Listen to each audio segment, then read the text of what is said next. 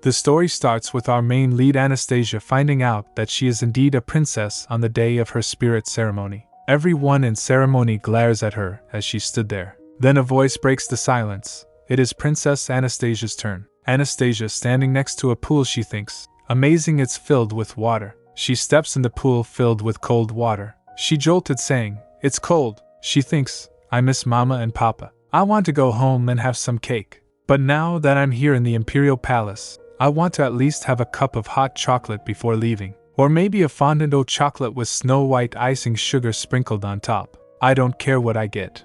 I just want this to be over quickly so I can go home. Then we saw a flashback of Anastasia's life. Her mother was fixing the roof of their small broken cottage. After completing her work, she shouts in excitement, I'm done fixing the roof. Then she jumps off from the roof. Anastasia gives a towel to her, said, Mama.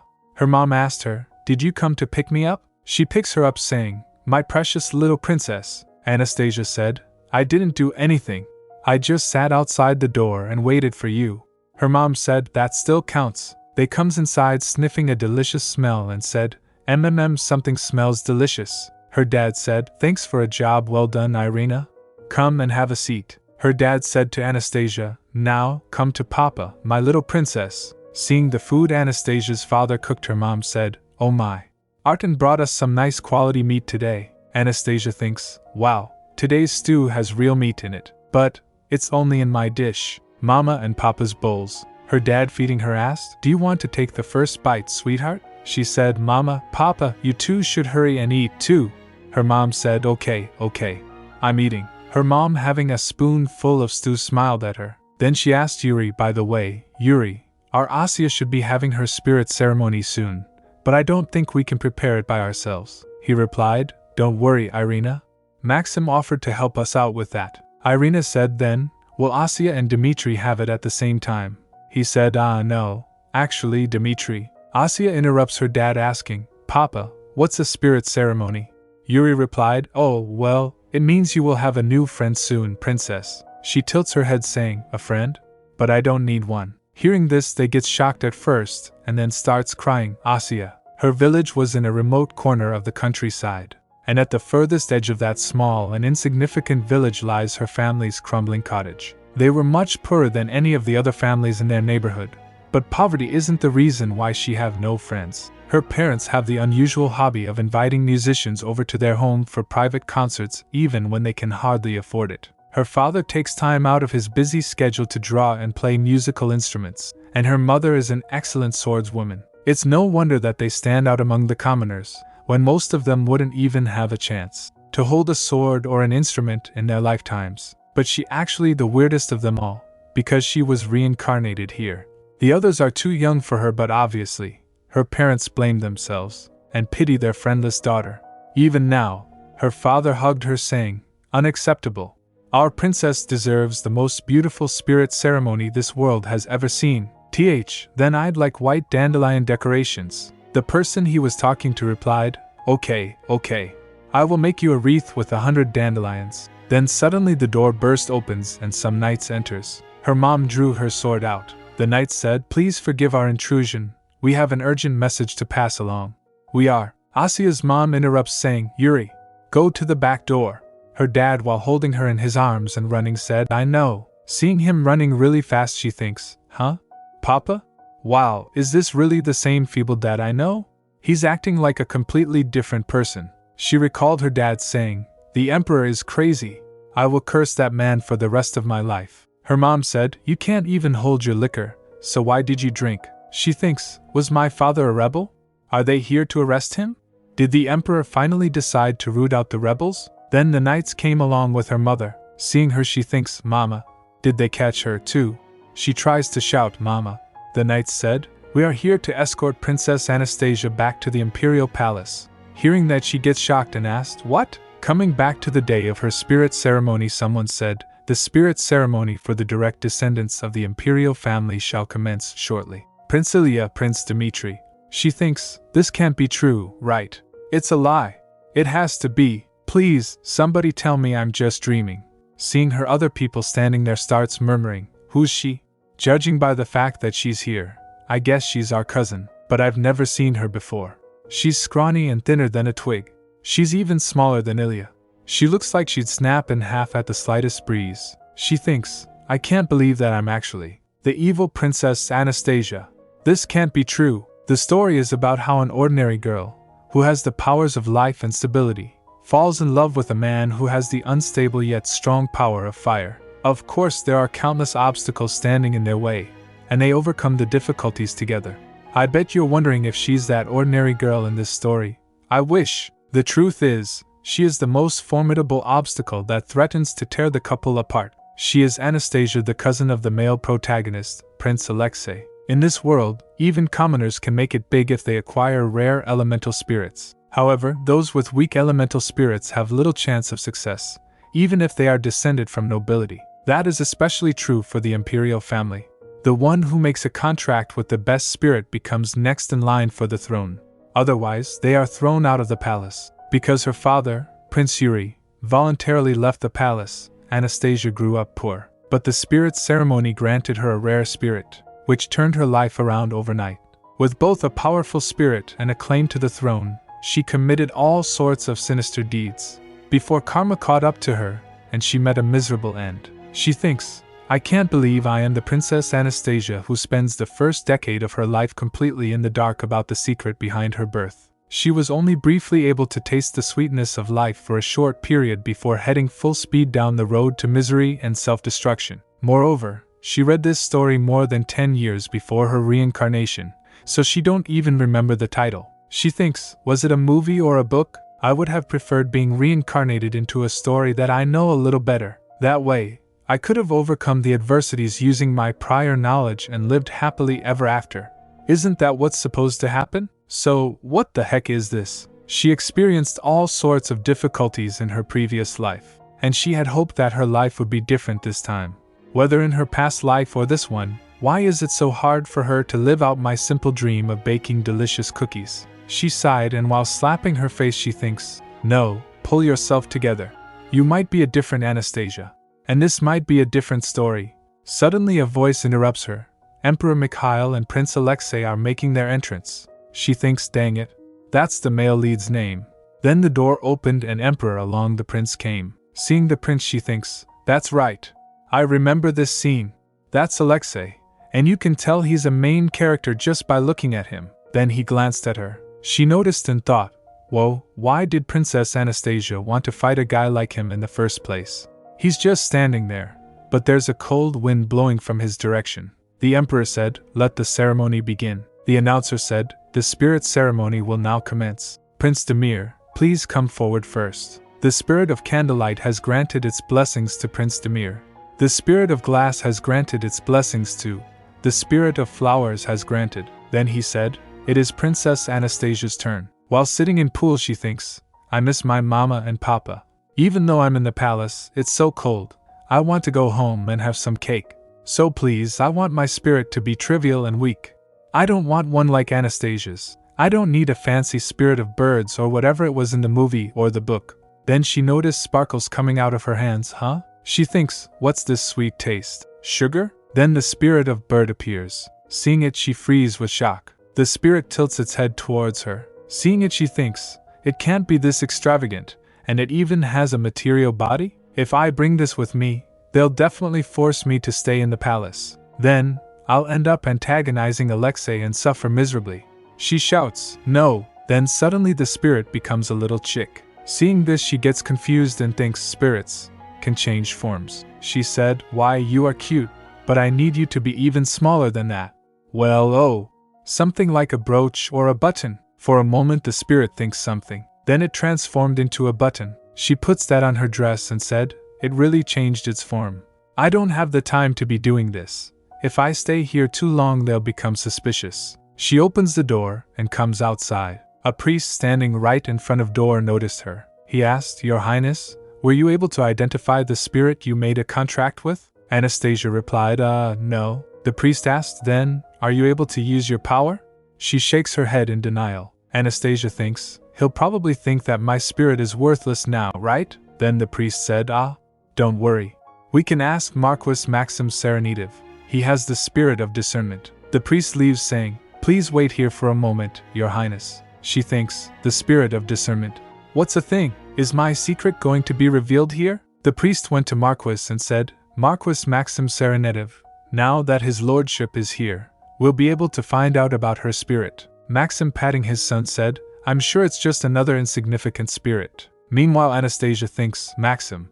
Is he the same Maxim my dad used to talk about sometimes? Maxim asked him, so, you'd like me to identify what my little niece's spirit is? The priest replied, yes, your lordship. Please use your power of discernment on her highness. Maxim laughed and said, no problem.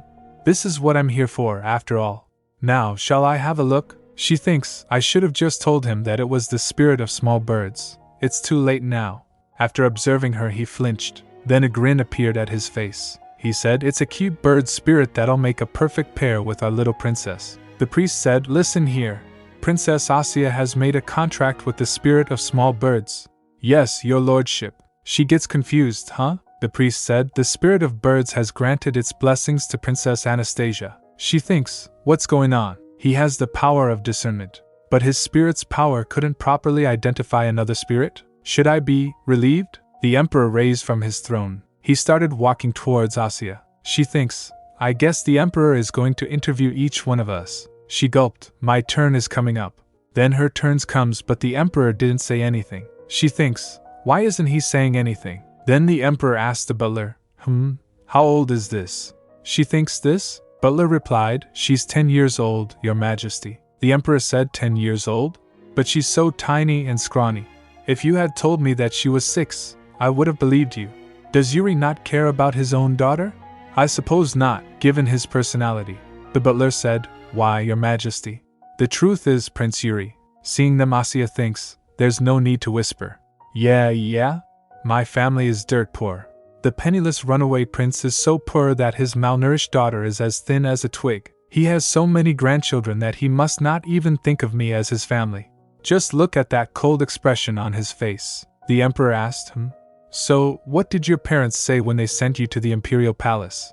Asya replied, they told me to take care of myself and return home safely, as soon as possible. Emperor asked, return home?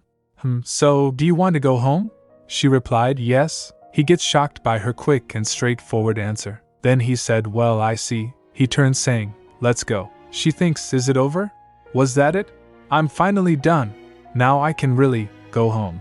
But then she thinks while laying on her bed in imperial palace, never mind. Then a maid came and opens the window. Asya asked her, Riz, the ceremony is all over, so when can I go home?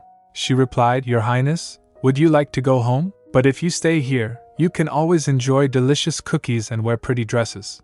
Asya said, but I miss my mama and papa so much. Riz said, His and Her Highness will be arriving soon. I thought they would come along with you. She said, right? They'll come after 10 nights have passed. Asya asked, 10 nights? She flustered, replied, No, I mean 5 nights. After tonight, it will be 1 night less. Then, there will be only 4 nights to go. Yay! So you should hurry and get to sleep so that tonight can pass quickly. Asya thinks, maybe I'm really good at acting like a little kid now. Riz is totally treating me like a child. Listen, Riz, it took me 6 days to get here. Even if my parents had left yesterday, they wouldn't be able to make it within 5 nights. Even so, I don't want to cause trouble for her. She's been so nice to me, I should pretend to fall asleep. Then Riz said, Then I'll leave you to sleep and go to the kitchen, Your Highness. Please ring this bell if you need me or have a bad dream. Asya asked, Isn't it kind of late to cook? Riz replied, The Empire has been at war until recently, and now that the war is finally over, the Imperial Palace is planning a celebration banquet. I'm going to help prepare for it. It's going to be a huge party. They say even the famous Carno Neustadt will be in attendance. While leaving, Riz said, Good night, Your Highness. After she leaves, Asya thinks, I see, Carno Neustadt is coming. Then she blinked trying to fall asleep.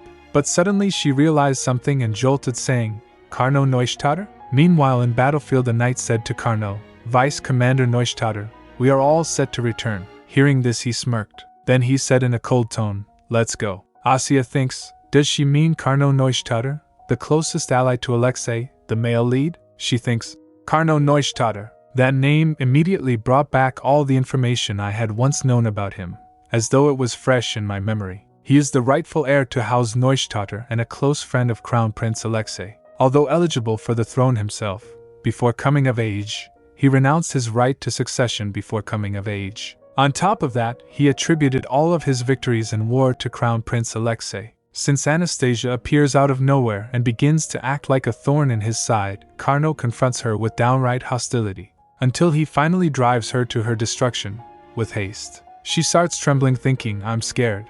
It'll be fine. Whether he returns or not, I'm not going to stop him. I'll be back at home before long. Anyway, I should go to sleep now. I'm exhausted after the long day. Ha! Then she noticed her spirit under her blanket. It said, peep, peep. Asya asked, what? I'm going to sleep. The spirit pulls her blanket, shouting, cheap. It drags her by her dress and she asked, what's wrong with you? Stop pulling on me. You're gonna rip my clothes. It shouts, cheap. She asked, where are you taking me? We can't be wandering around so late at night. Meanwhile, Asya thinks, I shouldn't do anything that would draw attention to myself. The spirit takes her somewhere. She opens the door saying, where in the world are we? She enters in room. Seeing it, she said, a kitchen.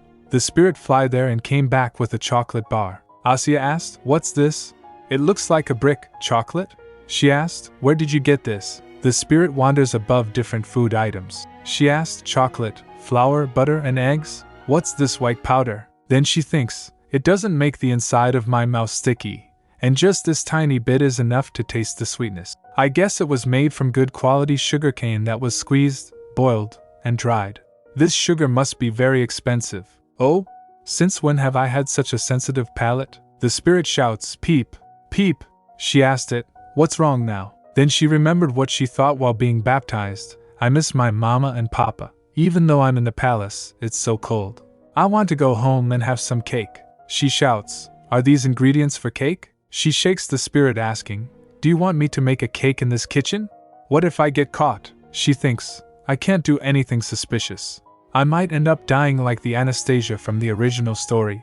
But then again, if I return home, I will never have a chance to bake a cake, not to mention, with such rare and expensive ingredients. Then the spirit with innocence in its eyes said softly, cheap. She thinks, maybe, everyone's busy preparing for the banquet, so no one will come here.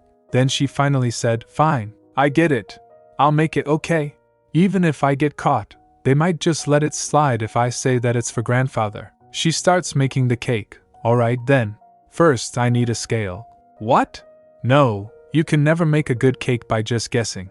Baking is all about exact measurements. Then suddenly the cook came and asked furiously, what the heck are you doing in my kitchen, kid? She gets shocked. Kaya, the cook said, which palace are you from? I've never seen a kid like you in Timur Palace.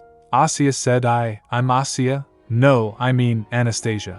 He gets more furious and said, Asya or Anastasia, I don't care. I won't let even the highest ranking nobles enter my kitchen and make a mess without permission.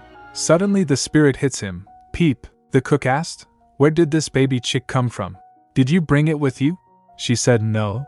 Actually, that bird was the one that brought me here. The cook said, you can't bring an animal into the kitchen. The only birds that are allowed in here are dead fowl and pie birds. She said, like I said, I didn't bring it. The cook, struggling to caught the spirit, asked, are you trying to tell me this is a spirit or something? He fell down shouting, rats, you miserable chick. Seeing him, she sighed. Then the cook said, this thing, and get the heck out of my kitchen, right now. She said, well, if you let me bake something here just this once, I'll leave quietly. The cook shouts, you want to bake in my kitchen?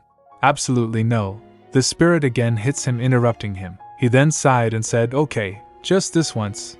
If you promise to make that bird stay still, and clean up the kitchen before leaving. She said, don't worry. I'll never come back here again. Now bring me a scale. She tugged her hairs. The cook asked, hey kid, what is it that you want to make so badly? Whatever it is, I can tell you how to. She interrupts saying, I thought you didn't like making desserts, Pavel. Do you even know how to make them? She said, just bring me some boiling water. The cook said, just because she knows how to bake, that little brat is treating me like a servant. She said, oops. An eggshell got in there. He snatched the bowl from her saying, geez, give that to me.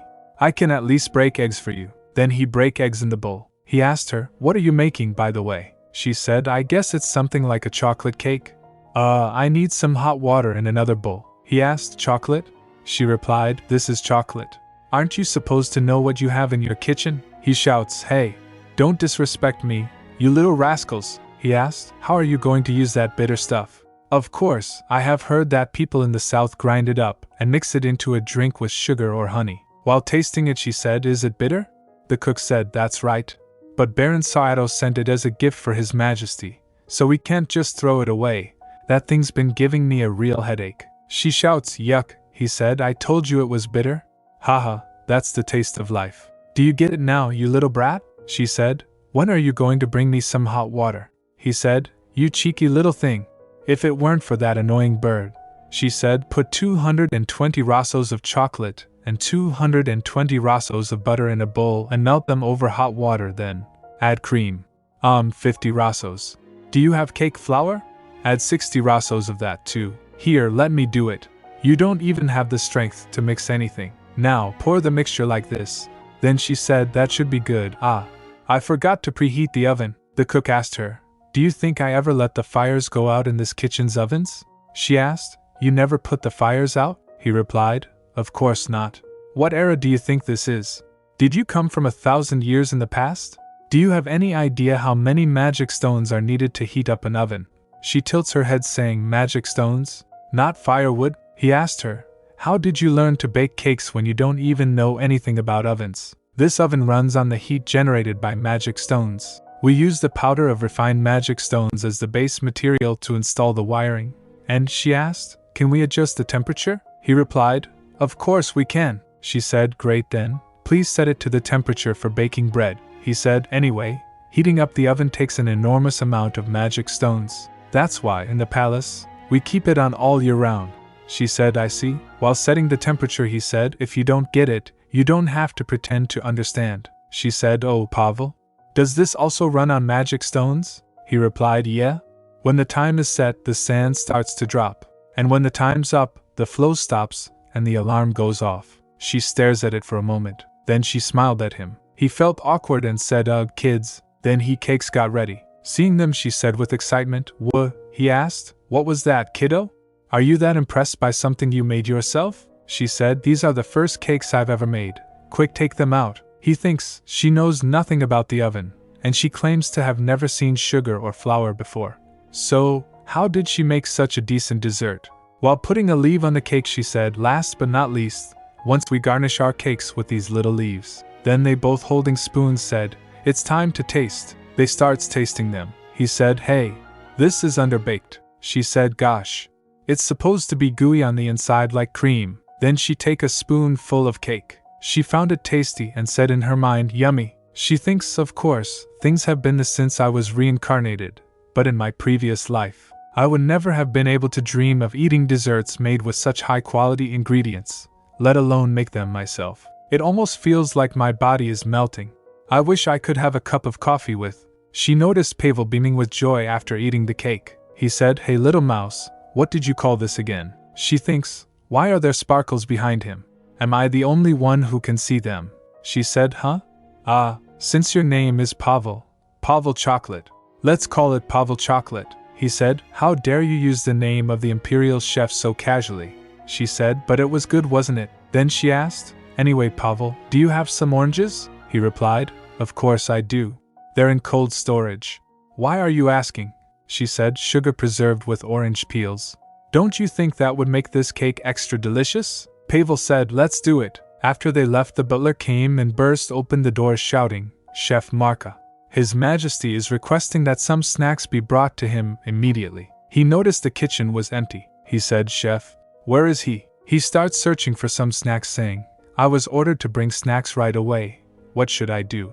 He suddenly noticed the cakes. He grabbed the cake saying, Oh, he sure is thorough. He must have already prepared for this.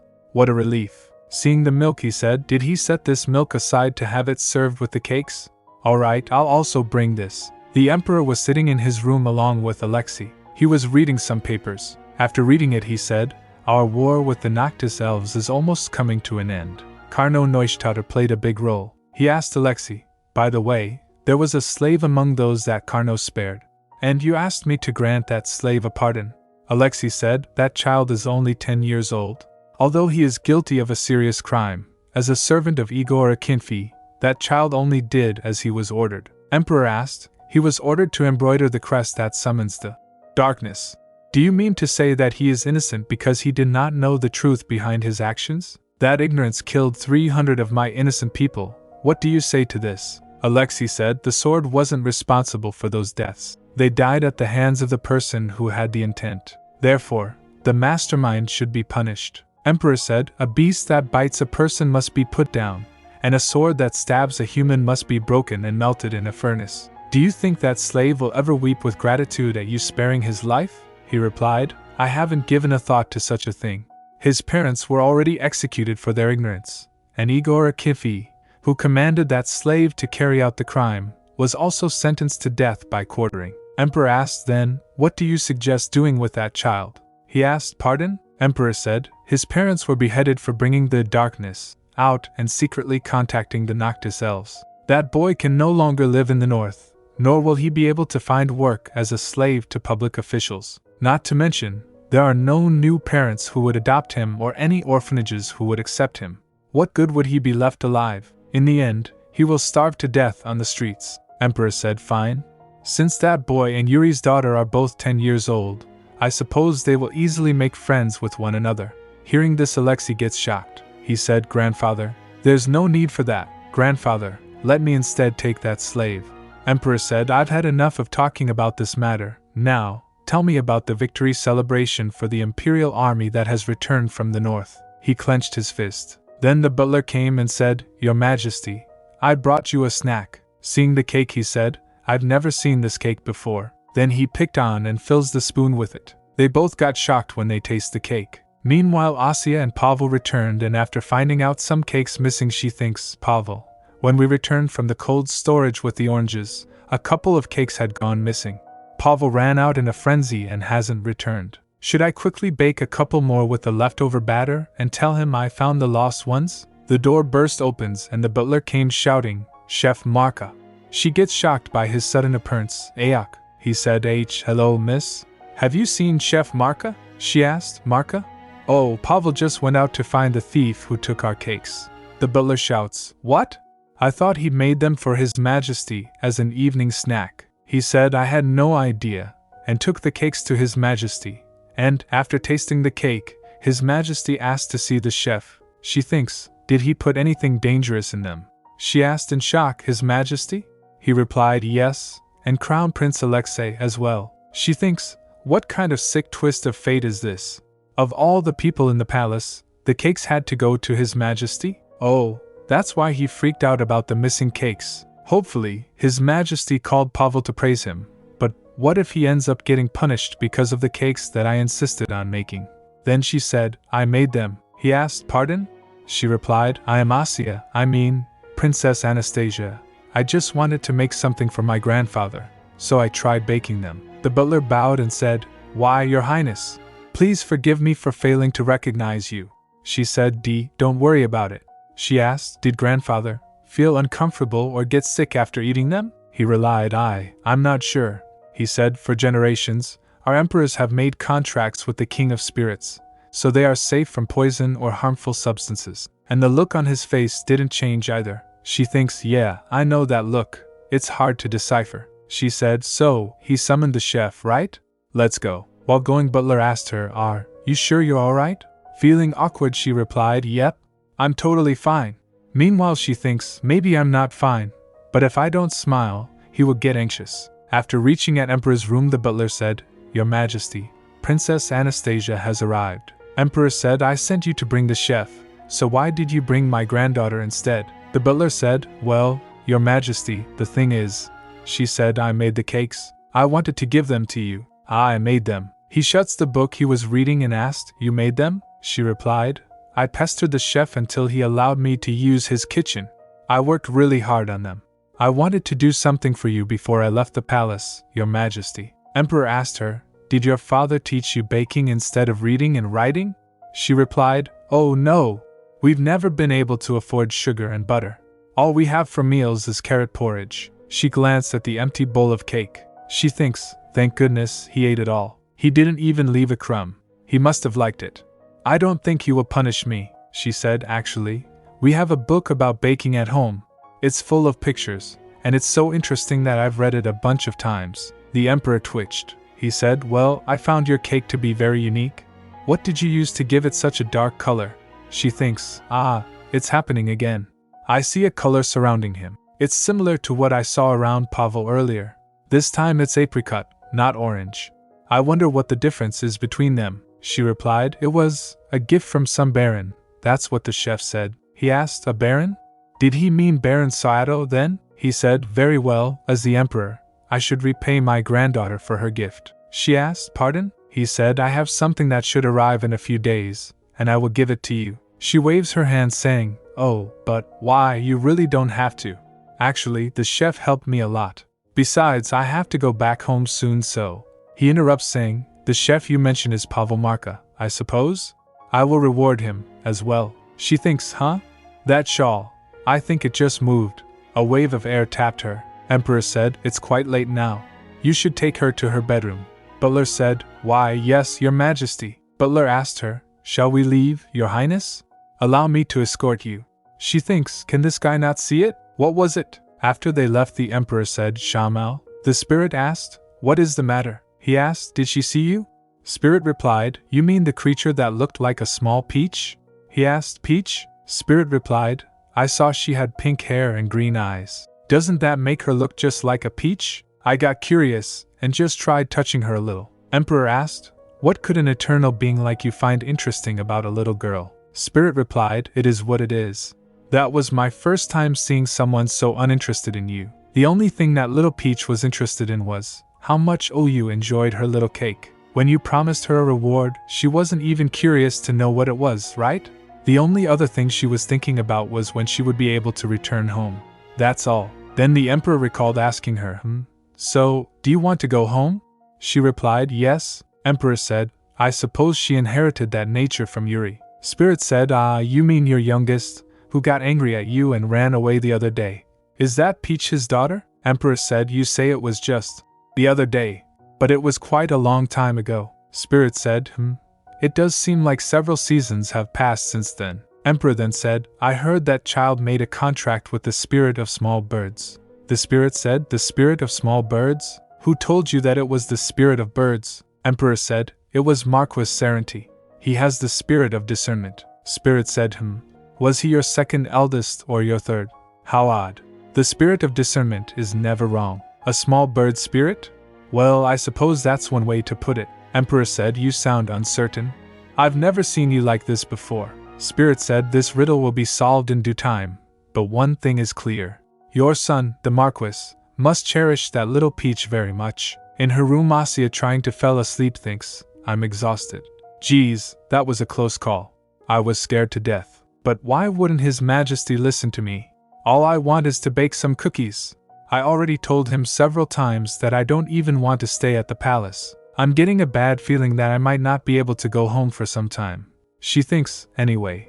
I hope that His Majesty gives me something I can exchange for cash. That way, I can sell it as soon as I go home and buy flour, butter, and sugar with the money. Hopefully, we'll be able to fix our roof, too.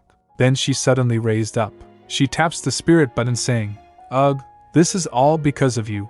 You put me through so much trouble tonight. The spirit said, you were the one who wanted to make fondant au chocolate. Hearing its voice, she jolted Kaya. She thinks, that was too loud. What if someone comes? Anyway, what was that just now? Am I hearing phantom voices? The spirit said, you're not hearing phantom voices. The spirit came out of the button. It said, I am the great and mighty spirit of sensation, you fool. She shouts, WH. Who's calling who a fool? You weren't even able to speak until just now. The spirit said, that was because you were too weak. I only got the strength to speak after you ate something decent. She said, you weren't able to speak because you didn't have the ability. Why would you say it's my fault for being so poor that you can't usually eat desserts? Spirit said, hey, keep it down. And stop poking me, you insolent creature. She asked, more importantly, can spirits really speak? The spirit replied, of course we can. What do you take us for? She said. But the others didn't seem like they were able to. She thinks, in the original story, the spirit's ceremony seemed more like either an act of blessing 10-year-old kids or a means of awakening them to their elemental power. The ceremony often ended with a simple announcement of which spirit blessed whom, and only a select few children were actually able to use their powers. That was why Anastasia, who had a spirit with a material body, could behave like she was better than everyone else. The spirit said, "That's because most of them are idiots." Asya said, "So are you saying that I'm able to talk to you because I'm smart?" Spirit said, "And no. It's because I'm the great and mighty spirit of sensation." Asya asked, "You aren't a bird spirit?" The spirit said, "How dare you label me as such a ridiculous and lowly creature?" She asked then, "The colored sparkles I saw around Pavel earlier, did you make those?" The spirit replied, "Oh, can you see people's emotions already? That is one of my powers." She gets shocked hearing this and asked, "I can see emotions as colors?" She starts asking so many questions. Can I only see people's emotions toward me? Or can I see their emotions toward other people too? Can I only see them when I want? Or will I be living in a colorful world forever? You make me unable to see the colors with your power? Tell me, what does orange mean, and what about apricot? If different emotions show different colors, how different are they? Is there a rule, or tell me something? The spirit gets frustrated and shouts, "Stop, ask one question at a time. It all depends on you." Asya said, "Ouch, that hurts." "Stop." She rubs her ears asking, "But what's that supposed to mean?" Spirit replied, "The better you get at it, the easier it will be for you to control whether you want to sense them or not sense them. Not only that, but you can also let others experience a completely different world." She thinks he looks like a chick, but he's so full of himself. She asked, "The better I get at what, exactly?" Spirit replied, "Controlling your spirit power, of course. What else would I be talking about?" She asked, "How can I become better at it?"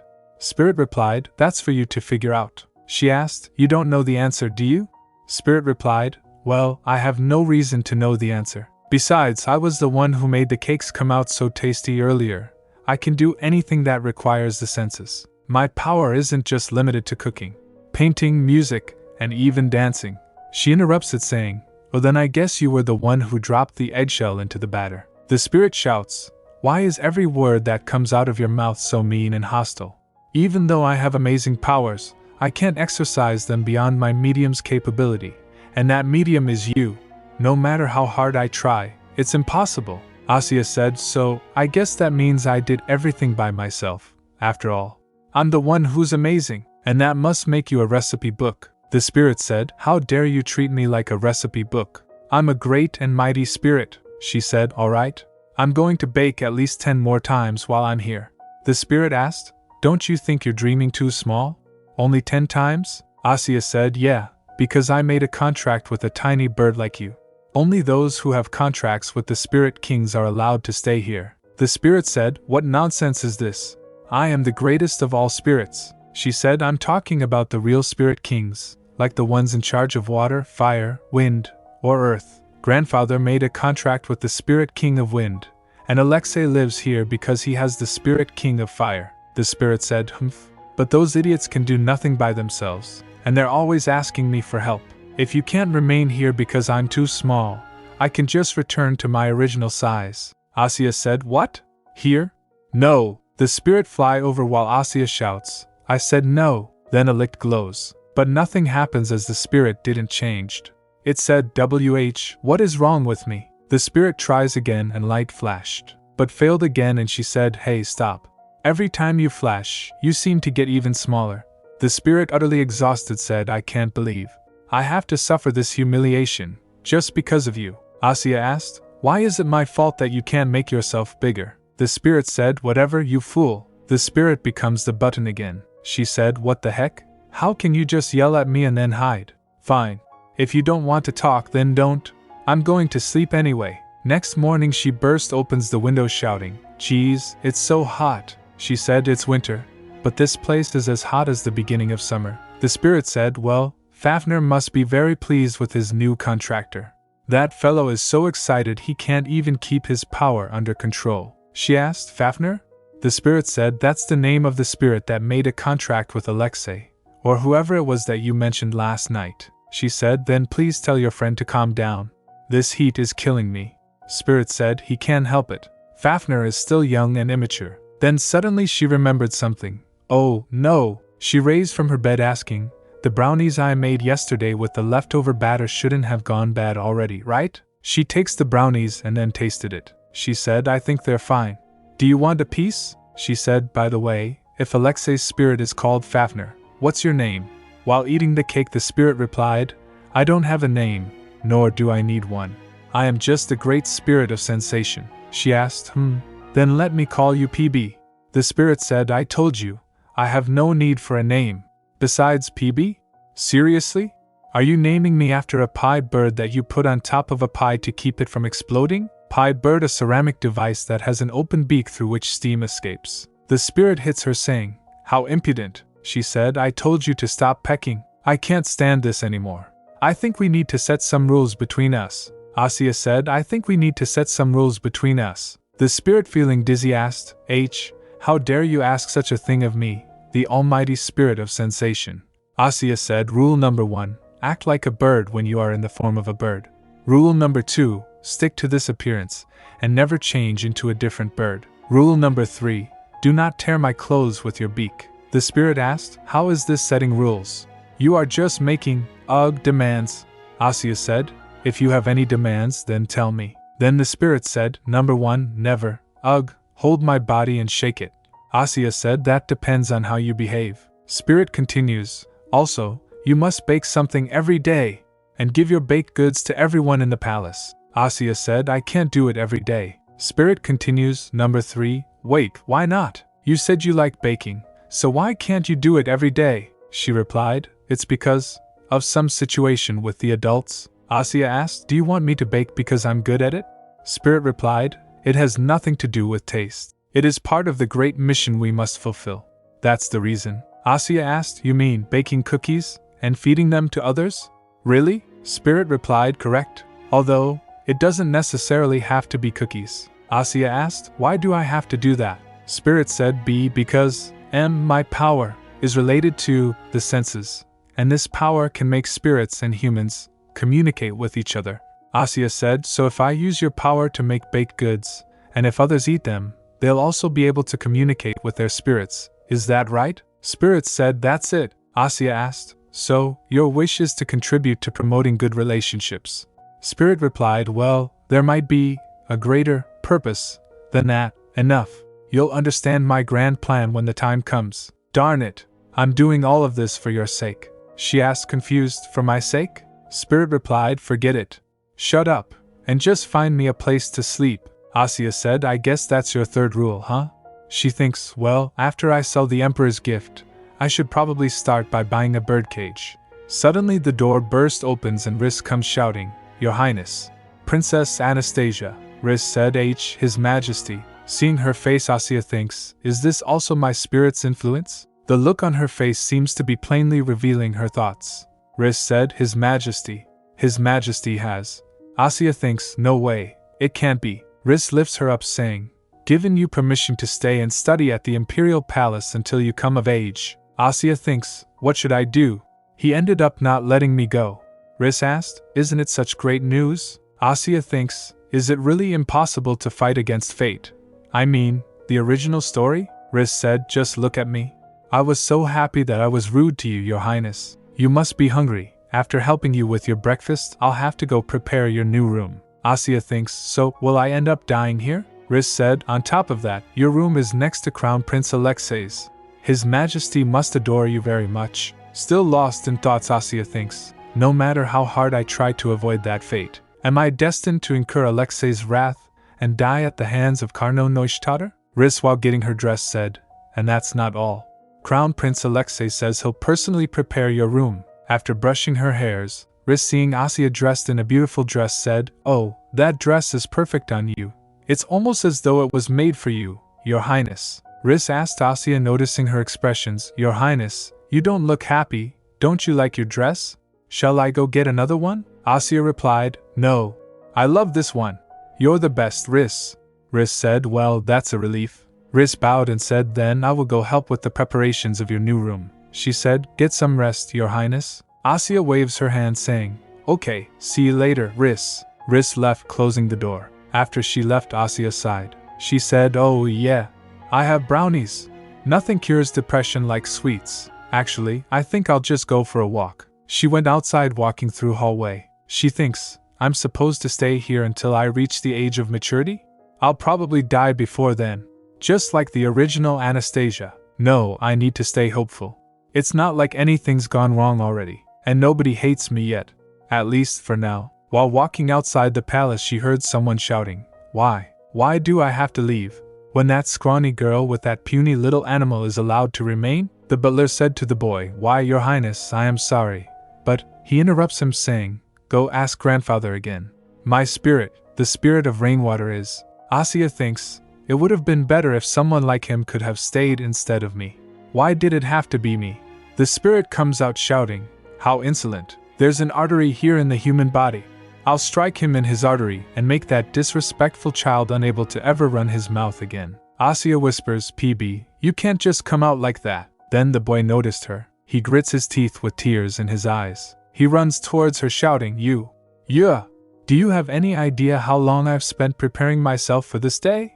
How come a little dash like you?" He yelled, "You disgrace the dignity of the imperial family by making a contract with that stupid and obscure piece of dash. So how come you?" The butler who was holding him lose his hold and he dashed towards Asya. The spirit said, "Why are you just standing there? Don't you see he's coming at you?" Asya, shocked, thinks, "What do you want me to do?" He fell on her and she moves her hand to his mouth.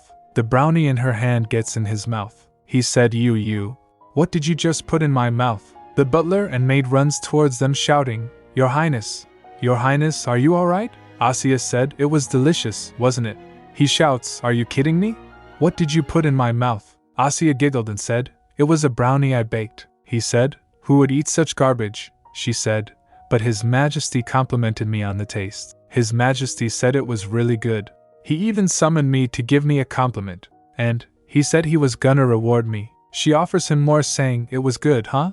I'll let you have another one." He said, "Cut it out. Do you really think I'd put that in my mouth, Aga?" Noticing it, he stopped. He said, "I don't want that piece of dash." She said, "It's a piece of cake that His Majesty praised." She said, "You swore just now, didn't you?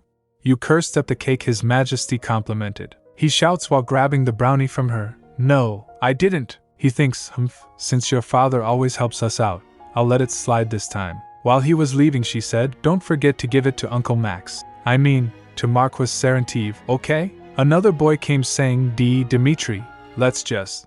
Dimitri. But Dimitri ignores him, bumping in him. Then he went to his carriage. He sits inside the carriage. Asya thinks, is it because he's a kid? He calmed right down after eating the brownie. Asya's spirit said, "You're the one who baked it. That's why it worked so well." Asya said, "Because it was delicious enough to receive praise from the emperor?" Spirit said, "Who cares what the emperor said? It only worked because you were the one who made it." Asya asked, "Do you mean that my baking can make people calm?" Spirit replied, "Yes, because your baking makes people happy. Humans feel better after they eat something delicious." Meanwhile, Riss comes shouting, "Your Highness, Princess Anastasia." She said, "Your Highness, I was so surprised to hear that you had left your room. My goodness, what's this scratch on your cheek? What happened?" Asya noticed the amethyst color and thinks, I get it now. That amethyst color means she's worried. Riss asked other maids in anger, "What happened here? How did Her Highness get this wound?" The other maid replied, "Well, after hearing the news that Princess Anastasia would be staying in the palace, Prince Dimitri got so angry that he ran at her and..." Riss asked in anger, "Then, were you two just standing there and watching?" Noticing a red color now, she thinks, it switched to a dark red color. Riss must be very angry. Asya said, "Riss, I'm fine. Besides, I flicked him on the head as revenge. Can we go now, please?" The color fades away. She said, "You did that, Your Highness?" Asya replied, "Yes. But more importantly, you know what? I can't wait to see my new room." Riss asked, "Shall we go and take a look, Your Highness?" She replied, "Yes." While walking through hallway, Riss said, "You shouldn't wander around by yourself, Your Highness. I was going to go get you once the room was ready." Asya said, "Don't worry. What could happen within the palace?" Riss said, "But something just happened." Asya replied, "Oh, you know how kids can get." Riss sighed and said, "You're still a child as well, Your Highness." Asya giggled. Then she opens her arms saying, "Riss." Riss hugged her. Then smiling she said, "See? You're still a baby, Princess Anastasia." While holding Asya in her arms, Riss walks towards room. Asya asked, "Are we almost there?" Riss replied, "Yes, it's right here." They entered the room. Seeing the room, Riss said, "The room is very large, isn't it?" We're going to bring in more furniture to fill this space. For example, display cabinets, console tables, and chairs with beautiful carvings. Things that will suit you well. Asya glanced and said, more furniture? But I think this is plenty. Noticing a door, Asya asked, what is that door over there? Riss replied, that door leads to Crown Prince Alexei's room. He specifically chose this room for you so that you can visit him whenever you want. His Highness is looking forward to meeting you. I suppose you two will see each other when your studies begin tomorrow. She asked, what? She gets startled and said, what studies? Besides, he'll find it very boring to study with me. Riss said, oh, Your Highness, you don't have to worry about that. She said, His Highness was the one who first suggested that you two study together. Oh dear. Are you sure you weren't seriously injured earlier? Asya flopped down thinking, he's looking forward to meeting me? Why would the future emperor want to study with me? I'm certain that he intends to keep me around so that he can observe me closely. That way, he can decide whether or not to kill me. Asya thinks, no matter how much I think about it, I just don't get it. Is there even a class that my cousin, who is next in line to become emperor, and I can take together? I have no idea what he's thinking. She went to his room and the butler said, His Highness is waiting for you. The door opens and she enters as butler said, Your Highness, Princess Anastasia has arrived. Alexei said, Anastasia? Have you arrived? She said, Crown Prince Al. He interrupts saying, You don't have to address me like that. I'm still the Crown Prince either way. She thinks, how cold. I understand that he has no choice but to hate me, but does he really have to treat me so coldly? He's the one who suggested we study together, but he's reading his book without even looking at me. Well, I have no choice. I should try a little harder, she tries to say, then Prince Al. But he interrupts again, Prince? There's no need for such formalities, Yen, she said, Alexei. He flinched and turns towards her. She said, You don't want me to call you the Crown Prince, and you told me not to address you as Prince either, so… Oh, do you not like Alexei? Then, how about Alosha? Meanwhile his professor came. You, Crown Prince Alexei? He said, Never mind. Please come in. Professor said, Now, shall we begin today's lesson? After the lecture she went to her room and fell on the bed exhausted.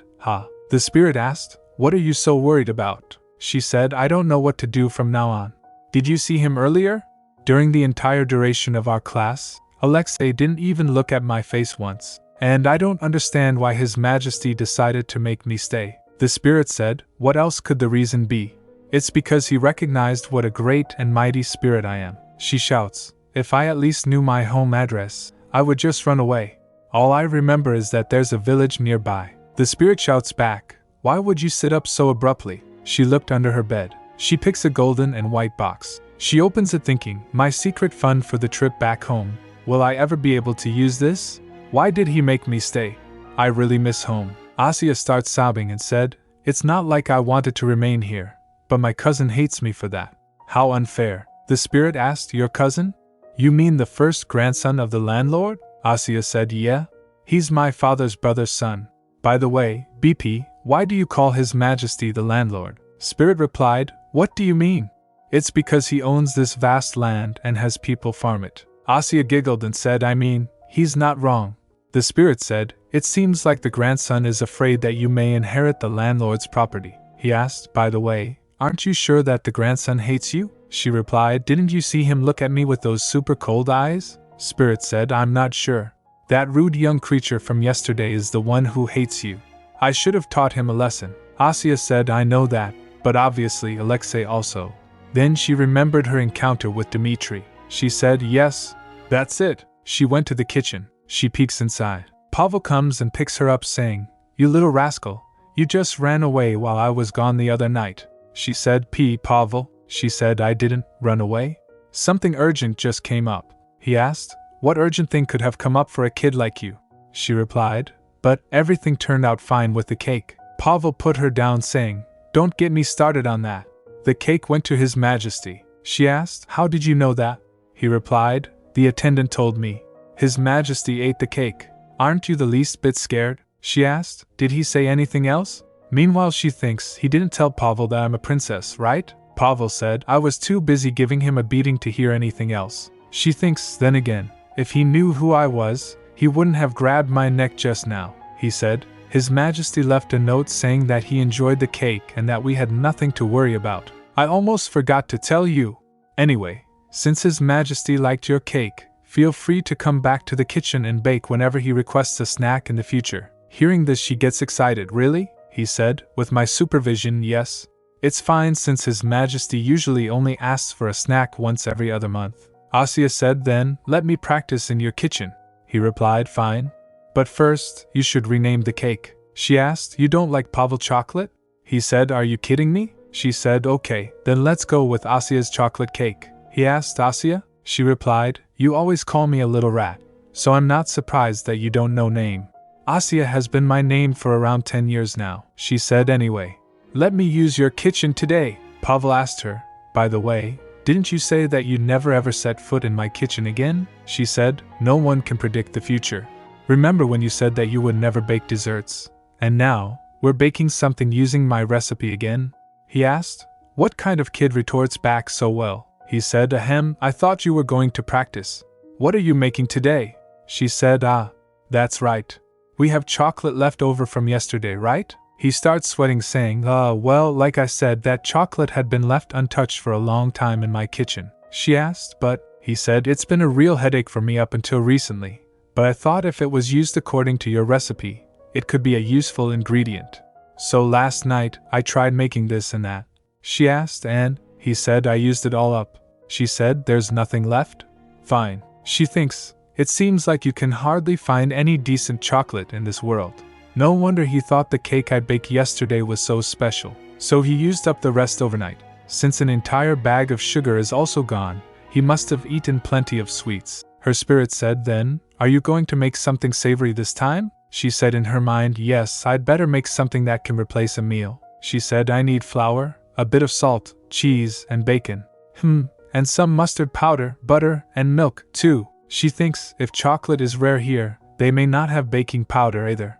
Maybe they don't even have baking soda. She asked Pavel, do you have anything that makes cookies rise? He asked, you mean yeast? She said, that's for bread. He said, such a thing doesn't exist for cookies. That just shows how pointless confectionaries are. They have no history. She asked, what was it that His Majesty complimented?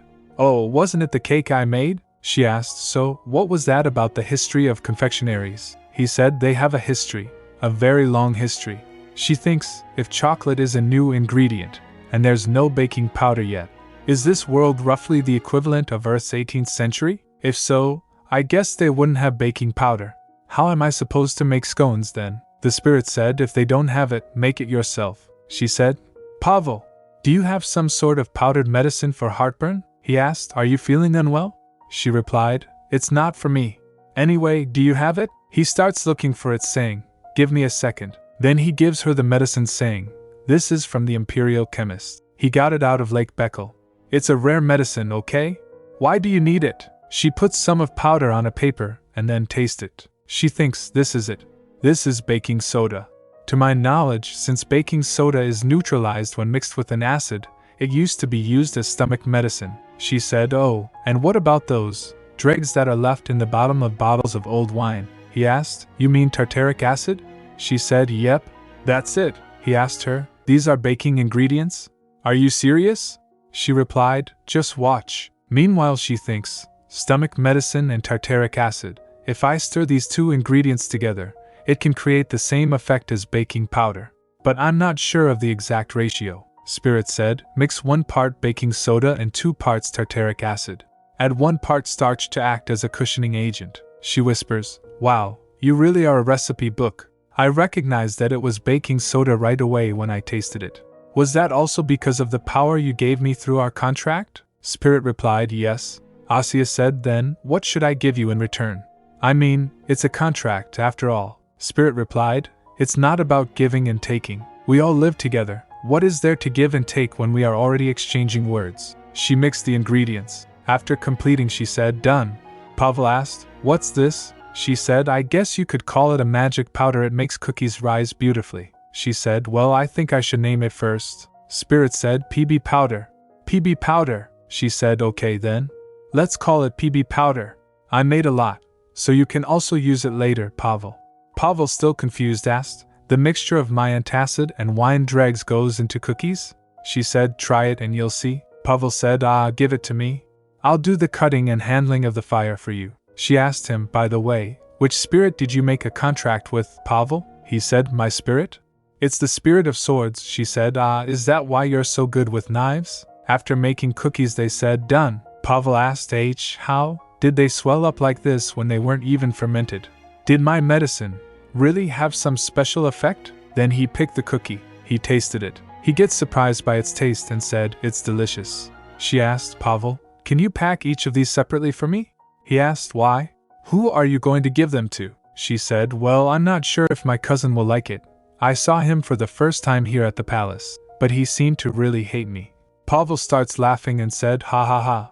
You've got the right idea. Kids are suckers for tasty treats. Asya said, it's not as simple as you think. She said, he must have spent his entire life eating super fancy food. I don't think these simple snacks will soften him up. He asked, if your cousin has eaten fancy foods all his life, why haven't you? Never mind. Feeling awkward, he said, these are totally scrumptious. I'm sure that kid will like them, too. I mean, they're really decent. No matter what kind of fancy cuisines he's had all his life, good food is still good food. So, the clock bell rings and she thinks, it's already 5. She rushed to leave with some cookies with her. Pavel asked, Hey kid, what about the rest of these? She said, they're all yours. She thinks, great. This is my secret weapon. I'm sure this will melt Alosha's cold heart. Anastasia thinks in her mind. Introducing baking powder when we don't even have baking soda in this world yet would be a huge kitchen revelation. It would definitely sell like hotcakes. But to sell a lot, I'd have to make a lot. Would I need a factory to produce it in large quantities? She looked at the funds collected so far, 3 buttons. She groaned thinking, should I work a little harder while I'm in the palace? If I spread the word that it's magic powder used by the imperial chef, I might be able to attract investors. Then, I could set up a factory and make enough money to build a decently sturdy house. On top of that, I'd have more time to spare, and more people to hang out with, right? Mom and Dad wouldn't have to worry about their daughter not having any friends. And if I still have extra money left over, maybe I could even open my own patisserie. But she quickly rejected those thoughts. No, I shouldn't count my chickens before they hatch. I should focus on adapting to my new life at the palace. Right now, the most important thing is Alexei. Then she went to his room with the cookies and knocks it. Knock knock. But no one responded. She wonders, is he not in? Then she came again and again, 1 hour later, after dinner, before bed. But no response came. She tried to peek inside wondering, isn't the room next to mine Alosha's? She thinks, how can I give this to him? Should I wait and give it to him during our lesson tomorrow? Suddenly the door creaked open. She quickly turns. A knight came and asked, what are you doing, Princess Anastasia? Looking at him she thinks, have I been knocking on a stranger's door all day? But Riz definitely said this was Alosha's room. She asked him, who are you? He replied, my name is Cyril Shunin. I am His Highness's guard. May I ask what brings you here, Your Highness? She said. Oh, I just came by to see Alexei. The guard smiled and said, His Highness is studying now. If you have a message for him, I will pass it on to him. She presents him with the W bag of cookies and said, actually, I'm not here to talk to him. I just wanted to give him this. If he's studying, I won't interrupt him. You eat one, and give the other to Alosha. The guard complied. All right, Your Highness, I appreciate your kindness. Then he left, closing the door. Anastasia drooped her shoulders, looking sad. The guard went to Alexei and put the bags on table. Alexei asked, what's this? The guard said, I sensed something behind that door a moment ago, and it was Princess Anastasia. When I told her you were studying, she asked me to deliver this to you. Alexei asked, Anastasia? She just sent me this one thing? The guard replied, yes. What would you like to do with it? He smiled. I'll eat it now. The guard pulls out an endel and said, then allow me to check it with a silver needle first. Then he checked the cookies with the needle for poison. Alexei recalled, following the time I made a contract with the Spirit King of Fire, there have been several spirit ceremonies, but I was always lonely. All I wanted was a close family member within the palace. But the only things the others gave me were fear, grudges, envy, jealousy, flattery, and hatred. But she was different. Her eyes were. As he was thinking, he mumbled aloud, just like those of a kitten standing right in front of a puddle. The guard asked, pardon? He replied, nothing. Can I eat this now? The guard said, yes, it's safe to eat. Then he added after a pause. By the way, the maid said she stopped by 4 times today. Alexei asked. You mean Anastasia? To give this to me? Did she say where she got it? The guard replied.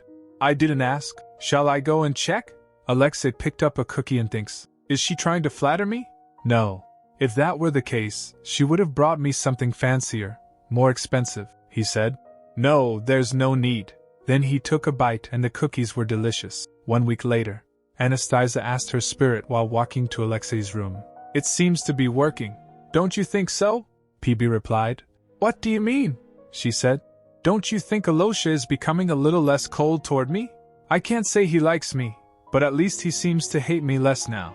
I was trying hard not to be disappointed even if he had thrown it away, but I think he ate it. She thinks in her mind, great, I should just keep convincing him that I'm only interested in baking, and when the female lead appears later on, I'll cheer for her with all my heart. Upon listening to her, PB said, as I said, the landlord's eldest grandson has never. But this stopped as the door started opening to Alexei's room. She gets surprised. Huh! I didn't even touch the door. Alexei peeked from the door and said, Hi, Anastasia. For some reason, I had a feeling you would be out here. That's why I opened the door. Anastasia froze. So this, she anxiously mumbled. This is for you. She thinks in her mind, I always delivered the snacks through Cyril, so I never expected to see him in person. Alexei grabs the snack from her hand and smiled. By the way, Anastasia, I noticed that you always ask Cyril to deliver things to me, even though we live right next to each other. She looked startled. Oh, it's because you're always busy. I've been trying not to disturb you, he added. So I wondered, does Anastasia hate me? He reached for the snacks as he said that. What is he talking about? She thought, stunned. He's the one who avoids me, and now he's making it seem like I'm the bad person. No, I don't, she blurted out. I was just afraid of interrupting you. He squeezed her hands together. That's nonsense, Alexei said gently. My little P, it seems like you are rather doubtful.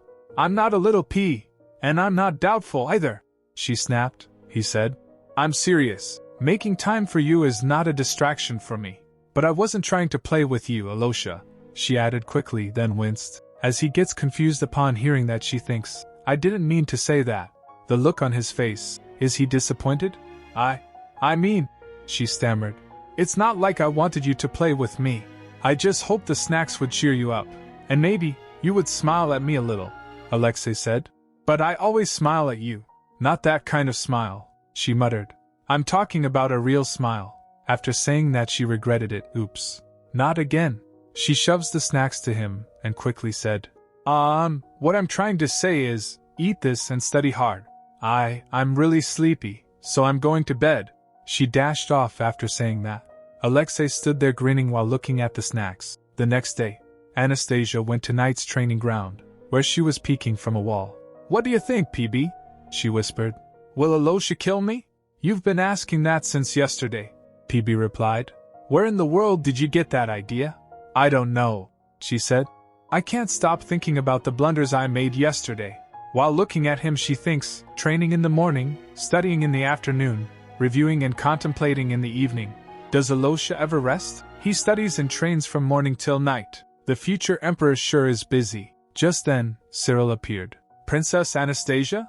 What brings you here? She replied. Oh, Cyril? Why are you here? Alosha is over there. I only escort His Highness at night, Cyril said. He doesn't need anyone to guard him during the day. His spirit, Fafnir, has the power of fire and the sun. That makes him stronger than anyone else in the world during the day. By the time he comes of age, he'll be invincible at night too. Then she replied. But that means he doesn't have to practice so hard, right?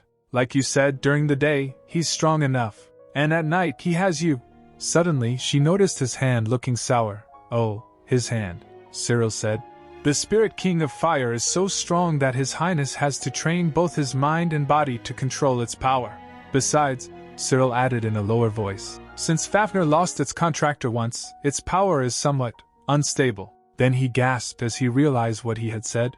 Looking at him, Anastasia thinks, it seems like he said something he shouldn't have. I'll just pretend I didn't hear anything. All right. Cyril, take this. Anastasia handed him a small package. These are scones made with dried fruit and almonds. I thought you'd be hungry around this time. One is for you, And the other is for Alosha, he asked. Where do you keep getting all of these snacks? She replied. Huh! I made them. That came as a shock for him. He asked, startled. You made them? She smiled. Yes. I love baking. My family is poor, so I've never seen so much cream and butter in my life. It gets me so excited that I can't stop trying to bake this and that. So I thought it would be nice to share the snacks I made with Alosha. Cyril paused, then knelt in front of her and asked, Do you like Crown Prince Alexei? She replied. I'm not sure if he likes me very much, he added. I want to know what you think of him, not what he thinks of you, she said while fidgeting. My parents say they can't come right now, and the only family I have here is my grandfather, but I can't just go and see His Majesty whenever I want. That means I only have Alosha. I don't dislike him, Cyril asked. Is that so? She added. Still, what's the point if I'm the only one who feels that way? He replied. That's not the case. You are also the only family His Highness has within the palace. He always smiles at you, doesn't he? She asked. Do other people believe that? What you're saying about Alosha? He thinks for a moment then laughs. Still, you are the only person in the palace that His Highness smiles at, she said. That's because I bring him scones. It's like someone smiling out of surprise when a bird brings them a flower. Upon hearing that, Cyril tried to stop himself but laughed.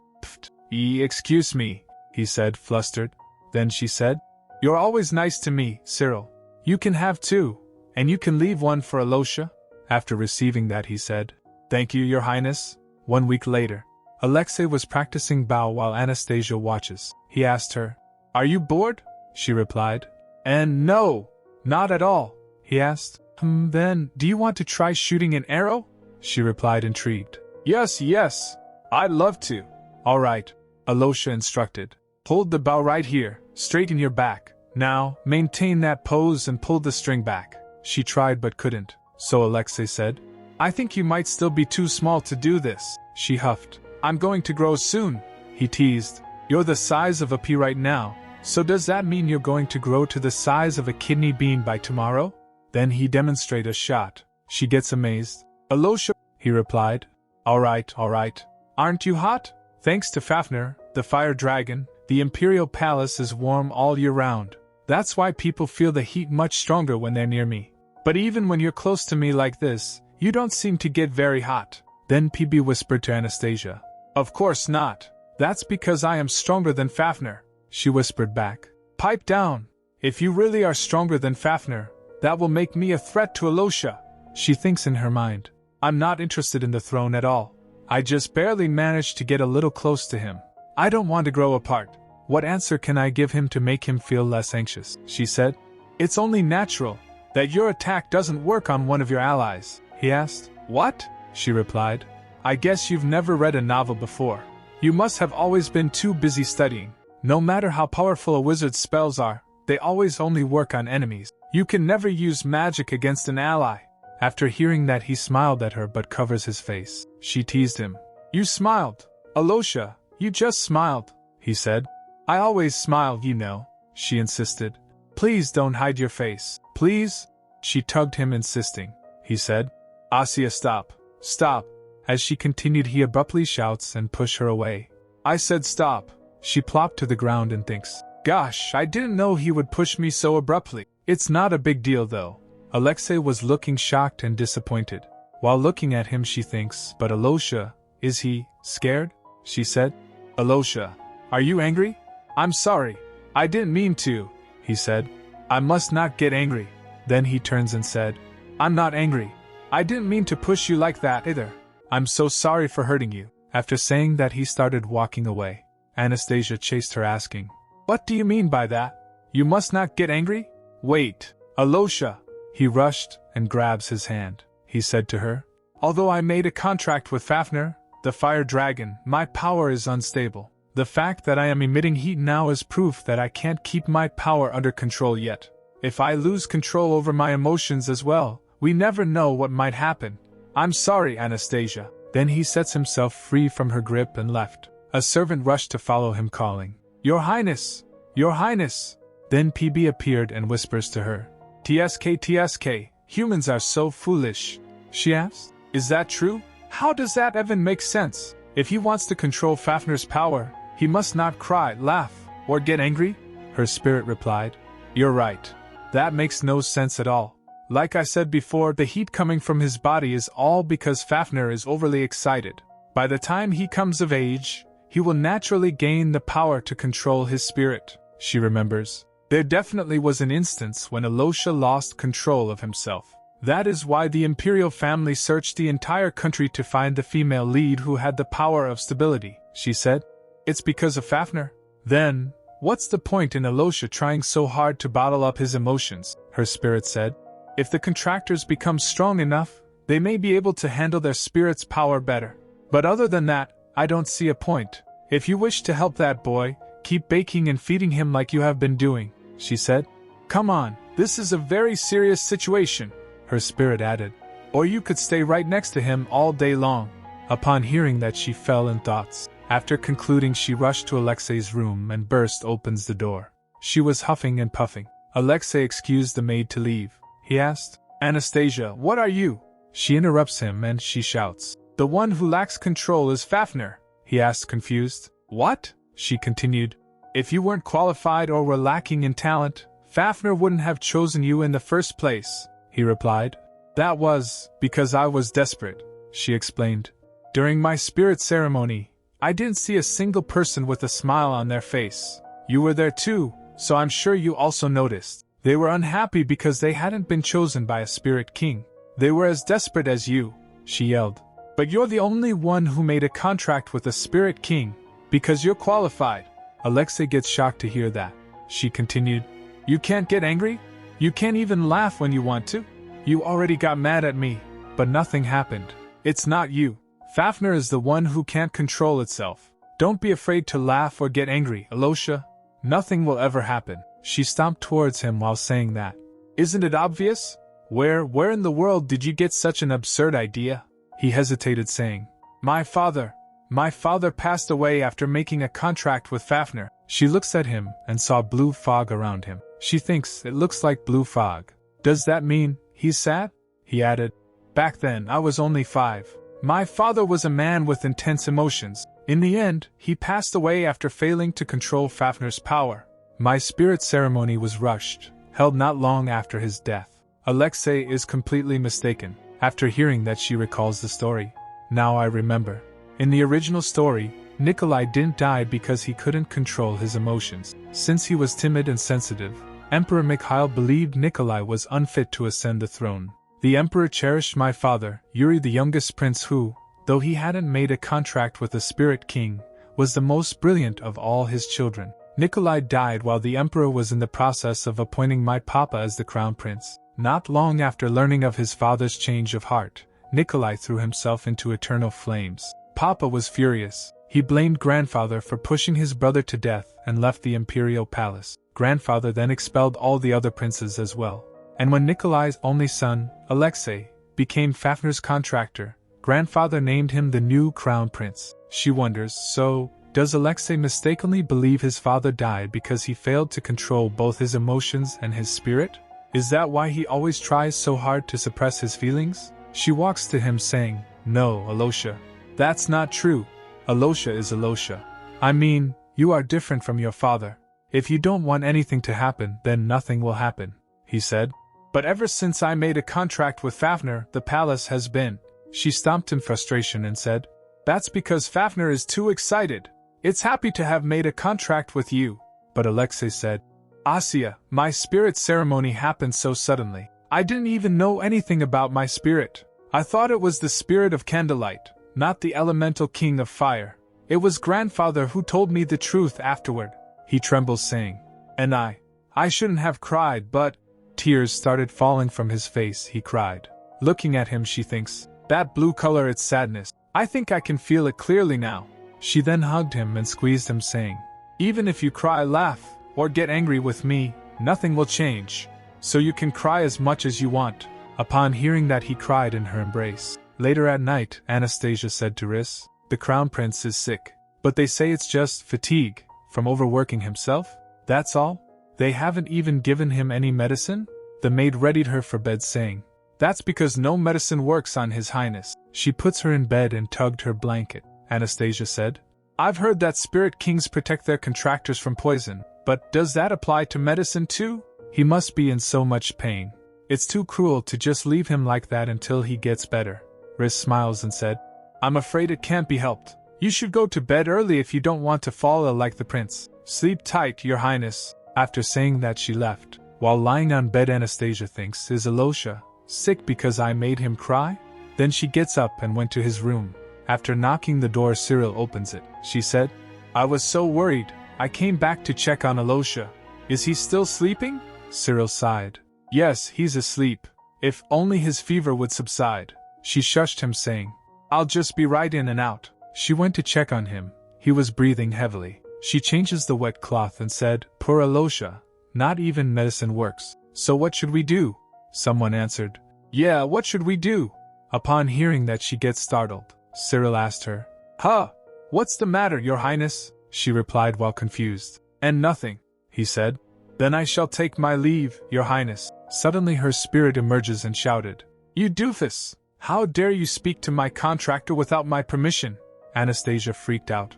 Then Fafnir appeared from the candle's flame and said, Oh, please, give me a break. My boy won't wake up, PB replied. That's because you're so clumsy. Handle it yourself, and stop talking to my girl. Anastasia asked, Is this Fafnir? He replied, Yes. Finally, someone who calls my name. Then he turns to Alexei and said, Oh no, this isn't the time for this. What am I supposed to do? Alexei won't wake up, she whispers. But why am I suddenly hearing Fafnir's voice? It's never happened before. Fafnir explained, That's all thanks to you. Ever since the world was divided between the spirits and the humans and darkness came into being, it's been impossible for spirits to be heard unless first perceived by their contractors. Well, that's all in the past now anyway. Thanks to you, I got my voice back, she whispers back. I'm not even your contractor. Why can I talk with you? Then PB said, The proper use of your senses enables you to initiate communication with all spirits, even ones that seem impossible to speak to. That's what makes me the greatest of all. Fafnir cut him off and said, All this time, I've been using so much of my power, but the only thing I've been able to do is look at Alexei from afar. PB shouts, How dare you? Don't cut me off, Fafnir yelled back. Can't you see that we're discussing an important matter? Back off. Anastasia covers her ears. They're so loud. Then the candlelight dissipates, and Fafnir disappeared. Fafnir said to her, Please light the candles. After she lights them, he appeared again. She asked, Can you not speak without flames, Fafnir? He replied, Of course I can. I am the great dragon, Fafnir, who controls fire. This is only because I've yet to fully adjust to the human world, she said. Anyway, I'm glad you can speak now. When Alosha wakes up later, you should explain things, Fafnir asked. Explain what? She snaps at him and shakes the chandelier. You used your power recklessly, and Alosha thinks it's his fault for not being able to control you. That's why he's been afraid to laugh or cry. Upon hearing that, Fafnir shows discretion. She urged him, Make sure to apologize properly. Be kind to him, okay? After a few moments, when she was about to leave, Cyril asked, Is it alright to keep this many candles lit while he's asleep? I'm afraid it might be too bright, she said to him.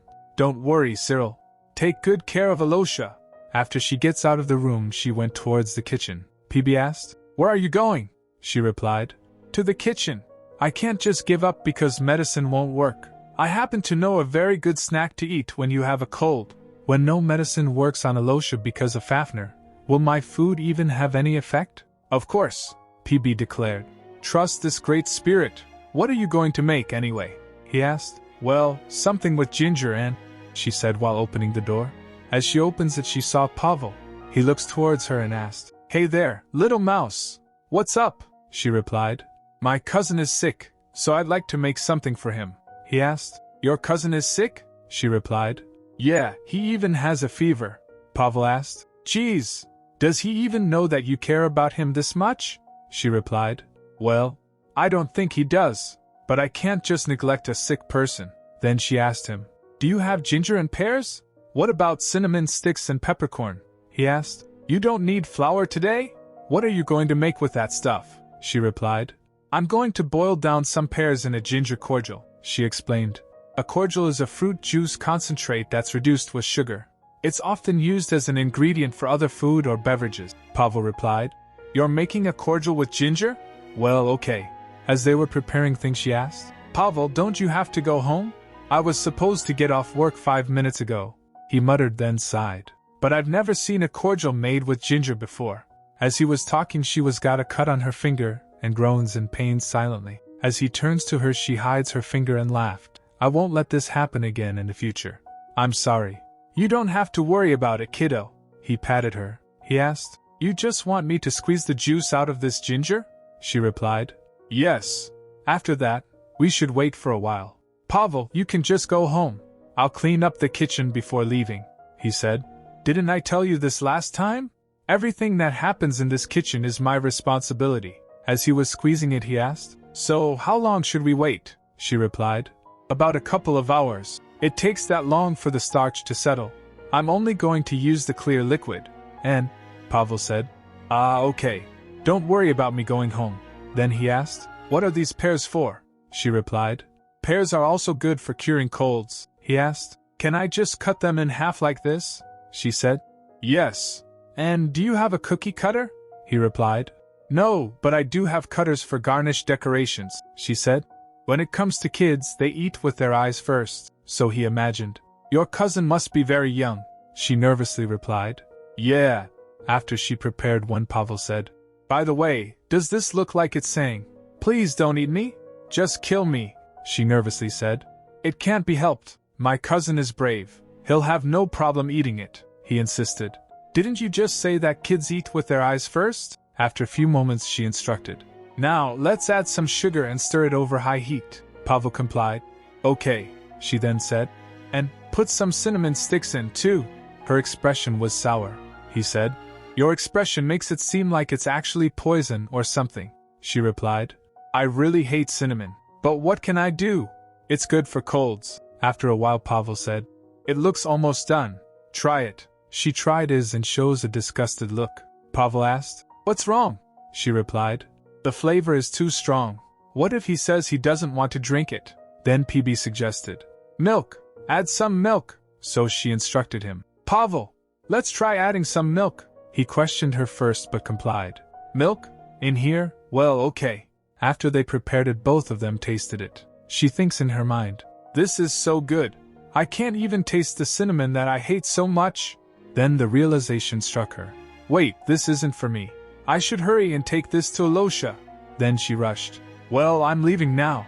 I'll come back to clean up later, so you can go home now. Pavel asked her.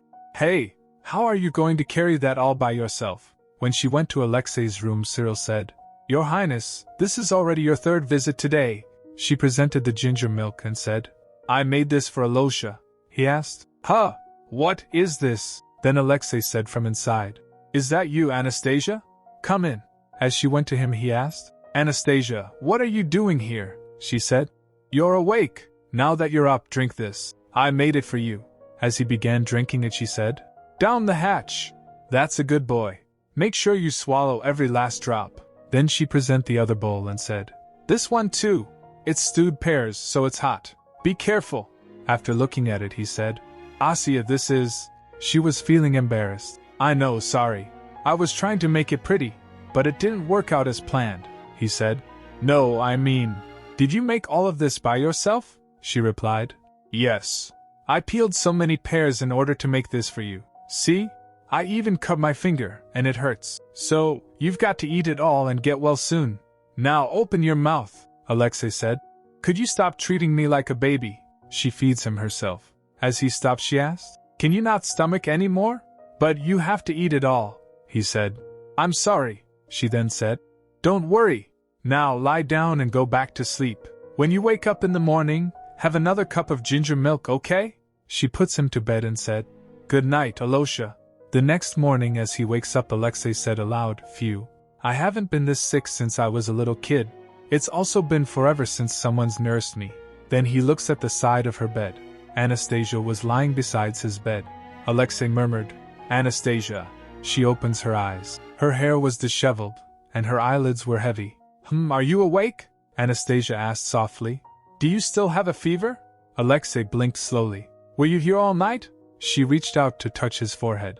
Your temperature has gone down a lot, but it still feels a little hot. I stayed here just in case your fever spiked again. Here, drink some ginger milk. She yawned as she said that. He said, You're sleepy? She replied, looking drowsy. Yeah, I don't think I can attend class today. Grandfather will scold you, he warned. Humph. It's not like I'm going to be emperor, she mumbled. You're the one who needs to take the class, not me. I don't care. I think you should skip class and get some more rest today, she said gently.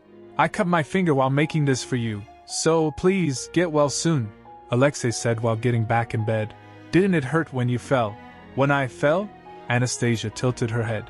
Alexei hesitated while saying, I mean. Oh, right.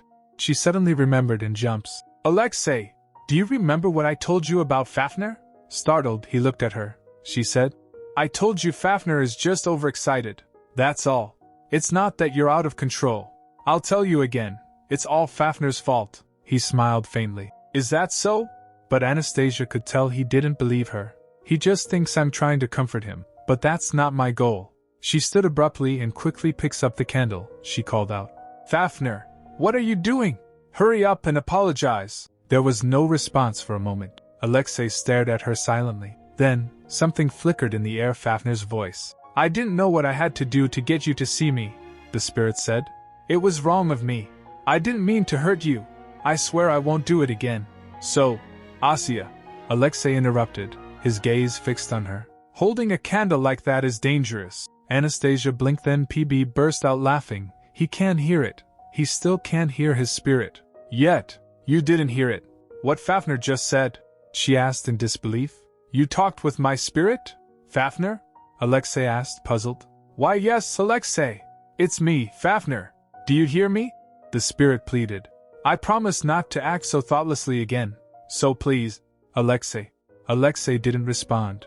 Oh no, he really can't hear Fafnir. What should I do? Anastasia thought. How do I make him hear his spirit's voice? Then PB echoed in her memory. I already told you. If someone can sense and perceive things properly, they can talk with any spirit, even ones they don't have a contract with. That power comes from you, so you just have to feed him what you made. She panicked, thinking, oh. Then he just learned that I can hear his spirit and he can't. Anastasia, Alexei asked carefully. Do you hear Fafnir's voice? What is he saying? She panicked. I need to come up with some kind of excuse. He said he was sorry, she replied, for making the palace hot and causing you trouble. He promised he wouldn't do that anymore. He said he'd be good. After hearing that, he smiled. Did he? Alexei asked. Then, we should prepare for winter. We'll need more time, so could you keep us warm for just this winter? A spark of energy flared up in the flame. I'll do as you wish, Fafnir answered. Anastasia said to Alexei, he said he would. Alexei turned to Anastasia again. Asya, can you talk with your own spirit too? Why didn't you tell me you could do that? I wasn't keeping it a secret on purpose, she said, lowering her eyes. I just didn't think anyone would be interested in that detail. I thought it was pointless to tell anyone. She thinks I worked so hard to hide it, but it's all over now. If Alexei starts to be wary around me, she began, because I have no interest in. But he gently reassured her. I see. I understand how you feel. So you don't have to worry about anything. Later in her room, Alexei's words kept echoing in her mind. Why did he believe me so easily? What do you think sensation is? PB asked suddenly. The ability to sense something? She replied, unsure. It's more than that, he explained. It's the ability to sense, perceive, and accept something. To do all of that perfectly means to understand everything completely. And only when you can make someone else understand what you know, have you truly come to understand it yourself. Does that mean people will just believe anything I say? She asked. You idiot, PB snapped. What I meant was that you also have the ability to make people understand your true feelings. That's exactly what I meant, she said. Anyway, I'm relieved there was no misunderstanding. Well, PB mumbled. It was lucky that you were able to use the ability without knowing about it, Anastasia asked, surprised. What? Really? PB asked. Were you going to run to the landlord right away and tell him you weren't interested in that giant chair? If you want to be good at using that ability, make snacks and feed them to others. Is that all? She asked. He replied. Yes. If you can do that, you'll be able to use your ability freely and contribute to a better world. I don't think I can make that big of an impact, she said, smiling. But I'm sure more sweets will make this world better. I'll forgive you for taking my ability back, PB asked. Who said I took your ability back? The next day she went to meet Alexei, but he had something more urgent. He told Anastasia, "Grandfather is calling for me. I'll be back soon." Waiting for him, Anastasia sighed. When is he going to come back? He's the one who invited me for a tea party. Her eyes drifted to a book nearby. By the way, what is this book? Is it Alexei's? I guess I can take a look, right? She reached for it. Lumen Vassilis? She read the title aloud. Suddenly PB spoke. You sure like shiny things? She asked. Huh? What? You know, PB continued. That place has a mine. A mine where you can dig up clear objects that sparkle with white light. Meanwhile, Alexei was with the Emperor. The Emperor asked him while looking at the documents. So, what do you say? Alexei replied. As for Sertei Niline, I heard the vice captain has been leaving the captain's position open, waiting for him. The Emperor said. That's right. It's already been 10 years. And now he suddenly wants to return to his old post? After a whole decade? How shameless, he asked Alexei. What do you think? Should I accept him back? Or shall I kick him out? Alexei began. Although I haven't met him in person, Sertei fought alongside you on the battlefield for a long time. He contributed greatly to the establishment of the northern frontier as it stands today, Your Majesty. I believe 10 years is far too short a time to forget his contributions. The Emperor pressed. Is that all? I thought you'd already know, but if you don't, let me tell you.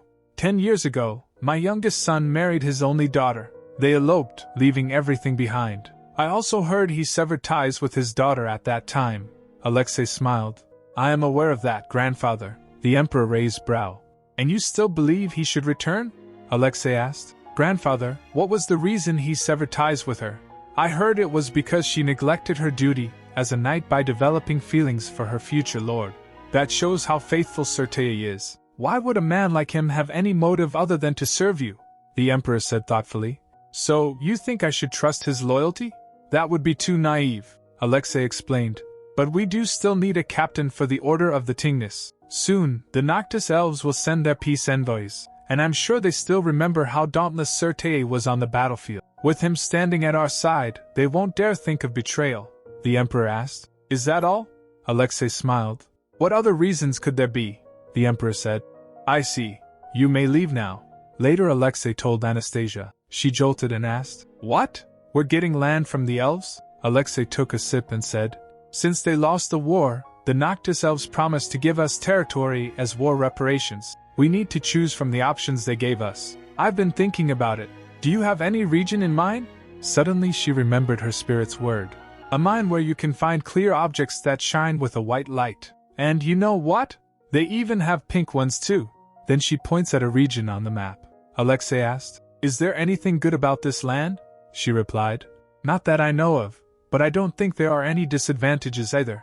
I hear the white birds that live on the hills are beautiful. Then she asked him, Is there anything special about the other regions? He said, Not really. Actually, they're all pretty much the same. That's probably why the elves are letting us pick freely. She pointed. Then, what about here? Lumen Vassilis, because you can dig up Dia Hup. She gasped as she realized what was she about to blurt out. She thinks in her mind, Oh no, I shouldn't have said that. There's no explanation on the map, and the elves don't know about it either. What if he asks how I got the information? Alexei asked. Then, shall we pick that place? She asked, shocked. Can we? He said. To be honest, I was already considering that land anyway. My spirit seems to like it too. She gets surprised. Huh! Alosha, can you talk with Fafnir now? What did he say to? He replied. He said he'd wear a suit made of red silk for the triumphal ceremony. She complained. Alosha, are you making fun of me? But he asked instead. What are you going to wear, Anastasia? She shouted. Nothing. I won't wear anything. He gave the book he was reading to a maid while saying, I'm afraid you can't do that. It would harm the dignity of the imperial family, and people would laugh at you. Well, I guess I should prepare a dress for you. You said I'd be able to talk to my spirit soon, so I made a little joke. Are you mad at me? She pouts. He added, By the way, Anastasia, since you helped me decide which land to choose, I'd like to give you a present, she said. You said you'd give me a dress, he replied. That's just what I want to give you as your cousin. She thinks for a moment then asked, Then, can I go home? I mean, I do like living in the palace, but I left something at home. She fidgets as she asks. Alexei asked, surprised. What did you leave there? A stuffed animal you sleep with? A bunny? Or a teddy bear?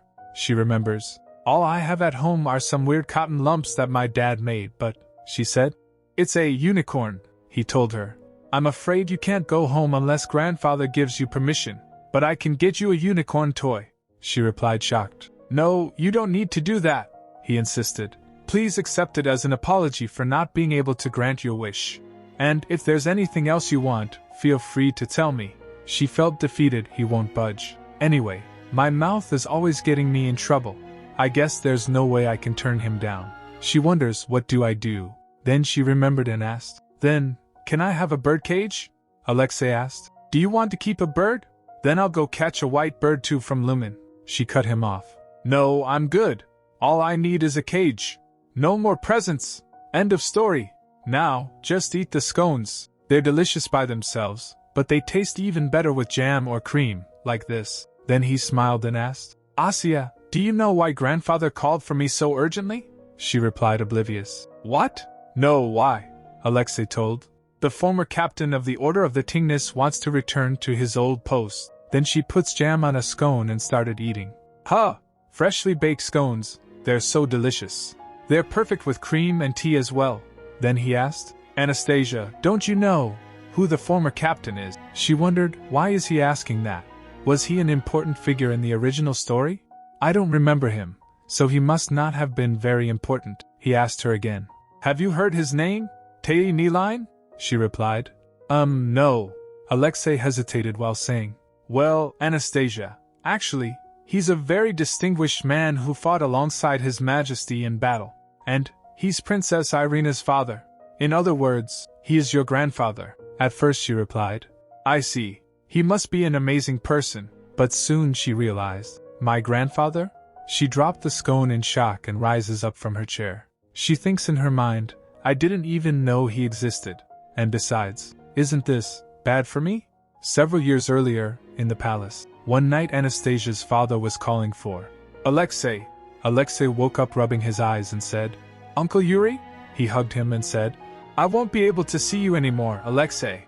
The only son of my brother, my dear nephew. I love you, Alexei said. Anastasia, your parents. I don't think Uncle Yuri and Aunt Irina will come to the palace. You probably won't be able to see them until you leave the palace. Until then, wouldn't it be nice for you to have someone filling in for your parents? But she replied, Oh well, Alosha, for me, the only person I need is you. Upon hearing that, Alexei spills the tea he was drinking. She continued, Even though he's my grandpa, I've never heard about him until just now. I don't know who he is or what he's like either. If he's not returning because of me, then it can't be helped. But if it's because of me, can you call it off? He insisted. But he's your grandpa. Don't you want to see him? He's your family. She smiled. I have you, Alosha. You're my family. I'm not lonely at all. Upon hearing that, Alexei felt touched for a second. He extends his hand towards Anastasia but quickly retracted. He said, Well, I'm afraid we need him anyway, for the peace envoys. He stopped his hand by squeezing it. She said, Then it can't be helped. Then she offered, Here, have some scones, he said. I believe your grandpa will be nice to you, but if he isn't, then tell me right away. She asked, What are you going to do about it? He ate the scone by grabbing her hand and said, I'll have to tell him to be nice to my little sweet pea until she grows up to be a kidney bean. Later the palace came in uproar as the knights returned. People celebrated, hooray. The heroes are coming. Carno Neustadt. They defeated the Noctis elves, hooray. While sitting inside besides Alexei and the emperor, she waited for them. Anastasia thinks, It's so loud. Even though they're cheering from outside the palace, it sounds like they're right inside. Alexei pulled her close and asked, Anastasia, are you surprised? She replied, And no, I'm just nervous. Aren't you nervous, Alosha? He replied, Well, to me, this triumphal ceremony feels more like a reunion between me and an old friend. Since he's my friend, he's also your friend. You should think of it that way. She shudders, thinking, Think of Carno as my friend? No thanks. That sounds more like a nightmare to me. Then the emperor asked, confused, why she is calling him Alosha? She replied, Yes, your majesty. Alosha said he didn't want me to call him His Royal Highness, brother, or by his full name. He said he only liked the nickname. Isn't that right, Alosia? The Emperor said. Is that so? Anastasia smiled and said, Alosia, I'm Asya. It's short for Anastasia. Try saying it, she insisted. Asya, come on. Say Asya. He felt shy but still took the courage and said, Asya. Upon hearing that she thinks, gosh, I'm getting emotional over nothing. Then PB whispered to her, why didn't you tell him earlier that you wanted to be called Asya? She shunned him. Be quiet. He actually stopped talking, so that came as a surprise for her. Then, suddenly, the door creaked open. Then she realized, wait, it's not just PB. She looked at the person entering and realized that he's Karno Neustadt. Finally, their eyes met. As the knights kneeled, the Emperor announced, for your contribution against the Noctis Elves, you shall be given. Come forward, Commander-in-Chief. In the audience present in the throne hall, Pavel was also present. He was shocked to see Anastasia besides Alexei and the Emperor. Looking at his shocked face, Anastasia thinks, I guess I should explain this to him later. The Emperor asked Karno, how is Ekaterina doing? It has been almost a decade since I last saw her, he replied. Grandmother is doing fine. It would have been much harder for us to win the war if we didn't have her help, the Emperor said. I guess she's still vigorous. Do you come bearing no message from her? As there was no response, the Emperor stepped up saying, I suppose I can imagine what she would say. It was indeed a long war. Well done. May the spirits all across this land bless our heroes forevermore. As the ceremony ends, Anastasia thinks, I guess Alosia and Karno will catch up with each other now. I'd better hide somewhere and not interrupt them. As she was leaving, she tripped and stumbles. She panicked. My shoe! I'm falling? But Alexei caught her from falling. She looked at him and said, Alosia, Alexei said with a soft smile.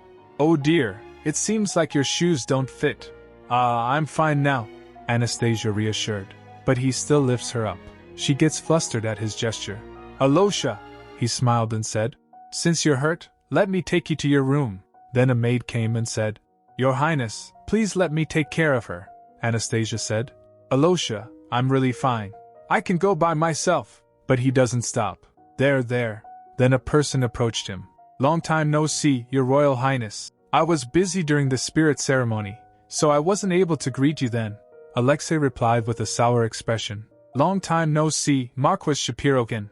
Anastasia thinks, observing the atmosphere. In the past, even though Alosia wore a smile on his face, she thought he was somewhat cold to her. But this time, he seemed a lot more frigid. The Marquis said, How have you been? And please, I wish you wouldn't address me so formally. After all, I am your uncle, Alexei replied. Since you're my uncle, I should be all the more respectful to you. Thanks to your consideration, I have been doing great. Asya has been a good friend to me. Marquis glares for a moment, then leans to Anastasia. I believe this is our first time meeting, Anastasia. I'm Valery, your father's older brother. I heard that you're mature for your age, or something like that. Ilya has spoken a great deal about you. Valery? Anastasia thought. He's the one who eggs me on in the original story, she said. It's nice to meet you, Uncle Valery. Has Ilya been well? He replied. He's been fine. Although, he wasn't feeling well today and couldn't make it to the celebration. She tried to recall. By the way, who was Ilya again? Was it the boy who looked feeble? She said. That's too bad. If he were here, he could have played with me and Alosia. Is he very ill? Marquis flinched upon hearing Alexei's nickname, so he asked. Alosia? Anastasia smiles. Yes, of course. Alosia's very busy, so I can't spend much time playing with him. Then Marquis said, Do you call His Royal Highness Alosia? You seem to be quite close with him. But Anastasia, not all of the Emperor's grandchildren are the same. You shouldn't ignore palace etiquette and act so childish. But Alexei cut him off coldly. Palace etiquette is what I am expected to abide by when I am interacting with His Majesty, and it is what is expected of you when you are interacting with me. It's not something Asya needs to be mindful of when she's around me. Then he added, I'm sorry that Ilya isn't feeling well. I suppose it was a hassle for him to come all the way to the palace during the cold season. Upon hearing that, Marquis grits his teeth but still acted nice. It's not really a hassle. Our mansion is not that far from here. It's just that the child has a delicate constitution, Alexei replied. I'm glad to hear that your estate is not that far, since that means the trip home will be quick. I mean, for you, Marquis Shapirokin, he turned and said. Then I shall take my leave. He was carrying Anastasia while leaving. She asked him, Alosha, am I not heavy? He replied, You're still far from being heavy. I'm sorry. Because of me, you lost your chance to speak with the Marquis, she replied startled. No way. I already told you, all I need is Alosha, she said inwardly. And either way, I wouldn't have been happy to talk to him at all. An uncle I didn't even know existed came out of nowhere after a decade and scolded me. And what if the prince who failed to become the crown prince were to get close with that man's niece? It might not be a problem for Alosha, but Karno would definitely kill me. While walking, Alexei looked at her and smiles. She thinks, come to think of it, the way Alosha looked at me was quite sweet compared to the way he looked at Uncle Valery. Later they were having tea and desserts. While eating, she thinks in her mind, Oh, this is the best. The meaning of life is dessert. Suddenly Alexei asked, By the way, Asya, I heard that you weren't going to attend the ball tomorrow. She flinched then replied, I don't think anyone I know will be at the ball. It'll probably be boring for me, he replied. That might be true, but I'll keep you entertained. She tried to excuse. But he asked, Are you worried that you'll see something scary? She said in her mind. Yes, I am. Someone scary is going to be there. Karno Neustadt, Alexei asked. Is it because of Marquis Shapirokin? She replied. What? Oh, and no, he continued. Well, you must be telling the truth. I can tell that you had forgotten all about him until I mentioned his name. My friend will be there, too. You could say hello to him. She took a sip thinking.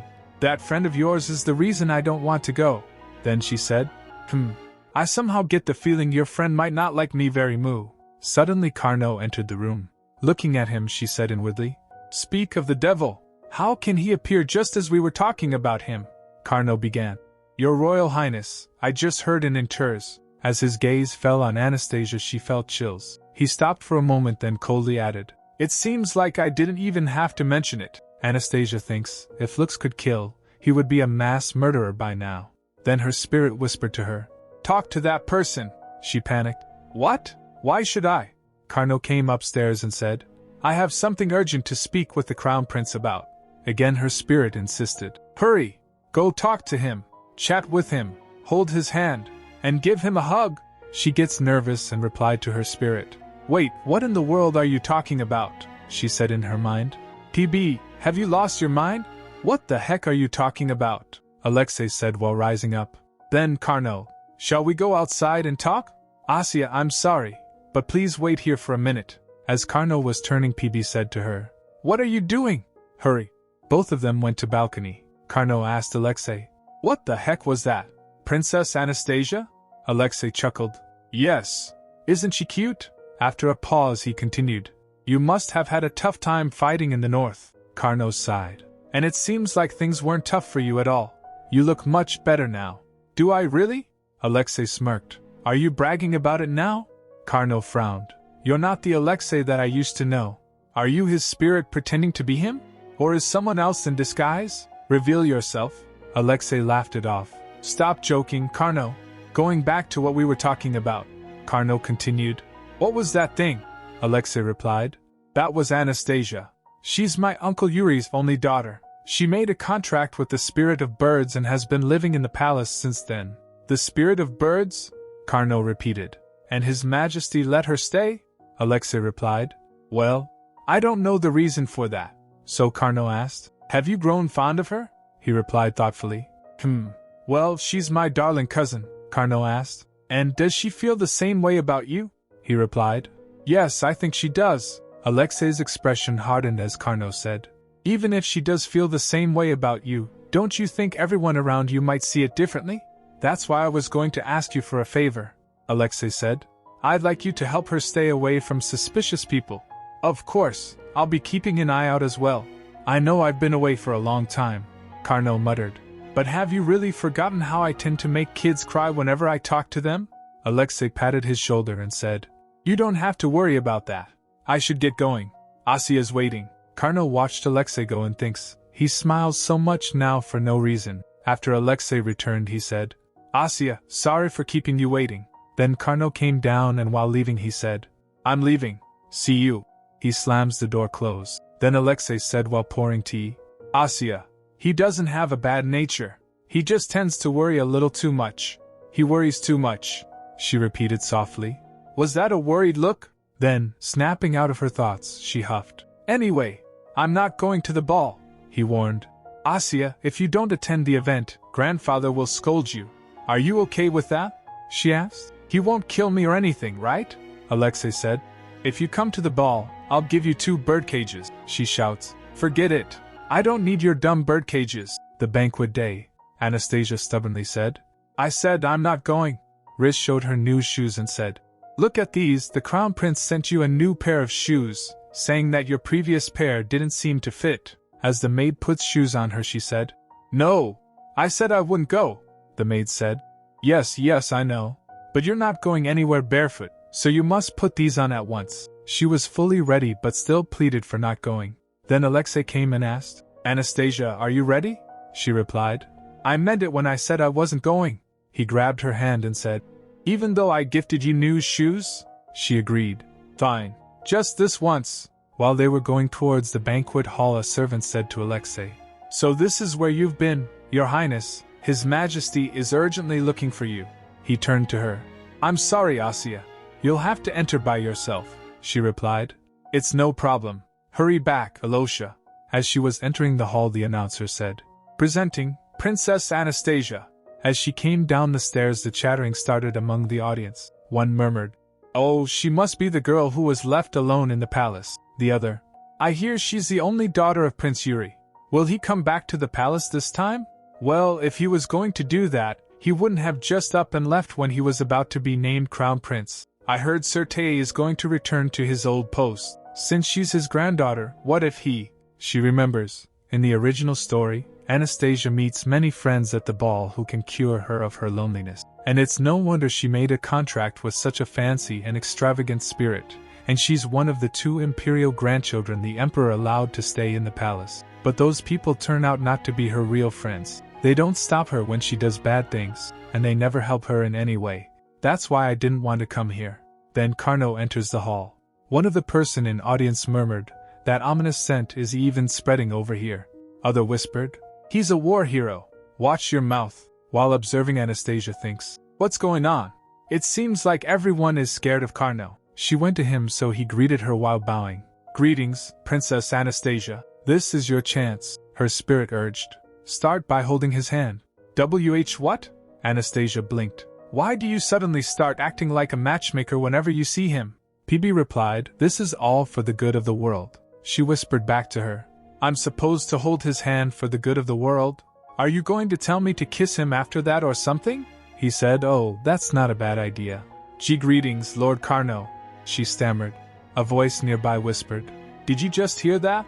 She called him Lord Carno. My goodness, someone else murmured. Then both of them stands there awkwardly. Why? Why is he standing right next to me? Anastasia panicked. She glanced over. Is he waiting for Alosha? She wondered. Carno stood quietly, expression unreadable. Indifferent. Anastasia said awkwardly. Alosha said he'd be back in a minute. His Majesty was looking for him. Carno didn't react much, so she thinks he's cold and curt.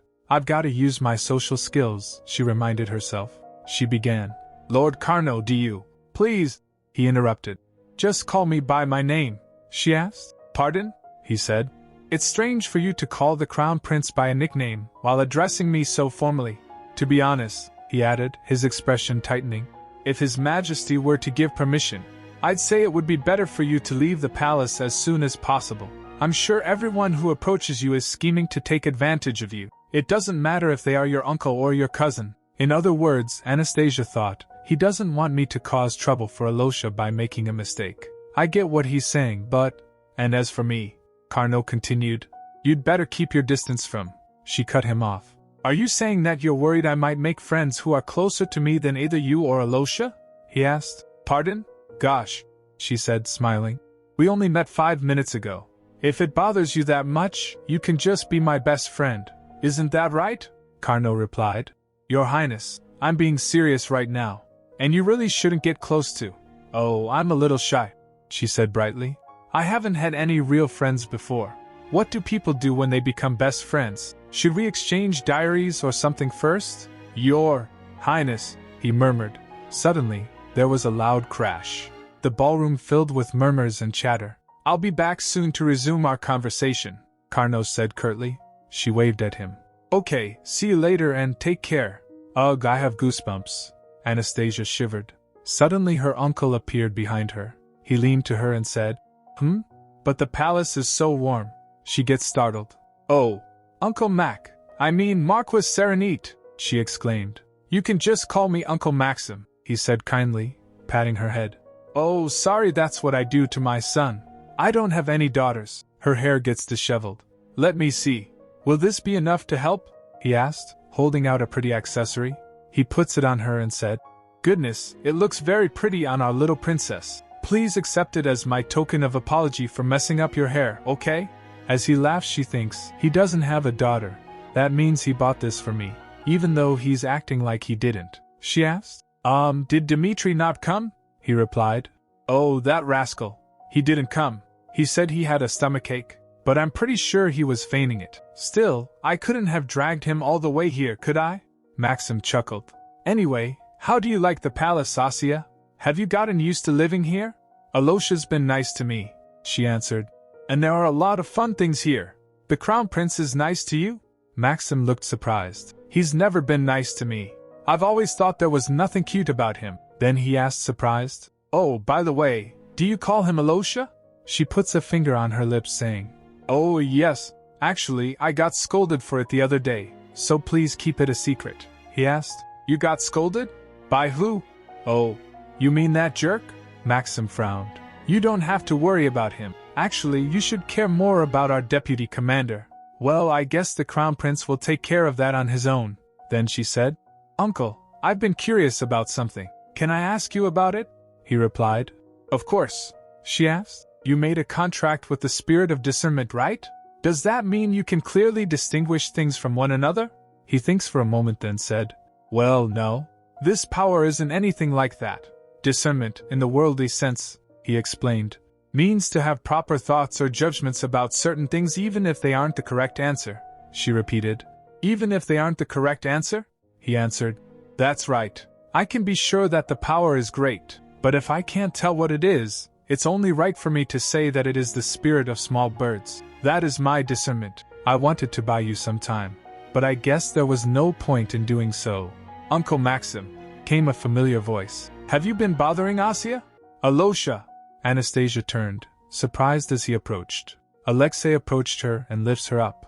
"Alosha," Anastasia called out. "I was only away for just a moment," Alexei said with a frown. "But in that time, it's not what you think," she interjected quickly. Uncle Maxim raised his hands innocently. "I didn't bother her. I swear. Wow, I'm quite surprised by how warm you are toward the little princess. You've always been so cold to your uncle." "Uncle Maxim," Alexei said flatly. Maxim said, "If I keep running my mouth, I might not be able to go home unscathed. Isn't that right, Asya?" He reaches out his hand towards her, but Alexei slapped his hand away. Uncle Maxim said, blinking, "You really scolded me," Alexei said. "My hand went up without even realizing it, Uncle. Please pardon my rudeness." "No," Maxim said, softening. "I am the one who should be begging for your forgiveness. More importantly, I have something to give Asya, but I'll deliver it to her later." "For me?" Anastasia asked. "It's from your parents Yuri and Irina. They asked me to bring your belongings to you. And," he paused, "they also asked me to tell you they were sorry that they couldn't come to the palace. This may be disappointing to you," he added gently, "but there's a reason your father can't come here." "That's fine," she said quickly. "How are they doing? I understand that they can't come, even though I miss them. They're both doing well, right? Then it's fine." Upon hearing that, Maxim gets stunned for a moment, then felt relieved. "Yes, they're doing fine." "Of course they are," Maxim said with a grin. "If they aren't, I'll go give them a good scolding. Then I shall take my leave, Your Royal Highness, and take care, Asya." As Uncle Maxim walked away, Alexei turned to her. "Asya, shall we go get some fresh air?" While walking, he said, "It took me a while to speak with grandfather, and you were being held hostage by our uncle in the meantime. Even if he's your uncle," he added with a frown, "if he ever harasses you, you should leave, okay? Why were you just waiting there until I showed up to rescue you?"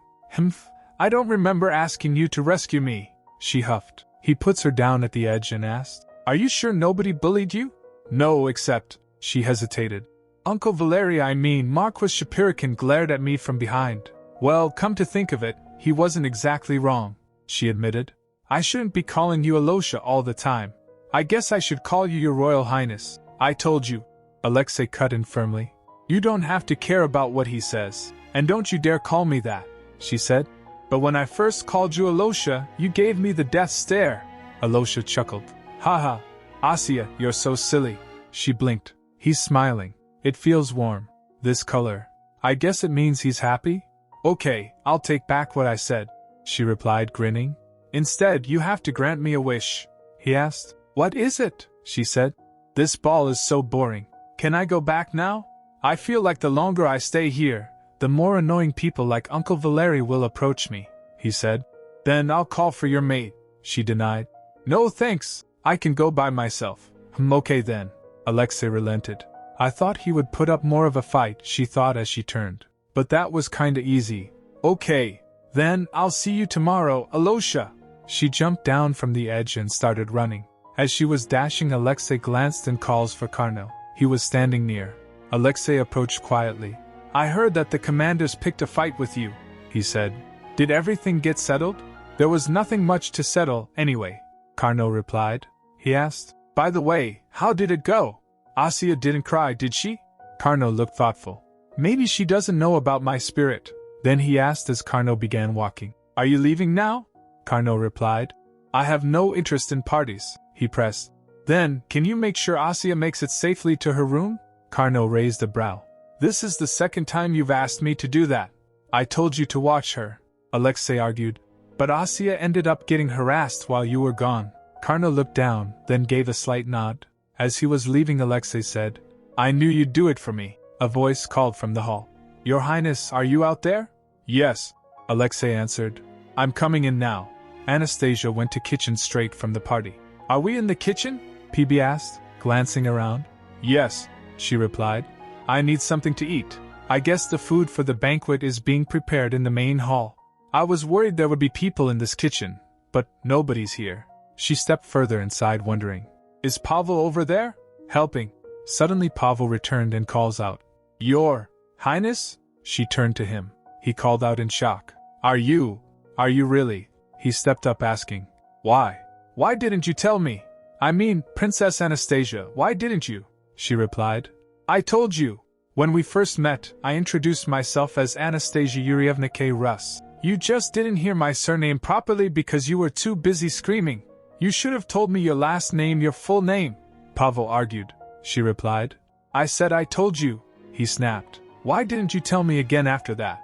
You've had so many chances. We made scones, sugared pears, ginger cordial, and so much more. Okay, I get it. She raised her hands to cover her as saying, I understand you're sorry. Ugh, enough of that, just let me use the kitchen. She glanced over at the counter. By the way, what's with those eggs? You have so many. And you're wearing such a strange outfit. Your Highness, Pavel said carefully. I'm afraid that's not what's important right now. And I know you're not used to seeing me like this, but how could you call it strange? My feelings are hurt. I left the ball early because it was too boring, he admitted. Oh, you too? She asked, surprised. He asked, did you do the same? I was hungry. She nodded. Skipped dinner and couldn't eat anything at the banquet. Can I use some of those eggs? Yes, Pavel replied. I got these from the banquet hall kitchen. They said they had plenty left over. Wow. I can't believe I finally have a friend who'll share his eggs with me, she grinned. Then, let's make some sandwiches, she suggested. We can use the mayonnaise we made the other day. What are you going to put in the sandwiches? He asked.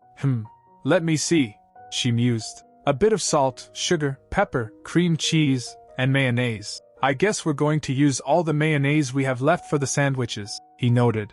So, shall we make more of it this time? While we still have enough eggs. And this time, she added firmly. Let's make it without condensed milk, he asked. Then we just need canola oil, wine vinegar, and eggs, right? I'll whisk this time, Pavel said. You looked like you were about to cry while whisking the other day. I told you, it wasn't me, it was the whisk, she huffed. That's a high-end whisk, he defended. You mean this bundle of twigs? She raised a brow. It's made of the finest wood from the said Boyer estate. It's been refined and processed. Someday, she muttered. I'll switch that old-fashioned whisk with a new one. Let's save the mayonnaise we made today until tomorrow, he said. We can use the leftovers from the other day for the sandwiches, she suggested. I feel like this would be tastier if we had some thinly sliced cucumbers salted and washed off, but I'm too hungry to do that right now. So this is good enough. Here's your bread, Pavel offered. After she prepared it, Pavel said, I've never seen a sandwich like this before, she asked. Really? Isn't it tasty? He questioned. How did you come up with this? She hesitated. I saw it in a book, he asked. What book? She excused. Well, I can't remember what it was. Then I bet it didn't come from a book, Pavel teased. Does he think I'm a genius? She thought. But the book I saw it and doesn't exist in this world. And how am I supposed to tell him I've been getting help from my spirit? Anyway, this is so good. This egg salad sandwich. She beamed. Chef Marka. A voice suddenly burst in. I've been looking for you all over the ballroom. An excited noblewoman approached. Ever since I heard you use my gift in such a marvelous dessert, I've been eager to express my gratitude toward you, Pavel said. But it's already been a year since you gave me that thing. And I heard that you've already named it, she added, clasping his hands. She came close to her and continued. I don't know how to repay you. That item had been such a thorn in my side for the longest time. Pavel avoided her gaze and said, Actually, I'd like to advise you not to buy that kind of thing again in the future. By chance, she interrupted. Do you have any plans to distribute the cake through an exclusive channel? Could you at least have a look at the draft of the contract? Pavel blushed, face turning red. He quickly backed off, covering his face. He said, Baron Sarato, please calm down. As for the cake, maintain your dignity. I can't do anything about the cake, Pavel said. So why don't you leave? But Anastasia stopped her. Wait, she said to Pavel. Let's just have a look at the contract, Pavel, he began. What? But Prin. She stomped onto him to make him stop. The rumor about the cake has already spread among the gourmets, Sarato continued excitedly. The chefs and the nobles are all dying to try it. Cake? What cake is she talking about? Anastasia whispered to Pavel. The first thing you made in my kitchen, Pavel whispered back, explaining. I practiced making it and gave it away to the servants, Baron Sarato continued. So, what I'm suggesting is, you should make many more of that cake and sell them. Have a look at this contract, Sarato insisted. Everyone in this city would be in a frenzy to taste it. The scrumptious cake that even got praised by His Majesty. Pavel looked at the contract and asked, So, are you going to open a patisserie? She replied. Of course. How would anyone sell a cake without opening a shop first? Pavel imagined in his mind. So, am I the top chef here? Anastasia asked, playfully. A 10-year-old princess, imperial head chef? You might not know this, Pavel said seriously. But I'm afraid I can't open a business outside of the palace. Oh, I understand.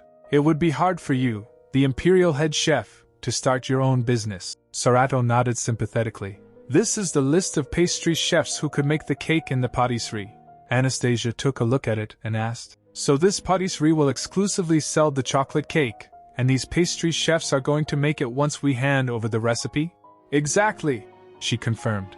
That's why we're offering you a down payment of 10 million karus, and we'll give you 30% of the profit, excluding the cost of labor and materials needed to run the shop.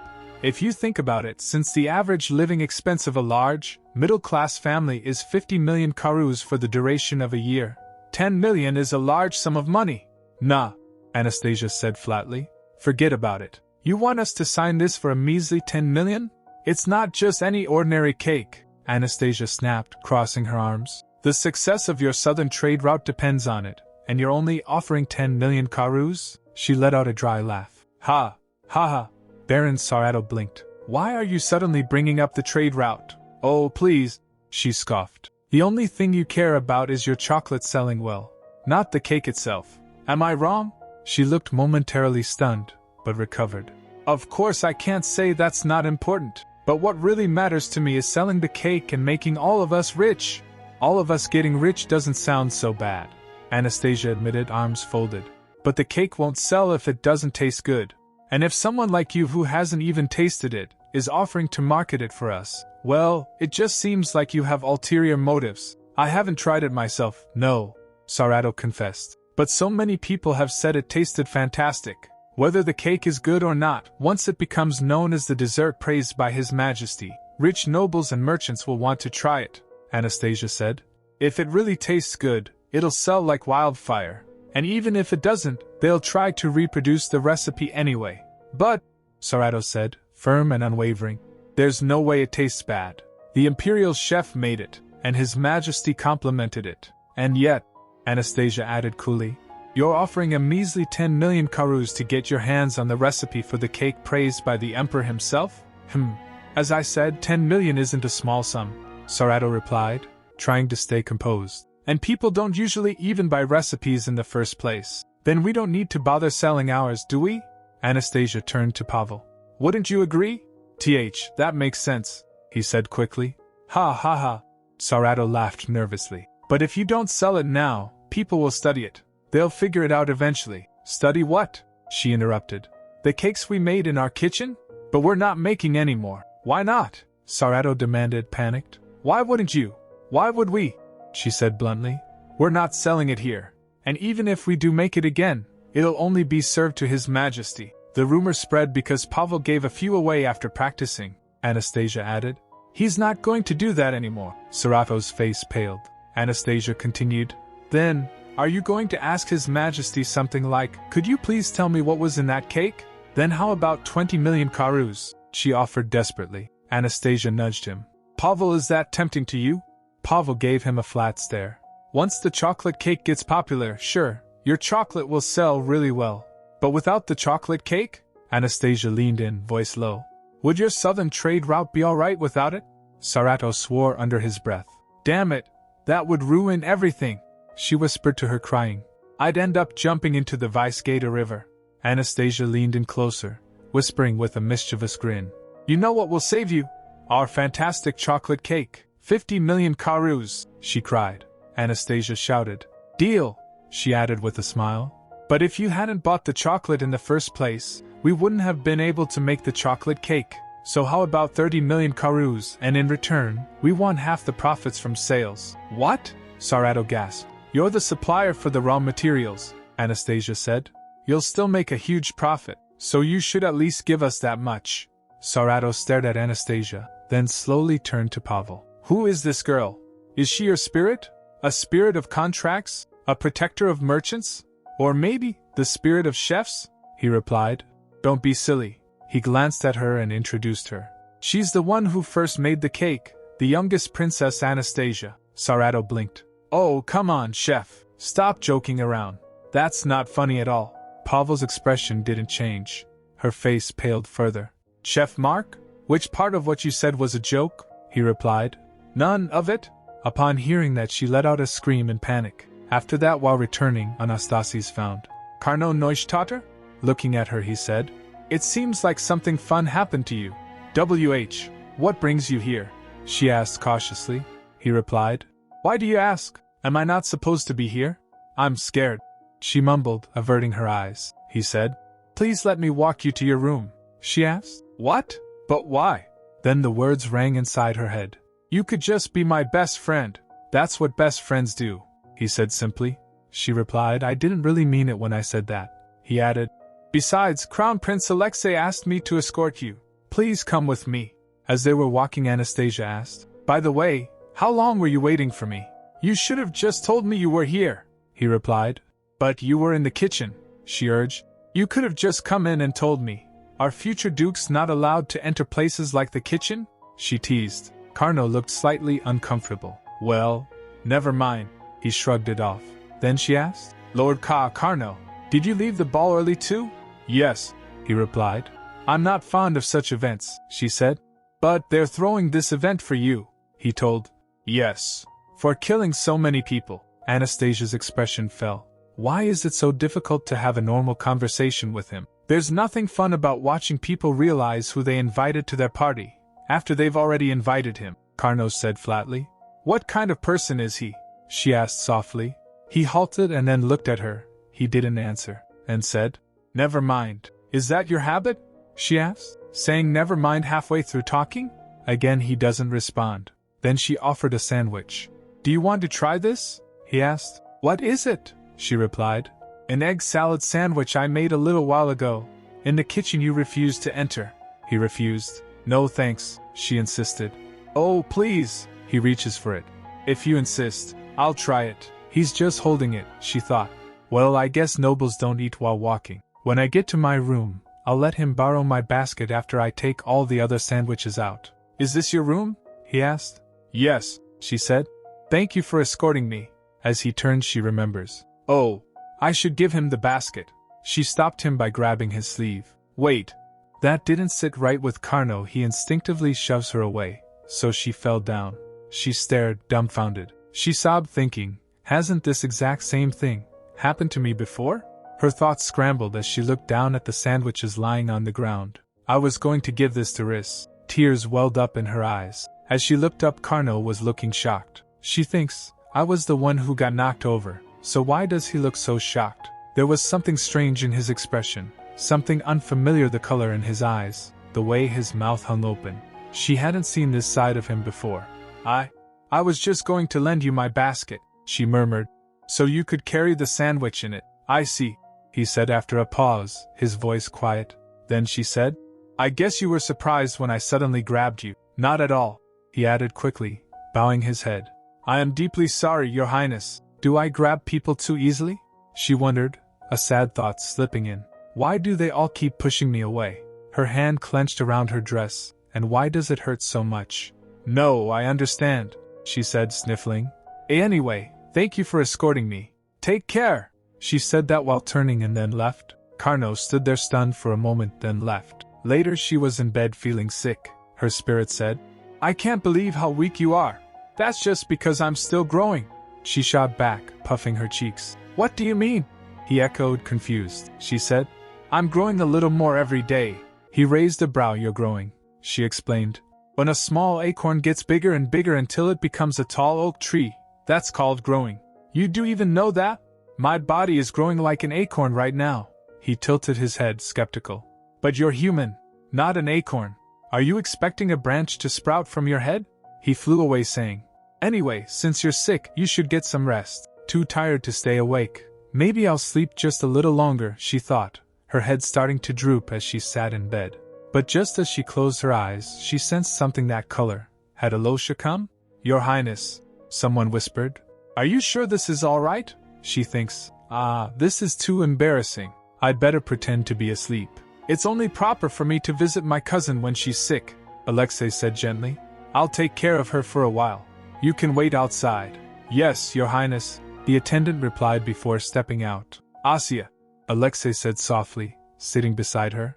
As she flinched, he asked, Are you awake? She hesitated, then nodded faintly. I woke up just a minute ago. I only let you go because you said you'd be fine on your own, he said, his voice laced with concern. But now you're sick? I guess I can't let you go off alone anymore. She blinked at him, unsure how to respond, then asked, By the way, why are you here? I came to check on my cousin, he said, reaching out to squeeze the wet cloth and putting it back. She asked, genuinely worried. I know medicine doesn't work on you, but what if you catch something from me? He replied. Then I'll just eat the food you make for me, she mumbled. That might be better for my health than medicine anyway, he sighed, trying not to laugh.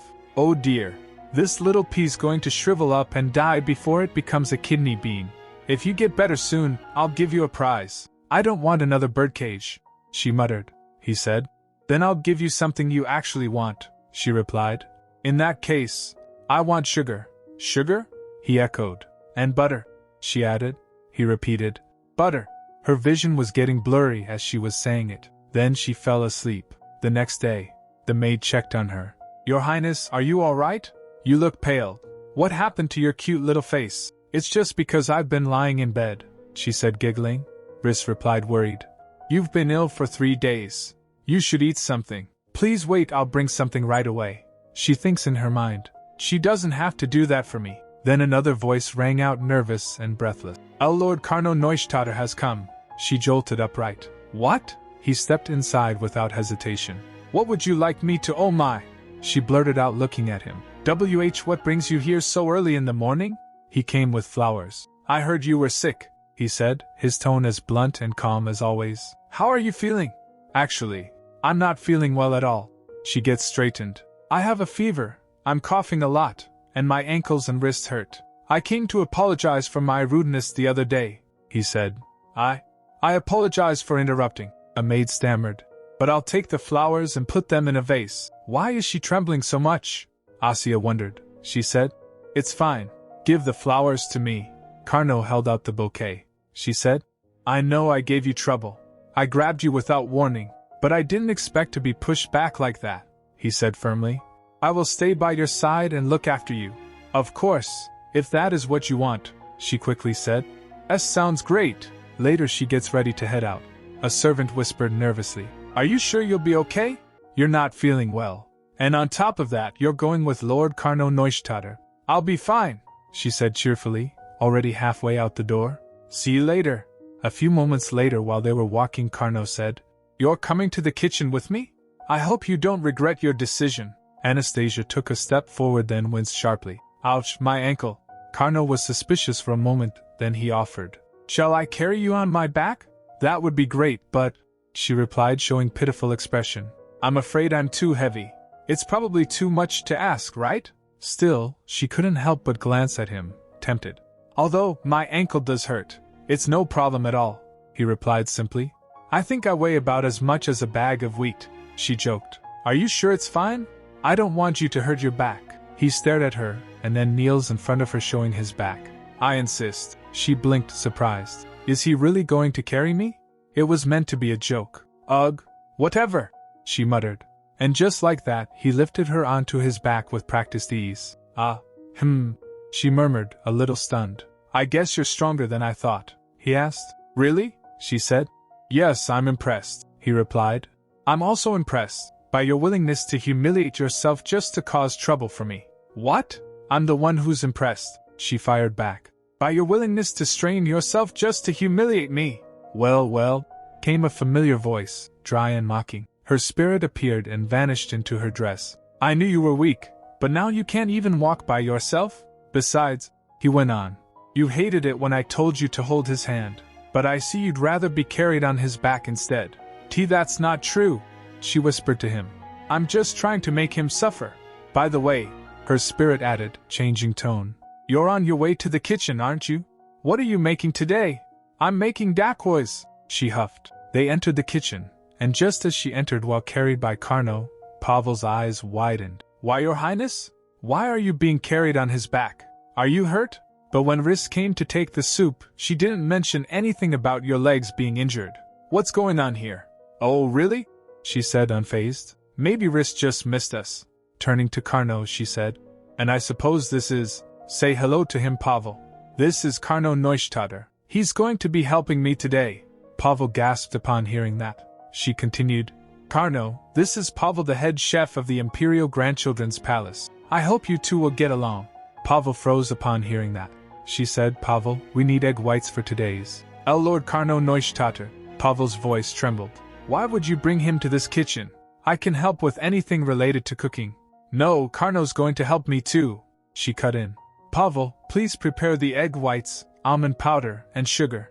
Carno stepped up. What can I do for you? Start by washing your hands, she instructed, watching with faint amusement as he carefully followed her lead. He looks so weird holding that whisk, she thought. You'd think he was born to do anything but that. What should I do with this? He asked. Whip it, she said. Until it gets foamy, he asked. You mean, the egg whites? She instructed. Yes. Stir it until it becomes stiff like cream. Don't stop fast, or the bubbles won't form. If you go this slow, it'll take a year, she teased. Why, Your Highness? Pavel called nervously. I can make the meringue. Please, let me do that for you. You stand over there, she replied, dismissing him. Carno's doing it. She glanced again at Carno. I don't see why people are so scared of him. Honestly, they should be more scared of me. I'm a princess. You're good at mixing the batter, he said. She replied as she started. I told you I like cooking, he asked. But didn't you say your wrists were hurting? Ouch. She winced. She handed over the bowl. I guess you should do this part for me, Carno. Later, as the sweets cooled, she offered. Carno, since you helped so much, I'll give you some. No thank you, he replied, stiffly formal. She pouted. Wow, another one of your habits, huh? They're not poisoned or anything. We made them together, you should know that. I'm not worried about that. He paused as she suddenly cried out. Oh gosh! Ow, my wrist hurts. She exaggerated dramatically. He sighed. If you insist, I would be glad to eat them. She turned to Pavel. What about you? Don't you want any? You usually taste what we make right away. Here you go.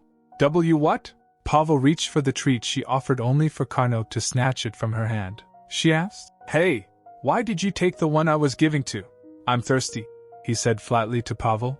Could you bring me something to drink? Oh, sure, he replied, dashing off. As he left, Carno's expression softened slightly. Please don't be so harsh to him. What do you mean? This is delicious, she muttered. I'm not talking about the taste. Carno turned his gaze to her. Since it seems like you don't know about my spirit, I'll explain it to you, Your Highness. I know about it, she said without hesitation. It's the spirit of death, isn't it? He flinched, then hesitated, asking. You've known that? Suddenly she observed a violet color from him. She wonders, what color is this? Surprise, awe, a miracle? She gave a smile. Well, your spirit is famous. Who in the Empire doesn't know about it? She added, trying to sound nonchalant. You knew, all this time. And yet, he stopped himself. Never mind. It's just, people usually avoid me. Anastasia's spirit murmured from within. Foolish humans, I can see what kind of life he has led so far. They don't leave behind anything meaningful, yet they're terrified of dying. And the one he made a contract with isn't even the spirit of death. Anastasia gets stunned upon hearing that. What? She thinks. Carno didn't make a contract with the spirit of death. What? She stared, stunned. The thought refused to make sense. But before she could speak again, a loud clunk broke the silence. Your Highness? Pavel's voice cut in gently. I brought some iced tea. The air in the kitchen felt oddly tense now, like something unspoken had shifted. She turned toward Pavel with a smile. Thanks for letting me use your kitchen. Without waiting for a reply, she grabbed the drinks he had made. I have something important to do, so I'll be leaving now. Bring those with you, Carno. You promised to carry me on your back all the way to my room. You want me to carry you while holding this plate? He asked, holding the plate. She huffed. Just follow me, then. You don't have to carry me. As they left the kitchen, she turned and called back. Pavel, I'm sorry for taking all the snacks. Let's make them again some other time. It's fine, Your Highness. Please take care, Pavel replied. Once they were outside, Carno spoke up. Didn't you say you had urgent business to take care of? Why are we out here? They walked slowly, the steps falling into rhythm. I was just aimlessly walking around, she admitted. Anastasia's spirit murmured softly to her. I really don't understand you, little human. Isn't it only when someone is weaker than you that you feel the urge to protect, take care of, and shelter them? He is much stronger than you. I didn't even think of it that way, she murmured back. And I know that I'm not that strong. Carno shifted the plate in his hands. How long do I need to hold this for? Give it over, she offered quickly, then added in a quiet voice. It's just that. I didn't want him to stay there any longer, just in case his feelings were to get hurt, she asked his spirit. By the way, what did you mean earlier? You said he didn't have a contract with the spirit of death. I meant exactly what I said, the spirit replied. His spirit isn't the spirit of death. The spirit of death. He can kill a perfectly healthy person in a second, just with a flick of his finger. That's why people fear him. They say even his parents stay far away from him. Then what is his spirit? She asked quietly. Her spirit told. He has the spirit of time, she whispered. The spirit of time? How can that kill people? The spirit chuckled. You silly thing. If you fast forward time, anyone can die in a second. Carno, she said softly. Yes? He turned to her. Please go ahead. He started, but she suddenly shoved a piece of dacoits into his mouth. He gasped, trying to chew. Ugh, why did you suddenly do that? He yelped, she said.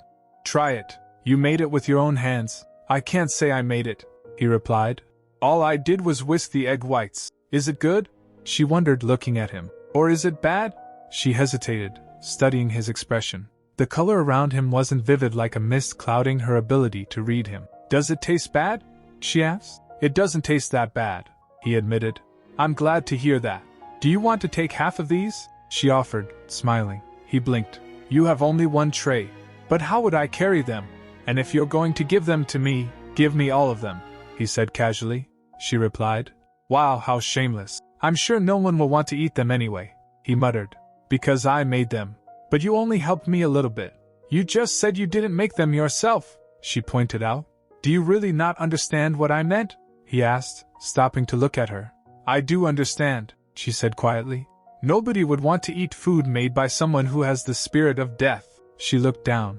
And I'm sure he's seen that reaction hundreds of times. In the original story I remember, it was just another supporting character's tragic backstory. But now that he's right in front of me, it's heartbreaking. Are your hands made of dirt or something? She said suddenly, looking up. As long as you wash your hands before making them, I don't see a problem. She turned with a huff. Anyway, you can't have more than half, so just follow me to my room. I have something to wrap them up, ACK. She gasped as her ankle twisted again. Do you want me to carry you again? Carnot asked calmly. I really twisted my ankle this time, so I couldn't help but scream, she muttered. Ouch. What happened to my ankle? Oh, right. A few days ago. I was hungry, so I made a sandwich. While I was carrying it back to my room, he cut in sighing. Ha! Let me carry you again. Will that do? As he lifts her up, she asked. Aren't I heavy? You're only about as heavy as a bag of wheat, he replied. She smiled faintly, and observed. A delightful blue color. It's clear and refreshing. That night, Carnot didn't hate that she had grabbed him. He was just startled by her touch because no one had ever approached him like that before. At Haus Neustädter's vacation home in the Imperial City, as Carnot returned, the servant greeted him. Welcome back, young master. As he approached them, they trembled in fear. You're late, Carnot, came a voice cold and familiar. I heard you stayed at Crown Prince Alexei's palace after the triumphal ceremony, his father went on. I know how generous His Majesty and His Highness are to you, but… Carnot cut him off. Now that the war is over, grandmother said she would like you two to return to the domain. She added that she would come personally to take you back if you were to resist. I'm tired, Carnot said quietly, so I will head to my room now, his father urged. Carnot, wait! But he didn't. Even my parents loathe and fear me, he thought.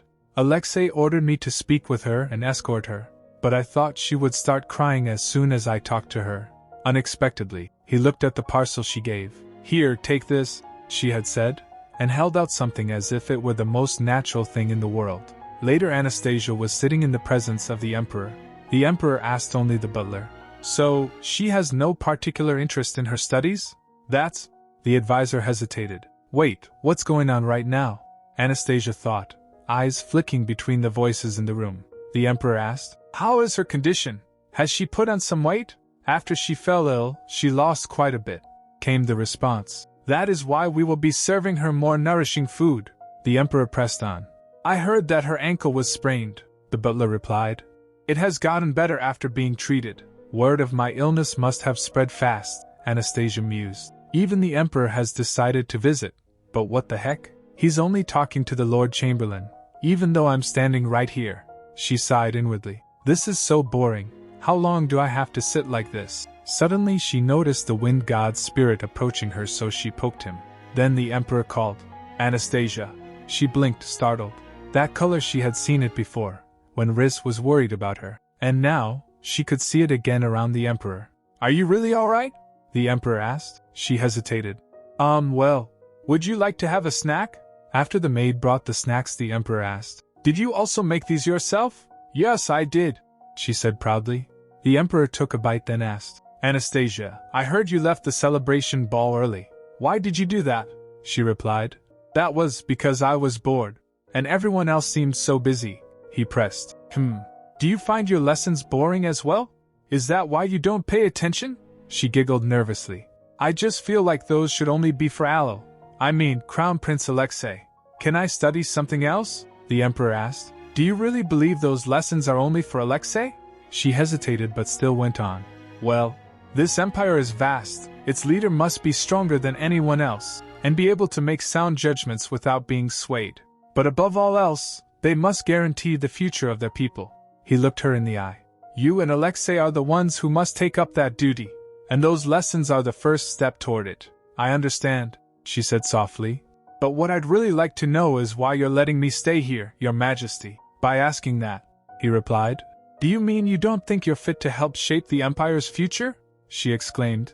Yes, the emperor asked. And you have no intention of playing that part? She replied. That's right. Then, His tone sharpened. Do you expect me, the emperor, to follow your judgment on who should rule this empire? When I have been the emperor all this time? Is he all twisted up inside or something? She thought, frowning. I'm not trying to make any judgments, she answered. I'm just telling you what I want. You keep talking about the future of the people, your majesty. The emperor asked then, what else should I care about? She questioned, what about Alosha? You're not just the emperor. You're also his grandfather. What about his future? And his feelings? You've already made him the crown prince, so why keep me around as a fake alternate choice? That can't be good for him. That came as a shock for the emperor, then he turned to the servants. Leave us to talk for a while. They bowed and left. He waited for the room to clear, then asked, then, what would really be best for Alexei? She replied, you shouldn't compare him to others. You should just love and trust him. He doesn't need the threat of being replaced to stay motivated, your majesty. He'll do better without it. I've known my grandson Alexei for over a decade, the emperor said evenly, but you seem so sure that you know him better than I do. Anastasia paused. Then, quietly, she asked, in the past 10 years, have you ever shown your love for him as his grandfather? The emperor said, above all else, Alexei and I have the relationship of emperor and successor. She argued, but that doesn't erase the fact that he is your grandson. She stood her ground. Alosha has no parents. He barely sees his relatives only during the spirit ceremony, once every few years. And even then, they all despise him, out of jealousy. She was also most teary then. She took a breath. What I'm trying to say is, I want to study something different from what Alosha. The emperor cut in. Then what about you? She asked. Pardon? The emperor said. If I'm Alexei's grandfather, I'm also yours. Don't you want anything from me? Her throat tightened. For my entire life, I didn't know I was royalty. I lived in a house that leaked when it rained, and caught fire when lightning struck. She looked away. I mean, I don't have much to ask for. So, he said, did you want to fix your house or something? She asked nervously. Pardon? What do you mean? He showed a letter and continued. Baron Sarato sent me a transaction certificate. She said she'd give you a large sum of money for some recipe. Is it for the chocolate cake you made the other day? He folded his arms. In that case, I'll give you 50 million karus. Sell it to me instead. What are you going to do with it? She asked, confused. The emperor was speechless. What? She said. You don't cook, your majesty. So what are you planning to do with the recipe? She pressed on, eyes narrowing in curiosity. I should know the reason why you suddenly want something that belongs to someone else. Could it be? Her eyes widened. Have you developed an interest in making cakes? Do you want to try baking? A hopeful smile spread across her face. Oh, then I'd be glad to help, your majesty. And you don't have to worry about what people think because it'll just look like a grandfather spending time with his granddaughter. I'll get everything ready for it. It won't just look like that. He interrupted. You really are my granddaughter. Anastasia blinked. The emperor questioned. You asked me to be a good grandfather to Alexei. So why do you keep calling me your majesty? She drooped her shoulder. Well, that's because your majesty is your majesty, she muttered. The emperor asked, all right then. Does that mean you insist on selling the recipe to Baron Sarato and not to me? In that case, I will open your account for the transaction.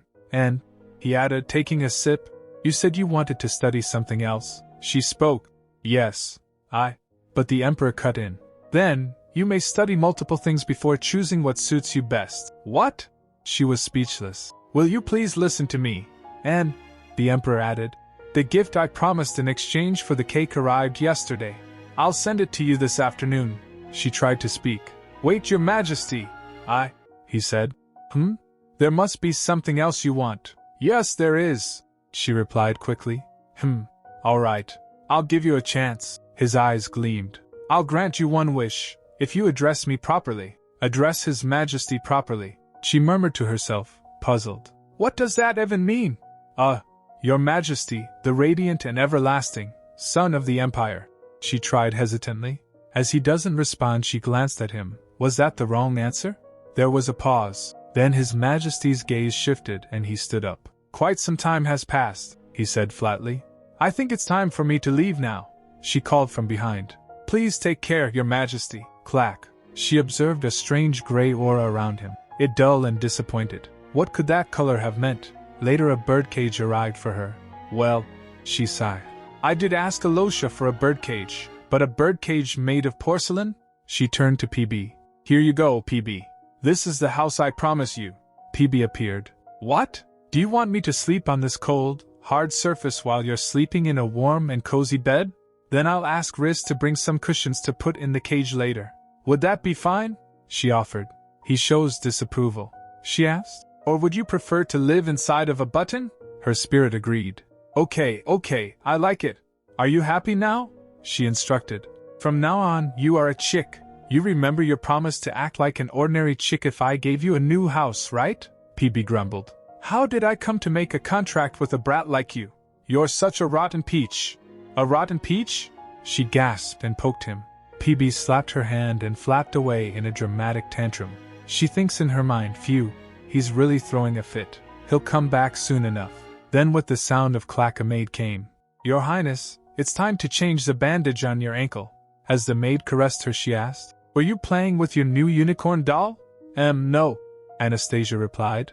I was playing with my birds since my new birdcage arrived. The swelling has gone down, the maid said, inspecting her ankle. But you shouldn't strain yourself, okay? She replied. Okay. Then someone knocked the door, the maid said. Please wait a moment, Your Highness. When she opened the door, the maid flinched in surprise. Anastasia followed her and peeked from behind. Riz, why are you so surprised? EK. Riz squealed after seeing someone. WH, what was that? Why was that person wearing a leash? She stammered in shock. I was so shocked that I just closed the door, Riz replied. He's the slave that His Majesty gifted to you. I heard his parents were executed for crimes during the war in the north. He was the sole survivor, Anastasia asked nervously. How can a person be a gift? I don't want to take him. Why don't we just send him back? Shush, Riz warned quickly. He's a present from His Majesty. You shouldn't say anything disrespectful about the gift. Asya hesitated, then gave in. Then I'll let him in now. She stared as the boy stepped in. That gray hair. Could it be? More importantly, something felt strange about him. She couldn't sense any emotions from him. The boy fell to his knees. Hey, what's your name? She asked gently. I'm Asya, he replied. I don't have one. She asked. You don't have a name?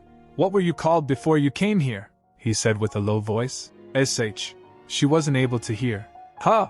What? Did I mishear? The boy said. Trash. She froze. Aya, I can't believe this. The memory hit her hard. In the original story, it was Alexei and Carno who orchestrated Princess Anastasia's downfall, but the one who delivered the fatal blow was the slave boy she had abused. He had been called trash. And eventually, he couldn't take it anymore. Then she freaked out. Wait, who cares? How could you call someone trash in the first place? She took a breath, calming herself. No, I'm not the Anastasia from the original story, and unlike hers, I've been on good terms with Alosia. She looked back at the boy. Then, I think you should come up with a name. Now that you're in a new place, you should have a new name. She smiled. As for me, I'm called Asya back at home, but everyone here calls me Anastasia. What name would suit you? She tilted her head, blabbering. Do you have anything in mind? The boy doesn't say anything. As the awkward silence continued, she thinks, I feels like I'm a one-man band, marching all by myself while playing the drums and cymbals. Then her mind raced. She said, Ivan? Asya beamed. What about Ivan? He opens the cuffs around his neck. The boy nodded without responding. Riz, could you bathe Ivan with warm water and put him in some new clothes? She asked. Then turned to him. And Ivan, could you pick some flowers after your bath? Let's decorate our table with them and eat some cookies together. Then Riz asked suspiciously, looking at her. Your Highness, are you going to the kitchen again? No, Asya called back nervously. I promised to stay put. That's what she told her, but it couldn't be helped. She really wants to bake Ivan some apple jam cookies. Later inside the kitchen, PB returned. Anastasia asked him, Where have you been? He replied, I just went to get some fresh air. Then Pavel asked, Your Highness, what are you going to make today? Today's order of business is apple jam cookies, she declared with a flourish. Let's do this, Pavel.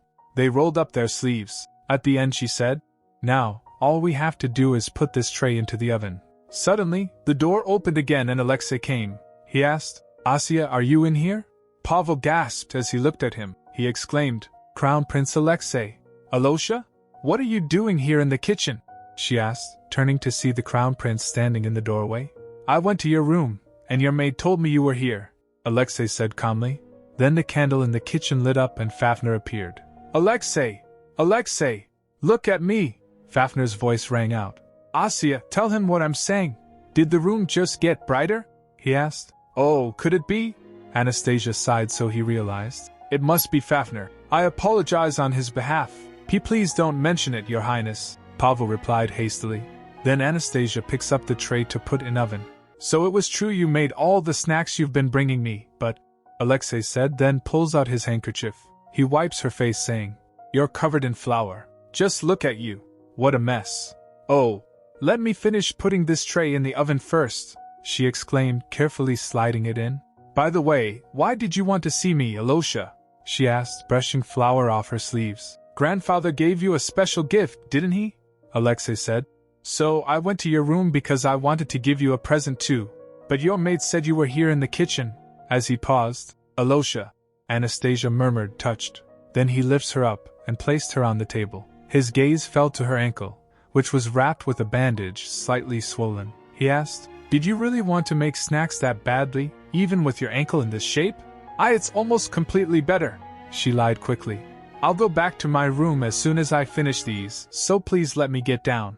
Then, after you finish up here, he said gently, promise me you won't come back to the kitchen until your ankle is fully healed. Can you do that? Her expression faltered. Then I won't have any more snacks to give you, he smiled.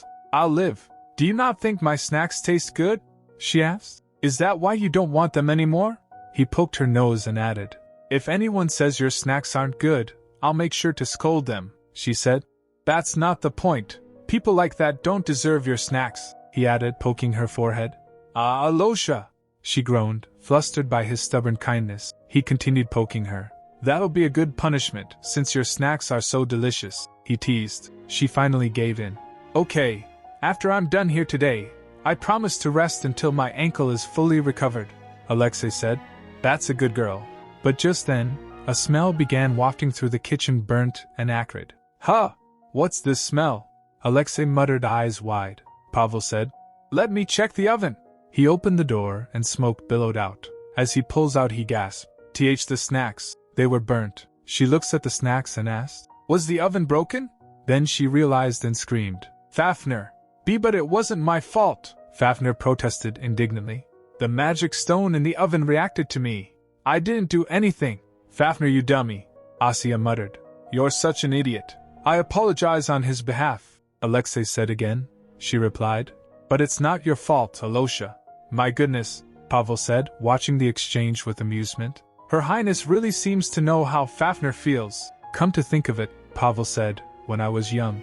Oh, right, my spirit is the spirit of swords. I used to hold a wooden sword and pretend to talk with it. Asya looked at him, surprised. Is he trying to help me? She wondered. He's covering for me in front of Alexei, even though he doesn't know I can really talk to spirits. As he went rambling on, Alexei smiled at him and said, It's not like I wasn't aware of it before, but you really are a trustworthy person. I'll be able to trust you with my food in the future. Upon hearing that, Pavel stood there stunned. Then Alexei turned to Anastasia. I don't want to keep bothering you, so I'd better get going. Please don't say that, she grumbled. Fafner is the dummy, Fafner said. I didn't do it on purpose, Asya. I'll leave Sir Shunin here, Alexei said. Tell him to take you to your room when you're done. What about you, Alosha? She asked. I'll be fine while the sun is up, he replied with a soft smile. Then turns to Pavel. And you? Pavel froze upon getting his attention. Alexei went to him, leaning closer. He whispered something only Pavel could hear. Then, I'll see you later, Asya, he said aloud and turned to leave. Once he was gone, Pavel stepped toward the oven.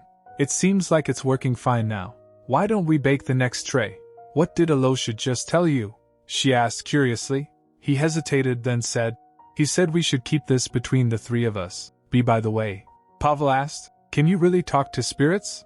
Then PB whispered to her, Now I know why his older sister would beat him up when he was younger, she said. Pavel, my spirit just said you used to get beaten up by your older sister when you were young, he replied.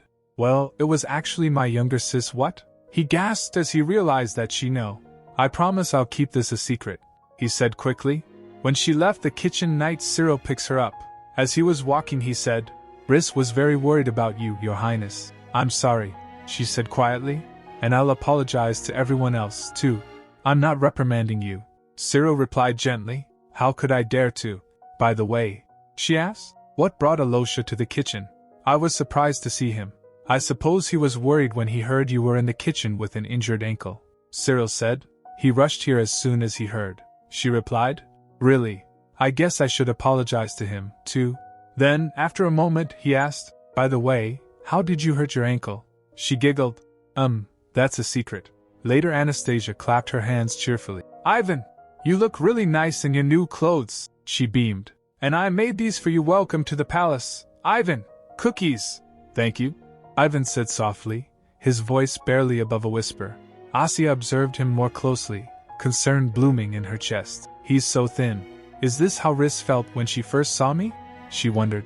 His skin, which she'd initially thought was pale, actually shimmered faintly with a bluish hue. And why do I keep feeling like something is off? Knock knock. The door creaked open. Alosha, Asya said, surprised. What brings you here?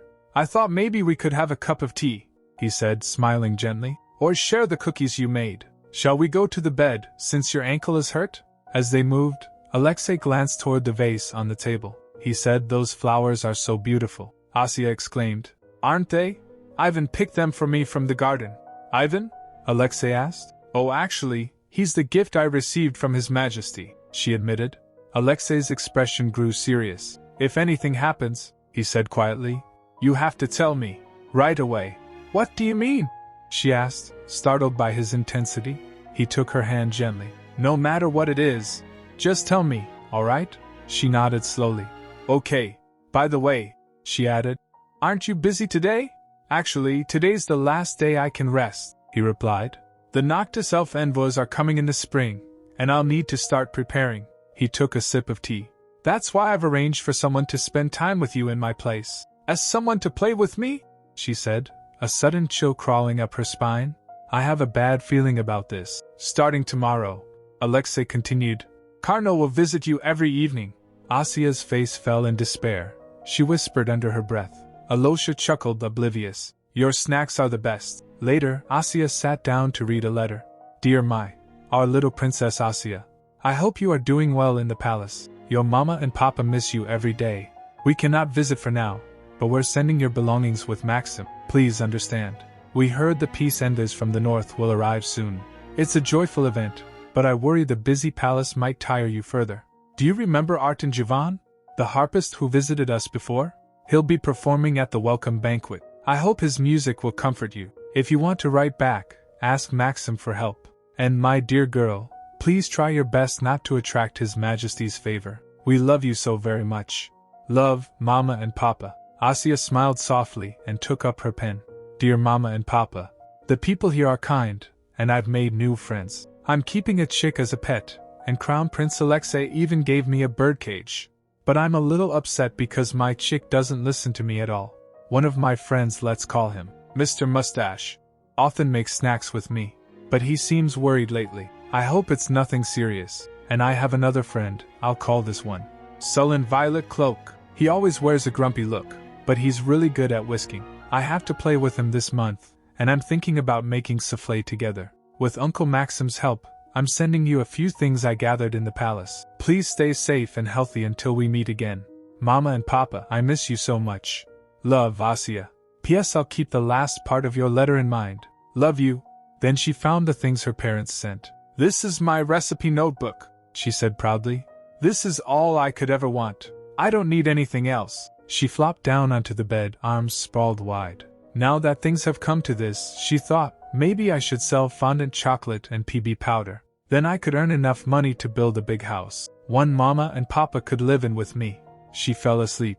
Later PB pulled her up. Wake up, voice shrieked in her ear. She asked. Oh, what's wrong, PB? He told. There's something strange in the closet. This isn't the time to be napping. Huh? When did you go out and come back?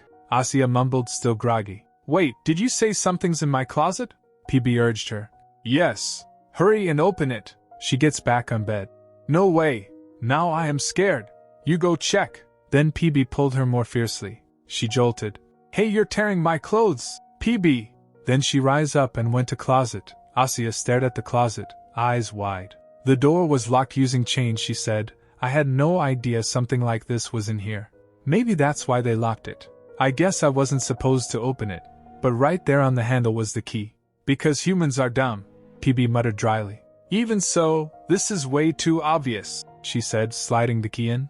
She creaked open the door, and there was a room inside. Ivan was there sitting on bed. She gets surprised to see him. She calls out, "Ivan?" He gets down from bed and kneels in front of her. What are you doing in here?" she asked. "And no, I didn't mean to make you kneel," she asked. Is this your room?" "Yes," Ivan answered quietly. "The attendants told me to stay here." "Why is there a Noctis elf in the palace?" PB whispered to her. "The elves aren't supposed to leave the north, so how?" Upon hearing that she thinks, "What? Ivan is a Noctis elf?" PB replied, "Yes. Why is someone from that sinful race here?" Asya whispered to PB.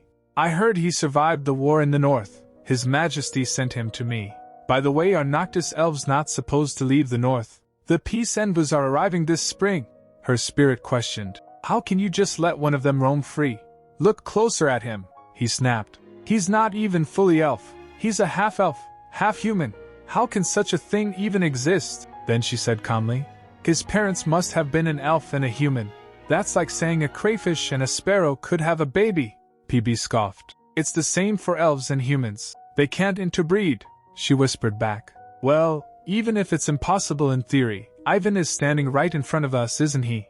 PB took a look at him using his powers and said, "My goodness! Now I understand. That thing, it's a prasty," she asked him. "What are you talking about?" "The sword of sin was shattered into 5 fragments," he explained darkly. "And those fragments are called prasties. I retrieved one. For remain, or so I thought.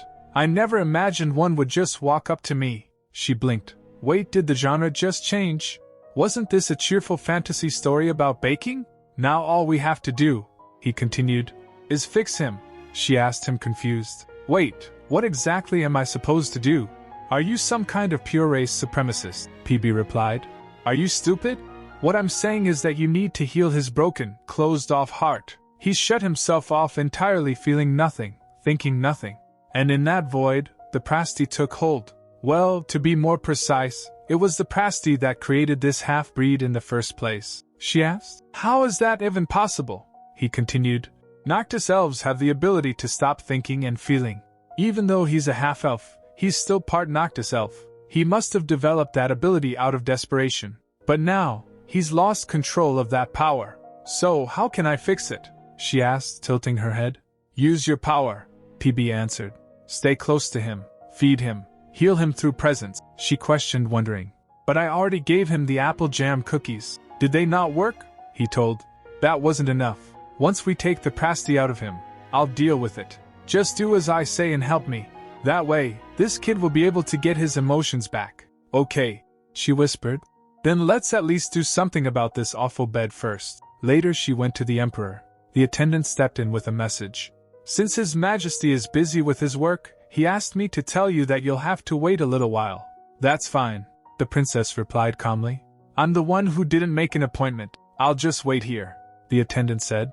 "Well, Your Highness, why don't you come back later when His Majesty summons you? You never know when that might be," she said, sitting down. "I'll just wait." As she was waiting, the murmurs started around her. "Why is Princess Anastasia here?" someone whispered. "Did something happen?" "Your Highness," the attendant offered. "If you have a message for His Majesty, would you like me to pass it on?" She denied. "No, thanks. I brought him a gift as well," the attendant insisted. "I can pass your gift along to him, too," she replied. "It's fine. I want to give it to him in person." She thinks in her mind. "Do you think I won't know that you'll take this opportunity to try and look good in front of him?" After a while the emperor appeared. He said, "I heard you've been waiting a long time. Since I'm busy, hurry and tell me why you came to see me." "Try this," she said, suddenly holding out a treat. He asked, "Did you make it yourself?" She replied, "Yes. I made it to give to you, Your Majesty." "Oh no, it's happening again," she thinks, observing the emperor. "I see it, the colors of disappointment and delight at the same time." The emperor cut a cookie and asked, "Are there apples inside?" "Yes," she beamed, giggling. "The apples were chopped, cooked, and candied in sugar," he said. "I didn't know apples could have this kind of texture. And the cookie is very tender as well. So, what is it that you want?" he asked, tone turning serious. You must have a reason for waiting so long and bribing me with this cookie. Her eyes gleamed as she asked. Could you do me a favor? The Emperor replied. It depends on what you ask for, she pressed on. But you already made me eat your cookie, he replied. Only half of it, she huffed. Oh, please. I'll even bake cookies with you like I promised last time. Upon hearing that, the Emperor clears his throat. He's so mean, she huffed to herself. I'm still his granddaughter. A soft voice nearby whispered. Try changing your way of addressing him. That old man is upset because you keep calling him Your Majesty. Try calling him something else, she whispered back. Who are you? If you're not going to say anything, the Emperor said, you should leave. Wait. Well. She gulped and then began slowly. Actually, Grandpa. I mean grandfather. I'm sorry, I'm not used to the proper way to address family members in the palace. The Emperor twitches and a yellow color surrounds him. Then he clears his throat. I told you to get to the point. Huh?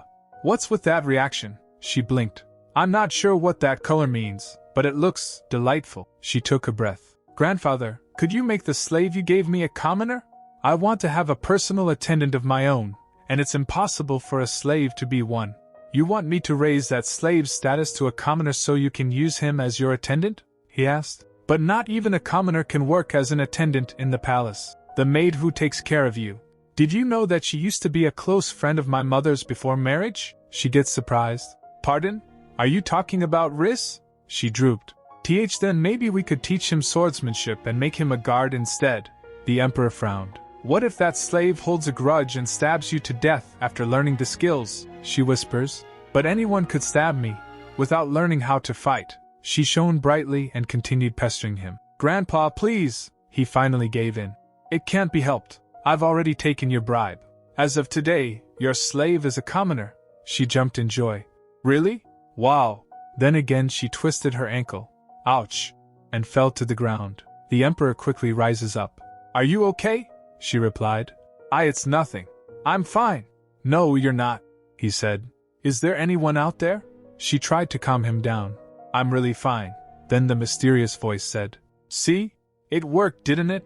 Oh, now I know, she whispered. Are you the Spirit King of Wind? The one who made a contract with my grandpa? That's right, the voice replied. Come visit us more often, he added. I suppose all grandfathers are designed to miss their granddaughters. Later Riss was taking care of her ankle.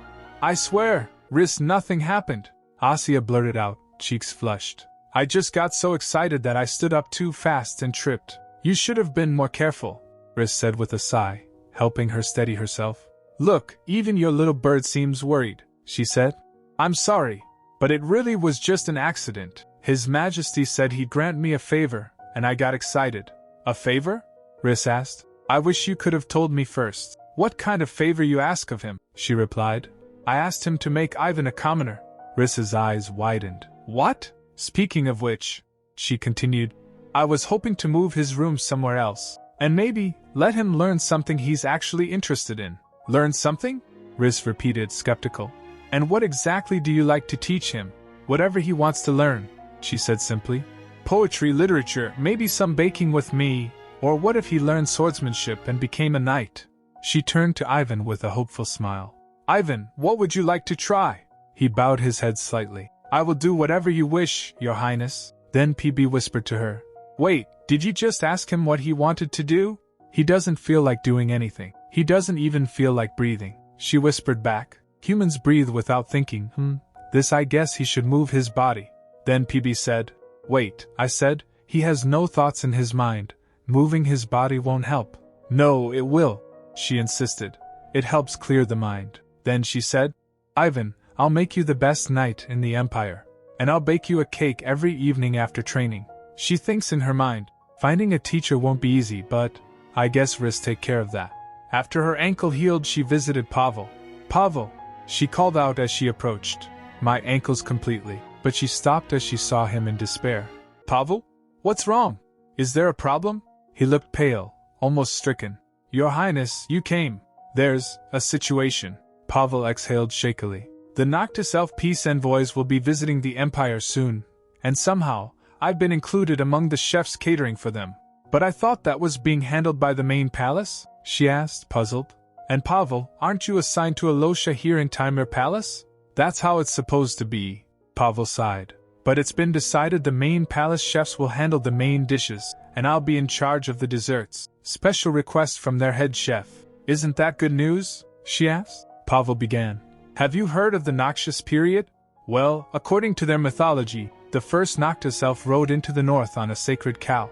So, they worship cows. But during the Noxious period, they strictly forbid eating anything that comes from cows. No milk, no butter, no cream, no cheese, not even yogurt. She asked. And that's when they'll be visiting? He replied. Exactly. Asya said. They won't eat anything that comes from a cow. Not even dairy. Beef, milk, butter, cream, cheese, yogurt, none of it. So, they pass the job on to you when you can't even use dairy? They're obviously trying to get you in trouble, Pavel said. I'm sure that's not it, she said. You know what we should do? Let's switch the labels on the salt and the sugar. That would get us in even more trouble. Pavel replied, exasperated.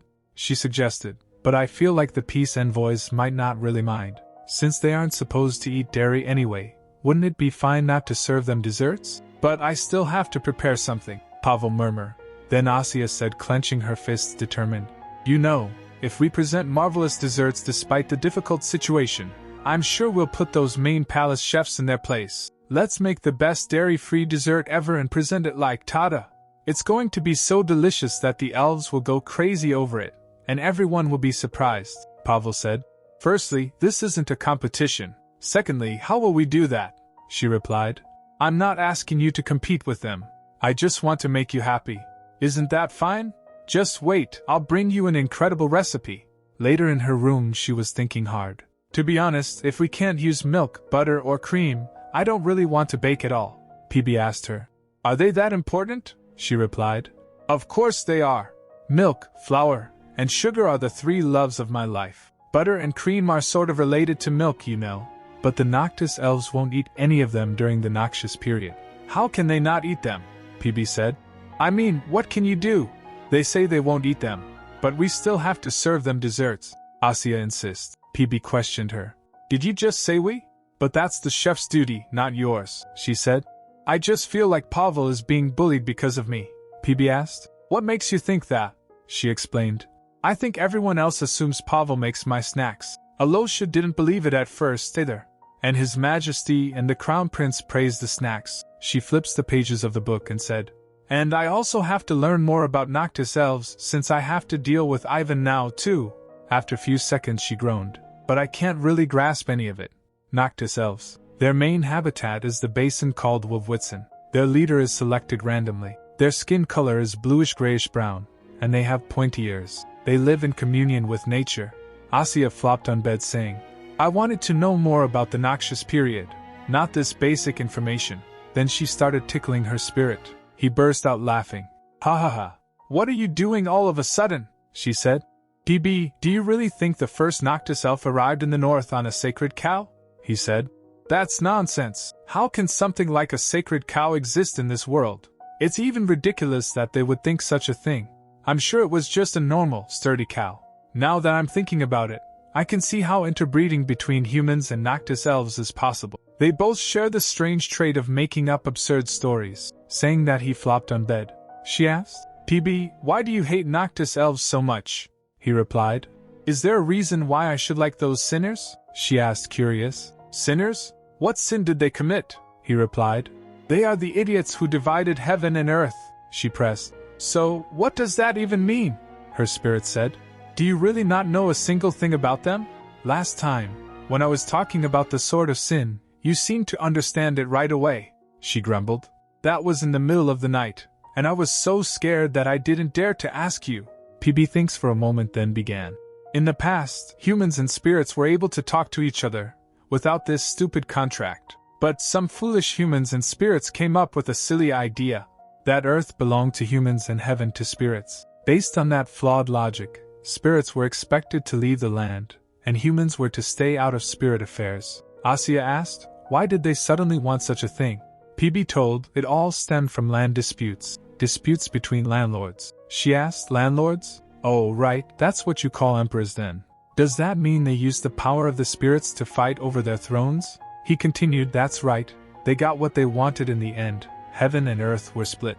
And at that time, it was sort of sin that divided the two worlds. She asked, how does that have anything to do with Noctis elves? He continued while thinking, well, the attempt was actually only a half success. They had to force one large and whole world into two parts, which ended up creating darkness. She questioned, darkness? He explained, imagine you tried to split a cake into cream and bread. It wouldn't work. You would just get crumbs all over the table. Darkness was like the crumbs. It joined its power with the sword of sin to attack humans and spirits, causing bloodshed all over the continent. They managed to split the sword into 5 pieces and seal the darkness in the north, but they needed someone to take charge of controlling the unstable seal. He concluded, wouldn't it only be natural for the ones who caused trouble to take responsibility? Asya asked him confused, then shouldn't it have been those who decided to split heaven and earth in the beginning? So, why are the Noctis elves living in the north now?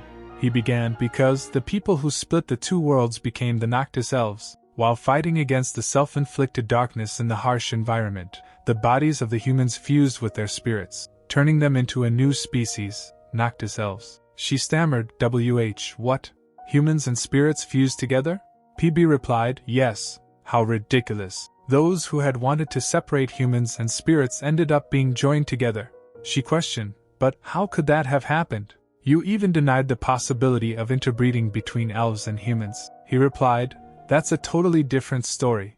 I mean, how could the sinners possibly have created a half-breed with a Prasti? It's so ridiculous that they would erase their disgraceful history and come up with a silly myth to replace it. Asya asked then, how did they come to have the noxious period? There is no such thing as a sacred cow. And the myth isn't true either. It'd be difficult to secure food in the north, and they still had to come up with a reason to not eat anything that came from cows. She forced her brain. There are only 2 reasons why people would be banned from a specific type of food. For fear of addiction or...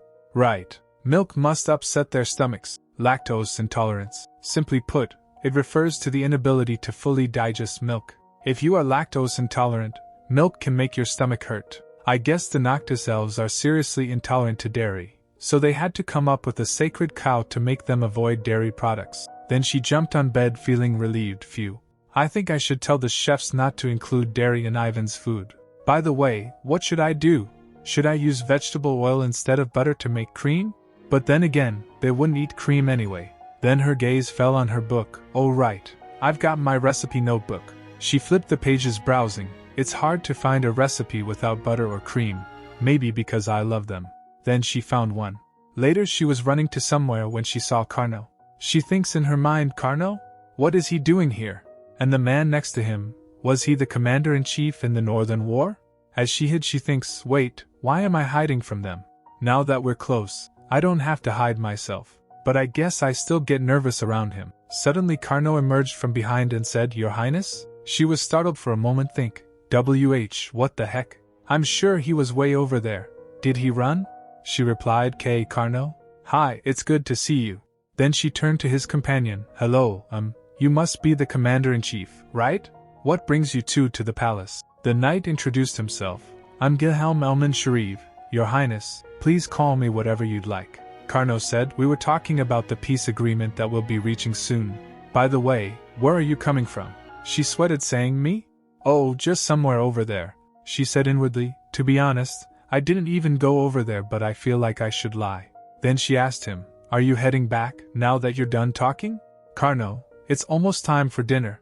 Don't skip meals. He argued, Aren't you the one who should be eating well? She replied, I eat well, I really do.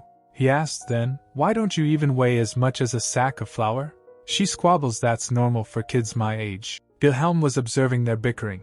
Carno said, When he was your age, I'm sure Crown Prince Alexei weighed as much as 2 sacks of flour. Then Gilhelm said, Oh, I almost forgot that I had urgent business. Carno, why don't you take her to her room?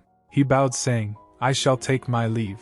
It was an honor meeting you, Your Highness. Then, I'll be off. I'll contact you later, Carno. As he walked away, Asya said, To be honest, I haven't been anywhere yet. I was going to say that I was heading somewhere that isn't my room, but the commander, Sir Elman, Gilhelm was in such a hurry that I wasn't able to tell him. Carno questioned her, Do you always walk around alone without even a maid? She felt caught but tried to change subject. That's not important right now. I'm heading somewhere else. so we'll have to part ways. Then she looks at him and abruptly grabs his hand. Carnot asked, what's the problem now? She replied, I heard the Noctis elves are sending peace envoys to the palace, but their visit overlaps with the noxious period, which makes it hard to prepare dessert for them.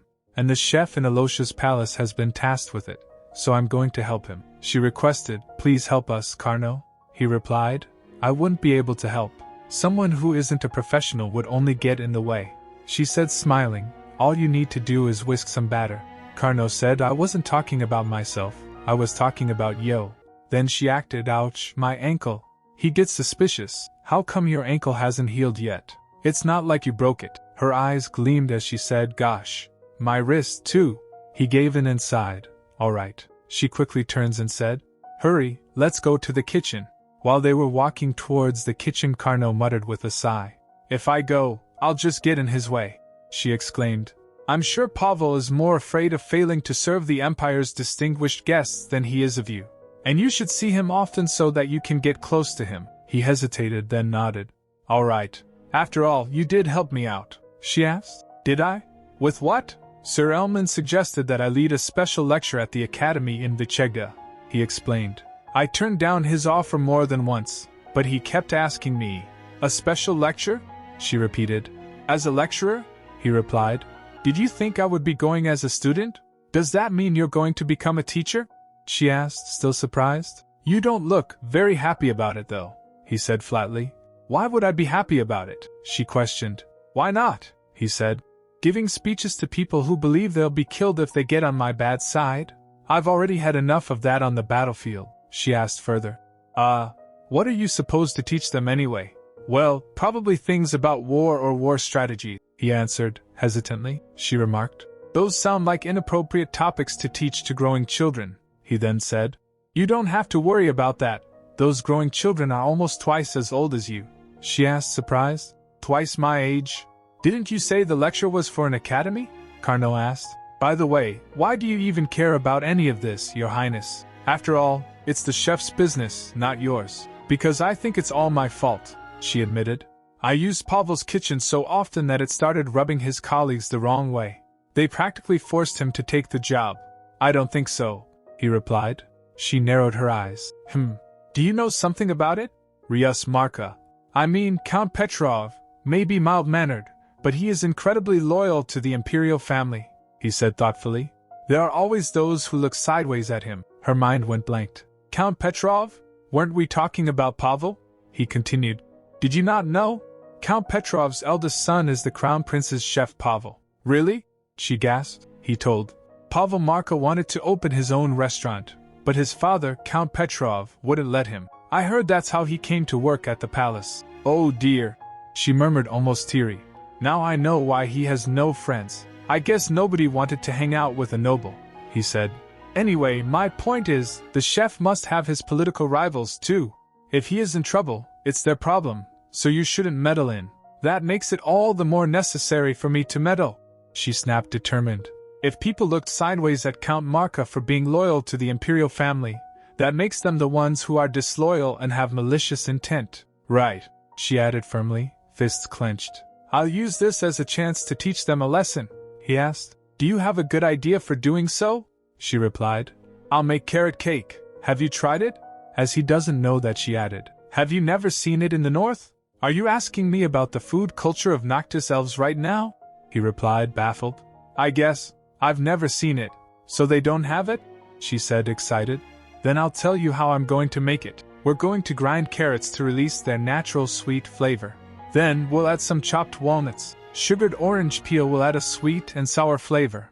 And we'll need brown sugar to make it taste like caramel. Then it'll be done. He blinked. How is that supposed to taste good? Do you only drink water to survive or something? She shot back. Well, since I've never eaten anything like that, it's hard for me to imagine what it would taste like, he said cautiously. But if you already have a plan, hasn't the problem been solved already? But I can't add the icing, she sighed. And I'll have to try it first to make sure it tastes good, he asked. Then, are you going to suggest a cake you've never tried yourself? Ouch, my ankle! Suddenly she cried. Then they went to kitchen.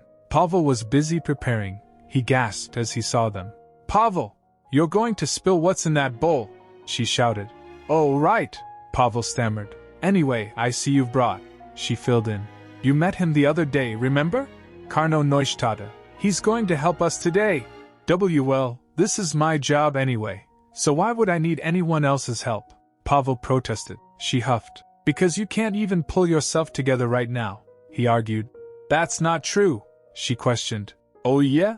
Then, why do you have your hands in that bowl of oatmeal? Then they quickly turns towards Karno, so she realized. Then she dragged Pavel away saying, Karno, wait a moment! At a distance she whispered to him. Pavel, are you still afraid of him like you were the other day? Is it because Karno made a contract with the spirit of death? Maybe a little, Pavel admitted. She asked. Well, you're much older and taller than him. He's no match for you. Why are you so scared of him? Pavel, do you think it's right to discriminate against someone just because of their spirit? He replied. I'm not discriminating, she asked. Pavel, are you that kind of person? He replied. No, this isn't about any kind of bias or prejudice. I'm just scared. She nudged him saying, You're wrong to be scared of him. Go apologize. She pushed him towards Karno. He trembled standing in front of him. She forced him. Pavel, hurry! Pavel stammered. Sir Karno Neustadt, WL. I mean. Pavel trembled, his voice barely a whisper. Suddenly Asya poked Karno and asked, Are you angry? I'm not angry, Karno said gently. Just surprised. Why did you suddenly? She offered. If you think it's unfair, you can do it to me too. She giggled as she said that. Then she looked at Pavel and he gulped. He bowed and said, Sir Karno Neustadt, about my rude behavior the other day, I'd like to sincerely apologize. Karno gets stunned for a moment. He blushed then pulled himself back. Then they shake each other's hand. Good boys, the princess beamed. You both deserve a prize. It's really alright, your highness, Karno said softly. Asya then showed Pavel her recipe book. He looked at it and said, So, this is how you make carrot cake. It really doesn't need milk or butter just like you said. Yeah, she grinned in approval. Pavel hesitated. But your highness, I'm afraid this cake is not fancy enough? She guessed. Yes, that's right, he admitted with a small sigh. If you think about the origin of carrot cake, it's humble. Commoners who couldn't afford sugar started using carrots in their desserts because carrots are the sweetest vegetable. If you put this cake on the table for the envoys, it'd be practically the same as putting the chef on the gallows, Asya exclaimed. Maybe we can convince them? I hear Noctis elves live in harmony with nature. They keep to a simple way of life. I think I've heard that too, Pavel said, nodding. She turned to him. Then wouldn't it be better to serve them something with natural flavors? What do you think, Karno? Karno considered it then remarked. Well, that makes sense. But do you think we'll be able to get permission from the head chef in the main palace? Asya asked. What if we get His Majesty's permission? Pavel stiffened. What? She huffed. If His Majesty says yes, what can the head chef do about it? Pavel asked. Why are you suddenly suggesting that? She suggested. If not, we could just say Princess Anastasia gave permission. Wait, how is that the logical conclusion? Pavel protested, flustered. Karno warned. It's a grave crime to falsely use the emperor's or the princess's name in matters like this. She fumed. What do you mean by falsely? We'll get permission for real. Humph. If we're going to get permission, we should at least try making it first. Let's check for the ingredients. She stomped off with determination. Meanwhile, inside the imperial kitchen, an assistant nervously approached the head chef. Head chef, are you sure it'll be fine? What are you worried about? Is there anything that might go wrong? The chef asked, not looking up from his station. The desserts for the peace envoys. The assistant hesitated. Chef Pavel, as far as I know, he doesn't make confectionaries. The head chef shouts. He doesn't? He snapped. I know he does behind everyone's back. What are you talking about? The head chef stroked his mustache saying. Since he said he didn't make desserts, I thought he wouldn't have his eyes on my position as head chef. But lately, he's started making desserts. The other day, His Majesty even asked him to make one, the assistant said. Well, I heard it was Princess Anastasia who made those desserts, the chef yelled. Who said that? It's a rumor, he snapped furiously. How could Her Highness have baked cakes that didn't even exist before? She's only 10 years old. The chef exploded in frustration. Stop making me mad and get out of here. Yes, chef, the assistant yelped and scurried away. The chef sighed deeply and wiped his brow. And that's not even the real problem. Surprisingly, Emperor Mikhail had no interest in food. He didn't care for subtle or varied flavors, and he believed it wasn't proper to savor them. Being immune to all known poisons, his indifference meant the imperial kitchen was one of the few places free from spies. It was the least favored corner of the palace. Fjord had worked hard to climb the ranks, but just when he thought he'd reached the top, he realized he stood alone on a cold, snow-covered mountain. That realization devastated him. Only one person had taken interest in him, Valery, the emperor's third son. And Valery, in an odd show of comfort, had asked Fjord to surpass Pavel Marka no matter what it took. To cheer Fjord up, Valery even launched a brand of breadcrumbs under his name, but they turned out awful. Not even Fjord used them himself. How long is Valery going to keep producing those darn breadcrumbs? Fjord groaned, slamming his hand on table. And now I'm supposed to beat Pavel, who doesn't even work in the same palace? I was going to ask him about the cake recipe once he came crawling for help. Darn it. Aya! Valery! Back in the Pavel's kitchen, Asya was busy preparing the trial cake. We'll start by using coconut oil for a refined flavor, she explained. The nutty scent should go well with the carrots and walnuts, right? Pavel, she asked suddenly, have you been in touch with Baron Sayato? She's kind of busy lately, he replied. She's been preparing for the patisserie with the chocolate. Can you please contact her? There's something I need from her. Turning, she called to Carnot. Can you roll your sleeves up and grind the carrots? Please let me do that for you. Pave interjected, a little too eagerly. She blinked. Oh, really? Then, Carnot, can you grind this with the millstone? Pavel gasped as she said that. Later, at a quiet diplomatic gathering, Alexio offered a rare smile. Now that we've reached a peace agreement, you must be delighted as the commander-in-chief. I couldn't be more relieved or delighted, Wilhelm replied. It's all thanks to you and His Majesty. How can our efforts compare to your struggles in the north? Alexei asked sincerely. It wasn't too much of a struggle, Your Highness, he said modestly. Thanks to Deputy Commander Neustaedter, it didn't take much effort for us to settle everything. When Carnot Neustaedter had been appointed deputy commander at barely 15, people called it madness. They feared his power granted by the spirit of death and treated him like a plague. Wilhelm hadn't objected to the appointment, not because he wanted to remain neutral, but because he had no enthusiasm for war. Yet, the day he arrived in the north, for the first time in his life, he was thankful for that lack of zeal. Everything had gone pitch black before his eyes, and ash scattered in the wind. The fatal erosion had lasted only 30 minutes as Carnot raised his hand from horseback, giving the Noctis elves time to flee. After the bell chimed to initiate the combat, it only took 30 minutes. The most difficult part for us, Wilhelm remarked, was the cold. To think you would express the cold of the north so lightly. You are very noble, Alexei responded, impressed. I was worried about the age gap between Vice Commander Neustaedter and the other officers, Wilhelm admitted. But I guess my worries were unfounded. No one in the army dared treat him like a boy. But Your Highness, he noted gently, he still is a minor. Now that we've returned to the Imperial City, I'd like him to. Alexei cut in. Is that why you recommended him as a lecturer at Magistrorum Academy in Vichegda? Wilhelm laughed it off. You've already heard about that.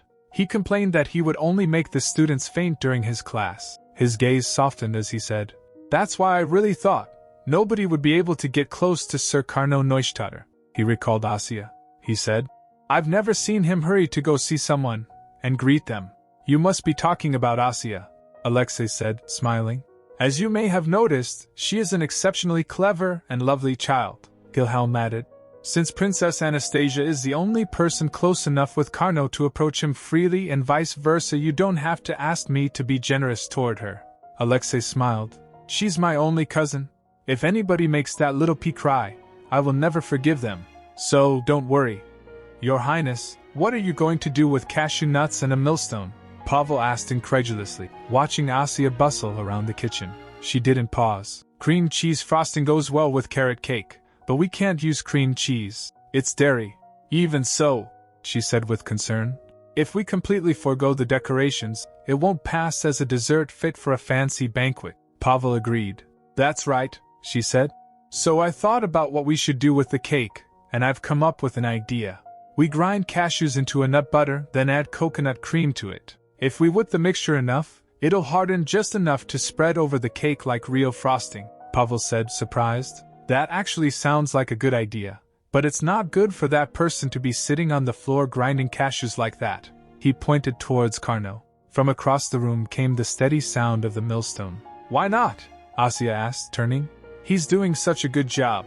She dropped her voice. Are you afraid he'll kill you, Pavel? I know him quite well, and he doesn't kill anyone that easily. Don't worry. That's not what I meant, Pavel whispered. He's the deputy commander. I can hear you, Carno said flatly. Pavel froze. Eek. He can hear me. What should I do now? Ugh, I said it's fine, Asya whispered back. Let me handle it. Then she turned to Carno and giggled. Oh my. If you're listening to our conversation, you must not be working very hard, she asked. Are you finished? Carno glanced at them. Pavel was about to lose his composure. Oh, Pavel. Asya turned to him, holding a container. Is this all the coconut cream we have? He replied. Yes, we don't use it often, so we only order it in small quantities. She drooped. I'm afraid it's not enough to make frosting out of the cashew nut butter. What should I do? Then her gaze fell on oatmeal. Oh, oatmeal, Pavel repeated. Oh, oatmeal? She beamed. When you grind and squeeze oatmeal, it releases a kind of milk, she explained excitedly. It's not real milk, so the Noctis elves won't have a problem with it, she continued. Then let's put eggs into the oat milk and… Pavel asked. Wait, why do we have 2 loaves of batter? One will have cinnamon and the other won't, Asya replied. This cake will definitely be better with cinnamon, Pavel said. It'll help cover the grassy smell from the carrots, Asya said. But the Noctis elves might prefer the one without cinnamon, so… Your Highness, Carno interrupted. The cashew nuts are ready. Thank you, Carno, she said. Then I guess I should organize the recipe while the cakes are baking. She lifts her book up. Pavel glanced over. What's that? She replied, writing on it. It's my snack notebook, he questioned. Does it only have recipes for cookies and confections? Nothing else? She replied. What will you do if I have other stuff in it? I'm not asking you to give it to me, he said awkwardly. I was just thinking, maybe I could take a look. Unfortunately, she said, flipping it open. There are only recipes for cookies and desserts, Pavel asked. By the way, why do you only make desserts and nothing else? She exclaimed. That's because I like making desserts, he began. But no matter how much you like them. But she cut in. Then let me ask you this, Pavel. Why did you become a chef? You didn't even have to do anything to inherit the title of Count. And why do you not bake desserts? He paused. Well, you know how desserts are typically treated. Cooking is about making the meals we need to survive palatable and presentable. But dessert? It's not a necessity. You know what, Pavel? Asya said gently. This is a secret, but that's why I love desserts. Because they aren't a necessity. She smiled faintly as memories flickered in her eyes. Bakery cakes were special to me. A treat I could only eat on my younger siblings or my father's birthday. The cream was always a little old and crumbly, and the cheap, tin fruit between the dry cake layers would taste just like sugar and nothing else. So I wonder, why were those cakes so special to me back then? She said. Why do people place flowers on the graves of the dead? It's not like they'll bring the deceased back to life or make things better for them. Carno stared at her as she continued. Don't you think people still offer flowers knowing that because they want to comfort those who are still alive? I believe we should offer flowers to the living as well. For me, a cookie is the same as a flower. And if the cookie I made becomes like a flower to someone else, what more could I ask for? She thought, determined. That's right. Someday, I'll make snacks so delicious that not even my worst enemy will be able to deny they taste good. No matter what it takes, I'll get Carno to say that something I made is tasty. Soon the cakes were ready. They stared at them excitedly. Then she snapped out of it. Wait, this isn't the time to be standing around like this. We need to put the cashew nut butter frosting on top and try it. Pavel took a bite and lit up. I've never had such a delicious carrot cake in my entire life. The cashew nut butter frosting tastes fantastic on top. It adds an extra smooth texture to the cake layers that would have been a little too rough without it. The combination of nuts, orange peels, and carrots is the best. She turned to Carno. Carno, you try it too.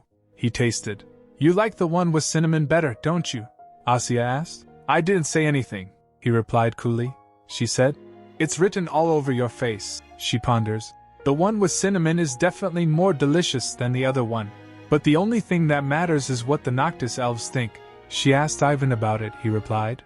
I don't really know much about this kind of thing. PB snapped at him. You little brat, Just eat whatever you're given. Asya gently offered a slice. It's okay. Will you at least try this? I made it. Ivan took a small bite. Nibble, nibble. Look at him nibbling at it, PB jeered. If you don't want it, give it to me and let me eat it. PB yelled suddenly. After he puts down the fork, Asya asked, Ivan, did you finish? How was it? Ivan's face twisted. The thing is, I feel sick. Oh no, did the cake go bad? No, that's impossible, Asya said quickly, panicking. Is he having indigestion? Her heart raced. What do I do? Calm down, PB said. He doesn't have indigestion. One of his closed-off emotions has just been awakened. With the help of your carrot cake. What? Asya gasped. Then, finally, as Ivan was trembling, she wonders, are all the snacks I've been feeding him starting to pay off? A groan followed. Ugh, I've got a cramp in my side from flying right after eating, PB said. Anyway, it means that half-elf is now able to control his power a little bit with the help of your snacks. But it took longer than I'd expected. Of course, this cake carried more of your power than the others, but… PB tapped her, asking, are you sure that kid has been eating everything you've been giving him? What? Of course, came the immediate reply. But after a pause, uncertainty crept in. Come to think of it, I never actually saw him eat the snacks after I gave them to him. The door opened, and she blinked in surprise. Carno? What brings you here? I decided to stop by and greet you on my way back from speaking with Alexei. I mean His Highness. Carno's voice trailed off as his gaze shifted. What is that Noctis elf doing in here? This is Ivan, she explained. He says he feels sick now. Maybe I gave him too much cake, Carno said. No, I'm asking why you're with that boy, she continued. Well, His Majesty sent him to me. By the way, do you know Ivan? Oh, he's from the north, right? So maybe you saw him while you were up there? As Carno doesn't say anything, she asked, did I guess wrong? She offered cake to him. Since you came all the way here, take some cake with you. Just wait Carney quickly said. Please be careful not to get too close to the slave. She stared at cake. It feels like we're talking about completely different things. Would you like some cake? Carno said. If you insist. Her brow furrowed. What did you mean when you said I shouldn't get too close to him? Carno hesitated. Crown Prince Alexei seemed to like your carrot cake, Your Highness. You've just been saying whatever you feel like, she retorted, her voice rising. Then I'll do the same. Stop calling me Your Highness and call me by my name from now on. He blinked. What? What do you mean? It seemed like you weren't listening to me, so I just said whatever I felt like saying, she huffed. By the way, you call Alosha by his name, don't you? You can call me by my first name too. Call me Asya. He flinched, then agreed. Then I'll only do so in private. Looking at him, she asked, why are you acting like I'm forcing you to do something you don't want to do? He replied. Because it's not something I should want, she said. Gosh, but you're going to do whatever I want anyway, he replied. I have no choice but to follow a princess's orders, she pressed on. You totally like it. I can tell. You liar, he asked. Who told you that? She snapped, frustrated. Your face. She narrowed her eyes. By the way, did you eat all of the snacks I gave you? Didn't you say you don't like sweets? He replied. I ate them all. Later in the imperial kitchen, head chef was in despair after eating the cake. Delicious, he muttered, barely audible. I ate it all up in an instant. He thinks in his mind. He said he wasn't the least bit interested in desserts, so what's going on? And on top of that, last night, he recalled Alexei saying, you must be busy preparing the feast for the Noctis elves, right? I heard that you put my chef in charge of dessert. I tried it, Crown Prince Alexei had said, and it was wonderful. The implication startled him. Crown Prince Alexei, the strongest candidate to become the next emperor, took Pavel's side. Then Pavel asked, how did you like it? Actually, it was amazing, the chef admitted. When you said you'd serve a carrot cake, I was worried it might be too unsophisticated, but I never imagined you would have such a good grasp on desserts. I really had no idea, he said inwardly. That means I shouldn't make an enemy out of him. Let's go with this for dessert, he added. If you haven't named the cake yet, we should name it after you. Oh, I have something to say about that, Pavel interrupted. To be honest, this cake was made using Princess Anastasia's original recipe. What are you talking about? Head chef blinked. It's true, Pavel said. She watched me agonize over what to make for dessert, and she came up with this amazing recipe. The chef repeated. Ah, really? Pavel said. Yes. I'm glad the cake was approved. And as for the name, since you are the head chef, you should name it. Princess Anastasia isn't the best with names, then the chef replied. Alright then. I'll think about what name would go well with the cake. Later, Asya looked at a dress being held up in front of her. Ria asked, Your Highness, look at this dress. Isn't it beautiful? She pouted. I'm not going. I won't go. Riss asked. You won't go where? She refused. I won't go see the knights, the maid said. But Your Highness, we are just going out for a leisurely stroll, not to see the knights, Asya asked. Then why do we have to go all the way toward the west wing? The maid said. But Your Highness, I heard that the captain of the Order of the Tingnes has returned. They say he's an amazing person. Why don't you go meet him and introduce yourself? She replied. I know that he's my grandpa on my mom's side. The get surprised. Oh, you know about that? She replied. Yes. I heard it, the maid insisted. Then that's all the more reason. I'm not sure, she said softly. It seems like he's had no interest in seeing me for the past 10 years. But if he suddenly feels like seeing me, wouldn't he come here in person? She stands up saying that, the maid said. I'm sure the captain missed you very much. But so far, due to the inevitable circumstances, Asya cut in. That's what I'm talking about. If he really misses me, he should come see me before I visit him. Later she was taking a stroll. She glanced around and saw a bench. She thinks, the weather is nice, so I think I'll sit on that bench and read. She sat down on bench and started reading the book. After a few moments a shadow appeared on book from behind her. She turned to it, then Carno said, I heard you didn't attend the captain's appointment ceremony, she replied. It sounds like you didn't go either, Carno, he said. That's because I didn't want people to faint when they saw me, she said. I didn't go for the same reason, he questioned. Why would people faint after seeing a little pea? She whacked him playfully. Carno winced as she hit him. Then he grabbed her hand and said, Alexei seemed disappointed that he didn't get to see you. She replied oblivious. But I can always see him later at night, Carno said. He said he can't see the little pea at night because she has to sleep. She again tried hitting him. He asked, Seriously though, why didn't you go to the ceremony? Asya said. I was afraid you were going to kill me if I went. Upon hearing that, Carno went silent. She sensed it and called. Carno? Why did you stop talking? He asked while hesitating. Did you think that, because I made a contract with the spirit of death? She flinched upon hearing that. She thinks, oh, right, there is that issue. Should I just say it? She wondered. Carno, your spirit is the spirit of time.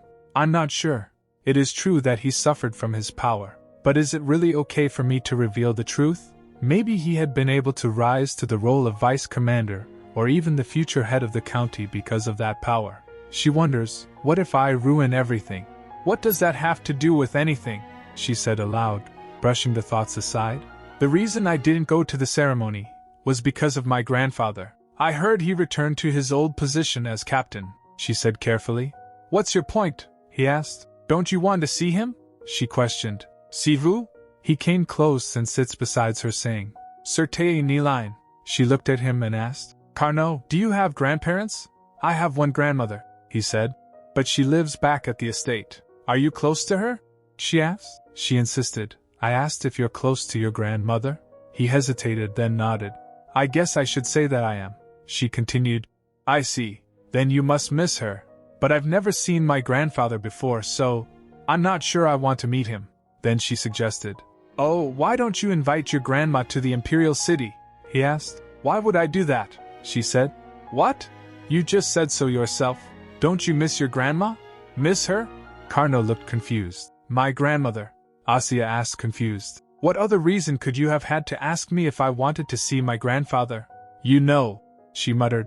Sometimes you act a little dumb, Carno. He teased, you little pea. Later she went to the ceremony. PB glanced at the ceremonial walk and questioned. What's so great about meeting with those sinners that they scatter flowers everywhere like this? Asya said.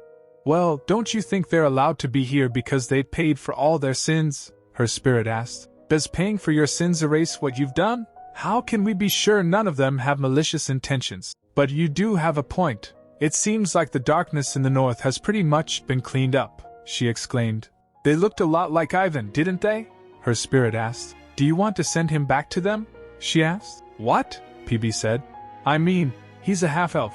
But he has the power of the Noctis elves, so are you going to send him back to the north once the rest of his emotions awaken?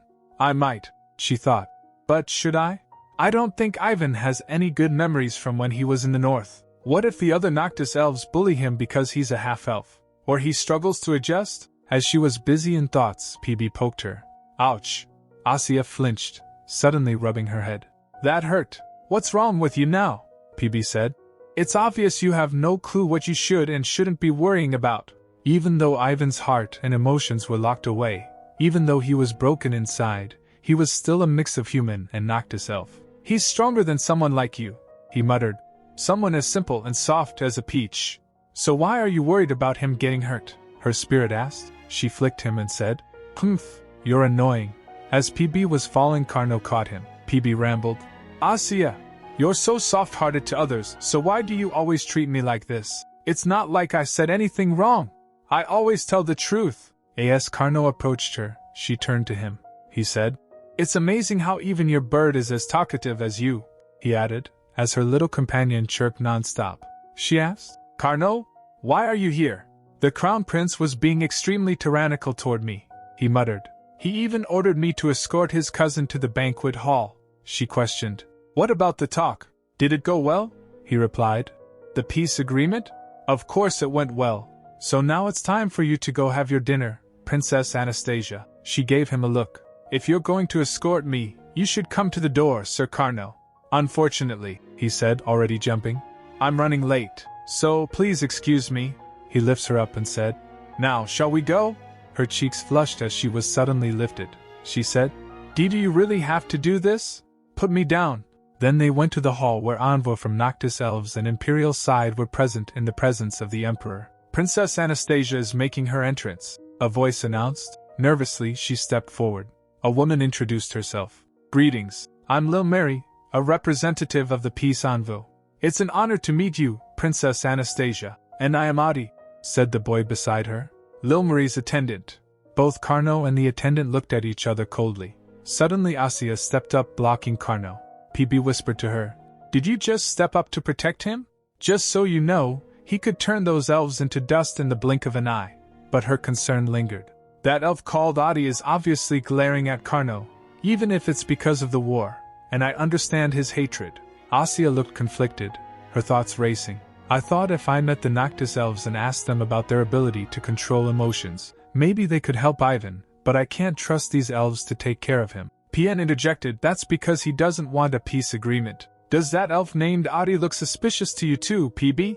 She asked. He replied, Yes, you should keep a close eye on him. He seems to have malicious motives. It was hard to believe. An elf still clinging to such vain dreams. Does that elf have a prasty too? She. No, but he has the faint smell of it, came the reply. So, he's probably been in contact with one of the prasties sealed in the north. If that's true, he might be after the remaining ones, so make sure they don't find out about your half-elf. The tables were set for dinner. Alexei said after sitting, Now that we've finished the introductions, shall we begin our meal? After everyone sat down, Carno was friendly towards Asya. That elven attendant glanced towards them. As Asya noticed that, he quickly turns his head. The Emperor said, I'm not sure if the meal was suitable to your tastes, Lil Mary said. Your Majesty, we cannot thank you enough for your generous consideration. A servant approached. Your Majesty, the dessert is ready. Then head chef came with the cake and said, Thank you for waiting. He presented the cake to everyone. This is the last course of today's feast. It is called Lumen Vassilis. There were mixed reactions from all the guests. There were chills and at the dinner hall. Anastasia froze. Are you kidding me? Who named the cake after the land we took from the Noctis elves? What if this ruins the peace? Carno could be forced into war, and Ivan wouldn't have anywhere to go. She panicked. No, I can't let that happen. I need to say something. The cake is, she began, a dessert filled with hope for peace between the Empire and the Noctis elves. The white bird on top symbolizes the harmony between our two nations. Struggling to hold her composure, she pressed on. And the white cream represents the permanent snow of Lumen Vassilis. Since it's currently the noxious period, we didn't use any dairy. It's made with cashew nut cream instead, so there's no need to worry about eating it. You seem to know a lot about this cake, Your Highness. Elven attendant remarked curiously. Yes, Anastasia declared, A drop of sweat slid down her temple. That's because I personally made it for all of you. Turning to Carno, she added, "Oh, and I made the cashew nut cream with Vice Commander Carno here." Carno muffled, trying to remain composed. Lil Mary asked, "What? Did you really make the cake yourself, Princess Anastasia?" "Yes, that's right," Alexei confirmed. "She's been working day and night to make you a nice dessert for almost a month before your visit, so I hope you'll all enjoy it." The cake was cut and served to everyone. Carno muttered under his breath, "Why did you mention that I made it together with you?" She replied, "Because it's true," he argued. "There's no good in telling people I made something before giving it to them." "I've told you that more than once," she said. "If you want to make up with someone, you have to concede." Everyone took a bite of the cake and eyes widened. Someone muttered, "Wow, I've never tasted anything like this before." Both Lil Mary and her attendant nodded in unison. Phew, Anastasia thought, it's a good thing the misunderstanding was resolved. Later at a balcony, "All of the food I had today was memorable," Lil Mary said warmly. "But that cake for dessert was so delicious, it made me want the recipe." "Is that so?" Carno replied. "Then I'll relay your sentiments to Princess Anastasia. Until now, I thought she wasn't even human. Or is she a spirit?" She mused. "She might be," came the reply. "Honestly, I have my own suspicions," Lil Mary asked. "She was indeed clever and brave. Are all members of the imperial family like that?" Carno replied. "Well, not all of them. But if you want that land we took back, you'd better hope Alexei's son is incompetent." "I don't think you took it from us," she smiled and said. "And I'm not interested in such barbaric tactic," Carno said. "But that doesn't explain why Lord Adi gave me such a murderous look. You probably didn't notice. He was behind you." She gasped, shocked. "Oh, even among the elves, he's one of the most conservative," she added. "By the way, I expected the food from the imperial chef to be amazing, but that cake, Lumen Vassilis, was truly incredible. I meant it when I said I wanted the recipe," Carno replied. "Didn't the princess say she made it herself?" Lil Mary sighed. "You don't have to keep lying about it. I know she only said that to lighten the mood." "There's no reason to lie about it," Carno interjected. She replied. "But the princess looked 5 years old, at most," he quickly said. "She's 10. Lil Mary replied, baffled. Wait, does that mean she really made the cake herself? And you helped her make the cashew nut cream?" Carno's face gets flushed from embarrassment. "Pavel!" Anastasia shouted, exasperated. "If you had named the cake, you should have told me." "No, actually, you should have asked me first." Her voice rose in a mix of indignation and panic. "I thought we were going to be in so much trouble." She let out a sharp breath. "Do you have any idea how scared I was?" she gasped, catching herself. Pavel drooped and said, "Your Highness, the thing is..." But she cut him off, circling around him. "And never mind. I'm not mad at you, Pavel. That's right, the head chef named the cake, didn't he?" Pavel began with a low voice. "To be completely honest with you, I was afraid you'd name it something like Asya's carrot cake, so I just told the head chef to name it whatever he wanted. That came as a shock for her. She gets stunned. Anyway, things turned out well in the end, so it's fine, right?" she said with a bitter smile. Pavel said, "I'm terribly sorry," she replied. Forget about it. I have something urgent to do, so stop talking." Pavel asked, "What?" "You should go to bed soon." "What are you going to do?" "They said they liked the cake," she answered quickly, already turning. "So I'm going to finalize the recipe for them." He questioned, "For whom?" "Who do you think?" she replied, incredulous. "The Noctis elves, of course. And I'm going to make some milk tea too, so I need..." "Are you talking about the recipe for the carrot cake?" Pavel interrupted, alarmed. She asked, "Oh, do you think it's a bad idea? Then, should I give them the chocolate cake recipe instead?" "You can't give them either recipe," he snapped. "No way. That recipe is priceless, and you're just going to give it away?" "But, it's not that special," she replied quietly.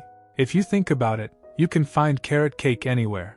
Anyone can make it. But the one you made wasn't just any ordinary carrot cake," he insisted. She smiled. "Still, if a cake can end the war once and for all, wouldn't that be worth more than 1,000 pieces of gold?"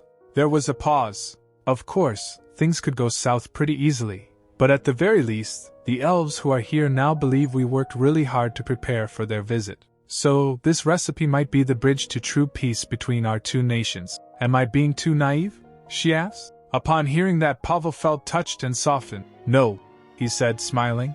"It's a great idea. So you'll be working with your recipe and what else? Strawberry milk tea, she said, smiling. We can call it no warm milk tea, he asked. What? The name is a little. First, she began bustling about. Put the strawberry-infused black tea leaves into the pot. Next, pour enough water to soak the leaves and bring it to a boil. When they swell with water, add the coconut milk, and warm it until it starts steaming. Since it's strawberry milk tea, it'll be complete after adding 1 sugar cube. Later that night, a voice called gently, Princess Anastasia? It's very late. You should be in bed. What brings you here? Anastasia stepped forward. Carno told me you enjoyed my cake very much, so I came to give you the recipe. And I brought some milk tea I made. I use coconut milk so you don't have to worry about dairy. Pardon. The elf blinked. She smiled softly. Here. Put this strawberry jam in the milk tea. I like the nutty smell and the sweet strawberry scent. Inside, her spirit's voice echoed in her mind. I can only use my power through you, so cook more food and feed it to them. That way, I can find out a little bit of what they're planning. Hell, will this do? She thought. The elf said. I feel bad that you've given us so much, when we have nothing to give to you, she replied. Then you can show me around the nice places when I visit Webtoon. If you come to visit us, he said warmly, I'll gladly welcome you. Oh, could you wait here a second? Lil Mary asked. Actually, we brought gifts for the princes and princesses, but we were afraid they weren't extravagant enough. Asya asked excited. Can I open it now? The elf replied. Of course. She opened the box and gasped. Wow, this is so cute. The elf smiled. It's always cold in the north, so we thought the empire would still be quite chilly even though it's early spring. I heard the palace doesn't even get cold in winter. She mused, so I'm afraid you won't have a chance to use it. Asya put them on saying, Oh right, it's quite warm here, isn't it? But starting from next year, she added quietly, it'll get colder in the palace. This will come in handy. The elf asked, What do you mean? She replied, Alosha, I mean, the crown prince is still getting used to his spirit. But this phase will end soon, so the weather will return to normal. I see, the elf said. Please accept my congratulations in advance on such a fortunate occasion. Asya turned, asking Riss, Does it look good on me? A few days later, Asya fell sick. Her spirit said, How can you be so foolish and soft-hearted? I told you to cook for the elves, not spend all your energy on them. She groans. It's not my fault cooking is strenuous, Your Highness. Riss asked, worried. How are you feeling?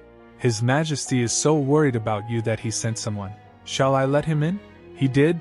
Anastasia blinked. Well, okay. The door opened. A person came and bowed. Greetings, Princess Anastasia. Since His Majesty is busy with a meeting at the moment, I came here to offer you some gifts on his behalf. She sat up as he bowed. The person present. This is a music box with a glass ballerina, made by artisan Murat Alo. It's one of 2 glass pieces that are part of a set. The other one, a ballerino, is at the said Voyer estate. This one was kept in Lumarin until it was taken by His Majesty to give to you. Lumarin? She echoed. That is where the emperors keep their treasures. And that's not all. I brought rare lace, expensive silk, and… What is all of this? She interrupted. They are all gifts from His Majesty to you, Your Highness, the servant said proudly. The most rare and precious gifts in the… Eek.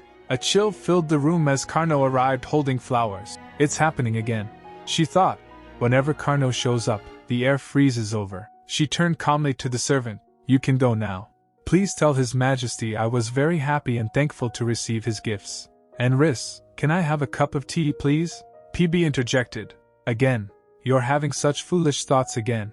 He's much bigger than you. Why would you bother worrying about him? I hate how awkward it gets, she whispered.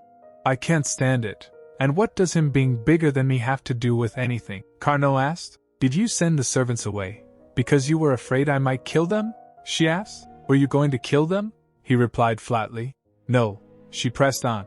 Then why would you even bring that up? He asked while putting flowers in the vase. Why are you in such a foul mood? I'm not in a foul mood, she asked. Why are you here? He replied. The crown prince said he'd scold me if I didn't visit his sick cousin. By the way, he added, His Majesty will be disappointed. His Majesty? She asked. Why? He replied. He put so much effort into giving you those gifts, but you sent the servant back with such a lukewarm response. It's not that I'm unhappy with the gifts. That servant, she paused. That person saw you and… She faltered again. Was afraid. he asked. So what? She said. Doesn't it bother you at all? He replied. It certainly doesn't make me happy. She looked down saddened. Have you ever wished you had another spirit? Never, he answered. Without the spirit of death, we wouldn't have been able to fight in the war. If it hadn't been for that power, would the Imperial Army have ever listened to me? She shouts. You wouldn't have had to go to war in the first place. Then the war would have just dragged out for longer, he said coldly. She remained silent. Then he looked at her and said, I didn't come here to talk about that. How are you feeling, Carno? She cut in, voice trembling. I've been thinking about whether or not it was right for me to tell you this. And until just a moment ago, I decided not to. But I can't hide it from you anymore. She reaches out and grabs his hand thinking, I hope revealing it isn't just my way of escaping from the agony of keeping this secret. And I hope it won't destroy the power that's made your life difficult, but also supported you. She hoped, may what I'm about to say become a ray of hope for him. She looked up, voice quiet but clear. Carno, your spirit is not the spirit of death. She holds his hand saying, to tell you the truth, it's the spirit of time. He asked, what are you? Giving a flower, she said. Here, use a little bit of your power on this flower. He clenched his fist holding that flower. The flower vanished except a little overage left over. She said, Carno, you have a precious ability. That can even make life bloom. Meanwhile, she said, my energy is fading away again. And then, she fell unconscious. After some time, Carno went outside. He dropped that flower's leftover on ground and then used his powers on it. Suddenly that flower bloomed again. Then a lot of flowers bloomed nearby. He was surprised to see it. Next morning, Asya woke up, noticing flowers placed next to her. She said, Carno sent flowers again. Did he develop a new hobby or something? PB said, I can sense the power of his spirit from those flowers. I suppose he's getting adjusted to his power. Asya said, come to think of it, PB, you don't tell me to hold Carno's hands anymore. PB replied, that's because I don't have to. You hold his hands on your own quite often these days. She shouts, and no I don't. PB said, liar.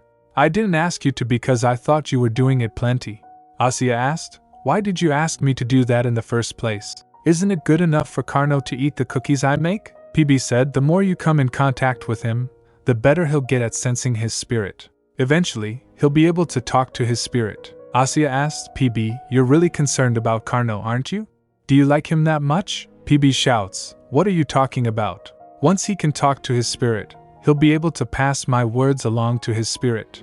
That's the only reason. Asya asked, can't you just talk to his spirit directly?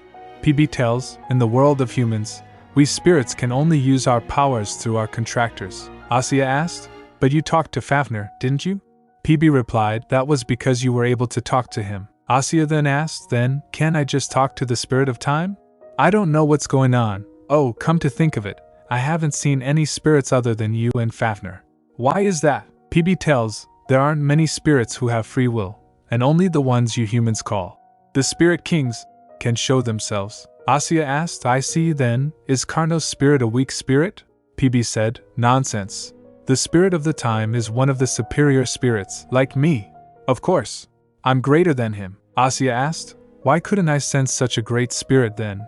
PB groans, he had to use up a lot of power in the past, so he's currently in a weakened state. Realizing why PB was asking her to feed him more, she asked, that's why you're trying to give Carno more power? PB replied, that's right. Once he gains enough power, his spirit will retrieve his power as well and be able to talk to his contractor. Asya said, then, you should have told me that in the first place. Now I understand everything. PB said, I couldn't tell you. She asked, why not? PB said, it's part of heaven's will. I can't talk about it. Asya said, okay, whatever. What should we do now? Ever since I told him about his spirit, Carno hasn't come to see me. PB asked, but he's been sending the flowers, so what's the problem? And having accurate information about his spirit should be much more beneficial to him. Then Riss came and said, Your Highness, His Majesty is calling for you. Riss hugged her while Asya asked, so early in the morning? Riss replied, it's not early at all. The sun is up. You should hurry and get ready. Asya gets ready and Riss said, oh my, Your Highness. That suits you so well. While walking through hallway, Asya asked, Riss, why has His Majesty summoned me? She replied, you'll see when you get there. Asya said, what? You're making me feel nervous. And we don't seem to be going to Ashtard Palace. Where are we going? Aren't we going to meet His Majesty? Her grandfather was standing with Butler talking about something. She said, "Your Majesty?" Shamel said to Asya, "Oh, it's been a while. I heard you were ill. Are you feeling better now?" PB shouts, "You cheeky little critter. Are you talking to my contractor again?" "Get lost," Shamel said, "TSK. When will you ever grow up?" The Emperor noticed PB and asked Asya, "What's that bird?" Asya replied, "It's my pet chick, PB. It's normally very calm, but it must have been startled by the sudden gust of wind, Grandpa." The butler tries to say, "Your Highness, I'm afraid you can't address." But the Emperor interrupts, "Never mind that, and leave us alone." Butler confused asked, "Pardon?" Emperor said, "I need to speak with my granddaughter alone. Give us some privacy." Butler said, "Yes, Your Majesty." Then Emperor said, "Anastasia?" She asked. "Yes." He said, "Come here." She comes closer. He asked her, "How long have you been able to talk to spirits?" Shocked Asya asked, "How did you?" Emperor said, "I knew Shamel had made silly comments to you, but I didn't know you had actually talked to him." Shamel asked, "Silly comments?" Emperor asked, "I asked you when you started being able to talk to spirits." She starts looking pale thinking, "He caught me. Now he knows everything. Then, there's only one option. I have to be completely honest with him." She hesitated but then said, It's been quite a long time since I started to talk to spirits." Emperor gets shocked. She said, "When was it?" "I guess it was a few days after it was decided that I would stay in the palace." Emperor asked, "Is it thanks to your help that Alexei's power has become stabilized lately?" Asya said, "That was always supposed to happen." "I didn't do anything." Emperor asked then, "Is Alexei also unaware of your ability to talk to spirits?" She said, "Well, he knows about it." Then he said, "So, the Emperor was clueless about something the Crown Prince has known all this time." Nervous and anxious, she said, "I was going to tell you about it too, Grandpa. But the thing is," he asked, "when were you going to tell me?" "After Alexei succeeded the throne?" She flinched hearing this. Then he asked, "How did you find out that I could talk to spirits?" PB shouts, "Isn't that just obvious? That cheeky little bastard must have told him everything." Emperor said, "How did I find out? Did you think I wouldn't notice it at all, when you were talking with your little yellow spirit loudly every day?" Hearing this, PB gets silent. Shamel said, "I didn't say anything." He asked, "When you asked me not to create a spare button to replace the Crown Prince, were you afraid that I might make you Crown Princess after learning about your power?" She grasped his hand. Then she said, "That was because I didn't want Alosha to get hurt. I'm sorry." Emperor said, "You are so considerate toward your cousin." He said, "All right then. Let's move on now. I didn't call you here to reprimand you. I have a present for you." She asked, "A present?" He opens the door saying, "You were a great help with the peace agreement, so here is your reward." It was a kitchen. She was amazed to see it. He said, "It's a present for you, so don't just stand there. Go have a closer look." She thinks, "This kitchen is a present for me?" She concluded, "No way. This huge kitchen couldn't possibly be my present. Then, what is the gift?" She saw some flowers and thinks, "I found it. There's a ribbon wrapped around it, so I guess that's the gift." She grabs them saying, "I love it." With a smile on her face she said, "These flowers are beautiful, and they smell great." "Thank you so much." She asked, "How do I water them?" "I can ask the gardener." PB interrupts saying, "Asya, look at the landlord." She looks at the Emperor and his face was looking disappointed. She wonders, is this not it? The Emperor clears his throat and grabs the vase from her hand and said, "My gift to you isn't this vase filled with flowers. It's the kitchen. I should have made it clearer." She gets startled. "What? You're giving this kitchen to me?" The Emperor replied, "That's right. If you don't like it." But she cut in, "No, I love it." He looks at her and she exclaimed, "I truly love it, Grandpa." Then she went ahead examining the kitchen. Then the Emperor's spirit whispered to him, "Didn't I tell you that the little peach would like it?" The Emperor replied, "You did, but this isn't an estate or property. I didn't imagine a kitchen would be enough to make her happy." Then the spirit said, "Let's give her some privacy to enjoy it alone." Saying that, he left. While walking back, the Emperor asked the spirit, "Why didn't you tell me that she could talk to spirits?" Spirit replied, "She didn't want that. Isn't she surprisingly selfless and clever?" The Emperor remains quiet. So the spirit said, "Mikhail, it's not like you let her stay in the palace because you wanted to make her the next ruler. During the spirit ceremony, when she seemed to dislike you, you got cross. That was why you made her stay. Did you think I wouldn't know that?" The Emperor scoffs, "Nonsense." The spirit continued, "Still, you look delighted to see her happy to receive your present." The Emperor said flatly, "It's from the Emperor of the Empire. She has no choice but to like it. The spirit asked, "You talk as though you aren't excited to see her so happy. Your old habit of hiding your feelings hasn't changed in decades. But Mikhail, if you don't smile at her more often, you will regret it someday." Later the maid Riss with Ivan went to the knight's training hall, where she told Sir Neelan about the situation. Sir Neelan asked, "What are you talking about?" Riss replied, "This child was given to Princess Anastasia as a slave, and he was recently freed. I brought him with me so that he could learn swordsmanship from you, Sir Neelan." Sir Neelan replied, "Goodness, are you not even going to call me teacher anymore?" Riss huffed, "I did learn some self-defense from you when I was young, but we're in the palace now. I have to watch my language." After a moment of conflict, Neelan sighed, "Never mind, I'm the one to blame." "So, what do you want me to do?" she replied. "Princess Anastasia wants him to learn swordsmanship." Then he examined Ivan's body. Let me see. He has a quite good physique and sense of balance. Better than expected." Then he said, "Let's check your endurance. Run around the training grounds." Then Riss asked Ivan, "Would you like to give it a try?" Ivan nods and gets going. Looking at him, Sir Neelan asked, "Did Princess Anastasia ask for me to train him?" Riss replied, "No. I was the one who offered to find her a talented swordsman." After a moment's pause, Riss said, "You should go and greet Princess Anastasia first." Neelan flinched and asked, "Why should I go to greet her?" She replied, "She doesn't really know you, Sir Neelan." "Do you expect her to come to you?" he said. "It's not that I don't want to meet." She cut in quickly, "You were the one who kicked Irina out in the first place, teacher. And Princess Anastasia is also anxious about your motives." He asked, "My motives? What do you mean?" She replied, "Her grandfather, who hasn't kept in touch with her for the past 10 years, returned soon after she entered the palace." Then Sir Neelan said, "She's just a 10-year-old girl." Then he called for Ivan, "Hey kid, come back." While running, Ivan glances at them but kept running. Then Riss nods, so he stopped. Neelan asked, annoyed, "Will he not listen to me? You expect me to teach a bastard like him?" Riss replied, "He only listens to Princess Anastasia. And the reason he listens to me is because she ordered him to." Neelan sighed, "Hey kid, starting from tomorrow, come to the training hall by 6 every morning." Without responding, Ivan glances at Riss. She said, "From now on, you may follow Sir Neelan's instructions." Sir Neelan shouts, "Darn it, will I have to tell him what he should and shouldn't do all the time?" Meanwhile, Alexei and Asya were having tea. Alexei said, "You've gotten so many invitations to tea parties. Are there any you want to accept?" She replied, "I have no idea.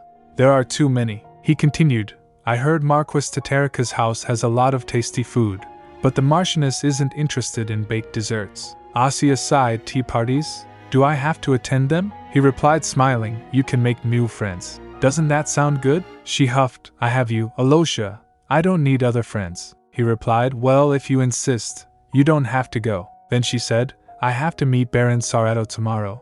She's bringing me ingredients." Alexei smiled. "What ingredients?" She replied, "For the cake that is to be sold at her patisserie." She giggled, "After we adjust the recipe slightly and hire the pastry chefs, it'll be ready to open. I'll give you some cake once it's ready." He laughed, "I'll be looking forward to it, so don't forget." She replied, "Of course I won't. I promise." Then he remembers something. "Oh, right. I was supposed to have told Carno to decide which domain he wants to be granted.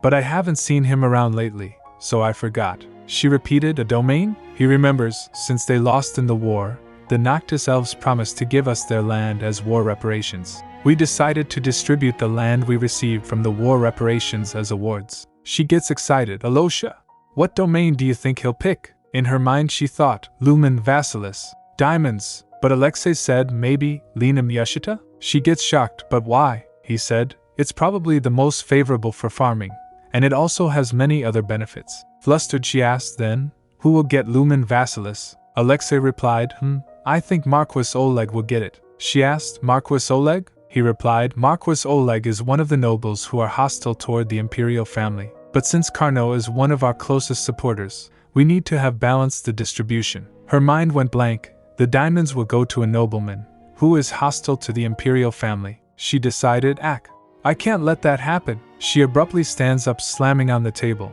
"I'll go and pass along your message to Carno." She thought, "I can't just sit back and watch a hostile nobleman get the diamonds. I'll have to persuade Carno to choose Lumen Vasilis." By her sudden action, Alexei gets startled. She looks at her confused face and started rambling. Well, the thing is, I had something to discuss with him anyway. And I thought maybe I could tell him about picking a domain, as well. Alexei smirked. At first, you hated him so much. But do you miss him now? She replied. It's nothing like that, Alosha. He chuckled. Okay, I'll tell him to come here tomorrow afternoon. By the way, what are you going to discuss with him? Is it a secret? She huffed. We're gonna form a union to fight against your tyranny. He asked. What tyranny? She replied. During the feast with the elves, you were the one who made Carno escort me. Carno complained a lot about how you exploited him. I know everything, so don't try to make excuses. He gets surprised, huh? But Carno was the one who offered to go in the first place. She gets confused. What? Did Carno really say that? She recalled that night and blushed. What? Did Carno voluntarily come to pick me up? Alexei asked, intrigued and laughing. Did he whine about how I forced him to go? What else did he say? She complained. Ugh, I don't know. Just make sure he comes tomorrow, he replied. Okay. Later she invited Pavel to her kitchen. He exclaimed, wow, this kitchen is amazing. I would expect nothing less from the emperor. While stirring she said, right? I don't have to borrow yours anymore, Pavel, he replied. Oh, please don't mention it. By the way, what are you going to make today? She replied, pound cake. I wasn't able to use butter for a while because of the elves, so I'm going to use a lot of it today. She instructed, we need plenty of eggs. I'll mix them with honey and some sugar I flavored with lemon peels. Next, I'll add 52 rassos of sifted flour to the mixture. Then, when I put melted butter and lemon juice into the batter and bake it, the last step is to put the lemon frosting on top. As she done that, someone knocks the door. As the door creaked open, she turned, saying, oh, that must be Olga. As they turned to see the Baroness, they shouted, Welk. Baroness was looking disheveled. She said hello. Pavel asked, who are you? But Asya went to her. Olga. The Baroness staggered and trembles. She showed a package and said, Your Highness, I brought the chocolate you requested. Worried, Asya asked, what's wrong? Is something the matter? You look so pale. The Baroness sighed. The thing is. Asya repeated, the thing is. Baroness replied, we're having problems recruiting pastry chefs for our patisserie. Asya gets shocked. What? But why? Baroness replied, I think they're opposed to using someone else's recipe. It hurts their dignity. And they're reluctant to sign the non-disclosure agreement, as well. Asya claps her hand and said, Olga, cheer up. I made some pound cake, so why don't we enjoy it with some tea and try to cheer up? Then, we might be able to come up with a good solution. The Baroness went to a cabinet saying, That sounds great, Your Highness. I can make tea. But she gets stunned as she opens the cabinet. She exclaimed, My goodness, isn't this? She gasped, one of the 10 exclusive tea sets, made by the famous Murad de Serelo. Pavel asked, confused, Isn't Mura Elo a painter? Baroness replied, Mura isn't just a painter. Murad de Serelo is a painter, architect, musician, and artisan pottery maker. They are a genius and a master of all fields of art. She picks up an utensil and said, Look at these exquisite curves and beautiful colors. Asya smiled. That's amazing. Then, why don't we use them for tea? Baroness gets shocked. What? But Your Highness, this tea set is. Asya innocently beamed. I want to have tea and cake with you too. Do you not want to, Olga? Then Baroness gave in. I'll prepare the tea right away. Asya cheered. Yay. While having cake, the Baroness asked, This is so delicious. What was the name of this cake again? Asya replied, One bite of it is enough to make you feel happy, like you're on a picnic. So it's called picnic cake. Then while wrapping up a piece of cake she said, Olga, it's important for our patisserie to carry our special chocolate cake, right? She replied, Yes, it's the one-of-a-kind cake made with your recipe. Asya said, In that case, since you wouldn't need special skills to make the cake, I think we should just recruit people who are reliable, rather than particularly skilled. Baroness groaned. Oh. Then, how do we find reliable people? Asya replied, Don't worry, Olga. I'll find someone we can trust. Well, I've gotta go now. Bye. Saying that she vanished from there. Pavel and Baroness stands there stunned for a moment. Then Pavel said, Don't you think she sometimes acts less like a little girl and more like an adult? Baroness replied, You're right. I feel like I've been tricked by a fairy or something. Then she remembers, By the way, I didn't tell Her Highness about this because I wasn't sure yet, but I think someone has been disrupting the opening of our patisserie. Pavel shouted, What? Who in the world would? She shushed him. I'm not sure, but I believe we should be more watchful. Then Asya went to a garden and sits there. A few moments later Carney came. She said, "Oh, you're here?" As he sat beside her she said, "Long time no see, Carno." She thinks in her mind, this is the first time I'm seeing him since I told him the truth about his spirit. He glanced at her, then picks up a flower bud. He then make it bloom using his power and puts the flower in her hair saying, "I hope you'll forgive my rudeness." Then he said, "I'd like to ask you for a favor." She asked, "What is it?" He said, "Please don't tell anybody else about my spirit." She asked, "Why?" He explained, "People might think I can also turn back time, instead of moving it forward. I'm afraid they'll ask me to bring back their youth." She remarked, "Oh, that makes sense." He continued, "Moreover, despite the peace agreement with the Noctis elves having been successful, I think there are still some elves who are opposed to it. That's why I concluded it would be better to have my spirit known officially as the Spirit of Death." After hearing that she sighed, "I don't want you to shoulder the entire burden of the war, but I understand what you mean. I'll keep it a secret." Then she said, "By the way, why didn't you come to see me?" He replied, "I'm here now." She said, "No, I mean, why didn't you come before I called for you?" He replied, "Ever since I learned the truth about my spirit, my power has felt completely new to me. I was busy adjusting to it." "I'm sorry." She pouts, "You could have at least written to me." He replied, "All right. Then I promise I'll write to you next time. Did you call me here to tell me that?" Then she said, "Oh, right. Carno, I need your help with something." He asked, "What's the favor?" She gets straightened. "Do you know anyone who can help me? Someone who's close to you and reliable." He questioned, "You called me here saying you had urgent business to discuss, and that's it? You want me to find someone to help you? Did you think I'd be able to find someone reliable right away?" Then she gave him the cake and said, "This is a picnic cake I just baked. If you eat this, it'll help you think of someone good you can recommend. So, hurry and eat it." He said, "What are you talking about?" He was speaking, but Asya shoves a bite of cake into his mouth. He noms on the cake and eats it. Then she said, "Carno, you must like tart foods." He huffed, "Well, you suddenly put it in my mouth." But then he agreed, "Ha, okay. But the people I know are all soldiers. You must know that. So, what kind of person are you looking for exactly?" She tilts her head, "Someone who is trustworthy. They don't have to be excellent at cooking. They just have to be as good as you, Carno. But I'm spectacular at cooking." Then she whispered to his ear, "This is a secret. But I'm going to open a patisserie in the capital city with my chocolate cake recipe." He asked, "By yourself?" She giggled, "I signed a contract with Baron Sarato, and we're going to run it together." Carno said, "I guess the Count is being haunted by an evil spirit or something." She replied, "That's mean." Anyway, she said she wasn't able to recruit a pastry chef. So, Carno asked, "But why do you want a veteran? The army cooks don't even bake cakes." She replied, "They don't have to have any experience in baking. This cake is easy to make, so anyone can make it with a little practice. I just need someone I can trust. I'm asking you for this favor because I want to recruit someone who's close to you, Carno." Hearing that he blushed and said, "Wouldn't it be better for you to ask Alexei to find a suitable candidate?" She replied, "But Alosha is busy." Then she beamed, "Can I just contact you directly? We might have to contact each other again in the future, right?" He replied, "Then, I'll give you my P.O. box number." She pointed, "That'll take forever. What if I need to call you out right away?" He argued, "It's polite to contact someone a few days prior to when you want to see them." She asked, "Oh, can I send you a carrier pigeon? I mean, a carrier chick?" He asked, "What is that?" "You didn't even listen to me." Imagining PB, she said, "It's similar to a carrier pigeon. So don't freak out, okay?" He replied, "Well, okay. I will contact you as soon as I find someone." "So, is that everything, Your Highness?" She said, "Oh, actually, I have one more thing to tell you." She remembers, "This is the most important part, actually. How should I persuade him to choose Lumen Vassilis?" As he tilts his head, she said, "I heard you need to choose which domain you'd like to receive as a reward. So, if you're still thinking about it." It was hard for her. "Ugh, whatever.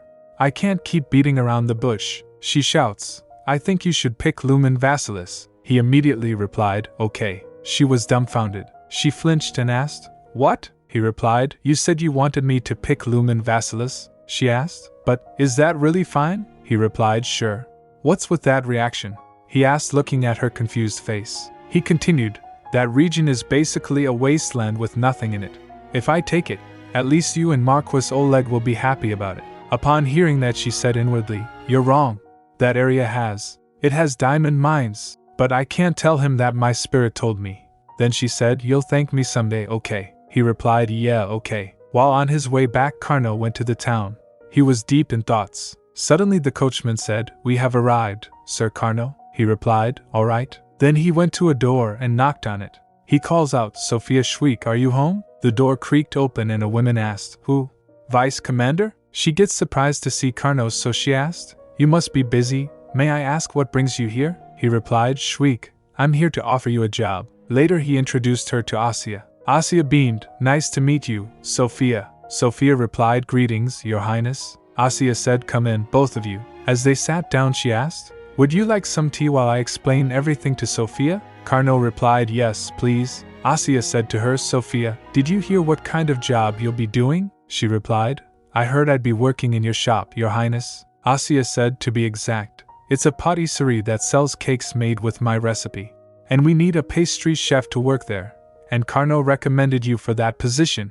But I guess you've never baked a cake before, so I'd like to see if the job suits you. Is that all right? Sophia hesitated. Well, I have time now, but... Then Asya said, great. Let's start by washing our hands. Sophia looked sad a little as she shows her hand that was prosthetic. She hesitated, but Asya handed her soap. Here's the soap. She replied, thank you, Your Highness. After washing their hand, Asya beamed. Then, shall we start making cookies together? After they baked cookies, Asya exclaimed, wow, Sophia, I can't believe this was your first time. Sophia picks up a cookie and gulped before eating. Asya tasted one and said, delicious. I'm glad I found someone as talented as you. Carno interjected, I'm the one who brought her. Asya offered him a cookie and said, thank you, Sir Carno, have a cookie. He stammered, I'm fine. I can eat it by myself. Then Sophia nervously said, Your Highness, I'm so sorry, but I'm afraid you should reconsider hiring me. Upon hearing that, Asya gets puzzled. What is she talking about? Asya asked, why? You don't like this job. Sophia replied, no, it's not that I don't like the job. It's nothing like that. But I'm not a trained pastry chef. She hesitated, and my hand is different. I'm sure there will be people who don't like it. This is such a great opportunity for me, but I'm afraid I might cause trouble for you. After hearing that, Asya grabs her hand and said warmly, that's not true, Sophia. I need a person I can trust and rely on. And you're the perfect fit. Look at these cookies you made. They're perfect. We need you, Sophia. Sophia felt touched, and tears came to her eyes. Then Asya questioned, Sophia, are you going to tell my recipe to other people? Sophia shakes her head in denial. Asya questioned again, then, are you going to slack off or steal ingredients? Sophia again shakes her head. Then Asya smiled and said, see? You're the exact person I've been looking for. Sophia, let's work together, yeah? Sophia was nervous, but she wasn't able to say no to her, and agreed. Seeing that, Carno chuckled. Then he said, that's right. I'm sure you'll do well, Schweik. And it's good to try new things. She gets surprised for a moment after hearing that, then said, I'll accept your offer. She felt embarrassed, saying, please forgive my impudence, Your Highness. Asya cheered, don't worry about that. Then she signs the contract saying, thank you so much for giving me a chance to work again. Asya replied, you're welcome, thank you too. From now on, I'll be in your care. Then they sat down to finish their tea. Later Carno went to meet the emperor. Marquis Oleg was also there. They were waiting outside the throne hall. Marquis thinks in his mind, has His Majesty not arrived yet? He glances at Carno and thinks, he looks around the same age as my daughter, but I feel uneasy around him, perhaps because of the spirit of death. And he chose Lumen Vassilis, which is basically a wasteland. What is he scheming? He suspiciously asked Carno, are you sure you want Lumen Vassilis? Carno replied, yes, I am. Marquis asked, do you want something from me in return for letting me have Lenum Yashuta? Carno sighed and then sternly asked, if I do, are you prepared to handle it? Marquis gets tense for a moment. How much must he look down on me to say something like that? I can't believe he's asking me if I can pay back my debt. Then he said, what I meant was... Carno cut in. I wasn't being serious. I chose Lumen Vassilis because that was what Princess Anastasia wanted.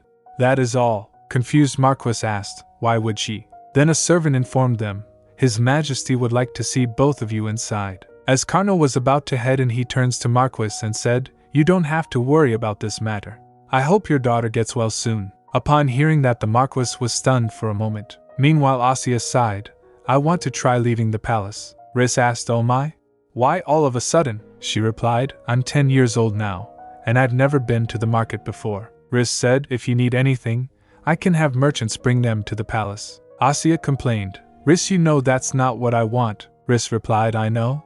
You want to go to Baron Sarato's shop, don't you? Asya whined. Today's the opening day. I want to go there and see it for myself. Riss reminded her. But you know you need permission to go outside the palace. Then Asya smiled, saying, I think it'll be fine as long as I get Alosha's permission. I'll go ask him right now, so help me get ready, Riss. Few moments later she returned looking sad. Riss asked, You're back? What did His Highness say? Asya pouts, then sat down on bed. He said, We can go watch an opera later. Riss repeated, An opera? Asya replied, Yes, and he said we could stop by the patisserie then. She complained, Alosha said he wouldn't let me go outside alone because it's dangerous. Riss agreed, Of course. It's much more dangerous out there than you think. Asya thinks for a moment, then said, In that case, I think I'll have to get His Majesty's permission. Since Alosha said no, I'll go straight to the Emperor. Hearing that, Riss gets startled. What? She said, His Majesty won't give you permission either. So why don't you wait until you can go watch an opera? Asya argued. It's not like I'm a crown princess or have any important duties. She fired up. So, I'm sure His Majesty will let me go outside. But moments later the reality struck. She drooped. Why can't I go? The Emperor said we would have to restrict traffic in the city in order to have an imperial carriage go through there. Have you thought of the hassle it would cause for the citizens? Asya suggested. I can just ride the carriage until I'm outside of the palace gates. After that I'll walk. The Emperor asked, How much can you walk with that tiny body of yours? Asya replied, When I lived with my parents, we didn't have anything like a carriage, so we walked everywhere. The Emperor was writing. He stopped and asked, Where exactly do you want to go? She replied, Baron Sarato's patisserie. It opens today, so I want to go see it for myself. Her eyes sparkled as she said, I'm not planning on making a fuss as a member of the imperial family. I'll just visit the shop and make it quick. So, please, the Emperor asked, But what if something happens? She replied, It's fine, because we have Alosha. The Emperor asked, Do you think your cousin can protect you no matter where you are? She replied, Oh, that's not what I meant. Alosha will stay safe and sound in the palace, so you don't have to worry about your successor. Upon hearing that, the pen Emperor was holding snapped. Seeing that, a servant rushed to him. Oblivious, Asya asked, Grandpa, are you okay? He sighed. If you want to go outside so badly, I'll give you my permission. She cheered up. Really? I'm so happy to. But the Emperor cut her off. Instead, since you are a member of the imperial family, you need to take a guard with you.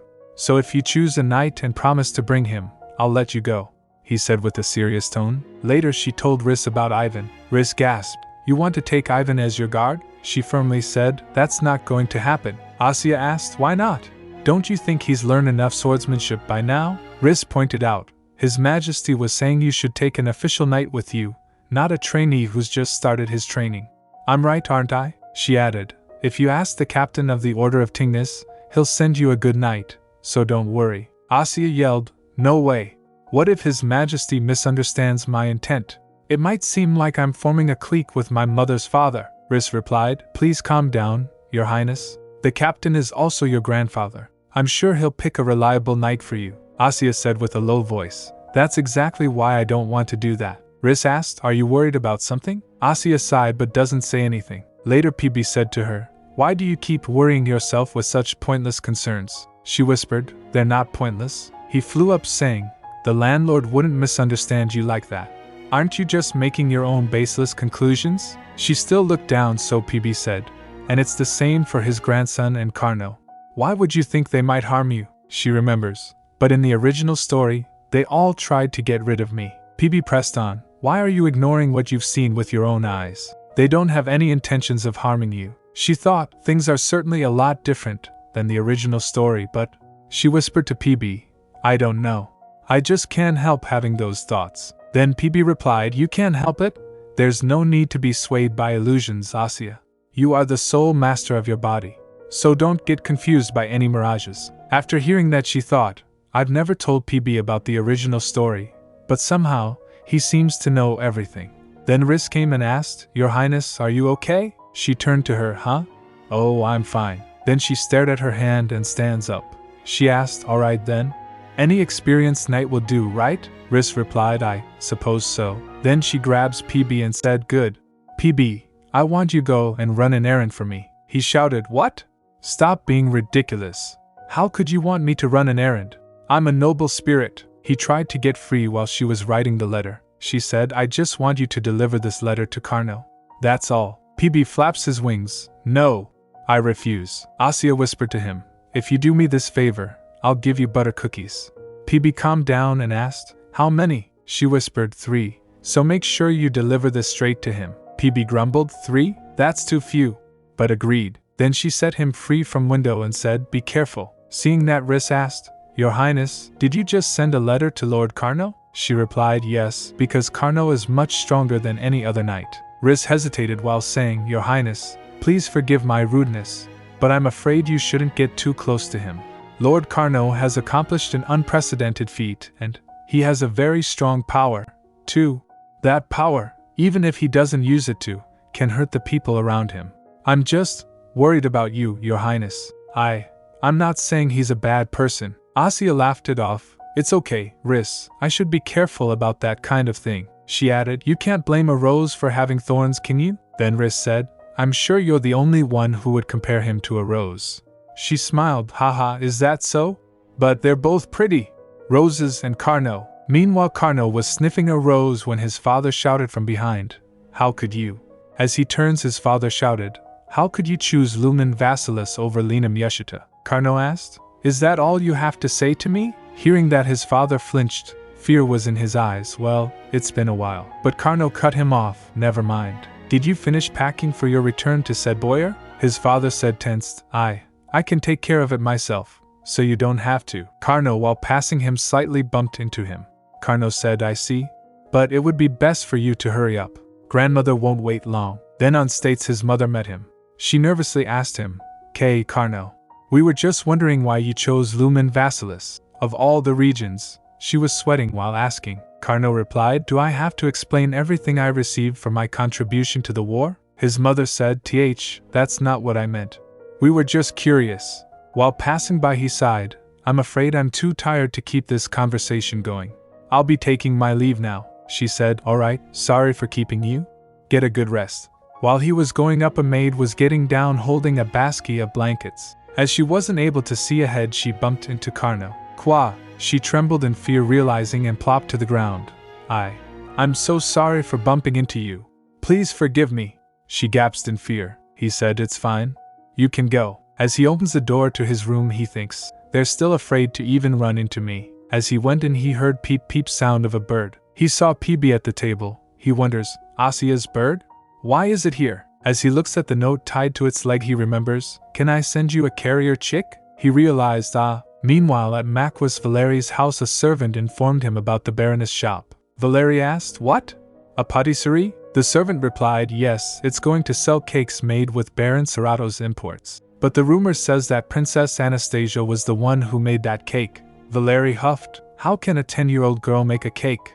That's just Baron Sarato trying to charm the imperial family. Wait, then does that mean she's going to side with Alexei? The servant said, she hasn't contacted the crown prince, she just met Princess Anastasia. But Valeri jumps from his place and shouted, Alexei brings Anastasia everywhere he goes, like she's his favorite doll or something. If the Baron is trying to get on Anastasia's good side, it means she's trying to side with the crown prince. He huffed, she even agreed with making young Alexei the crown prince. I can't believe they call themselves nobles when they don't even realize that his contract with the Spirit King is still unstable. He clenches his fist, saying, one of the few nobles who knew about that was Marquis Tatarika. But I can't believe he fell down the stairs to death at such a crucial time. And right before he died, he broke his wife's treasured item, Mura's teach, and that spread the false rumor that he was beaten to death by his angry wife. Everyone around me asked if the rumor was true, which made me look like a fool as well. He crumpled the letter, thinking, Mura, I've always disliked him, too. How dare he turn down my offer? The letter from Mura's content were, rumor says your friend hated me so much that he left this world. I hope it wasn't because of me. Due to my lack of talent, I'm afraid I can't draw the portrait you asked me for. Take care. Then Valeri said, fine, if Baron Sarato is going to make things happen right in front of my nose, I'll have to punish her properly. He shouted to his servant, "Go find me someone, immediately." Later Karno was standing outside the palace waiting for Asya. He thinks, she's a little late. Few moments later she came dashing. "Karno, sorry for keeping you waiting." She shows him her dress saying, "All the clothes in my closet were so fancy that it took me a while to pick the most modest one." Then Riz, who came with her, said, "Sir Karno, I'll be leaving Princess Anastasia in your care for today." He replied, "Yes, please do not worry." Few moments later, as there was crowd bustling, Asya exclaimed, "Wow, there are so many people. I'm glad I brought you with me." Karno said, "I was wondering what the occasion was since you set that carrier chick. But you just wanted me to escort you." She said, "No. What I wrote was, if you have an occasion to go to town, would you like to go together?" He walked saying, "Fine, I owe you one for hiring Sophia anyway." She replied, "Actually, I owe you one for introducing Sophia to me." He asked, confused, "What?" She said, "Gosh, you really don't know how to accept the credit you deserve." Just then a passerby bumped into her. Karno quickly pulls her close and asked, "What?" Without realizing, she continued, "I mean, you don't seem to know how to calculate what you've given and taken. I think I should stay by your side." And just then another passerby bumped into her. She stumbles. "Ouch." Karno grabs her and said, "Be careful." She said, "Thanks, Karno." Then she noticed something at a stall. "Huh?" he asked Asya. "What's wrong?" She went to a stall. He called out, "Wait, don't rush." She exclaimed, "Wow, look at these candies. They are so pretty. Like gems." The stall owner smiled. "This young lady has good taste." He said, "Try one?" She asked, "Can I really try one?" He was about to hand her, but Karno quickly snatches it from him. He tasted it and said, "It's a little sweet, but we'll take a jar." Seeing that she thinks, Karno doesn't even like sweets. Was he trying it first to make sure it was okay, since a stranger was trying to feed it to me? Then he offered her one. "Here, you should try one too." She replied, "Okay, thanks, Karno."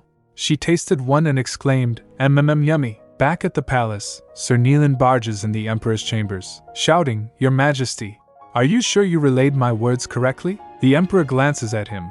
I never imagined someone who was so loyal to the crown that he even severed ties with his daughter who married the youngest prince, would burst into the Emperor's office while shouting.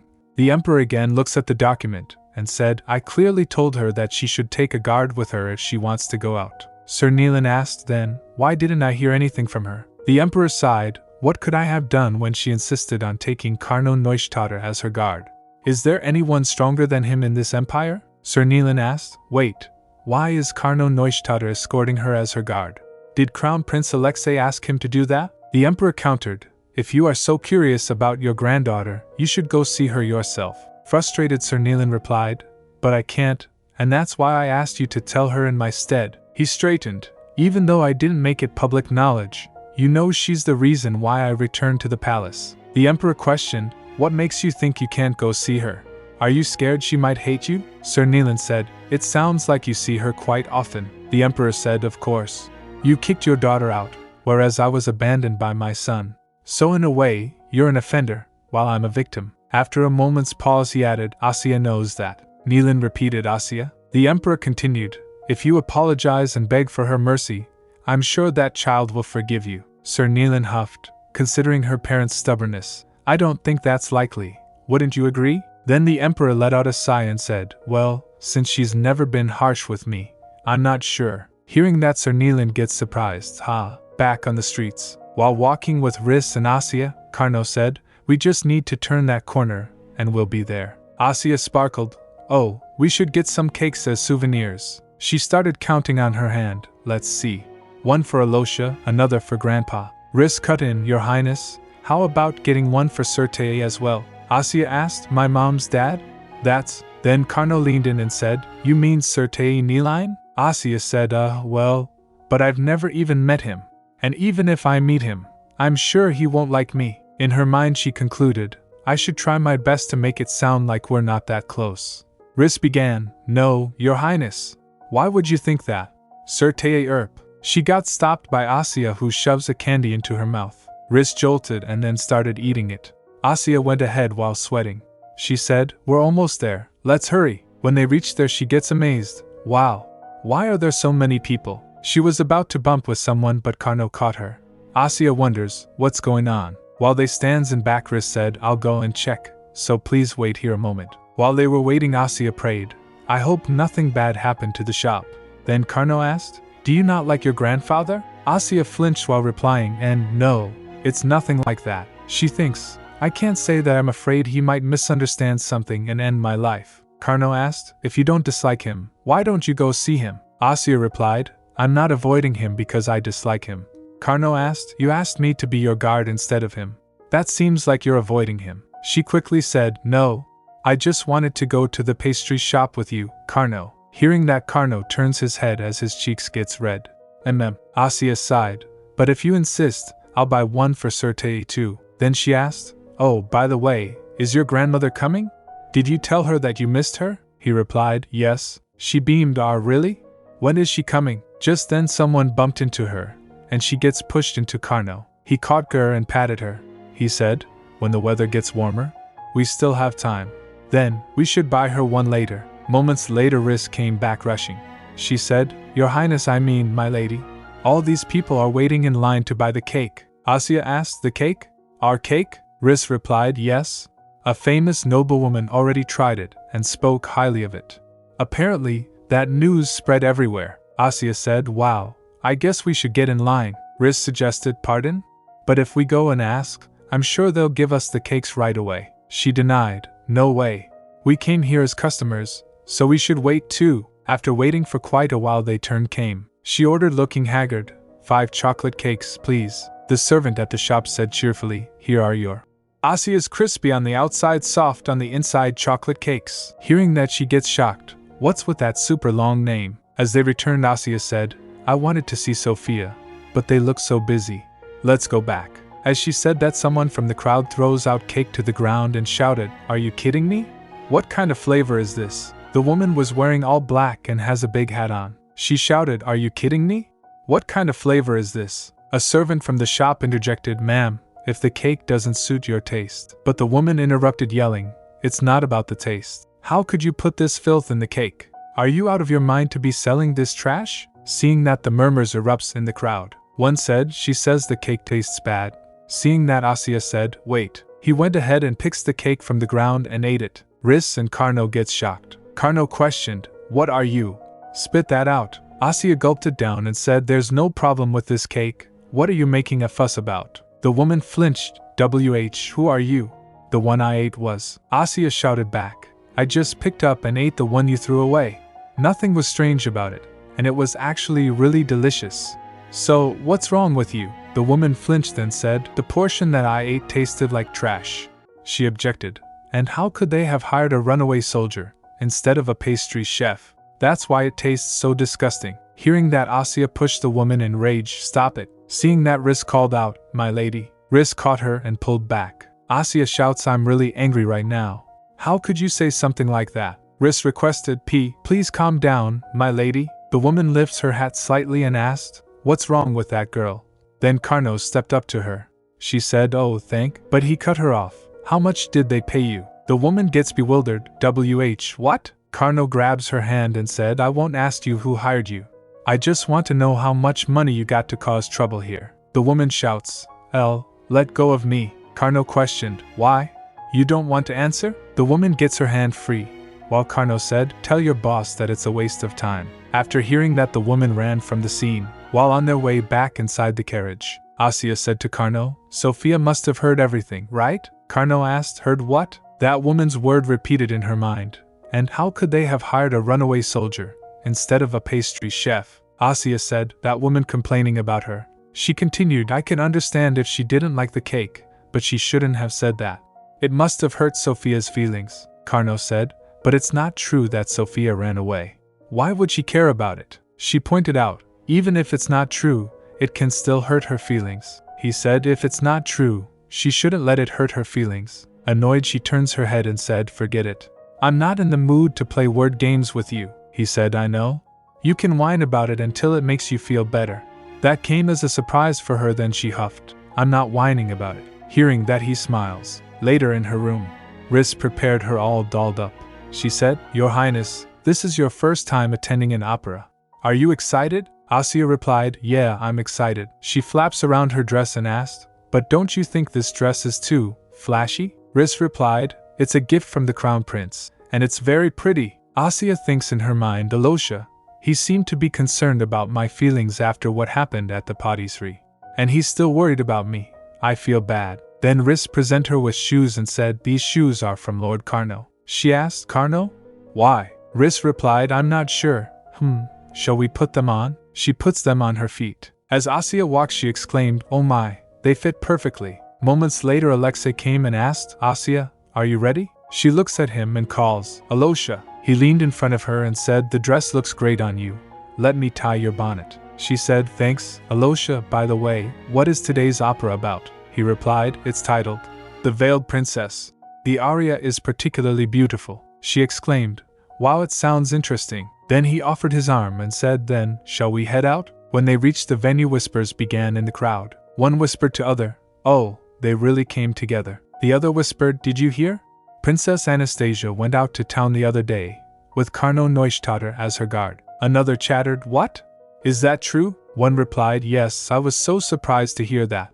His Majesty must cherish his granddaughter a great deal if he's sending the next Duke of Sedboyer as her guard. Another exclaimed, I heard that the Crown Prince also adores his cousin, and it seems to be true. It's good to see them spend time together. Moments later, the opera show began. They seated at their place enjoying it. During the show, a performer said a line, I believe you should start by doing some reading.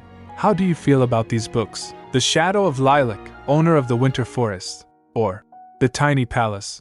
Which would you like to read? Asya noticed and said to Alexei, I think the chorus sings better than the female lead, especially the lady in the center with the brown hair. Alexei replied, you're right. She definitely stands out. The woman caught her eye. She focused on her, thinking, actually, I feel like I've seen her somewhere. Who is she? Even among all these musicians with different instruments, I can tell who's made a mistake, so why can't I remember where I've seen that woman? Then she whispered to PB, stop dozing off and wake up. He asked, what's the matter? She whispered to her, see that woman with brown hair who sings really well? I think I've seen her before, but I can't remember. She lifts him up to show him and asked, PB, do you remember her? He looks at her, then jolted Asya, she's that woman. Asya asked, who's that woman? PB replied, the woman who made a scene in front of your pastry shop. She gets shocked that was her? She's an opera singer? No wonder her voice was loud and clear. She thought, I can't believe that singer was the customer who made a scene at my pastry shop. At the end of the play, Asya quickly stands up and rushed out. Alexei called from behind Asya. While rushing, she said, Alosha, I'll be right back after meeting the singer. He was confused. What? Wait. Outside, she was searching for her. I thought I saw her coming this way. Then Alexei came there and puts a coat on her and said, Asya, it's still cold outside. You shouldn't leave without wearing your coat. She replied, it's fine. I just wanted to see that person briefly. He tugged her, stopping her, and said, I send my attendant to call her out. She'll be coming soon. When that woman came, she said, Mr. Butler, why did you come all the way here? I told you I wouldn't do that job again. Even if you pay me more, I won't do it again, so please stop. The woman halted, seeing Asya standing there. Asya said, whose butler are you talking to? I'm the one who wanted to see you. She pointed, you. Aren't you the customer who caused trouble at my patisserie? The woman gets startled and, no. I don't know what you're talking about. Just then someone called out. A boy rushed to the woman and said, Mom, you were the best today. She turned to the boy and, Nicky, come here. Asya looks at the boy and thinks, is that boy her son? His clothes are too thin for this weather, and he's scrawny. Then the woman plopped to the ground and requested, I'm so sorry, my lady. Please spare my son's life. Moments later, the woman and Asya sat down at a bench.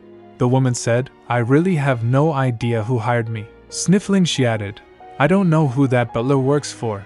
He just told me to stand in front of the other customers and say that the dessert tasted terrible, and that it was because a runaway soldier made it. He said I would get paid if I did that. Just then her son, who was standing at a distance lighting the flying lantern, called, Mom, and waves at her. She waved back, then dropped. She said, I don't have enough money to buy Nicky new clothes, and I've been behind on rent for 2 months now. She apologized. I'm terribly sorry. That's no excuse for doing such a thing. Asya jumps from her place and said, it's fine.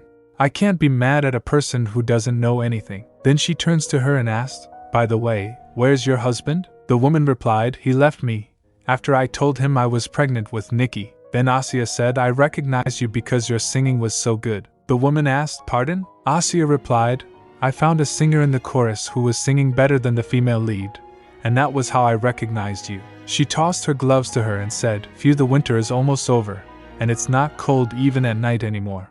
I don't need these gloves. Flustered, the woman asked, What? As Asya was about to leave, the woman stands from her place and called out, Please wait, miss. As she was about to go after Asya, Alexei interjected and stopped her.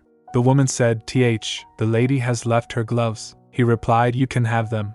They have expensive pearls, and you can sell them for a high price. By the way, his eyes darkened. Did the butler have a scar under his eye? The woman tries to remember a scar. Oh, I did see a thin scar, like a wrinkle, under his right eye. Then Alexei said, All right. I won't question you anymore, since the young lady seems to have forgiven you. He coldly added, Although, I wouldn't have forgiven you if you had tried to fool her. Cater in her kitchen, PB said. The singer smelled like a pasty. Shocked, Asya asks, What? You mean a piece of the sword of sin you told me about? PB replied, Yes. She asked, Did Zoya have a pasty in her? PB said, No. I think she came into contact with someone who had a pasty. The smell was so faint that I didn't notice it at the patisserie. But since I started to regain my power recently, I was able to smell it at the theater. Asya asked, You're regaining your power? How? PB said, Actually, it's thanks to you, Asya. Carnos seems to be communicating with his spirit very well these days. As he was putting pancakes on a cake, she asked, Why would that help you regain your power? He replied, Only the spirit of time is of a similar rank as me. As he regains his power, my power gets stronger for the sake of balance. Upon hearing that, she said inwardly, No wonder you paid extra special attention to Carno. She asked, Then do you think someone in the opera has a pasty? PB said, No, there was that person who forced her to pull that foul trick. It's the power of a pasty to make someone surrender to you. Asya asked, Then, should I just feed my cookies to whoever hired her? PB replied, Yes, because I can do something to people who have eaten your cookies. Then he realized, Wait, do you know who hired that singer? She said, Yes, Alosha told me. But she get interrupted. As a servant came and informed, Your Highness, His Majesty has come to see you. She gasped, What? Grandpa? Why? The Emperor sat down to have tea. She served him pancakes and said, It's all because of you, Grandpa? He asked, What are you talking about? She sat in front of her and said, You heard everything from Alosha, didn't you? He replied, Yes, I heard everything. As it turns out, my son Valery ordered it. But how is that my fault? Are you going to reprimand me for spoiling my son? She shouts, No, I'm talking about Zoya. The Emperor repeated, Zoya? His attendant quickly whispered to him, That's the name of the opera singer. She asked, Why do you think Zoya did such a thing? It was because she needed money to raise her kid. The Emperor huffed, That's my fault. She argued, If one of your people was suffering and experiencing hardship, to the point where they were forced to make a bad decision, whose fault is that? He took a sigh and said, I see. It is my fault. She said, Exactly. So please find Nikki's dad who ran away. The Emperor again repeated, Nikki? His attendant whispers, That's the name of Zoya's son. He agreed, All right, I'll find that man no matter what it takes. And what do you want me to do with him? She said, Make him pay child support. She noms on cake saying, He ran away without taking any responsibility, so he should at least make up for it with money. Then a thought crossed her mind, Oh, but what if he promises to give her money and doesn't pay her afterwards? A piece of cake was on her mouth.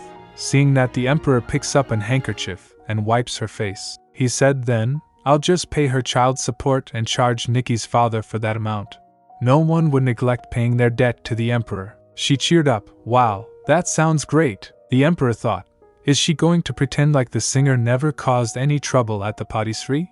Her heart is so soft. Later, Carno came to her kitchen, where she said, Today, I'm going to make pancakes and strawberry compote. She explained the process, and she does it. First, put some milk in a saucepan and heat it a little. Next, put the heated milk in a bowl of flour, yeast, and sugar. Combine the ingredients into a batter. While we're waiting for the batter to rise, let's boil the strawberries down into a compote. Lastly, make pancakes with the batter. And then you're done.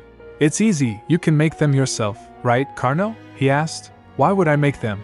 By the way, do you normally make this much food when you feel down? She looked at the stack and laughed. Haha, did I make too many? Then she changed the subject. Anyway, I feel just fine. Who said I'm feeling down? He replied, Alexei. And that look on your face. She turned, saying, What? So you came here because you were worried about my feelings? He asked. Why are you in a bad mood? Is it because of that singer? She glances at him. Wait, how did you know? But he leaned close to her and asked, Tell me.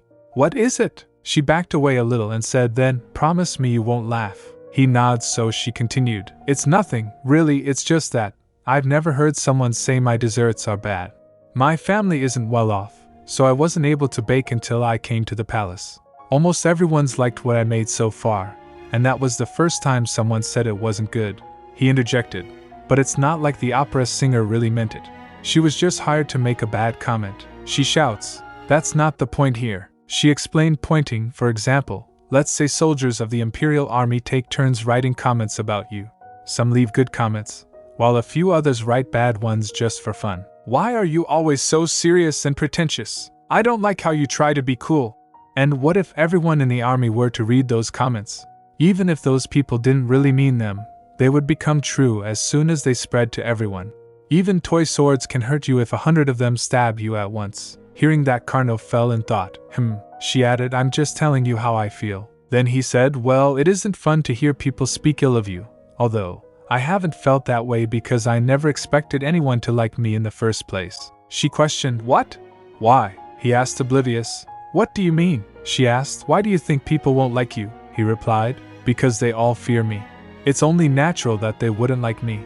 Is it possible to fear and like someone at the same time? She blurted out in rage, Of course you can. Even if I was scared of someone, if he saved me in a war, I'd have to like him because he's a good person. Then she calmed down a little and giggled. And about your spirit.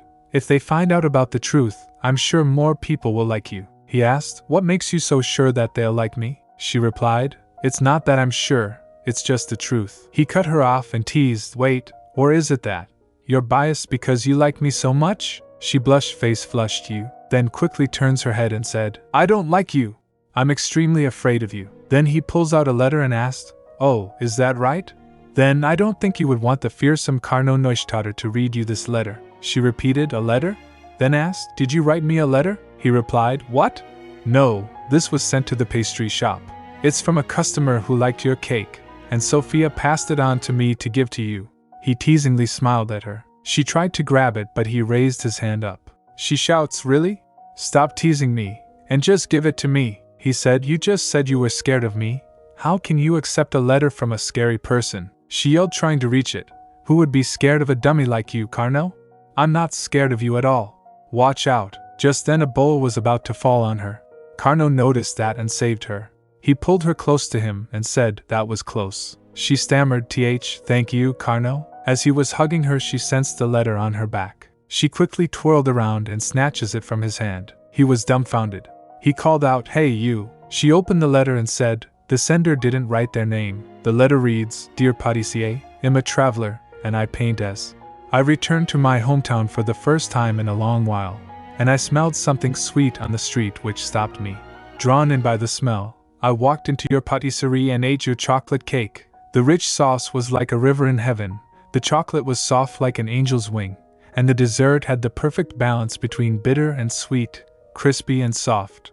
Overwhelmed by the emotion, she stumbles. Carno caught her. Asya, she gasped, So, this person wants to paint the pâtissier's portrait in return for being moved by the chocolate cake? Carno asked her, Are you sure you're okay? She giggled, Yes, I'm so happy. Tell Sophia to accept this person's offer. He questioned, What are you talking about? You made the recipe, so you have to accept the offer. She thought for a moment, but Carno cut in, It's okay. Sophia also said she wanted you to accept the portrait. Just then a servant knocked on the door and informed, Your Highness, the dresses His Majesty ordered for you have arrived. Asya rises up and said, Oh, right. I had a thing to do. Carno asked, Why did he send you dresses? She replied, He sent them as gifts to wear to the tea party I'll be attending soon. It's being hosted by Marchioness Tatarika. Carno asked, So you're going to tea parties now? And did you decide to go to Tatarika's because they praised your cake? She replied, It's nothing like that. It's because I heard his daughter is the same age as me. She playfully smacks him and shouts, Carno, you dummy. Meanwhile at Marchioness's estate, a servant informed her about the letters. These are the letters that arrived today, madam. She was doing gardening. She turns and said, "My goodness, why are there so many?" Well, it seems like many people are suddenly showing interest in my daughter's tea party. A maid said, "That's right." So suddenly, after all this time. The Marchioness said, "I'm afraid I should decline the late notices." She looked at few of those letters and gave them back to the maid. She said, "I heard Princess Anastasia has spent most of her time alone with the Crown Prince, so I'm afraid she will be uncomfortable if we have too many guests." Then a maid asked the other, "By the way, why is she suddenly attending the tea party?" The other replied confused, "That's right, I heard that she's never attended this kind of event before." The Marchioness sat down and said, "I heard His Majesty cherishes her a lot. I suppose he didn't want his only granddaughter going around everywhere and getting in trouble." Then a maid asked, "Then, why would she want to come to our event?" The other replied, "Oh, is it because of Lady Natalia? Since they're the same age." The Marchioness thought for a moment, then ordered her maids, the night before the tea party, "Make sure to put all of Natalia's toys into the storage room and lock them up. And make sure to put grease on trees and walls so she doesn't climb up them." The maids replied, "Yes, madam." The Marchioness anxiously asked, "And what else can I do to keep Natalia out of trouble around Princess Anastasia?" The maids looked at her worried. Then the Marchioness remembers and sighed. "Ah, do we have any of Natalia's dresses left?" A maid replied, "I'm afraid her dresses." The Marchioness filled in, "I knew it. We'd better order her a new dress as soon as possible. Oh, by the way, I heard Princess Anastasia likes snacks. We should look for a good pastry shop." A maid replied, "Yes, madam." Meanwhile, Asya walks around the hallway holding a basket full of strawberries. Her spirit said, "The strawberries look really fresh." Asya replied, "Yes, they're the last batch for this year." She said, "I'm going to make strawberry tarts to bring to Marchioness Tatarika's tea party." Spirit said, "Oh, strawberry tarts." She went to the kitchen and sat on a chair. Riss came with a letter and said, "Your Highness, there you are."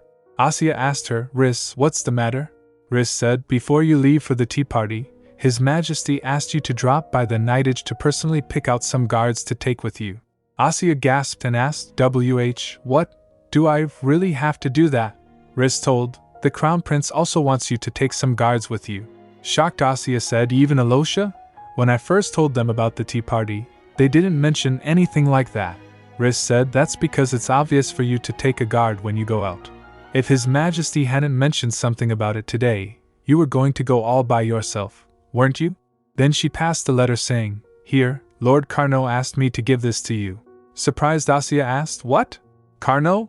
She starts reading the letter as her curiosity piqued. The letter's content was, "This is my first letter.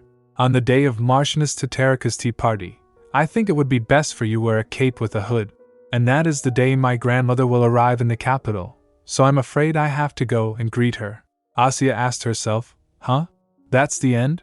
She asked Riss, "Are you sure this card is from Carnot? There's no greeting or sender's name written on it." Riss said, "He gave it to me before leaving a little while ago." Asya said then, "He could have just told me in person." Meanwhile she thinks, what does he mean by his first letter? And what's this random suggestion for outerwear? Then she said, "Anyway, was it really that obvious that I wanted to bring Carnot with me, instead of some other knight?" Riss said, "Maybe a little." Asya then fell in thoughts, and after a moment she turns to leave saying, "Let's go." Confused Riss asked, "Pardon? To where?" Asya said, "Where else? To fulfill my grandfather's wish." Vice Captain of the Order of Tingleness, and Marka rushed through towards the training ground. She shouts on reaching, "Princess Anastasia's coming, Captain." Captain gets shocked. What? His words scrambles as he said, Why would she visit so suddenly without notice? And said, "She's coming to choose the guards who will accompany her to the tea party she'll be attending." The captain wears his shabby jacket and said, "Damn it, why is this jacket so wrinkled?" Ivan offers, "I'll go take it to the laundry room." Hearing this, the captain gets surprised. He asked her, "Why? Are you afraid that your mistress will see your skills?" He flinched and left suddenly for laundry rooms saying, "I'll be back," and sighed and said, "You came back to your old position to make a good impression on Princess Anastasia. So why do you always pick on Ivan?" Captain shouts, "That's ridiculous." He said, "I had no choice but to come back because you didn't want to be captain," and said, Yes, of course." Suddenly they both gasped as someone announced, "Princess Anastasia has arrived." Asya, seeing the guards and captain standing in line while bowing, thinks, "This is too much." Riss said, "Captain Niline?" We are here to choose 2 guards to escort Her Highness on her upcoming outing. Asya, feeling awkward, thinks, I didn't expect things to be this formal. She said, being shy, it's nice to meet you, Sir Tay. He stood disappointed while Asya gasped, thinking, what's this dark aura around him? Did I address him incorrectly? But what am I supposed to call him then? Her spirit peaked and said, you can just call him the same thing you call the landlord. Asya, shocked, said, I've seen him from afar, but this is my first time talking to him. Her spirit said, but the moment you called him Sir Tay, that gloomy cloud appeared. Asya groaned, thinking, but it's still awkward for me to call him grandfather. Then she said, so, who do you think I should take with me? If possible, I'd like to take Ivan. Captain interrupts her before she could finish. Ivan is not ready. She asked, why? Captain said, he's just a trainee, not an official knight. And he still isn't good enough to take on the important duty of being your guard. They are all very experienced knights, so please select 2 of them. Well, if you don't have anyone in particular, and interrupts him saying, as the vice captain, I'd be happy to escort you, Your Highness. Asya thinks, seeing her, this person is the vice captain? She looks quite familiar. Her spirit told her, that's the chef's sister. Asya gasped. She thinks, oh right? Now that I think about it, she looks like Pavel. Asya asked her, are you Pavel's sister? And gets startled and asked, may I ask how you know him? Asya said, Pavel is Alosha's chef. I'm quite close with him, as well. And you look like him. That's why I recognized you. And said, this is my first time hearing someone say that I look like him. Captain said, ahem. Your Highness, who do you wish to take as your guards? Asya ponders, so. After some time, and Captain was sitting inside and was cleaning her sword. The door opens and Ivan comes. I have returned, sir. The captain jolted, shouting, why did you have to go to the laundry room right at that moment? He shouts, you can easily beat other knights 3 or 4 years older than you, so how could you be too shy to come forward before your master? Ivan asked, is something the matter? Captain said, when Princess Anastasia was looking for you, I told her you went on an errand. He imagined Asya extremely displeased, saying, oh, you sent him on an errand? He clenched his claws, saying, and she looked at me like I was a terrible person. Ivan said, I'll explain the situation to her later. And said, oh, come on. When did she give you that look? Standing beside Ivan, she said, and don't take your anger out on an innocent person just because you weren't chosen. Ivan asked, what? The captain wasn't chosen? And said, well, obviously not. But Princess Anastasia made that choice for the captain's sake. Ivan asked, how do you know that? And said, the entire country is talking about her first official outing, so imagine if her guard was the captain of the knights. On top of that, the captain is her grandfather? People would surely think that there was an ulterior motive. Captain shouts, but that's not true at all, so why should it matter? And said, you know they don't care about what you truly think, Captain. She's so smart and considerate. Ivan asked then, may I ask who she chose to be her guards? And said, oh, the thing is, she recalled Captain asking Asya, Your Highness, so, who would you like to select as your guards? Asya ponders, so, I'd like the vice captain and, suddenly she noticed the guard yawning and thinks, that knight over there looks totally bored. Then she points towards him saying, and that guy over there, and said that's how it went. She chose me. By the way, Her Highness has a good eye for talent. Bethelnik isn't interested in anything but swordsmanship. He's the best at sword fighting, but since he doesn't show it, few people know about his talent. What do you think it was that made Her Highness choose him?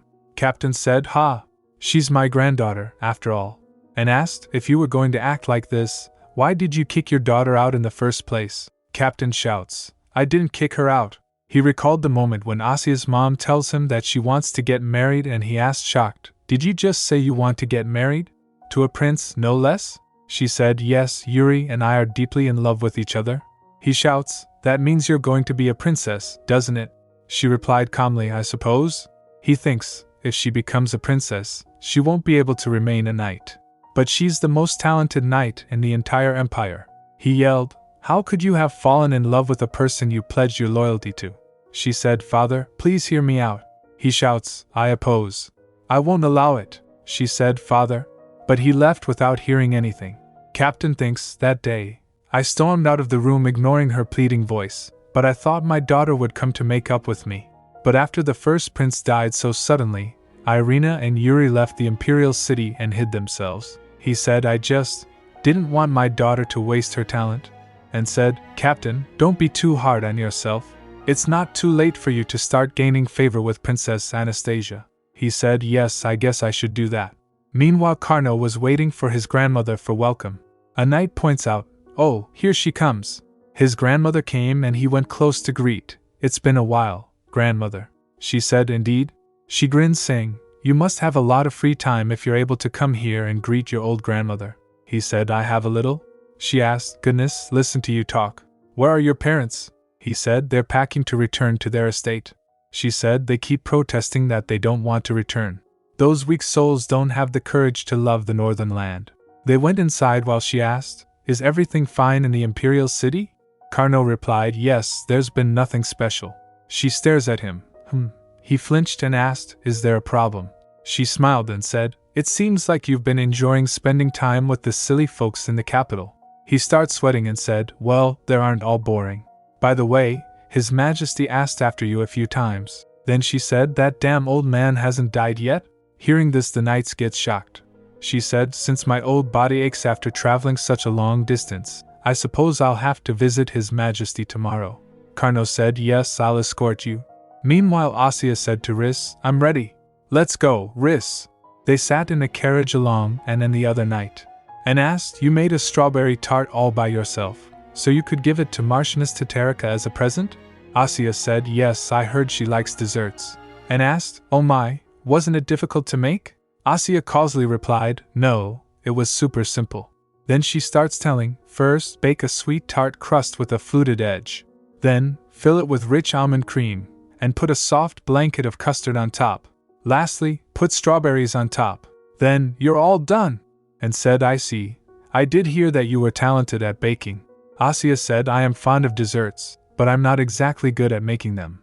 Asya asked, did Pavel tell you that I liked it? Did he say anything else about me?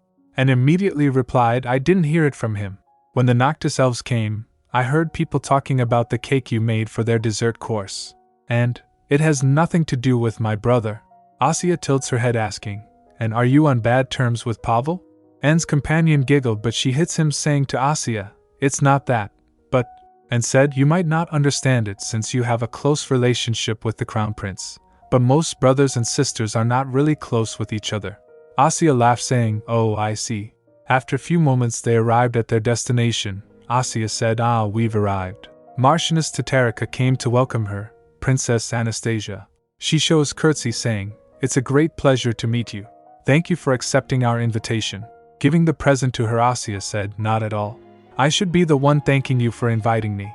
I made a strawberry tart to give to you as a present. Marchioness asked, oh, you made this by yourself? She opens the box and said, it looks so beautiful and scrumptious. Could I share this with all the other guests at the tea party? Asya said, yes, of course. Then Marchioness said, my daughter Natalia and the other guests are inside. I'll escort you. They went inside. Marchioness, nervous and anxiously, said, Your Highness, this is my daughter, and Natalia? She was definitely here a moment ago. She called, Natalia, come out. Natalia came holding a ball and said, Mom, I've been here all this time, staying out of trouble. Marchioness said, why were you hiding there? And where did you get that ball? Marchioness said, Her Highness has arrived, so come and greet her. Natalia drops the ball she was holding and said, yes, Mom. She greets Asya gracefully. It's an honor to meet you, Your Highness. I'm Natalia Bagration. Asya said cheerfully, thank you for inviting me to your tea party, Natalia. I like your hairstyle. Natalia said, well, thank you. Then a shy boy came to greet Asya. It's a pleasure to make your acquaintance, Your Highness. I'm Grisha Vully from House Silistria. Asya said, nice to meet you, Grisha. Then a familiar voice came. I didn't know you'd be coming here. It was Dmitri, and he said, so we meet again. Asya cheerfully said, Dmitri, long time no see. But he turns his face. Asya then asked, shall we sit down and talk? They sat down on table, and Asya said to them, and you can just call me Asya. Grisha asked, how could I dare? Natalia asked Asya. At the same moment her mother arrived, and not knowing the context she shouts, Natalia, you should be respectful toward Her Highness. Marchioness said to Asya, my apologies, Your Highness. She must be tired from playing with her ball yesterday. Asya said, but it's really fine with me. Marchioness left saying, I'll take my leave then. Please have a great time. After she left there was a complete silence. Asya thinks, this is so awkward. I can't stand it anymore. I think I should break the ice. At least I've seen Dmitri before, so. Asya asked him, Dmitri, why did you come here? He's startled. Then shouts, then what about you? Huh? She replied. I came because I heard that the Marchioness has good taste in desserts. I mean, you don't even like sweets. Why'd you come? He replied, I don't dislike them. She asked then, why aren't you eating the strawberry tart? He said, I was just about to eat it. Then they all starts eating the strawberry tart. Grisha and Dmitri was eating gracefully, but in Natalia's case it was different. She grabs the piece with hand and eats directly. Her maid shouts, my lady. Lady Natalia. But she eats it anyway. After having a bite she looked amazed and said, wow, this tart tastes amazing. Asya asked, really? Natalia replied, yes, really. Asya thinks, she's literally glowing. I've never seen a person who expressed their love for desserts so explicitly. Then Asya asked her, do you want to have my piece too? She asked, can I?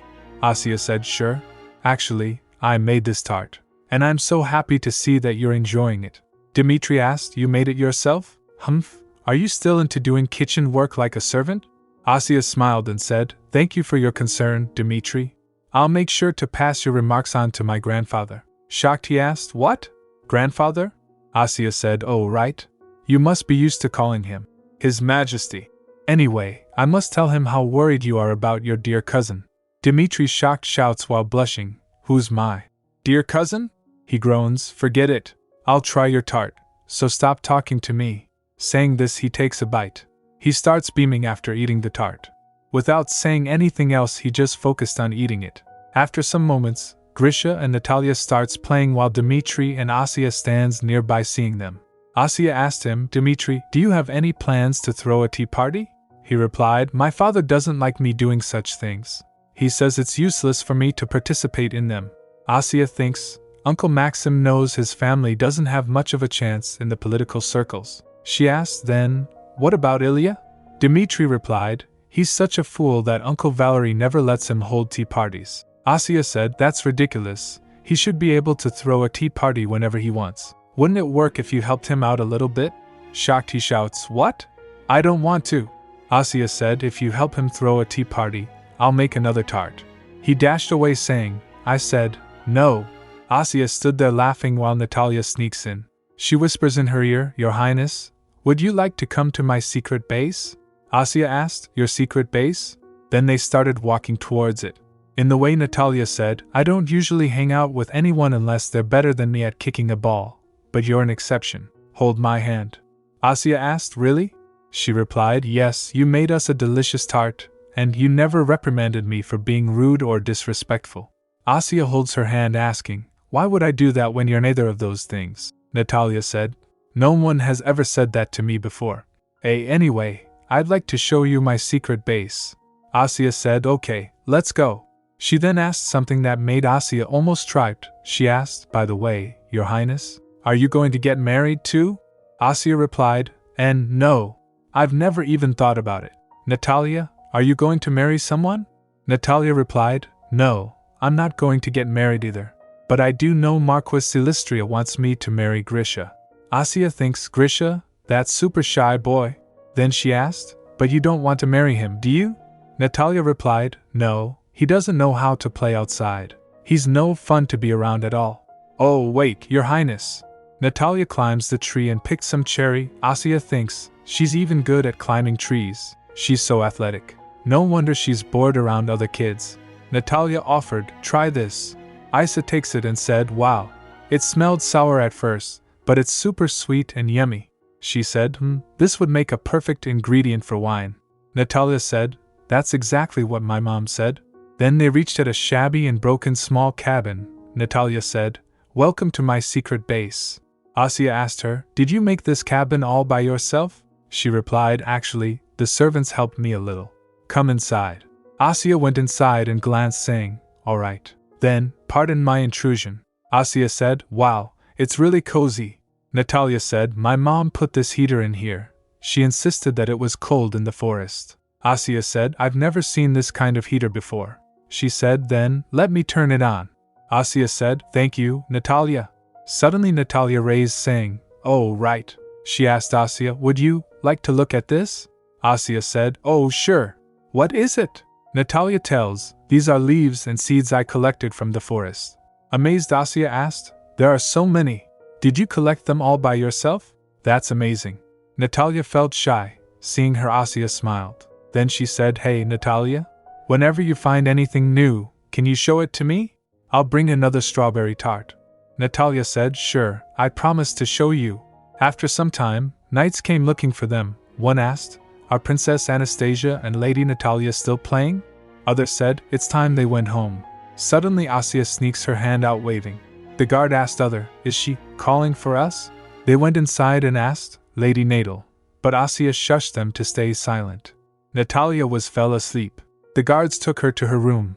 The Marchioness said, I thought she'd be good today since she'd played more than enough yesterday. I can't believe she fell asleep on Princess Anastasia's lap. She sighed, saying, it's a relief that she didn't reprimand Natalia for being rude. She recalled saying to Asya, I am deeply sorry, Your Highness. Asya replied, oh, please don't apologize, I had so much fun with Natalia. She said, why, Your Highness? And I was so glad to hear that you liked my cake. Marchioness asked, pardon? Your cake. Oh, do you mean Asya's chocolate cake? Asya replied, yes, that's right. Marchioness thinks, oh, I guess she came to my tea party after hearing about that. Asya said, I was worried because we had a small scandal. But your positive review gave me a lot of encouragement. Thank you so much. Back to present, Marchioness asked a maid, no one has ever entered Natalia's cabin before, right? The maid replied, that's right. Everyone else was frightened just by looking at it. Marchioness said, ah, yes. The maid asked, by the way, do you think Princess Anastasia really made the tart herself? Marchioness asked, who else could have made it? The maid said, but the tart. Marchioness said, it was so delicious, wasn't it? I've never tasted such an amazing tart before. The maid asked, but isn't Princess Anastasia still too young? Marchioness said, it is hard to believe such a young girl made that tart herself, but she didn't seem to be lying. The maid asked, well, who wouldn't think it strange for a princess to enjoy baking? Then Marchioness turns, asking, anyway, I heard the pastry shop had a scandal. Can you look into what it was? The maid bowed and said, yes, madam. While in carriage and asked Asya, Your Highness, what is that? Asya replied, Marchioness Tatarika gave me these cookies as a present. She said, let's share them. And said, we're all right, thank you. But Asya insists and gave them, saying, come on, I insist. Thank you for guarding me today. And, here's one for you and one for Ivan. And said, thank you so much. Then Asya gave one to Niline, eyeing, and this is for Sir Niline. Suddenly someone knocked at carriage's window. Asya peeks to see, what is it? Riss asked, what's the matter? A servant said, Lord Carno Neustadt wishes to greet Her Highness. Asya tilts her head, thinking, Carno? Did he finish with his grandmother already? Asya left the carriage, saying, then, let me go say hi. Riss said, yes, Your Highness. Asya said, Carno. He said, I didn't expect you to get out of the carriage. Asya asked, what? You said you wanted to see me. He said, I was thinking of greeting you briefly through the window. She offers him cookies, saying, that's not even a proper greeting. Here, have some cookies. He takes it, asking, did you make them? Asya said, no, Marchioness Tatarika gave them to me as a gift. Then she giggled and said, oh, Carno, do you only want to eat cookies that I made myself? He said, think whatever you want. She asked, by the way, did you go meet with your grandmother? What brings you all the way out here? He replied, yes, I escorted her. I came out for some fresh air. She asked, are you good enough at riding a horse that you go around the city on horseback? He replied, I'm the deputy commander, after all. Have you not ridden a horse before? Nervously she replied, nope. I've never even seen a horse this up close before. Can I touch your horse? He said, go ahead. By the way, are you cold? She said, am I cold? Why, yes, I'm freezing. It's not that I'm nervous around the horse. It's just the weather. He said, no, that's not what I was saying. He said, if it isn't too cold, I was going to ask if you'd like to ride with me to the palace. She said, oh, well, I think it's a little hot now. He smiled, offering his hand and asking, then, shall we go? Seeing them, and asked, if Princess Anastasia goes on horseback, It would be wrong for us to ride in the carriage, don't you agree, Bethelnik? He replied. I do, Carno said to Asya. Please excuse me, your highness. He lifts her up on horse, Carno. Then he also sits on horse and asked her, are you okay? Sit facing forward. She turns confirming L like this, and said, that's strange. Carno Neustadter looks like an ordinary 15-year-old boy. Bethelnik nods, he does. I feel like this could be an article in the gossips section of the Chegda Weekly. Although, I doubt anyone would believe it, and said, yeah. Carno asked Asya, are you comfortable? She replied, yes. He said then, hold the reins and lean back. She asked, lean back? But you're right behind me. He said, yes, I'm telling you to lean on me, your highness. She said, that's exactly why I asked about it, Lord Carno. He said, it's cold. You should wear your hood. She glanced, saying, Carno, is this why you suggested that I wear a cape with a hood? He replied, who knows? Then he asked, by the way, how was the tea party? I thought you told Alexei that you don't like that kind of thing. She gets surprised for a moment, and then smiled. I don't dislike them anymore. Then she said, I was a little worried, but the desserts were delicious. Plus, I had so much fun. Oh, by the way, the Marchioness gave me some berries called shoslings. I got close with Natalia and made up with Dmitri too. Carno asked, Prince Dmitri? Did you have a fight with him? She replied, no, I beat him up. But when I gave him my strawberry tart, he let it go. He promised he'd invite me to the tea party he's going to host with Ilya. Carno asked, Prince Ilya? Are you going to finally punch Marquis Shapirokin? She replied, he did kind of bully me, but how could I possibly hit him? Oh, by the way, how's your spirit? Is everything fine? Have you gotten used to it? He replied, yes, I've gotten quite used to it. And I came to realize one thing. She asked, what? He asked, that yellow chick? It's your spirit, isn't it? Your spirit told you about mine, didn't it? And it's not the spirit of small birds or anything like that. Hearing this, she flinched. Her spirit said, wow, he's quick to catch on. Asya said, PB, how can you be so carefree right now? Carno asked, why did you not reveal it to anyone? Was it because you were afraid people would think you were a threat to Alexei? She said hesitantly, the thing is, about this bird, I mean, my spirit. Meanwhile she thinks, this is bad, what should I do? How should I explain this to, Suddenly she felt something and thinks, this aura, is it coming from Carno? It's so soft and sweet.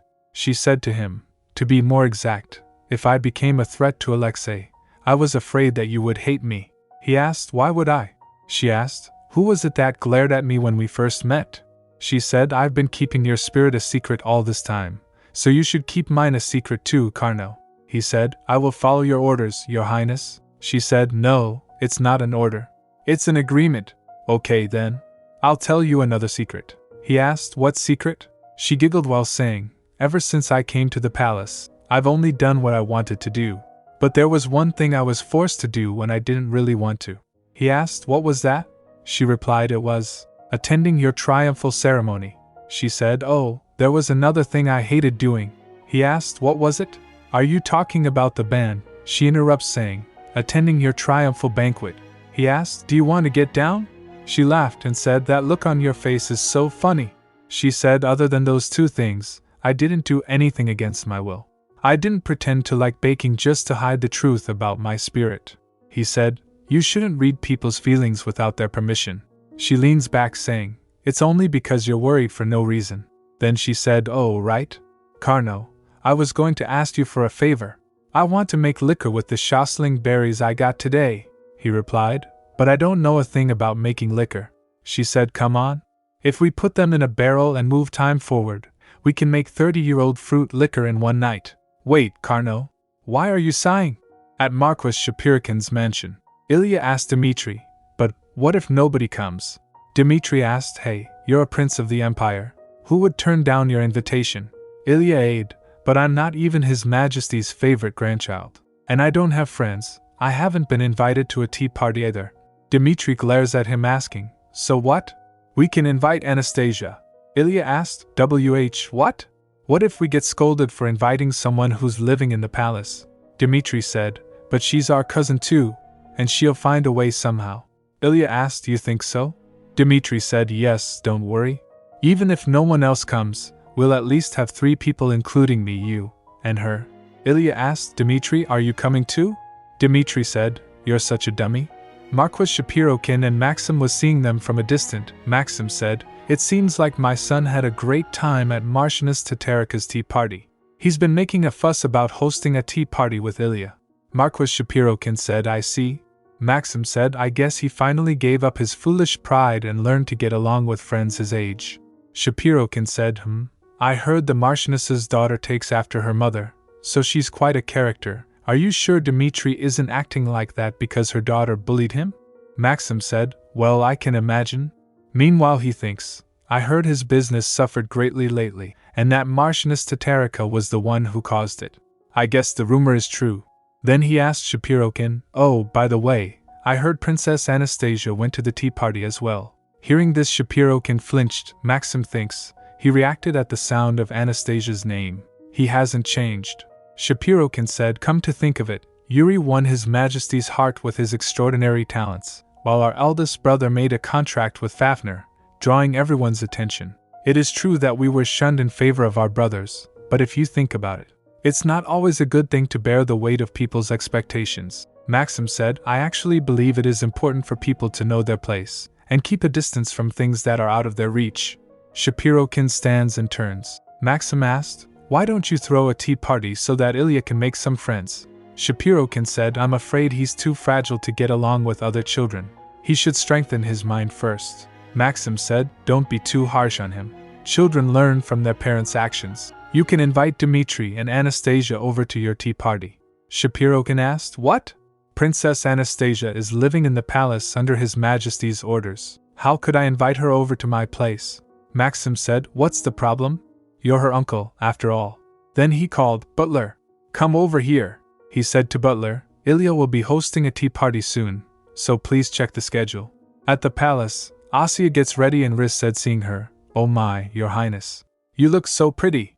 Asya said, "I guess I should wear this dress when I go to Ilya's house." Riz said, "Sure. Would you like me to order a new pair of shoes with matching colors?" Asya said, "And no, I'm good. I can wear what I have." Suddenly a familiar voice interjects, "You need a new pair of shoes, Asya?" It was Alosha. Asya said, seeing him, "Alosha," he asked, "is that a new dress?" "I've never seen that one," she replied. "Marchioness Tatarika gave it to me as a gift for the strawberry tart I brought to her tea party." "Does it suit me?" Alosha said, "I can tell she has very fine taste. It looks great on you." She said, "Ilya is going to hold a carom game at his place, and he invited me. So I think I'll wear this dress for that occasion." Alosha said, "I see. Don't forget to take your guards with you like last time, Asya." She laughed, saying, "Okay, Alosha." Meanwhile she thinks, in the past, I would never have even thought to get close to Marquis Shapirokin, because I would have been scared of Alosha and Carnot misunderstanding. Things have changed a lot. Alosha said, "Anyway, since the Marchioness has given you such a beautiful dress, I should give you a new pair of shoes." She was about to say, "I really don't need." Suddenly Fafnir shouts, "You are so dumb, Asya. My contractor wants to give you a present. You should be happy." PB also comes out, "Hey, you stupid little salamander. Don't you dare boss my girl around." Fafnir said, "B. But Alexei took time out of his busy schedule to come to see her." PB said, "That's probably because seeing her is basically taking a break." Fafnir said, "Ha, that's nonsense." PB said, What? Hey, you little. Alosha noticed Asya and asked her, "Asya, is there a problem?" She whispers to him, "He says you took time out of your busy schedule to meet me because you like me very much, so he's telling me to be more happy." Alosha smiled, asking, "Fafnir said that?" She replied, "Yes, Alosha. Don't you think you're too fond of me?" He said, "Haha, of course. But I'm a little embarrassed that he told you something like that." Fafnir said, "Oh, Alexei. I didn't mean to." PB said, "How stupid can you be to embarrass your own master?" Alosha said, "By the way, I'm not quite sure Ilya's gathering will take place as planned." Asya asked, "Why not?" Alosha said, "Uncle Valery has invested in various processed food businesses for a long time. One of those is a breadcrumb product released under the name of the palace's head chef, and apparently, people found bugs in them, which caused a crisis for the business to the point where they had to close down." Asya said, "Oh, I didn't know that." Meanwhile she thinks, I should meet with Uncle Valery as soon as possible. What if the tea party is cancelled? Alosha said, "Don't worry about it too much. I'm sure Uncle Valery will take care of the problem." "Well then," I should take my leave now. Asya said, oh, thank you for coming, Alosha. After that he left. Outside he said to his butler, tell Karno Neustadt to come to the palace as soon as possible. He bowed and said, yes, your highness. After some time Asya went to Olga and asked her, Olga, how's everything going with the patisserie these days? She replied, it's a huge success. Marchioness Tatarika's review helped especially a lot. Then she sighed and said, but the buzz around new products usually wears out after a couple of months. So I'm afraid we should start preparing for an expected decrease in sales. Asya said, I see. How about the chocolate? Is it selling well? She tells, nobody knows the cake's recipe. So, not really. It doesn't sell well. Asya asked then, should we make the recipe public? Hearing this, Olga gets startled and asked, pardon? Then everyone will have your recipe. Don't you think it's too much of a waste? Asya said, but it would definitely help more people enjoy the cake. I'd prefer that. Olga groans then, why don't you keep the recipe exclusive for just a couple of months more before releasing it? Asya asked, sounds good. How are we going to make the recipe public? Olga said, I think we should release it in the Vichegda Weekly. Basically everyone in the country reads that magazine. Asya asked then, why don't we start selling small portions of chocolate once it's released? Maybe we can sell a portion just big enough to make one small cupcake, and include a recipe note so customers can read it and make the cake at home. And how about asking the painter who made the sign to design the packaging? Would there even be a demand? Olga said, of course. That's such a great idea. We won't need to make a big investment, and I'm sure it will sell very well. Your idea is so great that you deserve a consultation fee. Asya asked, you think so? Then, can I ask you for your advice in return? Olga asked, oh, really? About what? Asya said, it's a new business item. What do you think about selling powder that makes cookies rise? Olga asked, powder that makes cookies rise? Asya said, yes, I already made some, and it's called PB powder. Meanwhile, Alosha was having tea with Karno. He asked him, how is General Ekaterina doing? Karno replied, she said she'd visit His Majesty after recovering from the journey. Alosha said, to be honest, I thought she'd never come to the imperial city. I had no idea that the day would come when I would be able to meet her again. Karno said, I didn't think I'd ever be able to see her unless I went back up north. Suddenly someone knocks at the door. Your Highness, the shoes you ordered are ready. Alosha said, oh, come in. Seeing the shoes, he said, good. They're pretty. Karno asked, what are these? They're too small for me to think your tastes have changed. He said, I heard Prince Ilya was hosting a carom game soon. Karno asked, yes, so? Alosha said, Asya received his invitation and seemed to be interested. Karno said, I don't think they can afford to host a party at this time. And you can play that ball game with her. Why send her to that party? Alosha said, but going out is a completely different experience. And it seems like Asya has been concerned about Prince Ilya. I think she also wants to resolve what happened at the pastry shop. But you never know what trouble will come to her around Uncle Valerie. Alosha beamed asked Karno, you also got an invitation, didn't you? Karno said, you always pass on such tiresome jobs to me. Asya reached at the tea party wearing the shoes Alosha gave him. She said, seeing the tea party, wow, there are so many people. It looks more like a banquet for children rather than a tea party. She said, but I heard one of Uncle Valerie's businesses went under. Can he afford to have a big party like this? PB said, he's struggling to hide his failure. It's so obvious, TSK. Ilya came and said hesitantly, excuse me. Anastasia, thank you for coming. Asya said, hi Ilya, we haven't seen each other since the spirit ceremony. Meanwhile, Dmitri was seeing them from distant, hiding behind a tree. Ilya said nervously, actually, I didn't feel well at that time. Dmitri said he had a stomachache back then, too. Did you two eat something tasty by yourselves? Asya asked, huh? Dmitri wasn't feeling well either? Dmitri came shouting, no. Asya said, hi Dmitri. Are you sure you're not feeling unwell again today?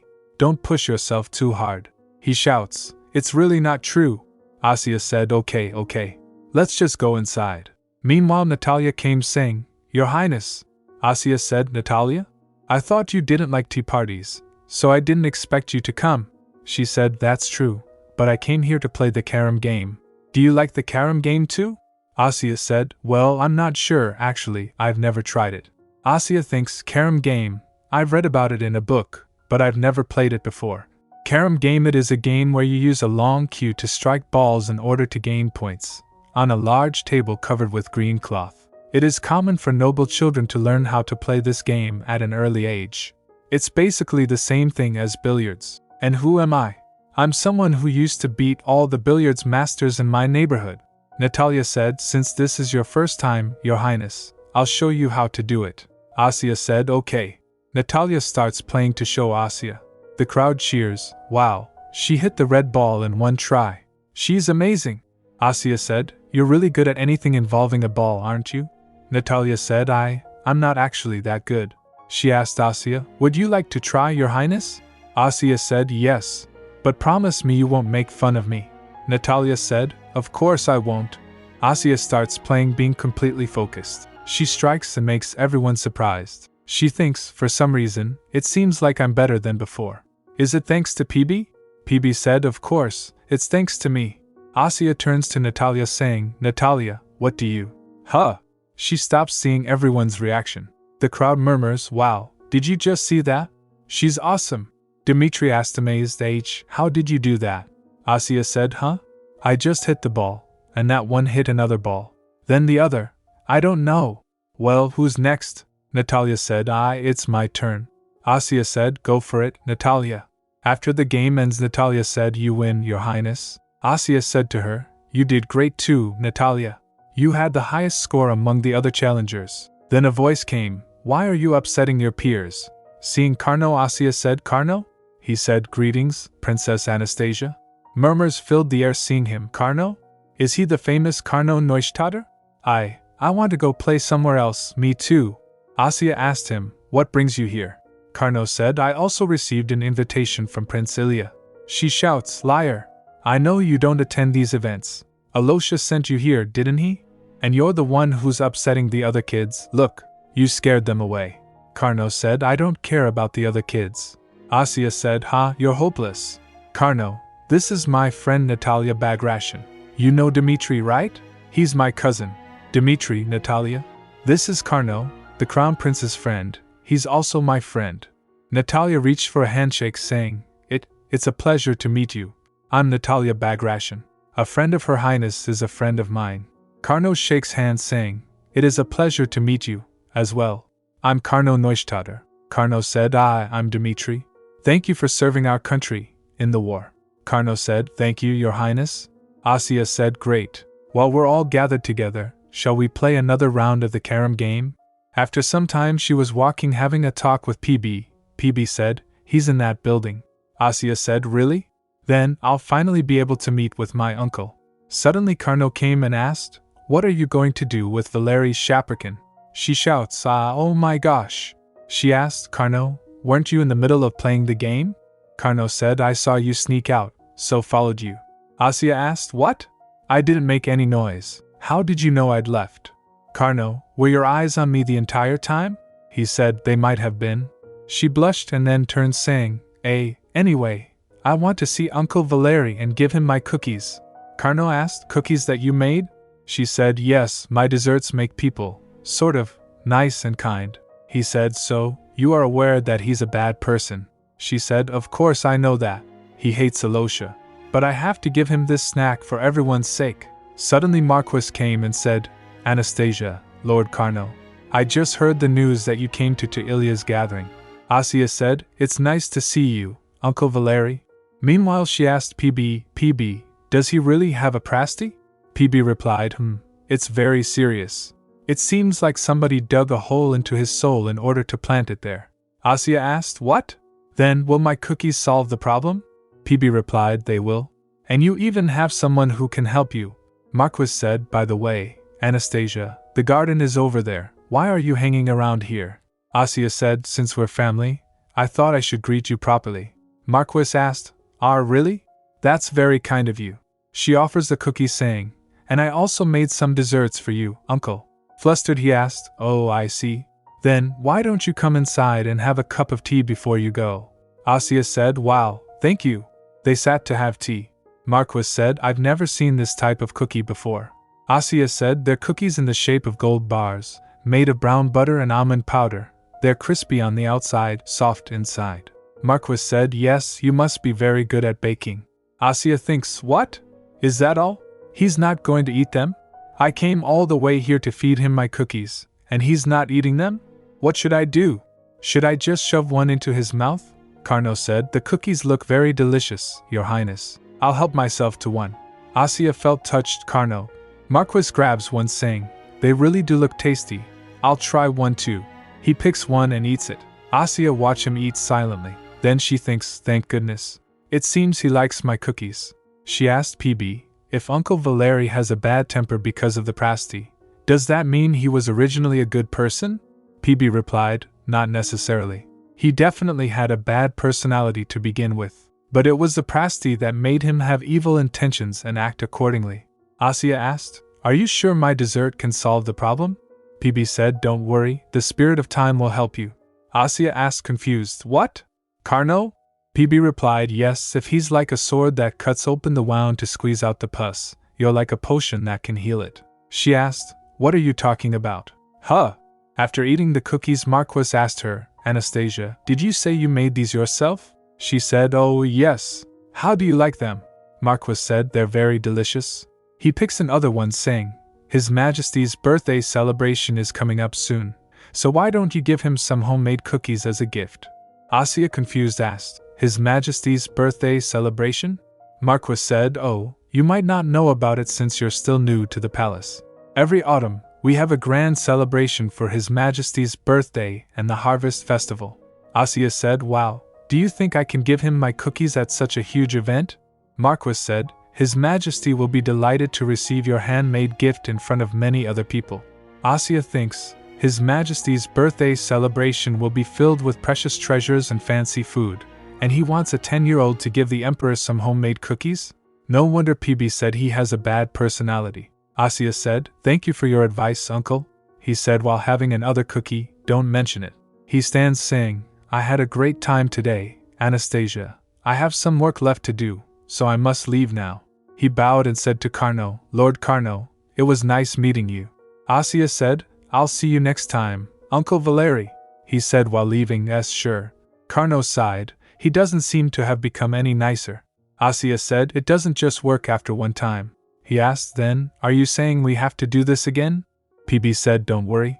Since humans are naturally averse to evil, Valerie will develop an irresistible craving for your desserts. Hating others eventually ends up hurting you. Asya, the power that I put in your desserts will remove the pasty. She clenched her hands saying, right, now that he's tasted my cookies, he won't resist eating more if I send them by mail. If that doesn't work, I can just ask Ilya if we can play the carom game again. Then she asked him, by the way, Carnot, are you busy today? He asked, why? She said, there's something I want to do with you. After that they went to cut some shoslings. Asya said, how do you like it? It's super sweet, huh? These are the shoslings that I told you about the other day, and they're perfectly ripe now. Carnot asked, and you're going to make liquor with them? She replied, yes, it's going to be delicious. She said, when we're all done, I'll give you a bottle to share with your grandmother. By the way, about His Majesty's birthday celebration that Uncle Valery told me about earlier, it's not like I can actually give him cookies, so what should I do? Carnot asked, what about giving him this liquor? Asya said, but it would be better to give him a decent ready-made item, rather than some clumsy, homemade concoction. Carnot said, I bet His Majesty would disagree. Then she asked, what are you going to give him, Carnot? He said, I've already given him my present. Asya asked, when? What did you give him? He said, I led us to victory in the war. She sighed and said, I still have time, so I'll think about the present. While having talked they prepared some liquor. Tada, they're ready to go. Then Asya said, now, it's your turn, Carnot. From left to right, please make each of them 1, 10, and 30 years old. Carnot said, I might screw it up, but I warned you. She asked, it's fine. If you're that worried, should I hold your hand? He asked, how would that help? She grabs his hand saying, it'll give you encouragement. Don't worry, Carnot. Then he passed time for bottle of liquor using his power. Asya said, wow. Carnot, is it done? He said, yes, for now. She opens the bottle saying, this is my first time making liquor. I'm so nervous. Let's see, wow, it smells so good. Carnot asked, and the taste? She groans, let's try. Well, come to think of it, we're not supposed to drink yet. Carno asked, are you just now realizing that? She said, I just forgot, okay? Then she said, I'll have Pavel or Riss try it later, and if they say it's good, I'll give you a bottle. Carno asked, can I just try it now? She shouts, no. He asked, why not? She said, you're still a minor, and there are no grown-ups here. Try it later with your grandmother. He leans towards her asking, then, did you just take advantage of me, Your Highness? Asya asked, what are you talking about? He said, I did as I was told all day long, but now, you're kicking me out without giving me anything in return. Isn't that what you call taking advantage of someone? She said, I did give you something. She said, I gave you our sweet memories of having fun together. He remained silent, glaring at her. Asya asked, am I wrong? He still stood silent. Asya asked then, should I make you a lime pie? Or do you want me to walk you home? He finally smiled and said, okay. Asya asked, really? You want me to walk you home? He replied, holding her hands, no, I want to have your lime pie. He smiled, seeing her. She said, oh, okay. Yeah, I get it. I'll make you a really big pie and give it to you with the liquor. I promise. He said, don't you think you should give me some kind of token of your promise? I can't just take your word for it. She groans, a token? She thinks, he's suddenly asking for a token. What should I give him? Do I have anything I can give him in here? He lifts his hand, saying, if you can't find anything. Touching her hair's ribbon, he said, at least give me this ribbon. She takes it off, asking, this hair ribbon? But what are you going to do with it? He asked, why would I use a token of your promise? While handing it over, she asked, then, will you give it back to me later? He said, if you want it back, I will return it. She said, well, these hair ribbons come in pairs, so I either need both or. Then she takes off the other one and said, oh well, I'll just give you the other one too. She hands him over both ribbons, saying, you have my honor in your left hand, and my trust in your right hand. She claps, saying, I'll make you a really tasty lime pie, Carno. He kneeled, saying, I appreciate your token of promise. I'll be looking forward to it, Your Highness. Meanwhile, at Marquis Manor, he asked the butler, so Ilya was happy about it. The butler said yes. He said he didn't expect that so many people would come to his party. Marquis said, I see. I owe that to my brother.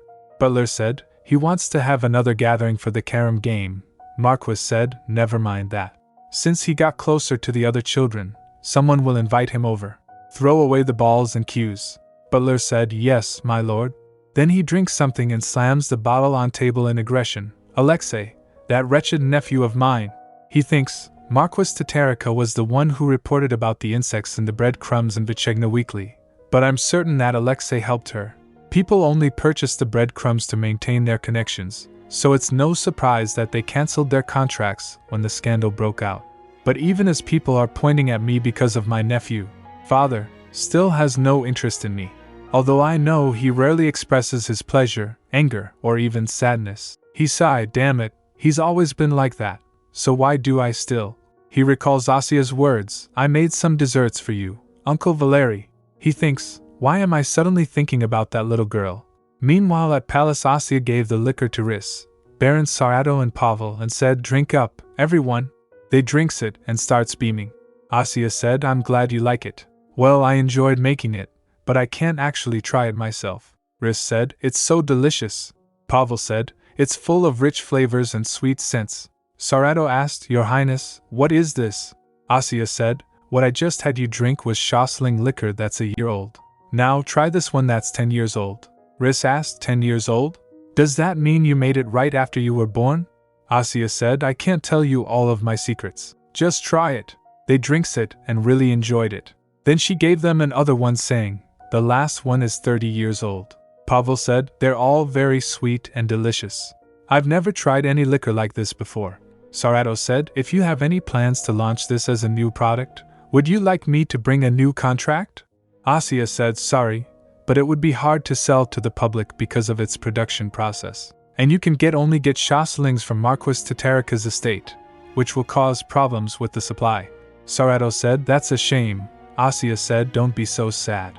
I'll give each of you a set of 3. These are tokens of my appreciation for your support and help. After Pavel and Sarato left, Riss asked, is this the liquor you made with Lord Carno the other day? Asya said, yes, I want to give him these bottles with a lime pie. I made 2 pies, so we can share the other one with the painter. Riss said, oh right, the painter will be arriving soon for your portrait. Asya said, maybe I can give him the Shosling liquor too. What do you think? Riss said, that's a great idea. I've never tried such delicious liquor before. After some time Riss came and said, Your Highness, the painter has arrived. Would you like me to bring him in? Asya said, oh sure. The painter came in. He glared at Asya without greeting. Riss said, you should bow to Her Highness. Asya thinks, huh? I think he just glared at me. Did I imagine it? Then he bowed and said half-hearted, Greetings, Your Highness. Asya shocked thinks, wait. I wasn't mistaken. What's wrong with this guy? Why is he being so rude? Asya thinks, why is he glaring at me after he offered to paint my portrait in the first place? She sighed thinking, it's pretty upsetting, but I should at least hear him out. Asya said, have a seat over here. Riss, can you bring us some tea? Riss bowed and said, yes, Your Highness. Asya asked while serving the lime pie, do you dislike sour food? He replied, no, I don't dislike anything. Except liars. Asya thinks, wait, what? Does he think I'm a liar or something? PB said, what's that guy's problem?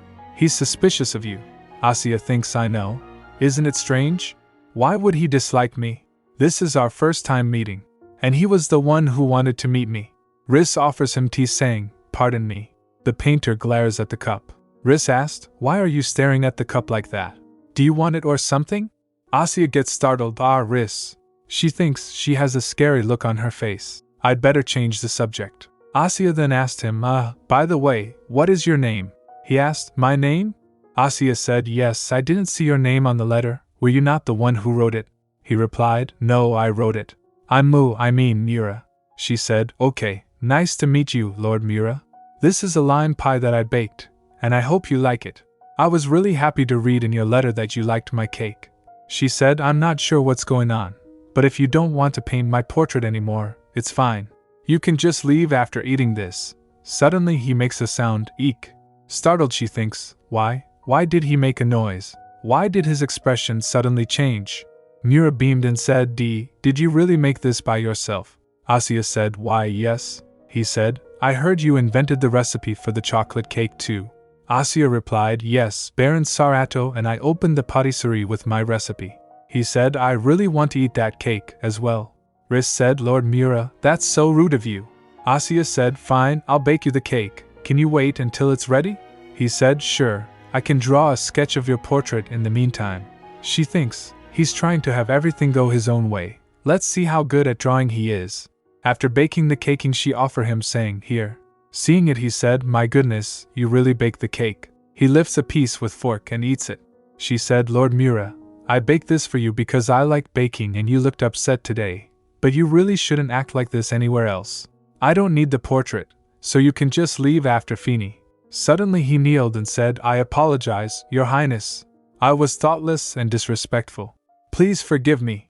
Asya gets surprised. Riss and Asya saw each other confused. Shocked, Asya asked, so, you thought I was lying just because I wanted to have you paint my portrait? But the letter didn't even have a name on it. Why would I have wanted your painting when I didn't know it was you? He sighed and said, I thought you did a little digging and figured out who the sender was. He bowed and said, I made a misjudgment, based on my bias of your status and appearance. I sincerely apologize, Your Highness. She thinks, yeah, well, it must have been hard for him to believe a 10-year-old princess invented that cake and opened a shop. He shouts, I'm sorry for being so rude and arrogant. Asya said, forget it. I understand. You just wanted to paint a portrait for the real creator. She asked, now that you've realized you were mistaken, are you going to paint my portrait? He said, if you would like that, I would love to.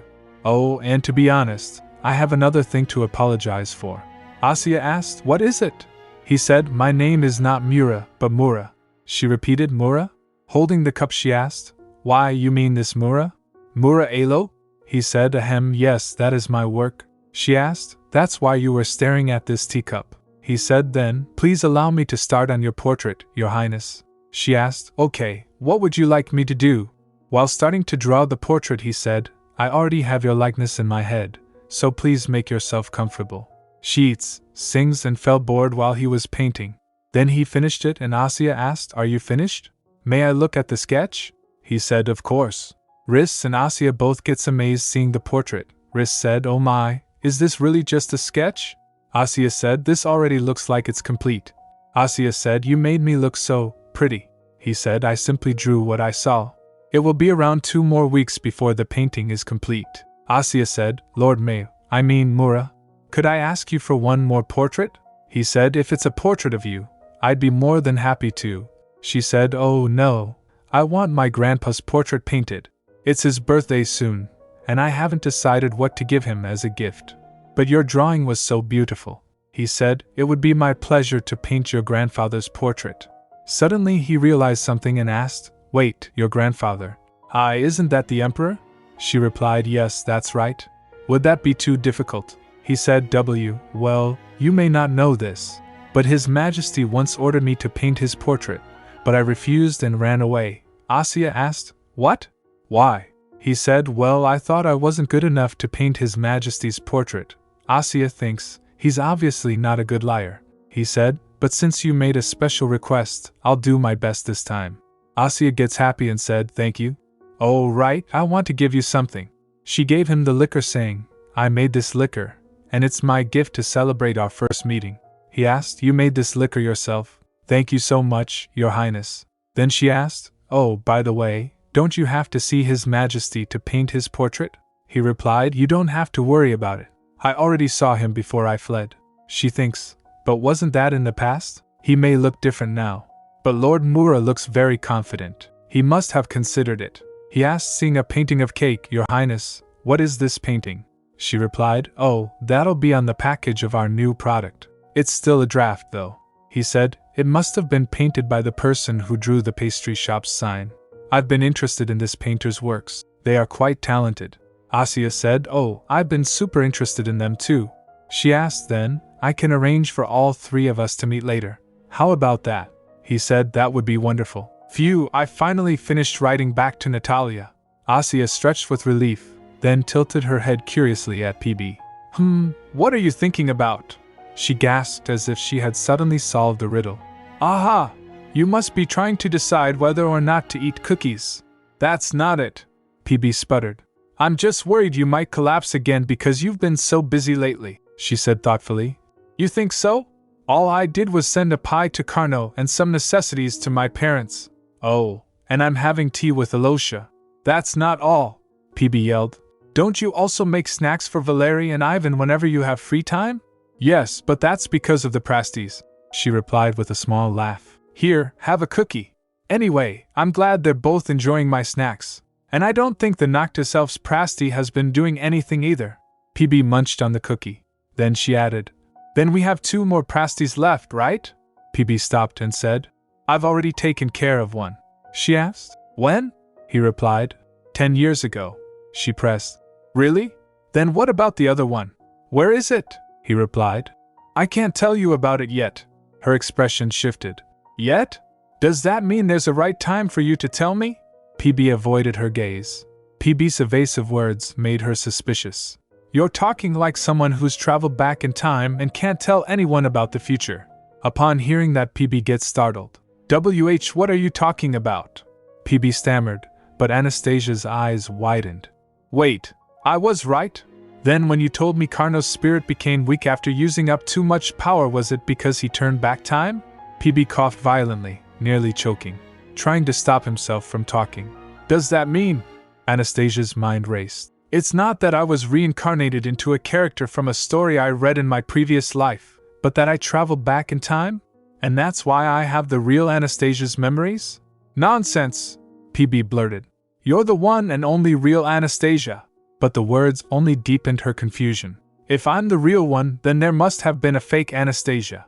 The villainous Anastasia must have been her. She must have possessed this body before me. She lived as Princess Anastasia before I came back, and when I returned, I saw the memories she left behind. But now, where is the fake one? And when exactly was it that PB dealt with the pasty 10 years ago? Was it when she was here, or when it was me?" She leaned closer, eyes burning with questions. "PB, could it be that the pasty?" As she turned to PB, he was almost depleted of energy, almost passed out. She quickly asked, "Eek, PB, are you alright? Are you not supposed to reveal the truth because you'd have to pay for it or something?" She whispered, suddenly softer. "Okay, if that's what's holding you back, then just say peep, peep." He jolted awake. "What?" she said, that way I'll know what I can and can't ask. He frowned. How can you ask me to mimic a chick's sound? You've made that sound this whole time. She teased gently. Don't be shy. PB, why did you take the risk of turning back time? Did a lot of sad things happen? After a long pause, PB whispered. Peep, peep. Anastasia's heart ached, but she smiled. All right. I won't ask you about it anymore. Just get some rest. But in return, promise me you'll tell me everything if you're able to later. Later, Riss entered with a package. Asya asked, Riss, what is this? She replied. It's a package from Lord Carno. He sent me a package? Anastasia asked in surprise. I wonder what it is. She opened it quickly. A letter. It was brief. This is my second letter. Thank you for the liquor and the pie. This is a gift to express my gratitude. She frowned. It's too short to be a letter. Isn't this more like a note? But then she uncovered the contents, and her face lit up. Oh my, it's so pretty!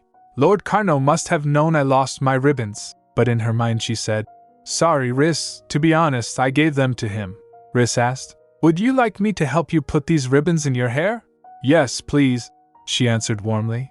Meanwhile, in the Emperor's office, the guard informed, Your Majesty, General Ekaterina Neustadt is here to see you. Ekaterina? The Emperor mused. I can't send her back just because she didn't give me prior notice. Let her in. The general entered with her usual sharp air. Long time no see, Your Majesty. Indeed, the Emperor replied, walking towards her. You haven't changed at all, the general said flatly. You look much older than the last time we met. Something must be troubling you. Does it have anything to do with the news of a certain bug-infested food item? The Emperor's attendant gets shocked to see General's nonchalant behavior in front of Emperor.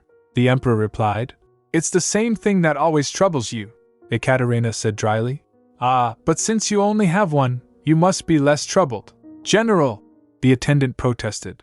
Then she added, Thankfully, the Crown Prince is very bright. At the very least, you don't have to worry about him, right? All you need to do is live long and pass the crown to him, Your Majesty, she said laughing. The Emperor replied, I'd like to give you the same advice, live long and pass the duchy to Lord Carno.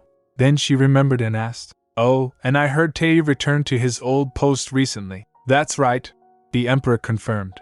He's busy training a pupil these days, the general replied. A pupil? As far as I know, he hasn't had any since his daughter stirred up trouble. What choice did he have? The Emperor replied evenly. But his daughter's daughter asked him to train someone. Oh, you must mean Princess Anastasia, Ekaterina said with a knowing smirk. I heard she's very bright. Bright? The Emperor shook his head. No, she's very shrewd. That little girl is clever. She takes after her parents. Once you meet her, you'll agree with me. Hearing that, Ekaterina gets intrigued. Just then, the attendant knocked the door.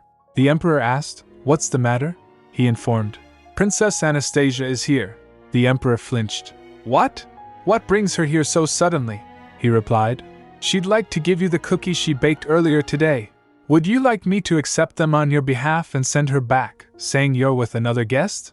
Ekaterina stared at the Emperor curiously. The Emperor hesitated, thoughtful. But she came all the way here. Seeing that, Ekaterina grinned to herself. Huh! He has a guest? Anastasia hesitated at the doorway. Then, stepping forward, she smiled. She said while sitting, I'm here to give you these cookies I baked. They came out really well. But I didn't know you already had a guest. This must be. Her eyes fell on the unfamiliar woman. Who is she? I've never seen her before, but she looks familiar. A spicy scent, like golden sands of the south, mingled with the cold aura of the northern snow. Ah, could she be? Anastasia brightened. Carno's grandmother? It's a pleasure to meet you. I'm Anastasia. The woman laughed faintly. Oh my. I don't look a thing like my grandson. How did you know I was his grandmother? But you do look alike, Anastasia said earnestly. Your eyes are just like Carno's. Then she glanced apologetically at the Emperor. I didn't know you were here. I should take my leave. Oh, please stay, I insist. Ekaterina replied warmly. That is, as long as you don't mind talking with a couple of old folks. That's right, the Emperor added. Do you have some urgent business? I hear you've been enjoying going out nowadays. Is that it? That's because you're so busy, Grandpa, Anastasia teased. You don't even play the carom game with me. You've never even asked me to play with you, he retorted. Then, would you like to? She challenged. As he groaned, she pouted. See? You're too busy. Carno's grandmother chuckled. Do you like the carom game, Princess Anastasia? Yes. I tried it at Ilya's tea party and had so much fun. She turned politely. What about you, General? I like it too, Ekaterina said. When I spent time with Carno in the north, we sometimes played it together. Wait, why are you butting in? The Emperor frowned. If she's going to play with someone, it should be me. But you're busy, so it can't be helped, the General countered. You don't have much free time either, he shot back. Anastasia raised her hands, laughing nervously. Please don't fight him. Shall we all play together when we have free time? You want the three of us to play together? But why? The Emperor asked in disbelief. Ekaterina suggested, yes, you can just play with me. The more the merrier, Anastasia said simply. Oh, what about inviting more people to play at your upcoming birthday banquet? Then pointing towards the cookies she added. Whoever loses between the two of you has to promise to write what they think of these cookies. What if you lose? Ekaterina challenged. If I lose? She blinked, as though the idea had never occurred to her. It seems you didn't even consider the possibility that you might, she teased. If you lose, you'll have to write me a letter. How's that? A letter? Very well, agreed, Anastasia noted. Okay, then I should get going. See you next time, Anastasia said cheerfully and left. The Emperor watched her go, then asked Ekaterina. I didn't know you were such a warm-hearted person like sunshine in spring. She said she noticed I was Carno's grandmother by appearance. The woman mused. The Emperor asked, Did you like it that much? She replied. If she already knew I was here and said that on purpose, she's meticulous. And if she truly noticed just by looking at me, she has a keen eye. Either way, she's brilliant. Don't you agree? I don't think she knew ahead of time, the Emperor replied. They sat in thoughtful silence until the Ekaterina asked, Do you think Princess Anastasia takes after Prince Yuri? No, came the reply. When he said he wasn't interested in the throne, I knew he was lying. He suppressed his desire because he knew he stood out, and gave up his chance for his older brother's son, Alexei. It was the right thing to do, but he desperately wanted the throne, that's why he ran from the palace. But Asya is different. She knows what she wants, and she goes for it. She takes after her mother, Ekaterina questioned. Then what does Princess Anastasia want? The Emperor replied. She wants to make desserts, Ekaterina asked confused. What? The Emperor continued. Other than that, she said she doesn't even care who I am. Speaking of which, we should try her cookies, since they're right here in front of us. They tasted them, and the General blinked in surprise. What is this feeling? Then her eyes narrowed. By the way, the ribbons in her hair looked familiar. Now I remember. Those were the ribbons Carno was carrying so carefully. Later that day at dining table, Carno's grandmother said quietly, I met Princess Anastasia today. Did you? Carno asked. I thought you went to pay your respects to His Majesty, she replied. That's right. But she came in with cookies she baked. As soon as she saw me, she asked if I was your grandmother. I was so surprised. She is quite perceptive, Carno admitted. Ekaterina laughed. I never imagined I'd live to see the day when someone would say we look alike. Among His Majesty's children and grandchildren excluding the Crown Prince, she's the only one I'm fond of. We even promised to play carom together at His Majesty's birthday banquet. The loser will write a letter to the winner, Carno quickly asked. A letter? What kind? She replied. If the princess wins, His Majesty and I will write to her about how we felt about her cookies. And if we win, she'll write to us about anything she wants. Carno chuckled. I'm sure you and His Majesty will end up writing to her about the cookies, his grandmother asked. You think so? Wouldn't it be a good chance for me to receive a letter from the princess? But why do you even want one? Carno sighed. She laughed it off. Well, His Majesty seemed to want one desperately, and there might be others who'd also like a letter from her, Carno said. Then I'll be rooting for you. Meanwhile, Riss fanned Anastasia and asked, Your Highness, are you all right? She replied. It's so hot. I hate summer. You're so weak and fragile. PB sighed. It's because you strain yourself every day making cookies. Seeing him, Riss sighed. It seems PB is worried about you. Haha. Anastasia gave a small smile. The day of the banquet will be much hotter than this, won't it? Of course not, Riss assured her. It's His Majesty's birthday banquet. Ice will be placed all around the hall, so please don't worry. We have ice here too, Anastasia murmured. Riss, thank you, but you don't have to keep fanning me. It'll just make you hot, Riss replied. I'm fine. You must just be sensitive to heat. Princess Irina didn't like heat either. You must take after her. Oh, why don't you try doing some exercises like she did? She suggested. See? You must exercise. She's right for once, PB agreed. Riss, you can't talk to PB, right? Anastasia asked suddenly. Riss asked confused. What? Anastasia changed the subject. Never mind. By the way, we should go to the kitchen, Riss replied. You should rest some more. Why go to the kitchen? Riss asked. She gets up and said, I made something to eat for a hot day like today. Let's eat it together. Oh my, Your Highness, what is this? Riss blinked as Anastasia carried out a tray. It's sherbet made with Shosling liquor, Anastasia said proudly. I mixed a little Shosling liquor with apple juice, apple mint, and lemon, then froze it. Now all I have to do is scrape and mix it up, Riss offered. Let me help you. Once it was done, Anastasia exclaimed, All done. Phew!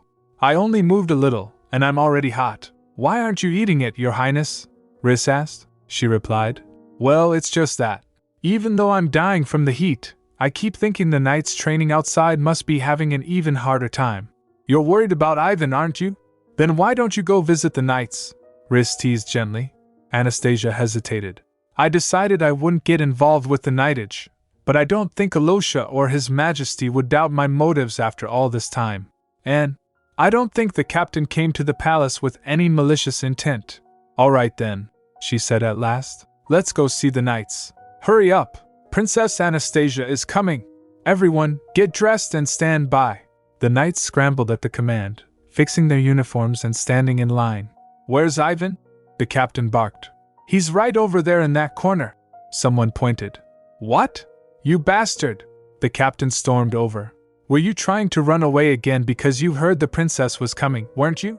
He replied. And no, the captain warned. What do you mean, no? If you keep running away like that, I'll tie you up with ropes. Ivan shifted uncomfortably. I am actually used to that. The captain gaped. What are you talking about, you idiot? If anyone says something absurd to you, you should just punch them or something. Pardon? Ivan blinked. Captain, are you harassing Ivan again? Hurry up and get ready. The princess will be here any minute. And asked suspiciously. He replied. And no, I was just. And by the way. Then, turning to Ivan, she softened her tone. I understand you feel shy around her, but you know she's coming here to see you. So you'd better just stand here and behave today. He nods. Okay. Moments later, the announcement came. Princess Anastasia has arrived. She stepped into the courtyard, smiling despite the heat. Good afternoon. It's hot today, isn't it? And may I ask what brings you here, Your Highness? The captain asked. There was something I wanted to give you. She glanced around. By the way, how's Ivan doing? The captain replied. Oh, right. He's doing very well.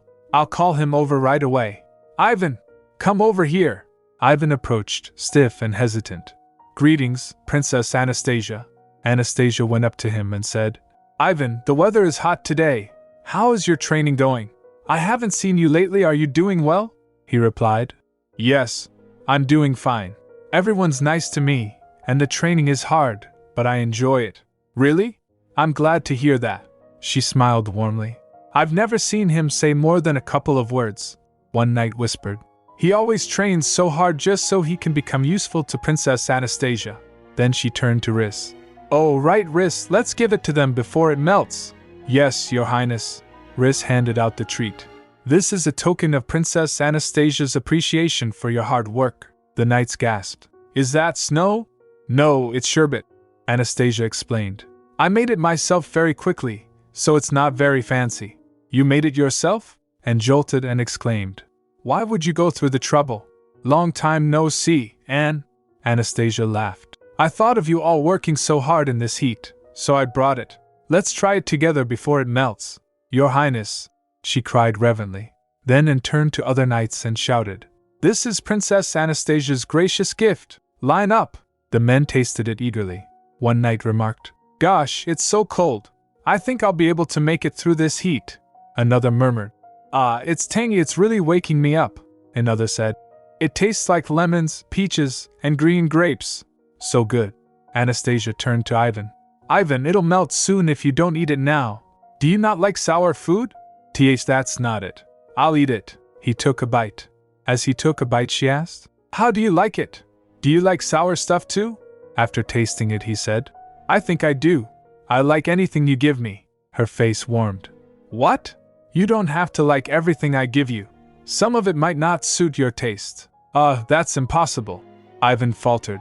She added, You'll understand eventually. Then PB whispered to her, Even so, it seems like he's starting to realize what he likes, which is a big first step. Really? Anastasia asked. PB replied, Yes.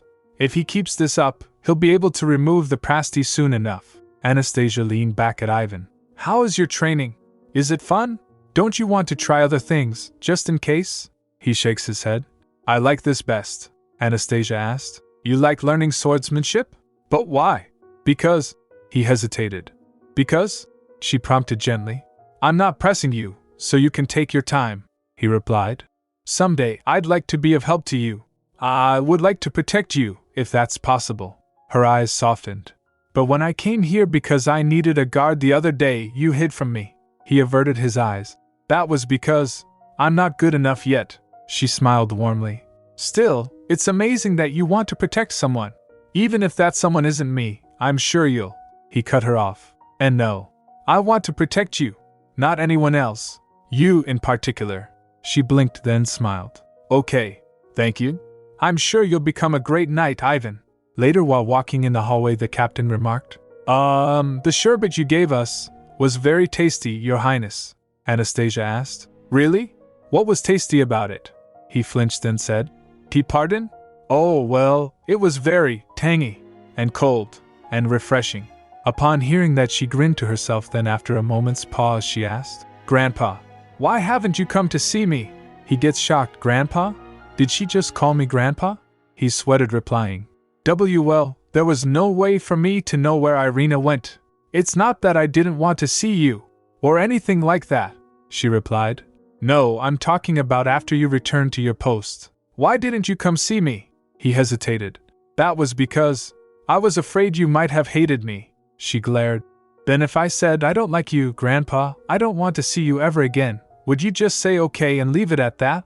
He stammered. And no, absolutely not, she added. And if you returned to the palace to see me, you didn't have to come back as the captain of the knights. He drooped. But I thought it would be good to have a respectable title when I finally met you. I didn't want to show up as an old man without a job, she said sternly.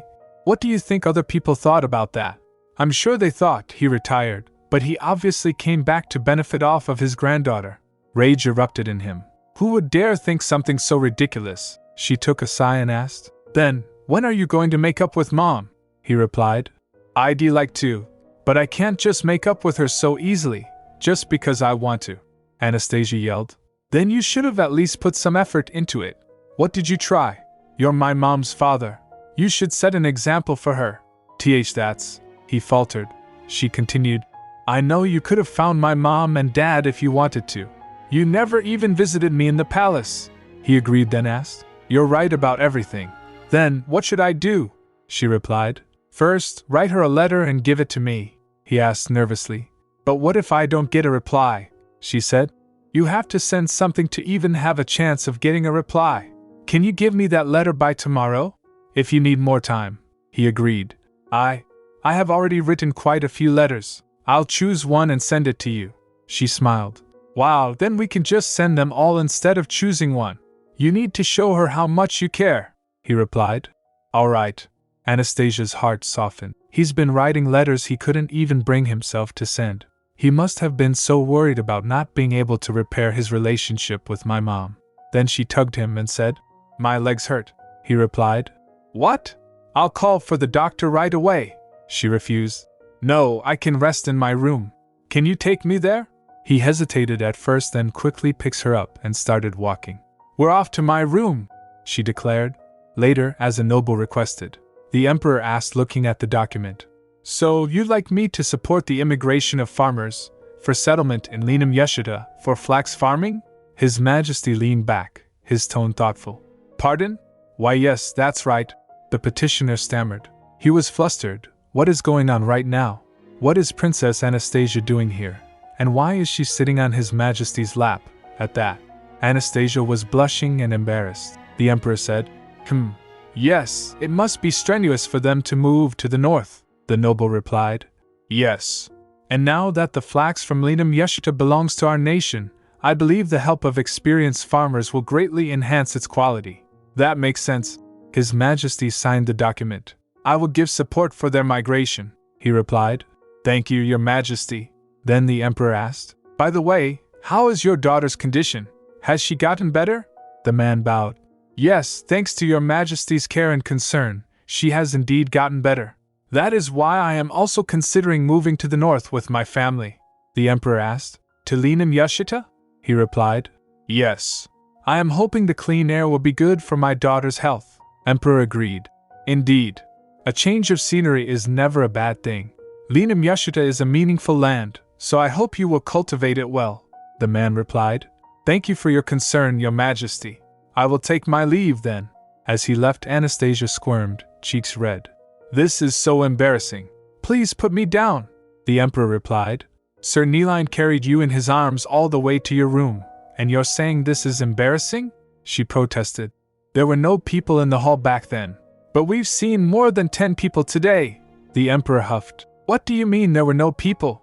People saw, and spread the word so fast I didn't even have to leave my office to hear about it. Anastasia buried her face in her hands. When did things end up like this? At first, I had to walk on eggshells. Terrified people would think I was trying to steal the throne. The only reason I dared speak to Sir Neline was because people finally seemed to realize I had no ulterior motives. But doesn't he trust me too much now? She pouted. Anyway, I should get going now. There's nothing to do here, and I'm bored. The Emperor said, All right. What is I put an oven in that corner? She shouts, No, I still wouldn't want to stay. Later she visited Pavel. Pavel said, panic etched on his face. Your Highness, can't we just go without desserts for His Majesty's birthday feast? She replied. What are you talking about, Pavel? Are you worried because you're in charge of the desserts? But I heard everyone else agreed that you should take on the task, he replied. That's because they think I was the one who made the carrot cake for the peace envoy last time, not you. And now that everyone knows you like to make desserts, no one else wanted the job, she said. But I make desserts for fun, and you're the imperial head chef. He drooped. No, I can't do it. Then she offered him a whisk and said, Here, I'll give you this to cheer you up. He grabbed it and looked at it curiously. What is this? She replied. A whisk? He asked, flustered. This is a whisk? She replied. Yes. And now you'll see why I called your old whisk nothing more than a bundle of sticks. Try it for yourself, you'll realize how fast it can make meringue. Pavel gave it a tentative whirl. Huh? Already? What? Your Highness, look at this. She grinned like a child. What do you think? Do you like it? He exclaimed. Yes, Your Highness. This is revolutionary.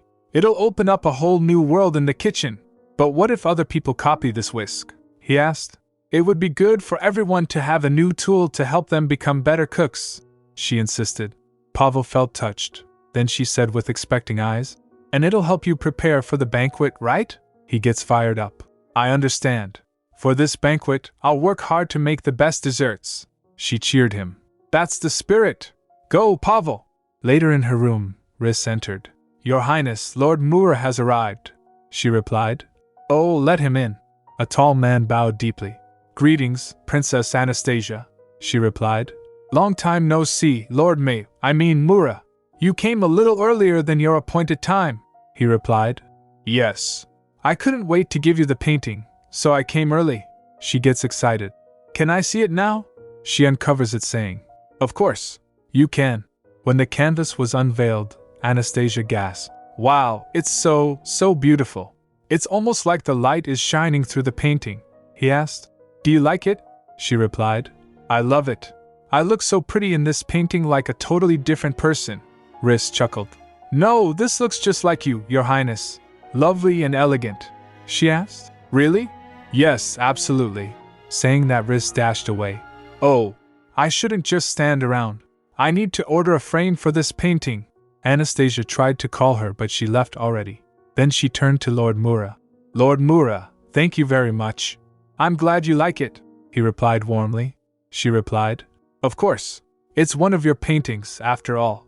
Just then, another servant announced, Your Highness, the painter for the patisserie's signboard has arrived. Lord Mura asked, Oh, is that the painter you mentioned the other day? Anastasia replied, Yes, that's right. Let her in. A nervous young woman stepped forward. Anastasia blinked. HN? That's strange. This is my first time seeing her, so why? The woman bowed shyly. Greetings, Princess Anastasia. I'm Maria. Maria? Anastasia froze, her thoughts spinning. Could it be? Is she the heroine who ends up with Alosha, the one who overcomes the fake Anastasia's sabotage? Your Highness, is something the matter? Riss asked. And no, it's nothing. Anastasia replied quickly, trying to compose herself. I didn't expect to run into her so suddenly. Was she always a painter? Aloud, she forced a smile. Your name is beautiful. That's why I was surprised. It means beloved one, doesn't it? Ah, thank you for the compliment, Your Highness, Maria said with a small bow. Then, glancing at the man beside them, she hesitated. By the way, may I ask who this is? Oh, you two haven't met yet. Allow me to introduce you. Anastasia gestured between them. This is Maria, the one who painted our patisserie's signboard. It was so lovely that I asked her for another painting.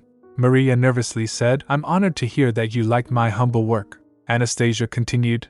And this is Mura Alo / Lord Mura is also a painter like you, Maria. Maria's eyes widened. What? This person is Lord Mura Alo? My goodness, it's not even my birthday. Am I dreaming? Are we in a dream? She flapped her hands in disbelief. You're not dreaming, Mura said gently. In fact, I asked Her Highness to let me meet you. Maria asked. You did? You asked to see me? But why? Lord Mura laughed. Because I admired your paintings, of course. Especially the way your charming illustrations complemented the cake so well. Oh, that's all thanks to Baron Saito, who gave me a chance to try the cake, Maria explained. She said I should know how it tasted in order to draw it better. Oh, you mean the chocolate cake? I love it too, Mura replied with a small smile. Maria replied, Yes, it helped me draw a wonderful picture. The two painters forgot about everything and chattered about the cake. Lord Mura said, the soft, moist, and rich chocolate. Maria filled in, the sweet and complex flavor. Stop! Please stop! The princess burst out. I'm right next to you. It's so embarrassing. Please stop talking about it. Maria asked, bewildered. Pardon? Did I say something wrong? Mura chuckled. No, you didn't say anything wrong, Lady Maria. Actually, Her Highness was the one who created that cake. Maria gasped. Pardon? What did you just say? Lord Mura said. After I tried the cake, I sent Her Highness an emotional letter about how much I loved it. That was how I was able to meet her. I recommend that method to you as well, Maria. Oh, sure. Thank you, Maria replied earnestly. What are you thanking him for? The princess interrupted, shoving something into their hands. Just stop it, and take these, Maria asked. Your Highness, what is this? She replied. It's a little embarrassing, but I made those cookies to repay you. Thank you both for coming all the way here. Lord Mura tasted one and said, Today must be a lucky day. You made them yourself? What kind of cookies are these? She replied. They're Kipfro cookies. Don't you think the crescent shape is cute? Mura took a bite, his expression lighting up. Your cookies are delicious as expected, Maria remarked. The crisp yet soft texture is delightful. I'm glad you like them, the princess said softly. Actually, I asked Maria to design the package for the powder that was used to make those cookies. Oh, I can't wait to see it, Mura said with genuine enthusiasm. I'll try my best, Your Highness, Maria promised. And there's something I've been wondering about, Anastasia asked. What is it? Do you want to know the recipe for the cookies? Maria replied, No, but may I ask what that canvas is? Oh, Lord Mura made me a painting. Do you want to see? The princess asked brightly.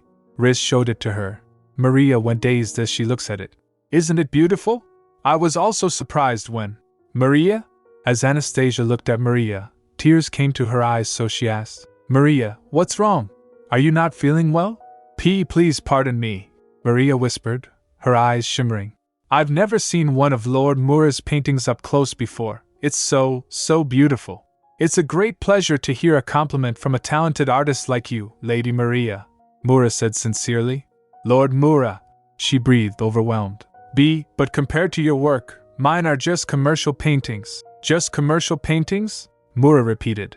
His gaze softened. Of course, the art I've created thus far is different from yours. But just like you can't say one genre of art is better than another, you also can't judge anyone's talents and skills along those lines, because your talents stand on their own, and your skills shine by themselves. So you should be more confident, Lady Maria.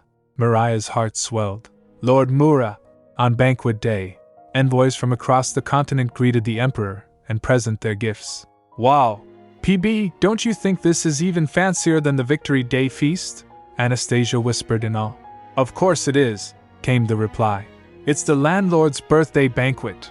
Look at how extravagantly everyone is dressed. They must be so eager to impress him, she whispered. I know, and there are so many luxurious presents. I'm worried about Grandpa liking my gift. Just then Dmitri tugged her dress and called her. Hey, Anastasia. She turned. Huh! It's been a while, Dmitri. His tone was urgent. Did you prepare a present? She tilts her head. A present? Why? He said. Are you seriously asking that? Did you forget what day it is today? If you haven't prepared anything, give that to him. He shoved a small box into her hands. She opened it up. A brooch? But didn't you bring this to give to him? Why are you giving it to me? Dmitri yelled. Your parents aren't here, so I'm sure you didn't prepare a present. I'm taking care of you this time.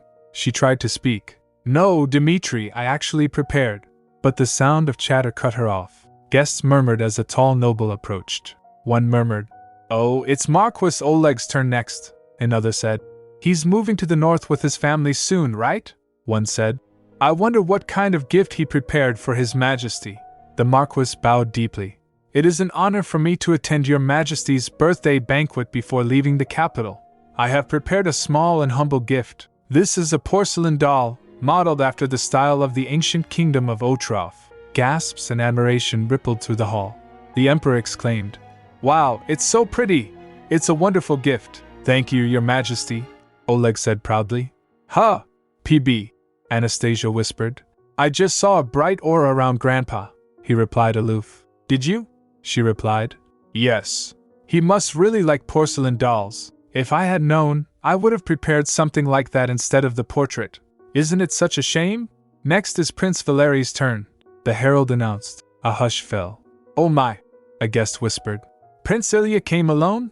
Another chattered. I heard the Marquis couldn't make it because he wasn't feeling well. One giggled. No.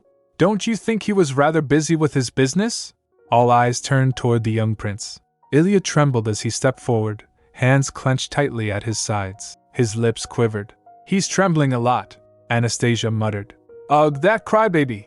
He shouldn't cry here, Dmitri hissed under their breath. Ilya swallowed hard. This is my father's present for you, Your Majesty, to celebrate your birthday. Gasps and murmurs rippled through the banquet hall. One whispered, My goodness, look at those jewels. Other murmured, Look at how fancy that sword is. I heard he'd become worse off since his business failed, but I guess that wasn't true. Another whispered, He's still a prince. How could shutting down a few factories lead to his ruin? The king's expression darkened. Is this really what your father prepared? Ilya stiffened. Pardon? Oh, yes. Grandpa doesn't like luxuries, Anastasia realized with a sinking heart. I can't believe the gift is an ornamental sword he can't even use. Why would Uncle Valery choose something like that? Hey, Anastasia, Dmitri hissed urgently at her side. Did you just see that? She flinched. Huh? He said. His Majesty doesn't even like a luxurious gift like that. So you really can't just go up there empty-handed, understand? Well, that's... She began, but Dmitri cut her off. I have to go now. That's your gift. You give it to him, okay? Saying that he dashed away. Dmitri! I already have a gift, listen to me. But he was gone, leaving her groaning in frustration. Next is Prince Maxim's turn, the herald announced. The murmurs picked up again. Oh my, it's Marquis Serenetov's turn. I wonder what gift he prepared this time. The Marquis bowed deeply while Dmitri was with him. Please accept my most heartfelt congratulations to you on your birthday, Your Majesty. This is my gift, a winter overcoat. He unfolded the thick garment with a dramatic flap. The emperor asked, "This is what you've prepared?" Maxim laughed it off. "You should be ready ahead of winter." Whispers rushed through the crowd. "The palace is warm all year round. Why would he gift the emperor a coat?" PB explained. "Since the power of Alexei's spirit has been stabilized, he's gifting that coat to show everyone he acknowledges it. That's pretty smart. By the way," he added, "that coat is part of a set with that brooch His Majesty received earlier." "What? Let me see." Anastasia peeked at the brooch in her hand.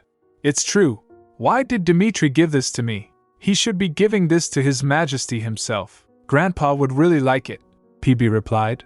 "It seems that boy really liked the snacks you gave him the other day. Anyway, that arrogant little kid is acting quite cute this time." Anastasia looked at the brooch and smiled. After that, Alexei came with Anastasia to present his gift. "Happy birthday, grandfather." Alexei bowed deeply, presenting his gift. "Thank you, Alexei," the king replied. The wave of his hand, Alexei ordered, "Bring it here," then brought a cart on which there was a tree. The hall buzzed with surprise. "Oh my, is that a tree? There's fruit hanging from it. What kind of tree is it?" the emperor asked. This is a fig tree," the servant announced clearly. "It's the crown prince's gift for your majesty." "A fig tree?" the emperor asked. "But don't figs only grow in the southern regions of the Kurlet kingdom?" "Yes," Alexei confirmed. "But this tree was bred to grow in the southern regions of our empire as well. It bears fruit much more varied in flavor and richer in taste than the existing kind." Anastasia leaned in, drawn by the fragrant scent. "It smells nutty and sweet. I'm sure it could be used to make some super delicious tarts. Or scones. Pound cakes, perhaps? Jam?" She was looking at it curiously. The emperor noticed, so he chuckled lightly, then said, "If you're curious, you can taste it too," Alexei offered with a smile. She tasted it. "It's delicious, perfectly balanced between sweet and sour, with even a slight coconut fragrance at the end." Then Alexei declared, "So, I'm planning to grow fig trees in the palace greenhouse?" The king gave a firm nod. "That's a good idea. Alexei, you did a great job." "Thank you, grandfather," Alexei said proudly. Then Anastasia gasped. "Oh, it's my turn. I almost forgot, distracted by the figs." As she stepped forward, the whisper erupted in the hall. "Isn't she the famous princess? What do you think she prepared? Prince Yuri isn't with her. What could a little princess have prepared by herself? I heard she likes to play in the kitchen. Maybe some cookies? Handmade cookies? That would be cute." She turned to Riss and said, "Riss, please." Riss was holding a canvas wrapped up. Someone murmured, "Oh, that looks like a frame." Another said, "It must be a portrait of His Majesty. Happy birthday." "This is my gift," Anastasia declared, her eyes bright with anticipation. "What is it?" the king asked, peering curiously. She replied, "You'll know once you unwrap it. I worked really hard to prepare it. I hope you like it." The emperor unwrapped the cloth and stilled. "The portrait inside seemed to breathe with life," he said. "It almost looks like I'm alive inside of the painting. But why did you make me look younger than I am now? And how did you get someone to paint my portrait in the first place? I didn't sit for this." Anastasia smiled mischievously. "Oh, your questions can easily be answered by the name of the artist." His eyes narrowed. "This portrait, did Mura Alo paint it?" she replied. "Yes, that's right." A collective gasp swept the hall. Mura Alo painted His Majesty's portrait? But as far as I know, he hasn't been painting at all these days. My goodness. I can't believe Princess Anastasia brought his artwork, the emperor asked. "How did you manage to get this painting from Mura Alo?" Anastasia replied, smiling. "You see, Lord Mura and I are pen pals. When I told him I didn't know what to get you for your birthday, he offered to paint your portrait." The king's lips curved into a rare smile. "You really have a talent, Asya," she replied, "but Lord Mura was the one who painted your portrait, not me." The emperor continued, "So many people tried to make the genius artist hold a paintbrush again, but all of them failed. And yet you were successful." His tone softened. "I can't just receive such a precious gift without giving anything back in return. I'll grant you a wish later. But I gave you this as a birthday gift," she protested gently. "It would make me feel uncomfortable to accept this without giving you something in return," he replied. "Do you want me to feel uncomfortable on my birthday?" She smiled. "In that case, I'll gratefully accept, Grandpa." From the side, Dmitri was deep in thought. "I knew it," His Majesty isn't interested in my house. Well, my spirit isn't a spirit king or anything, and my father isn't interested in that sort of thing. Anastasia doesn't live with her parents, so how did she prepare such a wonderful present? That girl has always been peculiar. She acted like she feared nothing within the palace, other than the crown prince. Yes, I remember when we ran into each other. I got mad at her, but she didn't tattle to His Majesty. She actually spoke to me with a smile, as if the incident had never happened. Come to think of it, the tart she gave me was really delicious. And it's amazing that she continues to bake, no matter what others say about it. Even today, there was no need for me to give her the brooch. Just then a servant appeared and interrupted his thought. Excuse me, Prince Dmitri. Dmitri gets startled. Yes? The servant informed. His Majesty wants to see you. Please come this way. He hurried forward, bowing stiffly. Gee, greetings, Your Majesty. The Emperor nods. Oh, Dmitri. Welcome. Are you enjoying the banquet? He nervously replied. Yes. It's wonderful. I heard from Asya just now, the king said, eyeing the brooch with interest. That you gave her this brooch. He flinched. Pardon? Oh, yes.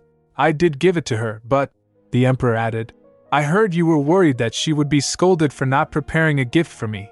Upon hearing that, he jolted. Arg. Anastasia, you dummy. Dmitri nearly shouted in his mind. Why did you tell him all of that? The Emperor asked. Did you think I was such a heartless grandfather? Dmitri gasped in panic. And no, it's nothing like that. I just... Asya told me over and over again, the king said firmly, that you tried to help her. You offered her what you prepared because you were afraid she would get in trouble. That is truly commendable. I'll give you a reward. Tell me anything you want. Thank you, Your Majesty. Dmitri stammered, bowing deeply. A while later the Emperor and the General Ekaterina were ready for the carom ball game. Oh my gosh, how did I end up here? Anastasia's thoughts raced, still reeling from the unexpected turn of events. The Ekaterina chuckled, clearly amused. Did you pass along the task of receiving guests to Crown Prince Alexei just so you could come here? What? The Emperor blurted, flustered. There isn't anything unfair about this arrangement, so don't worry about it, he yelled. And why shouldn't I have fun on my birthday? The general sighed. Well then, since it seems like everyone is here, shall we start the game? We have many contestants, so we'll divide into 3 teams. As Maxim and Dmitri were also present, 3 teams were made. Maxim and Dmitri, the Emperor and Anastasia, General Ekaterina and Carno. Hold on, the Emperor interjected. Wouldn't it be boring if the only penalty for the losers is writing a letter to the winners? Why don't we place bets on the game instead? That sounds fun. I'm in, Maxim declared without hesitation. Father, Dmitri began nervously. But Maxim cut him off and asked, Then what would you like to wager, Your Majesty? The Emperor said. I'll wager the mansion recently built south of the capital. Maxim chuckled. Oh, that's the mansion built as a secondary palace. Then I'll take care of the landscaping for that mansion, General Ekaterina declared boldly. Wow, General Ekaterina's going to do the landscaping? Maxim exclaimed. Carno, is landscaping her hobby? Anastasia whispered. No, came the reply. But my grandmother's spirit is the spirit of sand, Asya asked. But how does the spirit of sand help with landscaping? He replied. When sand crumbles, it turns into soil, and soil governs the earth. She can even control the ground itself. It's a very strong form of her spirit's power. Then I'll take care of the interior decoration, Maxim chimed in. Father, Dmitri groaned. What about something else?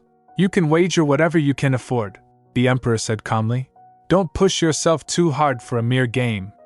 Then, I'll wager sugar, Dmitri said shyly. Maxim slaps his son playfully and said, Oh son, sugar? Is that all? Oh right.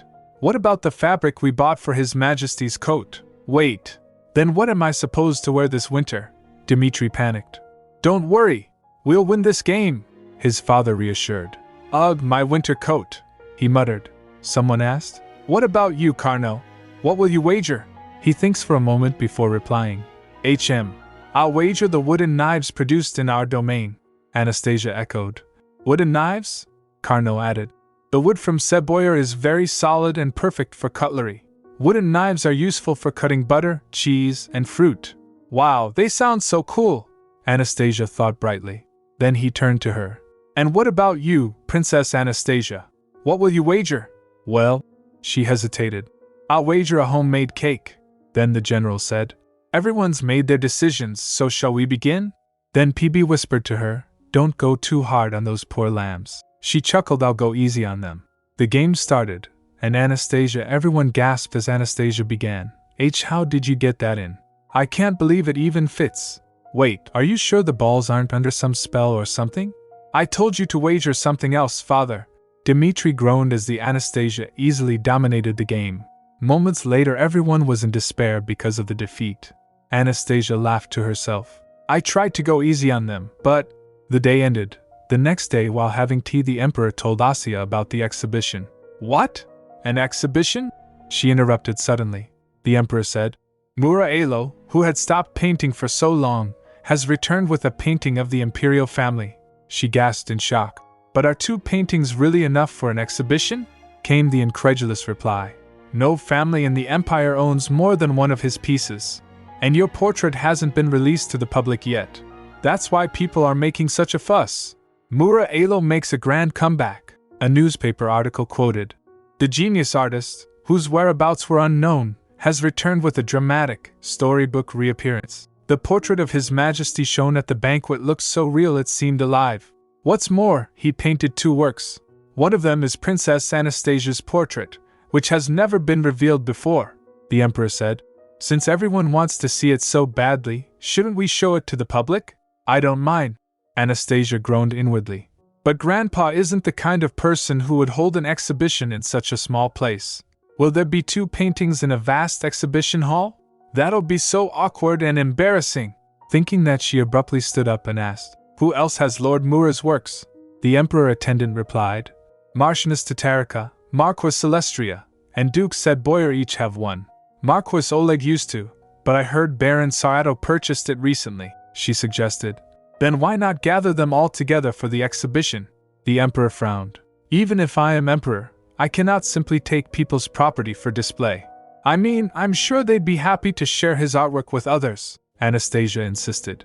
Natalia is my friend, so I can talk to her. And I'm certain Carno will lend his as well. The emperor asked, What about the other 2 families? She replied, I'm not sure about Marquis Celestria, but as for Baron Sarato, if I ask her for help, she'll join too. She's always kind and generous. But what would they gain from this? The emperor mused. What if we charged an admission fee? Suggested quickly. That way, we could share the profit with the lenders and with Lord Mura. The emperor asked thoughtfully. Then where should we hold the event? It won't be easy to find a place that can display so many paintings. I recently acquired a small mansion, she recalled smiling. We can use that place. Don't you think it's a great idea? Anastasia beamed. All right, he said at last. If you insist, we'll try that. Then his eyes softened as he looked at her. By the way, Asya, do you remember when I said I would grant you a wish? She replied. Oh, I forgot about that. But you already gave me the mansion, he said. That was the winner's prize, separate from your wish. Is there anything else you want? Anastasia hesitated. Actually, yes. I've been planning something with Baron Sarato. Other than the pastry shop? He asked, curious. She replied. Yes. I can't tell you the details just yet, but it will be revealed soon. I think it will be ready by this fall, the emperor said. I see. It's summer now.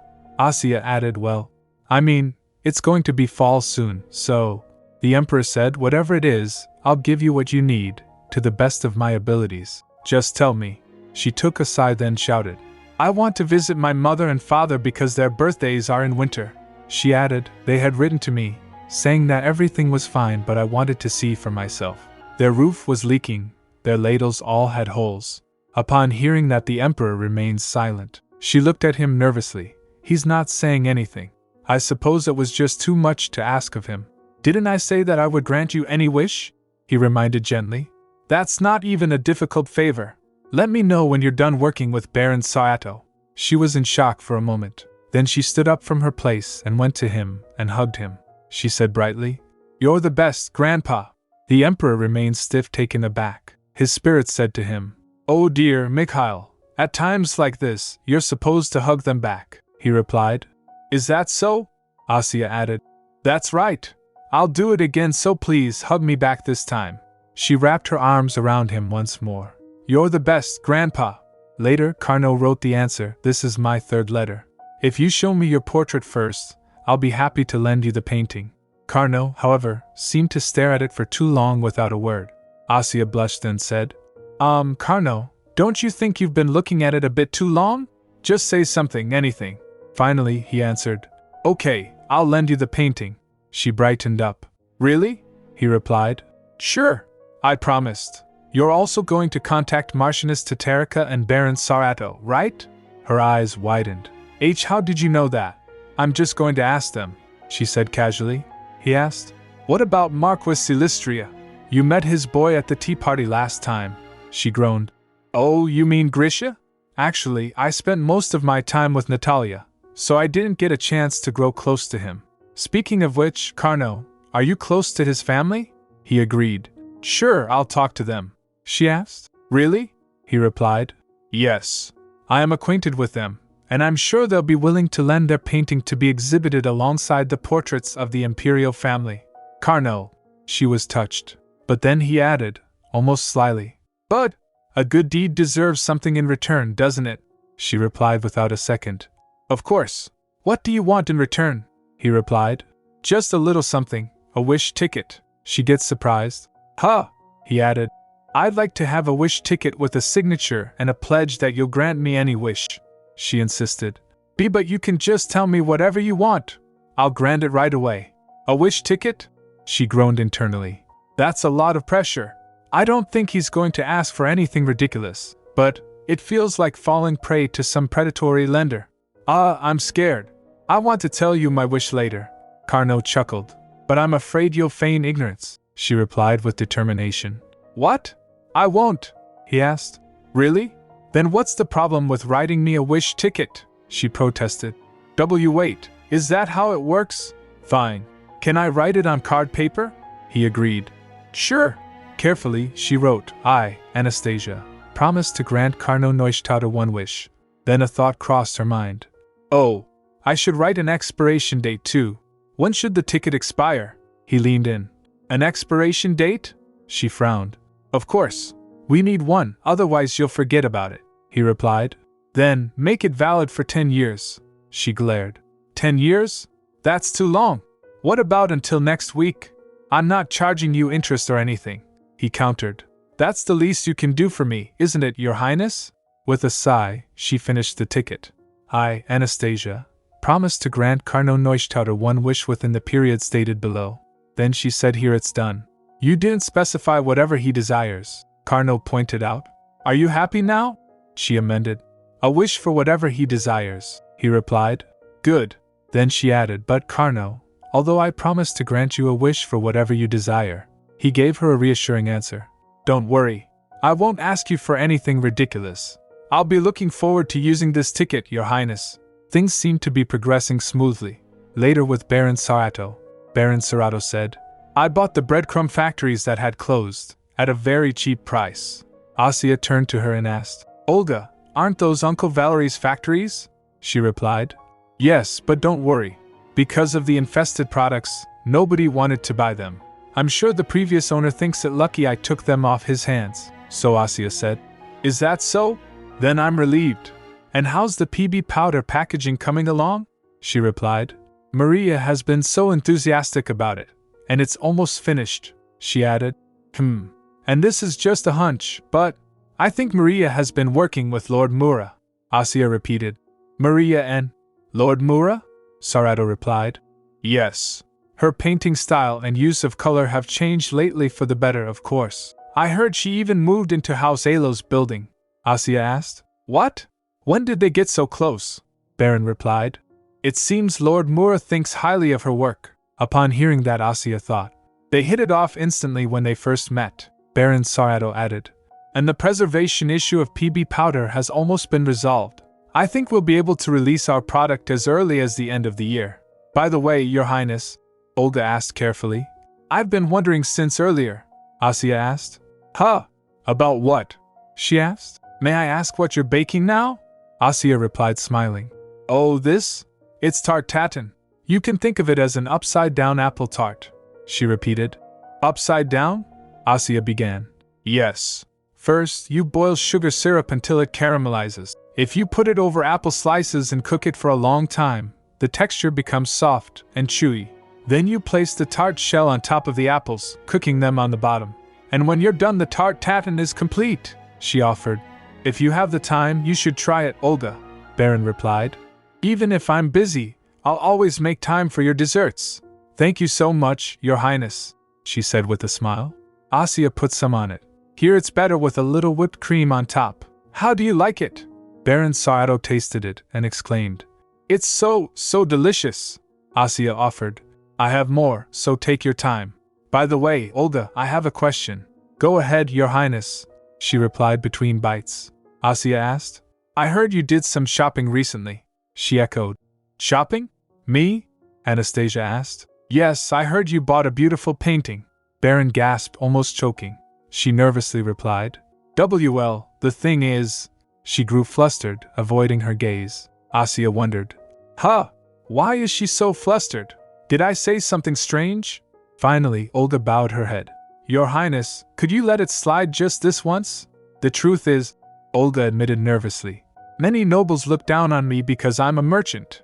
So I managed to get my hands on one of Lord Mura's paintings to build my reputation. She slammed her hands on the table. So, Your Highness, please don't. Okay, calm down, Asya interrupted gently. I'm not trying to take your painting. Stop acting like a frightened cat. Cat? She blinked. Then why did you ask about? The thing is, she explained, my family has 2 of Lord Mura's paintings now. So I'm thinking about holding an exhibition with a collection of his works. Baron Satoru asked. Are you going to show the portraits of you and His Majesty to the public? Then, are you going to rent a large salon and only invite nobles? Asya replied. No, I recently obtained a vacation home, and that's where I'll hold the exhibition. I'm planning to sell tickets at a cheap price so everyone can come see the paintings. But Your Highness, Baron Satoru hesitated. I'm afraid there will be people with malicious intent who'd want to damage the paintings simply because they're famous. Asya replied. The knights will be guarding the area, so don't worry. She asked. By knights, do you mean the Imperial Knights? Asya replied. Yes. I haven't asked yet, but at least one of my grandfathers will give me permission if I whine a little. Satoru gave a breath of relief. Alright, then there shouldn't be anything to worry about. And I have something else in mind, Asya added. Have you heard of confetti? Olga replied. Oh, I know what that is. Isn't it a snack made of sugar-coated nuts? People call it the snack for kissing, Asya said. Yes, that's right. And I'd like to make them with chocolate. What do you think of chocolate-covered almonds or hazelnuts, with colorful sprinkles on top? Doesn't that sound delicious? Olga replied. Yes. Just hearing about it makes me drool. But why do you want to make confetti? Asya replied. Oh, I just thought it would be nice to hand them out to visitors when they enter the exhibition hall. That way, they can enjoy beautiful paintings and snacks at the same time. Olga questioned. Wait, Your Highness, are you just going to give them out for free? Asya asked, confused. Why not? She smiled. I want to try making confetti, and I don't want to make just a small amount. It'd be nice to share it with everyone. No, you should sell it, Olga exclaimed. I'd bet your confetti would sell extremely well. Asya laughed. Come on, there's a reason why I want to make chocolate confetti. Think about it, people will try it and then buy more of your chocolate, Olga. Your Highness. Her eyes grew moist, touched. Then Asya asked, So, I'd like to borrow your painting to exhibit at the event. Is that okay? Olga agreed. Of course. I was going to lend you the painting from the beginning. If you need my help, feel free to ask any time. Asya smiled. Wow, thank you so much. At Marchioness Tatarika's mansion, Natalia was playing with a ball to herself. Anastasia called her Natalia. Natalia turned to her, Your Highness, she greeted. It's been a while, but she stopped in the middle. Asya asked, Natalia, what's wrong? Well, the thing is, she began, only for her mother to cut in anxiously. Natalia! She came and apologized. I'm sorry, Your Highness. Did my daughter make a mistake again? No, not at all, she reassured. I was the one who ran to her first, the Marchioness said. It's been a while, Your Highness. I didn't know you were coming today. I apologize for not being prepared. Natalia was behind her mother, awkwardly looking at her. Asya replied, I'm sorry for arriving without notice, I was in a hurry. Natalia looked at her with sudden eagerness. Would you like to go to my cabin? I added some new things to my collection. Natalia! Her mother tried to scold. It's fine, Madame Tatarika, Asya said. I'll be right back. In her cabin, once alone, she studied her face. Natalia, are you all right? You look a bit down today. Natalia groaned but didn't answer. Asya pressed. Are you not feeling well or is there some problem? She hesitated. Your Highness, am I too rude to you? Asya was clearly taken aback. Huh? Natalia continued. Or do I act too friendly even though we've only just gotten to know each other? Why are you suddenly bringing that up? Asya asked in surprise. My mother scolded me for being rude to you, she admitted quietly. Asya asked. Do you think you're rude to me, Natalia? She gloomed. Actually, I don't know. Asya reached out to her hands and said, Okay, I've been thinking this for some time, and I'll just say it now. Natalia, why don't we call each other by nicknames when we're alone? She asked. Pardon? Asya said. I'm Anastasia, so you can call me Asya. And you're Natalia, so I'll call you Natasha. It'll be our secret, we'll only use these names when we're alone. What do you think? Her lips curved in the faintest smile. She called out. Asya? Asya replied. Yes, Natasha. Asya. She laughed and hugged her. Later, while having tea, her mother said, I told Natalia to change into some clean clothes. Please wait a moment, Your Highness. Thank you, Madame Tatarika, she said. The Marchioness sighed. Natalia is so full of energy. I worry she causes trouble for you, Asya replied. No, not at all. I have so much fun with her, Marchioness said. You'll probably find it hard to believe, but I was worried. Natalia never seemed to like people at all. She's quite different from girls her age, her clothes, her behavior. I thought it was best to let her do whatever she wanted, but she never got along with other children. Yet somehow, she likes you so much. Don't worry about it, Asya said warmly. I like Natalia too. The Marchioness softened. I'm glad to hear that, Your Highness. Then she asked, By the way, the liquor you sent me the other day, did you really make it with the fruit I gave you? Asya asked. Was something wrong with it? Marchioness replied. Not at all. Actually, I also make liquor with that fruit every year, but mine has never tasted like yours. I was shocked by how delicious it was, Asya replied. I'm so glad you liked it. Please try this tart too, it's best eaten hot, she said. Oh, so that's why you brought it unbaked. Thank you very much. As she pondered over the tart, Asya thought to herself, Great, this tart will work like a bribe. Should I get straight to the point before Natalia comes back? Then she began. Madame Tatarika, there's a reason I came here today so suddenly. I'm thinking of holding a small exhibition with Lord Moor's paintings. Would you be interested in it? She repeated. Oh, an exhibition? Asya replied. Yes. I'd like to borrow your painting. Just then Natalia called out running. Your Highness! Asya thought, Natalia, why did she come back so soon? She hugged Asya and said, I got changed as quickly as I could, so I could play with you, Asya said. Wow, that was really quick. Oh my, Your Highness, her mother said. Asya turned to her thinking, is she going to talk about the painting? Instead, she asked, Did you really make this tart with only apples? My goodness, it's so delicious. Why yes, she stammered. I boiled the apples down for a long time, Asya cried internally. Marchioness exclaimed, How amazing! I had no idea apples could create this flavor. I want to try too, Natalia exclaimed, grabbing a bite. Aha, slow down, both of you, she chuckled. In the end, she never got to hear the Marchioness's answer about the painting. She assumed it was a rejection since Marchioness didn't say anything more. But later, as she was about to ride the carriage, she approached her again. Your Highness! Asya turned to her. Madame Tatarikia? Marchioness said. I'm sorry for earlier. The only thing I talked about was your tart, it was just that good. As for the painting, if you send people over on the day you need it, I will give it to them. My goodness, Madame Tatarika! Relief washed over her, so she hugged the Marchioness. She said, I thought you didn't want to lend me the painting. Thank you so much, the Marchioness replied. It's a great honor to be able to help you, Your Highness. Later in her kitchen, PB asked curiously, What are these ingredients for? I'm going to make chocolate confetti, Asya explained. I was going to make it less sweet, but should I also make a sweeter version? You should make both, came the reply. She said, Great! Then let's start by making the sugar syrup and coating the almonds. After a few moments, she bent closer to check. Let me see, is it done? Just then someone informed, Your Highness Lord Carno is here. She turned abruptly. Carno? What brings? As she turned abruptly, her hand touched the sizzling hot lid. Ouch! She yelped as the hot syrup splattered onto her hand. Your Highness! Riss rushed forward in alarm. I'm fine, really, Asya said quickly, though the sting made her wince. It just splattered a little. Just then Carno grabbed her and lifts her up. She shouted, Carno? Wait! He carried her to wash her hand. As she was washing it, Carno said, I can't believe your scream was the first thing I heard as soon as I entered the palace. Are you okay? Yes, I'm fine. It was a little hot, and I was just surprised, she insisted, though she caught him eyeing her reddened skin. Then Riss interjected. But your hand has turned red, she reassured. That's because I put it in cold water. I'm fine, as I said. But Carno said, We'd better call the Imperial Doctor. Riss quickly walked away saying, Right, I'll go fetch the doctor. No, really, I'm fine, Asya protested. Then she turned to him. Carno, I'm busy right now. I have to stir that right away. What are you going to do about it?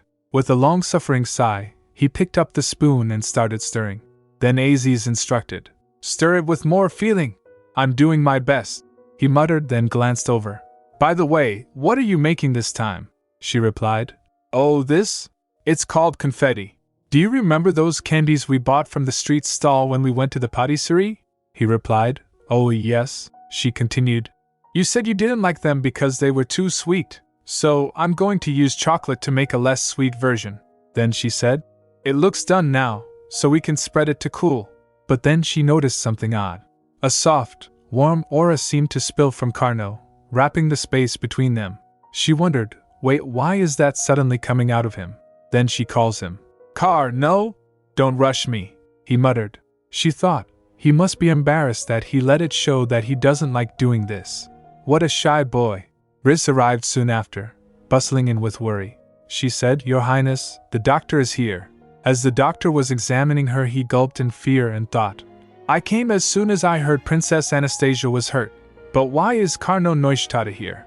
It's not serious, the doctor reassured after examining her.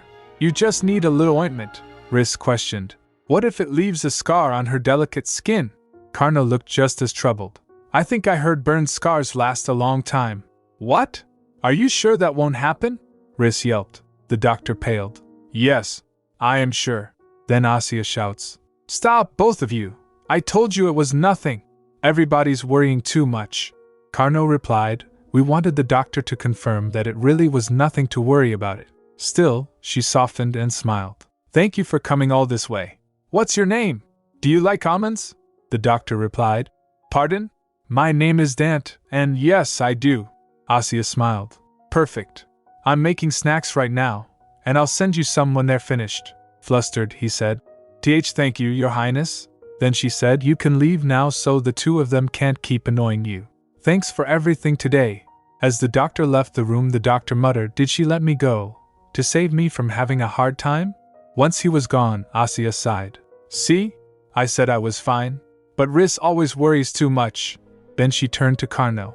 So what brings you here? He replied. You're treating me poorly, even though I brought good news. She echoed. Good news? He took a sigh, saying. It seems you completely forgot about everything. She yelped. What? Oh, are you talking about Lord Mura's painting? He asked. Mura? His name is Mura. Why are you calling him that? She laughed nervously. That's just my nickname for him. So will Marquis Silistria lend us the painting? Carno replied. Yes. He said he would. Thanks, Carno. Relief rushed through her. That means we have the 2 portraits from my family, and 1 painting each from you, Baron Sarato, Marchioness Tatarica, and Marquis Silistria. Perfect. Now I just need to figure out how to sell tickets and give away the confetti. Wait. You're planning to give it away at the exhibition? Why do you keep bringing up things I have no idea about? She replied, What do you mean? She said firmly, It's because Asya has her own life. He sighed. You don't even know how many people will attend. How can you possibly prepare enough? That's why I'm trying to make as much as possible, she explained. Sophia and Baron Sarato already said they'd help. He sighed, then asked quietly, Are you not going to make any more liquor? she replied while thinking. You mean the Shosling liquor? We can only make it during harvest season. It's the same for other liquors. As well, I don't think I can make any this year. Carnot asked. Why not? She replied.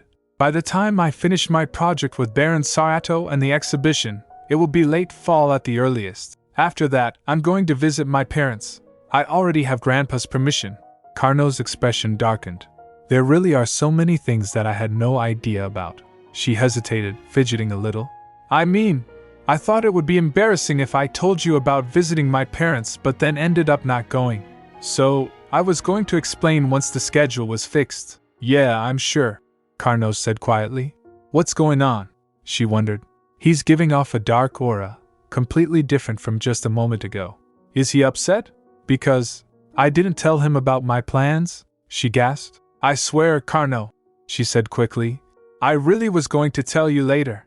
Well, I ask you for a lot of favors, so what does that have to do with this? He interrupted. She replied. I mean, I didn't want to bother you by telling you every little thing going on in my life. Well then, should I tell you everything? Should we just start an exchange diary or something? Sure, he blurted out. Okay. Then please stop being angry. What? He said. Let's make an exchange diary. W8. Her eyes widened. He is suddenly happy again, the dark aura completely gone. She thought, actually, it's surprising how clearly I can see his feelings. At first, I thought he was cold and stiff, like a lump of metal. But now, he looks totally different. Why aren't you saying anything? He asked, almost teasing. I was just surprised, she admitted, flustered. I didn't expect you to agree so easily, he asked. So you suggested it without actually wanting it, Your Highness? Wait, that's not what I meant. She panicked. She thinks in her mind Carnot, the one called the God of Death, wants to write an exchange diary with me? That's unimaginable. People would be shocked if they found out. But it doesn't sound like a bad idea. Okay, she said at last. Let's do it. But just to be safe, let's not write anything strange, all right? He asked. Anything strange? She whispered. For example, I won't write bad things about Grandpa, or anything like that. He agreed. Right, she suggested. Good. Now, what notebook should we use? I want a pretty one. Something with a metal frame, diary written in a cool font, and a nice bookmark ribbon. Don't worry, Carnot promised with the faintest smile. I'll bring something you'll like. Later, Asya prepared gifts for everyone. My grandpa's Alosha, Carnot, Ivan, Pavel. Oh, and these are for you, Riss. I picked the best ones. Oh my! Thank you, Your Highness, Riss said warmly. She asked. Natalia and Dmitri should like them too, right? Riss replied. Of course. They'll love them. Then she added. And no, I should give some to Uncle Valery too? Riss asked. You're going to give some to Marquis Shapiro-kin again? Asya smiled nervously. Yes. It would be nice if he could share them with Ilya. I made a lot more than I planned anyway. Riss took a sigh and said. But you put so much effort into making them. Asya put a bite in Riss's mouth and said. That's why we should share them with others and enjoy them together. Riss, while munching, said. You're right. I'll be right back after sending the gifts, Riss said lightly. As Riss was walking away, Asya thought. I've sent him desserts so many times before, but he's never replied to me. It's no wonder she doesn't like Uncle Valery. How much more do I have to feed him in order to weaken his prasti? Whatever. I should just read the letter for now. He looked down at the small box. Why did Carnot send a single letter in a box? The letter reads, This is my 4th letter. I've found a diary quite like what you described. I'll bring it to you soon. I hope you like it. Please don't work too hard making confetti. Asya smiled and she noticed, the letter is overflowing with a warm aura. I guess he wanted to make me happy. At night Carnot visited and complained. Did you feed my letter to a goat or something? Sophia and Baron Sarato were present in the kitchen making confetti. A goat? What are you talking about? Asya blinked. She was grubby and filthy as she was busy preparing. Asya offered. Since you're already here, do you want some confetti? Carnot refused. No thanks. Wipe that smudge off your face first. I thought I wrote telling you not to work too hard making confetti. But you're acting like you never even read my message, Your Highness. She wipes her face saying. Carnot, could you please stop speaking so politely when you're mad at me? And could you open the window, please? I've been melting chocolate all day. I'm hot. He relented. I'll open it, just a little. Then she asked, By the way, how did you know the shop's address? Did Alosha tell you? Carnot replied. Yes. The Crown Prince said he'd punish me unless I brought you back, so I couldn't help it, she grumbled. Liar! You can't fool me this time, he countered. Then do you really think I wanted to go through the hassle of stopping by the palace and then coming to the patisserie just to take you back again? She thinks for a moment. He's right, but why is he so worked up today? Okay, then let's hurry and go back. Later in the palace she said, By the way, Carnot, you said you'd bring the diary. Did you forget it? You were so busy that I didn't have a chance to give it to you, she replied. Oh, right. I was busy preparing for the exhibition. Then he pulls out a diary and said, Here, give me your hand. She asked. My hand? He instructed. Put it on top of this book. As she puts her hand on it, the diary glows. Carnot said, Should I call it a seal? Now only you and I can open this diary. Wow, what is this? Asya exclaimed. Wow, how did you just do that? He replied. I don't know exactly. It's a relic from the Otro period. She gets shocked. What? Are we using a relic from the ancient kingdom as our diary? He replied. Yes. Anyway, that's it. Take good care of it. Then he added as he turned. And please don't overwork yourself. Rissa's cheeks flushed. So, he was carrying this diary all day long until he came to see me. She blushed and said aloud, Why is the weather so hot today? The exhibition's opening day finally arrived. While preparing, Asya yawned. I'm sleepy. Riss said, You've been working too hard. Asya said, Finally, it's the exhibition's opening day. I'm so excited. Just then after a knock, Alexei came and asked, Are you ready, Asya? She turned to him. Alosha, I know you're busy, you didn't have to come, really, he replied. No worries. I came because I wanted to, so why are you making such a big deal out of it? Then his spirit Fafnir whispered, Asya, you dummy! Do you have any idea how much work he had to finish last night to make time for this? That idiot always makes a fuss whenever he's here, PB muttered. Fafnir asked, What? PB replied to Fafnir, You always cause trouble for your contractor by running your mouth. He yelled, Why can't you hold your tongue just once? Fafnir countered, You're one to talk. Soon, sparks of argument flew, even candles catching Fafnir into the mix. PB shouted, I'm not like you.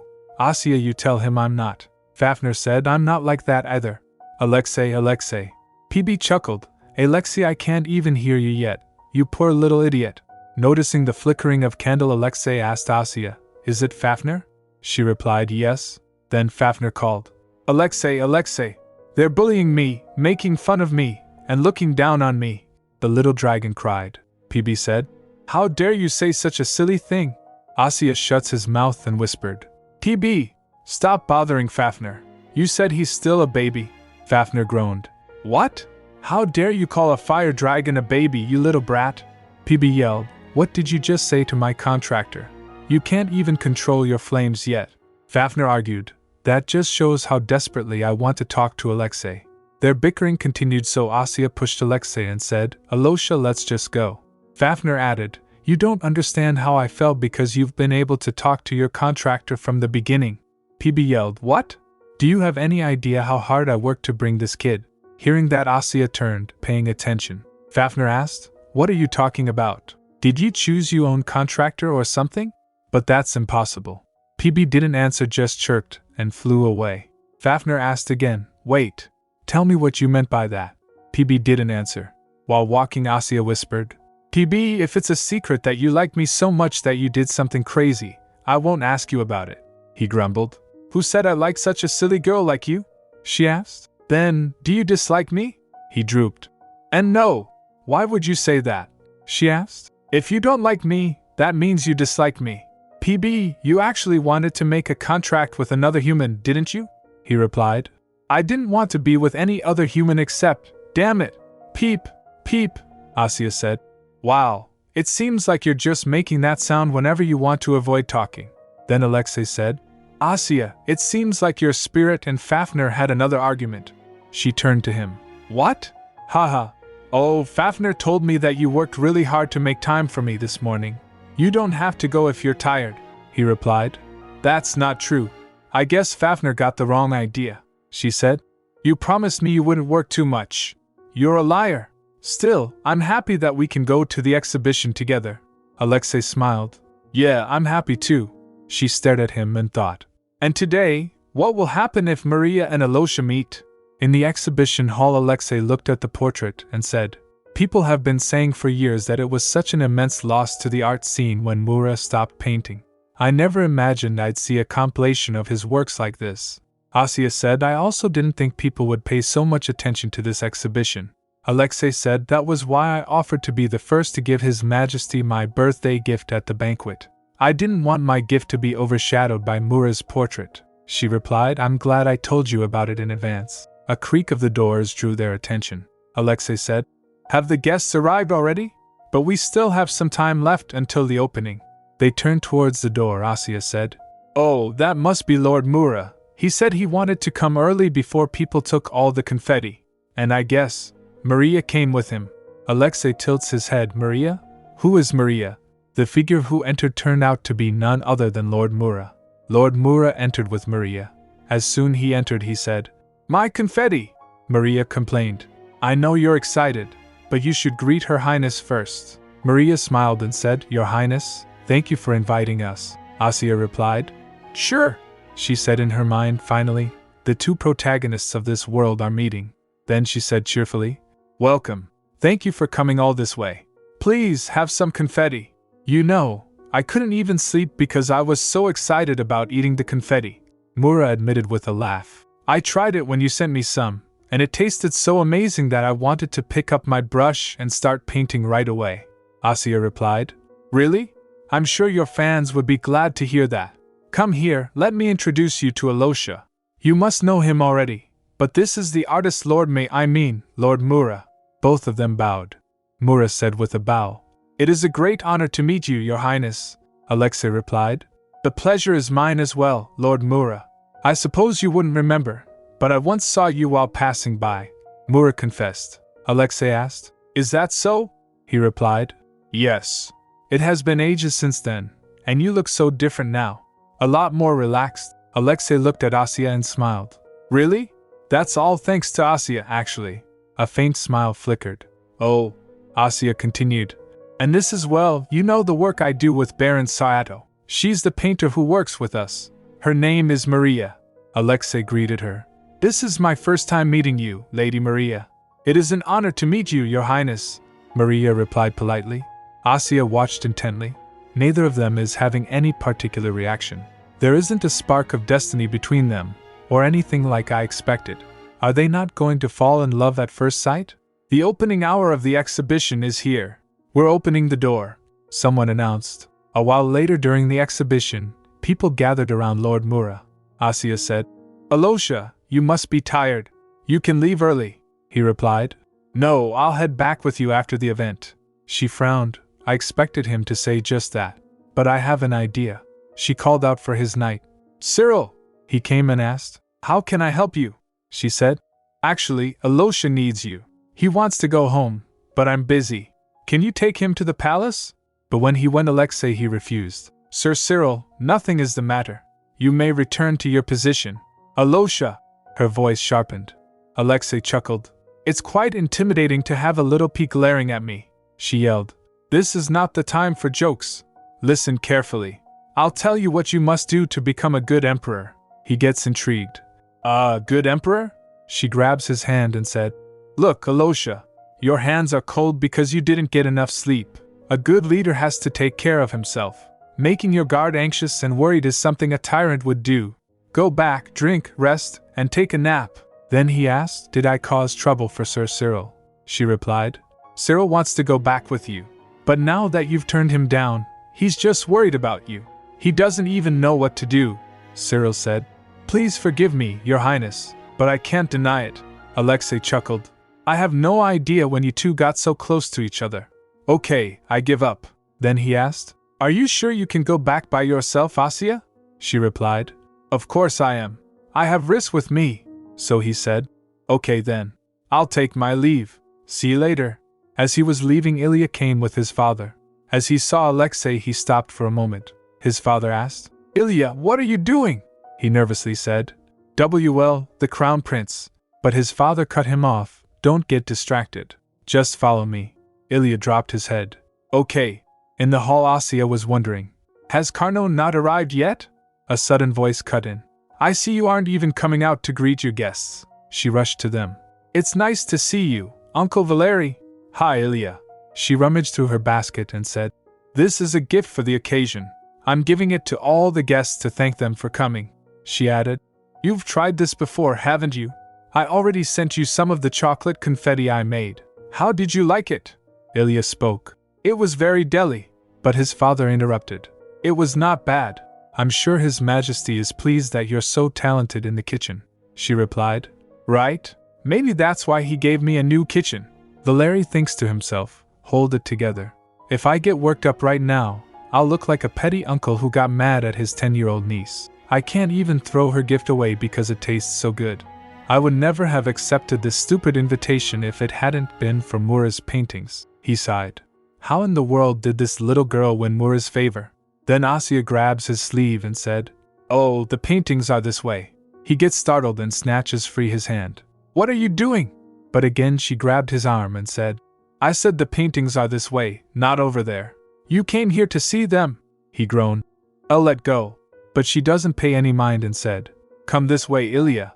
Ilya replied, Okay. Asya. As they started walking, PB whispered, It seems like this jerk has eaten all the snacks you've sent him so far. Asya asked. Oh, is that so? How's the parasite inside of him? PB whispered back. It's gotten much better than in the beginning. It might take quite a long time, but there shouldn't be a problem if things keep progressing like this. Asya grinned. He's acting like he's annoyed, but he's eaten all the desserts I've sent him.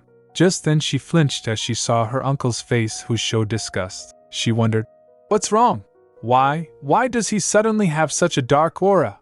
In front of him there was Marchioness Tatarika. It's good to see you here, Marquis Shapirokin, came the smooth greeting. A swish of fabric followed as the Marchioness turned with a practiced smile. I thought you wouldn't be able to make it, since you've been busy with other things lately. Asya realized, Marchioness Tatarika? Oh, right. These two are mortal enemies. I hope these beautiful paintings will help you escape reality for a moment, Marchioness added, her tone dripping with meaning. As in your business is going broke, and you're here to have fun? Asya gasped, flustered. But Marquis doesn't say anything. Then the Marchioness laughed. Ha ha! Oh, Princess Anastasia! This confetti is so delicious. I wish I could buy boxes of it. I heard Lord Mura loved it so much that he wants to paint another portrait of you. You used chocolate again, didn't you? Just like when you made that cake? Asya stammered, panicking. Well, why yes. In her mind she asked, PB, what's going on now? You said the parasite had weakened, but what's with this hostility in the air? He replied, I said it was weaker than before, but I never said it was all better now. You'd better just kick that woman out. Uncle Valery! Anastasia cut in cheerfully. You should try some of the confetti now. I'll try it at home, Valery said. Eating in a public place, standing like this? That's disgusting, she replied. But Grandpa, I mean, His Majesty tried it right away when I gave him some. He ate a lot of it while looking at the paintings. If it's so disgusting, Anastasia muttered under her breath. I believe I should tell His Majesty. Arg, Valery snapped. Stop chattering in front of the painting. He snatched the basket from her hand and started eating. The dark aura around him turned bright. He muttered, Honestly, you never know if there are evil seeds inside of you, so you should be vigilant in training your mind and body. You mean like you do, Uncle Valery? Anastasia teased. Anyway, Valery continued, you went through the trouble of inviting me here only to insult me, but I'm not sure if you're satisfied since I arrived late. I have no idea what you're talking about, she replied sweetly. Oh, do you believe I invited you here only to publicly humiliate you, because you hired Zoya to spread the word that my cake tasted terrible? He mumbled. I did no such thing, she replied. That's all over now, since we both exchanged blows. Although, I didn't do anything in particular, he grumbled. Right, the one who gave me that blow was that nasty woman, Asya said. Come on, she didn't do anything to your breadcrumb business. That was just karma, he said, annoyed. What did you say? You evil little thing. Then she urged. Please, hurry and eat more confetti. And I really invited you here because I wanted to see some nice paintings with you. Besides, your feelings would have been hurt if I hadn't invited you. Why would you care about such a thing? Valery demanded. she replied. What do you mean? It's obvious because you're my dad's brother and my uncle. And it had been a while since I last saw Ilya, so I wanted to see him too. Then she turned to Ilya and asked, Ilya, are you enjoying the event? Oh, why don't we play the carom game sometime again?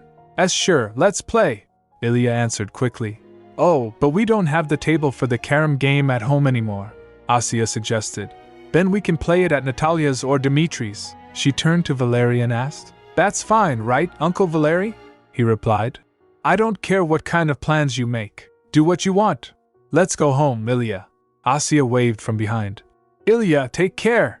Bye, Uncle Valery, Ilya replied. See you next time, Your Highness, someone murmured. It seems your best skill isn't baking, it's using your sharp tongue to leave people speechless. Carno. Anastasia turned, startled. When did you get here? He replied. Almost at the same time as Marquis Shapirogan. She asked. Then why didn't you come say hello to me earlier? He tilts his head. I just waited until you were done beating up the Marquis. She nudged him, saying. Beating him up? It was nothing like that. I never imagined I'd see him so dumbfounded, Carno admitted, almost amused. I didn't say anything much, she muttered defensively. By the way, General Ekaterina must not have come, Carno replied. She did want to come to this event, but she had urgent business. Anyway, I think it's time we went back. Let's leave, Asya asked him. Do you not want to look at the paintings? He replied. I had enough time to appreciate them while you were beating up Marquis Shapirogan. She frowned. I didn't beat him up, he replied. Okay. When they came outside to leave, their carriage was not present. Asya said aloud. Oh, my carriage! Riss, the carriage is gone, she replied. Your Highness, the Crown Prince left earlier, remember? She said. Oh, right. Alosha must have taken it. Then she turned to Carno and asked, Where's your carriage, Carno? He asked. What? Asya said. I sent back Alosha earlier because he seemed so tired, and I don't have a carriage to ride back to my place. So, where's yours? He asked. Are you trying to say you want to borrow someone else's carriage? She said flatly. Of course I am. She poked her forehead, saying, I'm sorry, Your Highness, but I came here alone on horseback. Then she turned to Riss and said, Riss, we need a carriage. Carno called out. What? Wait, he sighed. It seems like you changed your mind even faster than I can turn back time. She asked. What do you mean? He offered. You can ride my horse, she said. Then you'll have to walk, won't you? He grumbled. Did the option to share the horse never occur to you? She shot back. But if you think about it, we're actually 3 people. You, Riss, and me. Can 3 people ride the same horse? Why, Your Highness, I'm fine, Riss stammered. I suppose the knights who are guarding the paintings also came here on horseback. You can borrow one of their horses, Carno suggested. Asya replied. Aha! Then you should have explained that to me earlier. He took a sigh again. So it's my fault again? Then Asya said. But if we can borrow one of the knights' horses, you don't have to share yours with me, right? I can share one with Riss. Your Highness, I'm afraid I'm not good enough at horseback riding to take you with me, Riss admitted nervously. Is that so? Anastasia sighed. Maybe I should have learned how to ride a horse, Riss suggested. If you don't want to, we can send a message to the palace to send another carriage for you. No. Then Alosha might feel like it was his fault. She smiled, eyes bright. It can't be helped. I'm looking forward to seeing how good you are at horseback riding, Lord Carno. While on the way back, Asya was drowsy due to exhaustion. Carno asked, You said the exhibition would only last for 2 weeks, right? Are you going to visit your parents in your hometown after that? I guess so, she murmured drowsily. Carno offered, Are you sleepy? I'm fine, so you can lean against me. While dozing off, she thought, His body is warm, and it's making me even drowsier. Then he asked, Have you decided which of your guards you're going to take with you? She murmured, HM? Well, do I have to? He replied. Of course you do.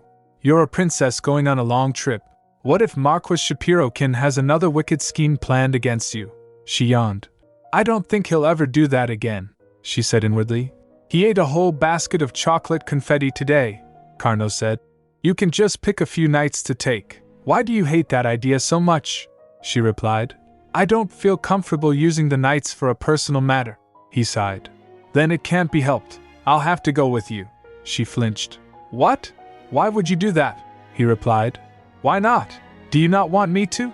Haven't you already worked me to the bone, Your Highness? You even made me work in the kitchen as your assistant. Carno, she said firmly, her lashes fluttering. I asked you a question, so why are you answering me with one of your own? He pressed on. Or do you simply not want me to be your guard? She said annoyed. Carno, just answer my question, he replied. Because Prince Yuri was His Majesty's choice to be his successor until the very end, she asked sharply. Wait, what does that mean? He replied. It means Alexei needs to check what Prince Yuri is thinking. Since I'm his friend, I'm willing to do it on his behalf, she questioned. So you're going to check if my father would be a threat to Alosha's succession? He replied. Well, sort of. She fell speechless. What a liar! He can't fool me. It's already been a long time since I first came to the palace. Carno, she pressed. Are you sure that's the reason? He replied. Of course it is. Are you thinking I'm going just because I like you? She admitted. Yeah, I kind of did have that thought just now. He asked. What? She replied. I thought you offered to go with me because you like me and are worried about me. But never mind, since you obviously don't. He gets flustered. Wait. She went on.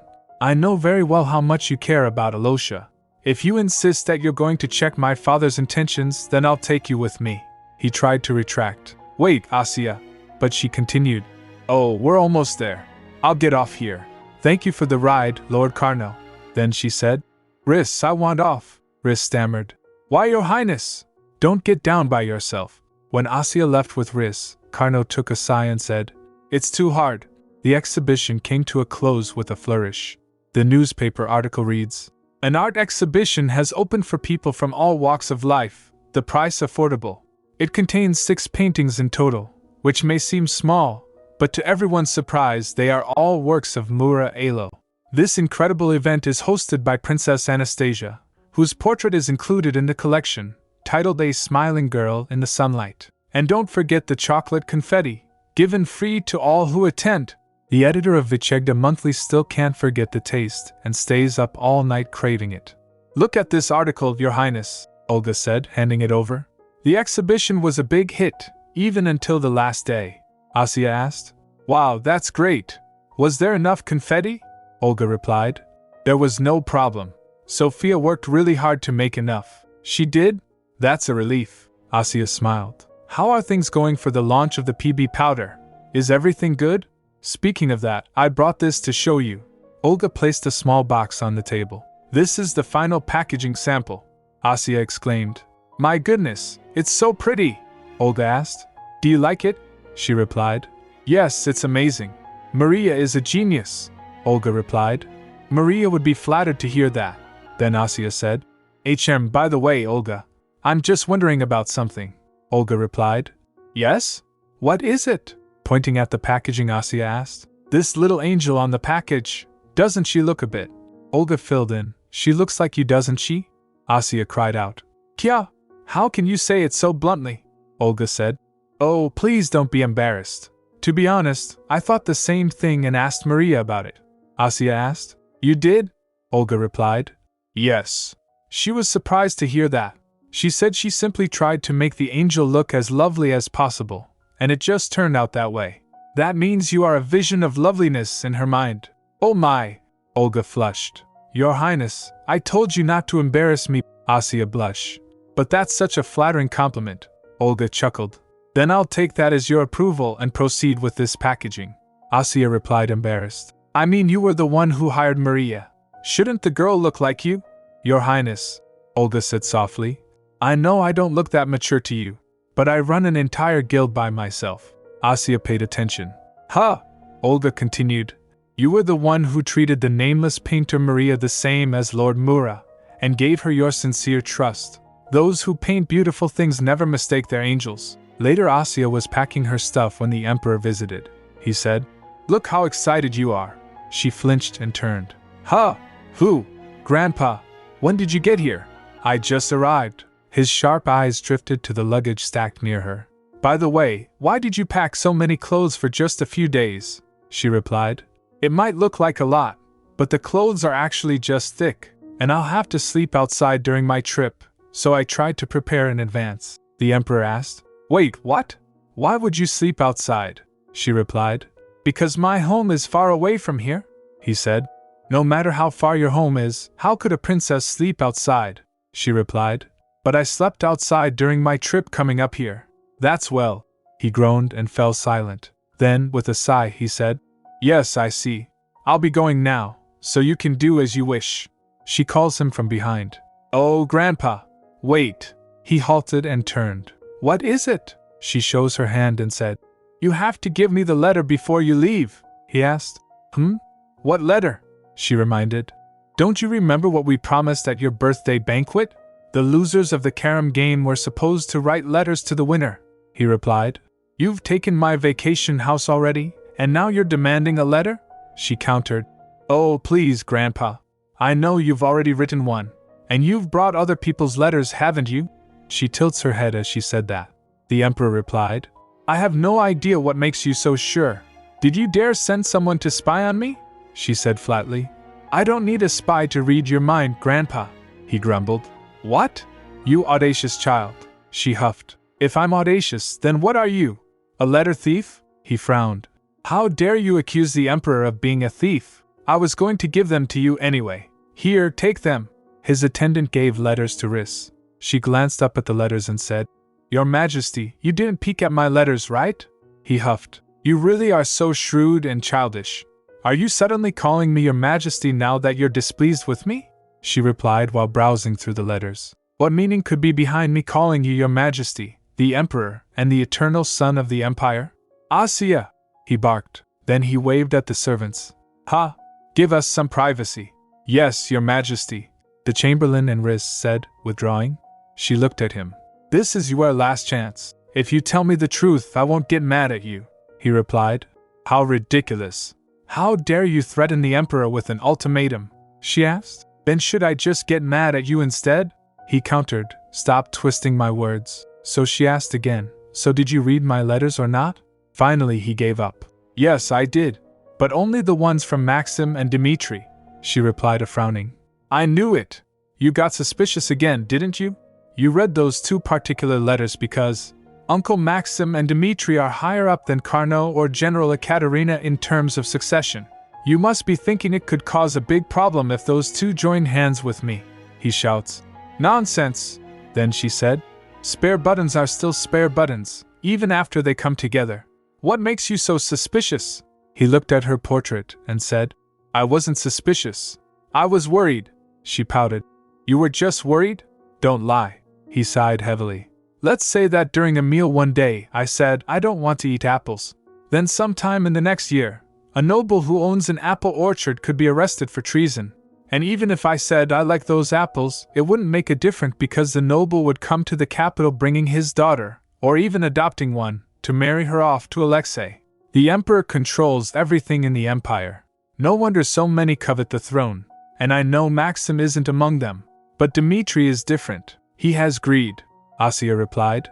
But that's only because he's hungry for your love and attention, the emperor said. Even if I merely have dinner with Maxim, people might think of it as a sign of future arrangements. For that reason, those with treacherous intentions could stir up desires that didn't exist before. Once the spark touches you, it may cause a fire that isn't easy to put out. Do you really not understand? She questioned. So what? The emperor gets taken aback. What? She replied. I understand why you opened my letters. So, what do you think you're supposed to say after that? He groaned. Do you really want me to apologize to you? She replied. If you don't want to, you don't have to. After all, how could I force you to apologize to me, Your Majesty? He called her. Asya. She turned her head huffing. I'm Princess Anastasia, not Asya. Do you really want me to call you that? He stepped closer and then said, Asya, I was wrong. I'm sorry, she said. Right? You agree you made a huge mistake, don't you? Don't forget to apologize to Uncle Maxim and Dmitri later, he replied. Well, I already told you, Asya, she hugged him and said. If someone tries to stir up trouble, you can protect me. And you have Shamal with you, Grandpa. Then he said, Asya, you are different from them, she asked. Huh, I am? The emperor said while looking at her closely. You're an impudent little child who doesn't even care about the throne. And you would even push the emperor aside for matters that are more important to you. She smirked. Wait, I didn't push you aside, he added. But that's not the case for Maxim. It's not that he gave up on the throne for other things that he preferred, or because he didn't want it. It's just that he admitted his lack of competence and accepted it as his fate. So no one should give him false hope that makes him agonize over his decision, she said. Then you should fill him with other desires, he asked. What? She replied. If you'd shown him enough affection and given him compliments on what he was good at, Uncle Maxim might have already found what he wanted to do. For example, what if Uncle Maxim enjoys baking like me? The Emperor said. I can at least confirm that is not the case, she added. Anyway, you know what I mean, Grandpa. He took a sigh and said. Seriously, pleasing you is harder than drawing up a budget for the country, she replied. I don't need anyone to please me. She spins around and said, I just want to love what you love, Grandpa. I know what you were worried about, but that's not what you wanted. What I wanted, he murmured. He said, but Asya, the Emperor is not someone who can have whatever he wants. In fact, the Emperor can only do things he doesn't want to do. And I chose that, despite being fully aware that I'd be resented. Because it was expected of me. She asked, even if you say that, didn't you want to be loved by your children? Huh, me? He looked stunned. She said, yes. It's still not too late. You can do it. You can become a good father who is loved. He sighed. She added while smiling. In that sense, isn't there something else you want to give me? She extends her hand. He reaches out to her hand saying, all right, what do you want from me this time? She grinned. Letters from my mom and dad. Upon hearing that, there was a moment of silence. Then he retracted his hand saying, you're really good at spewing nonsense. What have they done to deserve letters from me? She frowned. What? But you promised to become a good dad, starting today. He refused. Well, I never agreed to that. She protested. That's unfair, he replied. But if you insist, I think I can write to them. She asked. What? Then, he offered. But I can't just do it for free. I will write to them on one condition. She gets shocked. What? What's the condition? She demanded. He said. If you promise to bring me their replies, I'll write to your parents. She asked. You want their replies? He replied. Yes. You had the guts to force the Emperor himself to write to you, so it should be a piece of cake to get the runaway prince and princess to respond, right? She asked. But what if they don't want to write me back? He groaned. Well, that's up to you to figure out. She remained silent for a moment and sighed heavily. As the Emperor turned, she said, Okay, cowardly Grandpa. Then, muttering to herself, Anyway, none of them are being honest about their feelings. Later that night, she sat with the stack of envelopes. PB said, You're reading the letters this late? Yeah. I'm really curious what they wrote to me. She swished one open. Shall we read Dimitri's first? His letter reads, No matter what happens, I will never, ever play the carom game with you again. P.S. You probably have no idea how amazing the winter fabric you took from us is. It's too luxurious to be a prize for a stupid game. She tossed the paper aside with a frown. Geez, why did he write so much about some fabric? Another letter opened. How are you doing, Asya? It's Uncle Maxim. How's the packing going? Take care and have a safe journey. Say hello to your parents for me. P.S. Whenever I played the carom game with Yuri, I always beat him. You must take after your mother, Asya. She chuckled. Uncle Maxim would have made a good writer.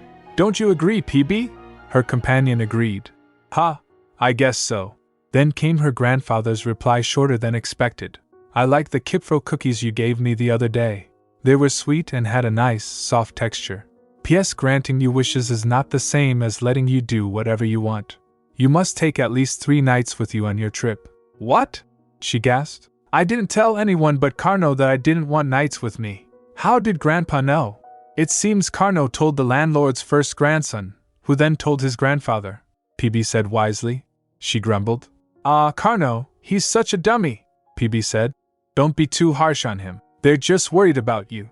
She shows disapproval. You're taking his side again.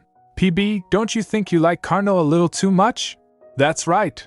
If you know that, then why don't you move on to his letter? PB teased. It's thicker than usual. Aren't you curious? What? Just wait, she sputtered. That's what you were plotting all along. But instead of Carno's, she opened General Ekaterina's letter. It turned out to be surprisingly long. The general apologized for missing the exhibition, praised the liquor Asya had given her as the best she'd ever tasted, and gushed about the chocolate confetti being sweet and delicious. Asya blushed furiously. I feel too shy to keep reading.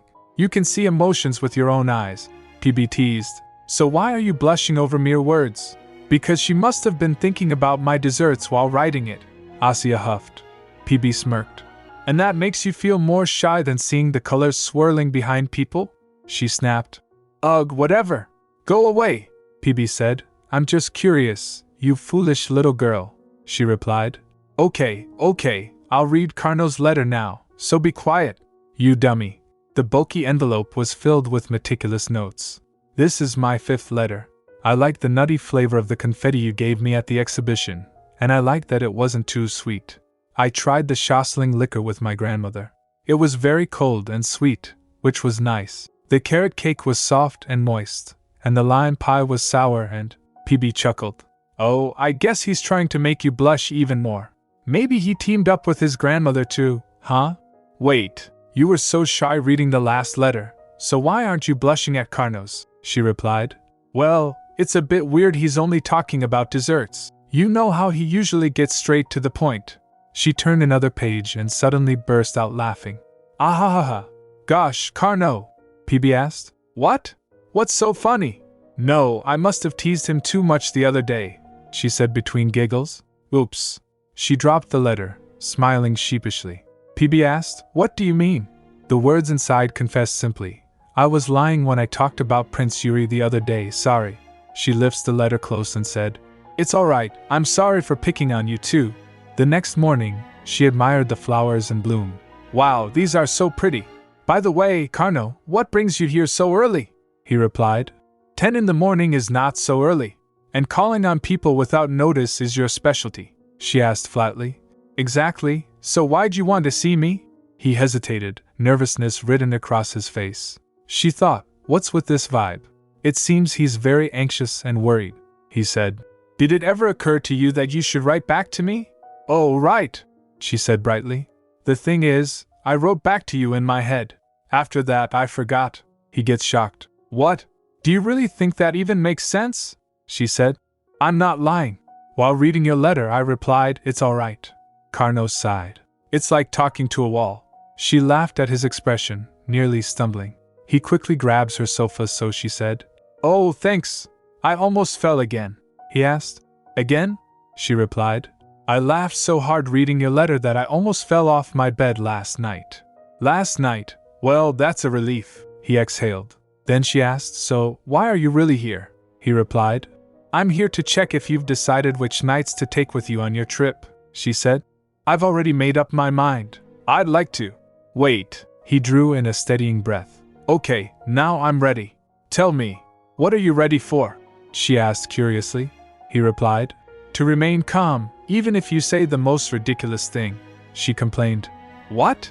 Carno, why would you say something like that? Think about the letter you sent me last night, he said. Let me hear your decision first before I decide whether to apologize. She turned her head pouting. You'll have to apologize. I'm taking Bethel, Nick, Anne, and Ivan with me. Carno froze. What's with your final pick? She said. You know who Ivan is? Are you pretending not to know? He replied. No, you're a Princess Asya. You must take the best knights in the Empire. So why would you choose a trainee like Ivan? He sighed as he said that. She replied. There's a reason, he asked. What reason? Well, actually, she hesitated. I wasn't sure if I should tell you this, but… Carno, do you know about pasties? After she told him about it, Carno asked, narrowing his eyes. So that's why you've been persistently feeding Marquis Shapiro in your snacks? That's right. As usual, you're quick to catch on, Asya replied brightly. He asked. Doesn't that mean Ivan is also dangerous, like him? She replied. His case is different. Uncle Valeri naturally has a bad personality, while Ivan is simply half Noctis elf. Carno's brows rose. So you mean you want to bring him along on this trip so you can feed him a bunch of snacks? Exactly, she said with a proud nod. He sighed deeply. She asked. Huh, what's wrong, Carno? He replied. Since I'm a sensible person who always has to deal with you saying the most outrageous things without a second thought, I'm just trying to process everything right now. she mumbled. What? He finally gave in. Okay, I get what you're saying. She gets happy. Really? You believe me? He replied. Of course I do. I've never not believed you. Oh my, what a lie.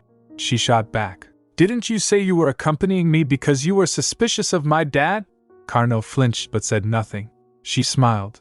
Anyway, now you understand why I need to take Ivan with me, don't you? He replied. I do. But don't ever hesitate to tell me about matters like this in the future. Gosh, how could I dare to speak to Lord Carnot like HM? She froze. That dark, ominous aura began seeping from him again. Eek, I'd better stop making fun of him. She raised her hands quickly. Okay, I'll tell you right away, he said. Good. She stole a glance at him.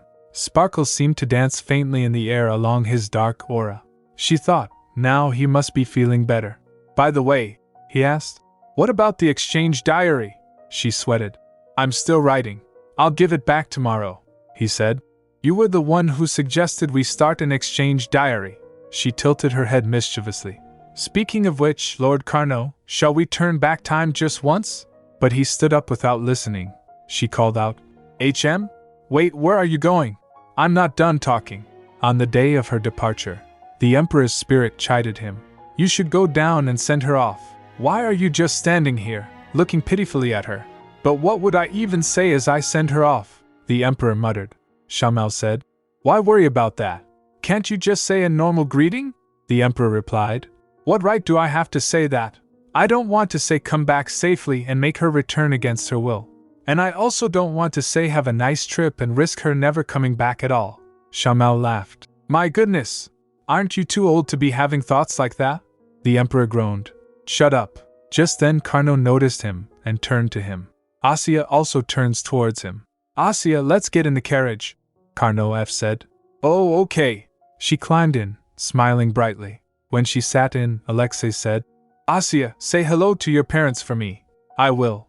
Thank you for sending me off. She turned to him with a soft smile. Alexei kissed her forehead saying, Make sure to take care of yourself, okay? She advised. You too, Alosha.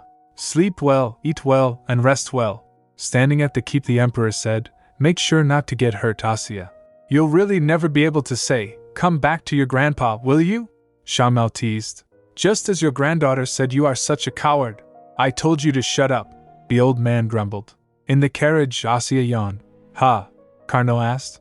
Are you sleepy? She replied. Yes, a little, Riz said. Your Highness, please cover yourself with this blanket and get some sleep, she replied. No, I'm going to eat snacks with Ivan. Pardon. Ivan blinked. She turned to the boy.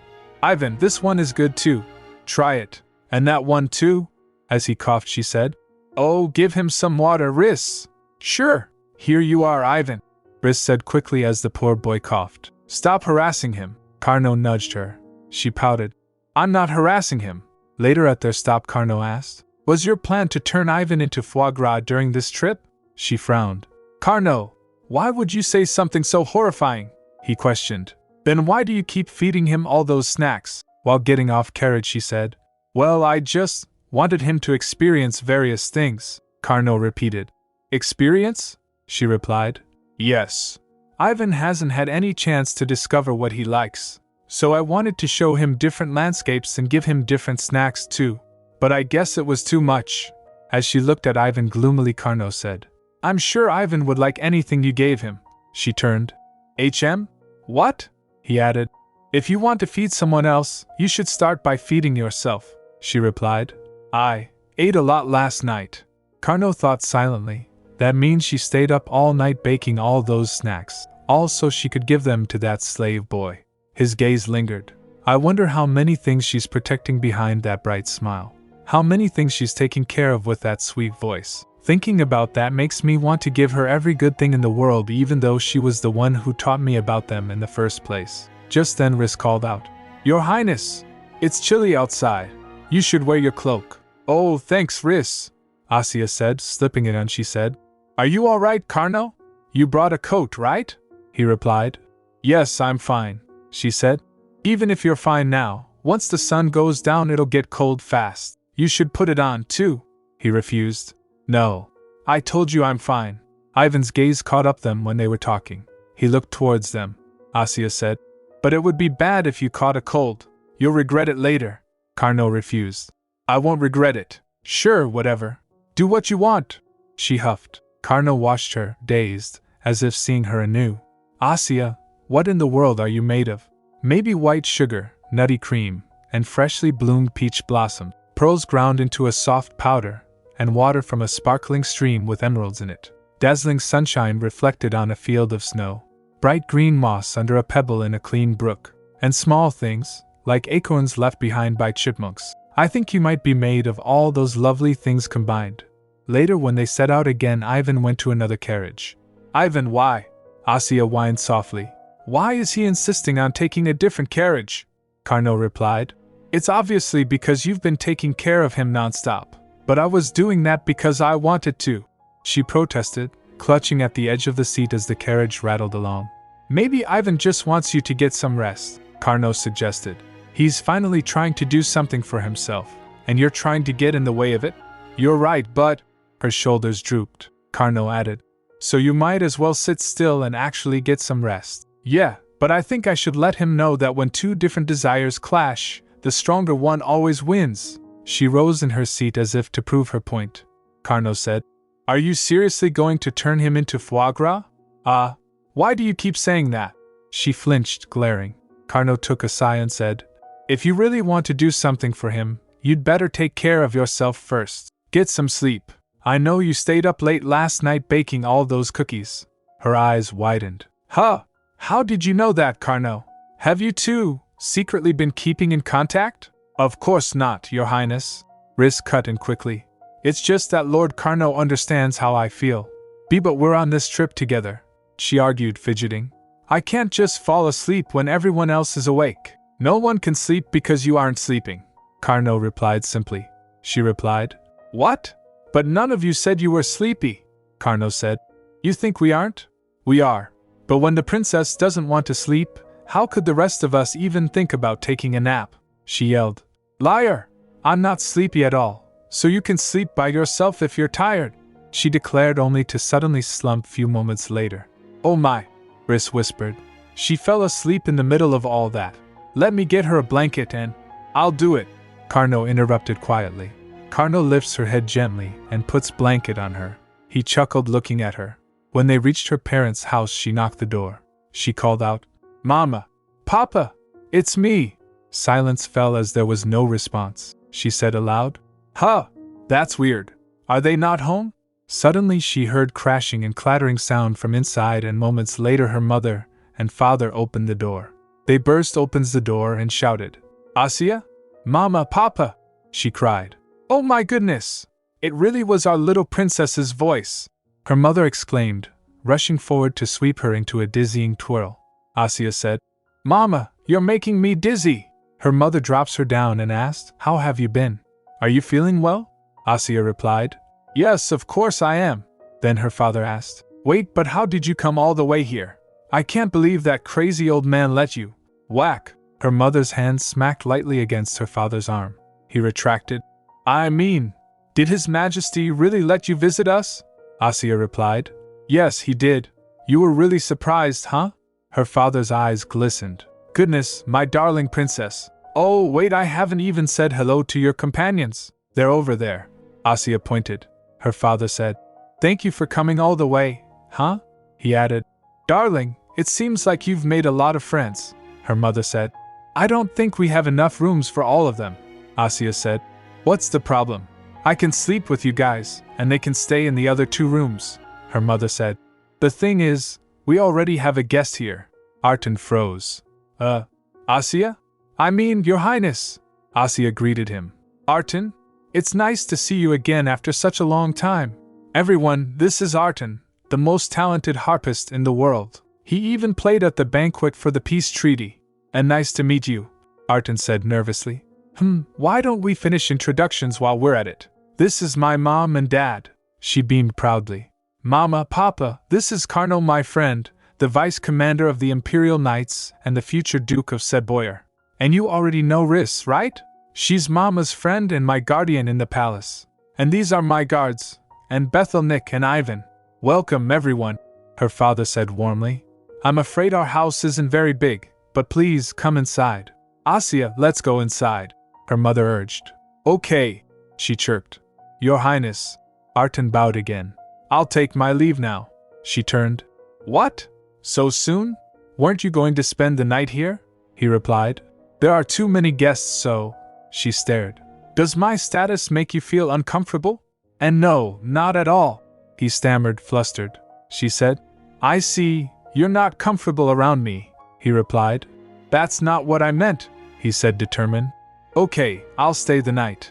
But before that, could I play the harp outside for a little while? I have a habit of playing when my feelings are conflicted, Asya replied. Yeah, that's fine. Play as much as you want. Later at night, Asya went to Karno and said, Karno, here's a blanket to keep you warm, he replied. Thanks, she asked. Is there something interesting outside the window? He replied. No, I was just watching to see if people were still looking at us, she said. Oh, you mean the townspeople? Well, as you can see, we're extremely poor. But I showed up in a carriage with guards, which must have been a big surprise to them. But you were the one who drove them away earlier with that fierce look in your eyes, he teased. If you keep acting like that, I'll turn you into a grandma. Grandma Asya, she replied, thinking. Grandma Asya, that doesn't sound too bad, he asked. What? She replied, smiling. Wouldn't I have become the best pastry chef in the empire by then? Ha! He was speechless. He sighed. Now that I'm here, I think I finally get how a strange girl like you came into being. She asked. What? What does that even mean? He replied. I'm not going to tell you. Then she asked. Then can you tell me what you thought about my mom and dad? Did meeting them clear up all of your suspicions, Lord Karno? He joked. I want to jump out of the window now, Your Highness. She rolled on his bed laughing. He said. You were the one who told me not to act so formal whenever I was cross with you, she replied. I did a good job picking up your habit, didn't I, Lord Karno? Then he said. Yes. So please, go back to your bedroom, Your Highness. It's late. Okay, she replied. While leaving, she asked. Oh, Karno. You're okay sleeping alone, right? He replied. Why? Are you going to tuck me in if I'm not? She asked, surprised. Do you want Grandma Asya to tuck you in? He replied. I'm fine. Ha! She laughed, finally curling up. Meanwhile, outside, Ivan was awake looking at the sky while Artan was playing harp. Ivan recalled the scene where Karno helps Asya to get down from carriage. Then he closes his eyes. I should just sleep and stop thinking about it. On the other side, Riz assured her father and mother. The princess has been doing very well. Did she not cry or get upset because we weren't there with her? Irina asked, grasping Riz's hand. She's such a bright girl that she seems to understand everything, Riz replied. Is that so? I'm sure that's all because you've been taking such good care of her, Irina murmured, tears brimming in her eyes. Riz admitted. Well, I'm sure she would still be doing great even if I wasn't her attendant, her mother sobbed. I still don't understand why His Majesty wanted our little girl to stay in the palace. Don't cry, Irina. Her husband's tone was firm, but her eyes glistened. He said, I bet that crazy old man made her stay to provoke Alexei. That crazy old man? Riz gasped. Even so, he continued, I can't thank you enough for staying by her side, Riz. That's right. Thank you so much, Riz, Irina echoed, wiping her eyes. And not at all. Riz flushed, waving her hands. By the way, Irina asked, is it true that His Majesty allowed Asya to visit us? Yes, Riz confirmed. Princess Asya is one of His Majesty's favorite grandchildren. That's why he granted her permission to visit when she asked. As expected, her father sighed with a laugh. Nobody can say no to our adorable little princess's requests. Then her mother asked, but why did she come with Lord Karno? What? Riz stiffened. Her mother continued. At first, I thought he came because of Alexei, but it doesn't seem like that's the case. Because of the crown prince? Why? Irina whispered. That crazy old man might have given up on me completely, her father muttered bitterly. But I'm sure that's not the case for everyone. Some might think things could change if I were to return to the capital. And if Asya came to visit us after fully adjusting to palace life, it would obviously bother the crown prince. Riz's voice faltered. Well, he continued, anyone who supports Alexei would definitely want to check in on me, right? And Karno Neustadt is definitely one of Alexei's most powerful allies. Riz was stunned. How did you find out about what was going on in the palace from all the way out here? He looked at his wife and said, anyone can get one question wrong, but if you want to give wrong answers to every question, you must know all of the right answers in the first place. And I vowed to only give the wrong answers for the rest of my life, after leaving the palace. You don't have to worry about that, Riss interjected gently. It's just that Lord Carno is a close friend of Princess Asya's. But doesn't he support Alexei? He asked quickly. Yes, he does, Riss admitted. And the three of them, including the Crown Prince, are close friends. What? With Carno Neustadt? He exclaimed. My goodness, are you sure he isn't plotting something? Kids can easily make friends, his wife said. What's wrong with that? He said. Irina, kids in the palace are not just ordinary kids. Think about me, I used to be one of them. I chose you because you were just an ordinary kid, she whispered faintly. Oh dear, Riss thought to herself. A story about the children in the palace all becoming friends like in a fairy tale. How can I explain it in a way that'll make them believe it? No, perhaps they don't need an explanation. She smiled gently. The next day, Mama, Papa, over here, Tada! Asya's bright voice rang out. Asya? Her mother blinked in surprise. Why did we come to this mansion? Because it's your new house, Asya declared proudly. Her father asked in shock. What? A new house? What money did you buy it with? Did that crazy old man trick you into? Whack! Her mother silenced him with a quick tap. Asya, did His Majesty give this to you? She asked. She sweated while replying. No, Mama. I bought it, her mother asked. But how did you buy a huge mansion like this? Asya stammered. That's a long story. Riss, help me out. Yes, Your Highness.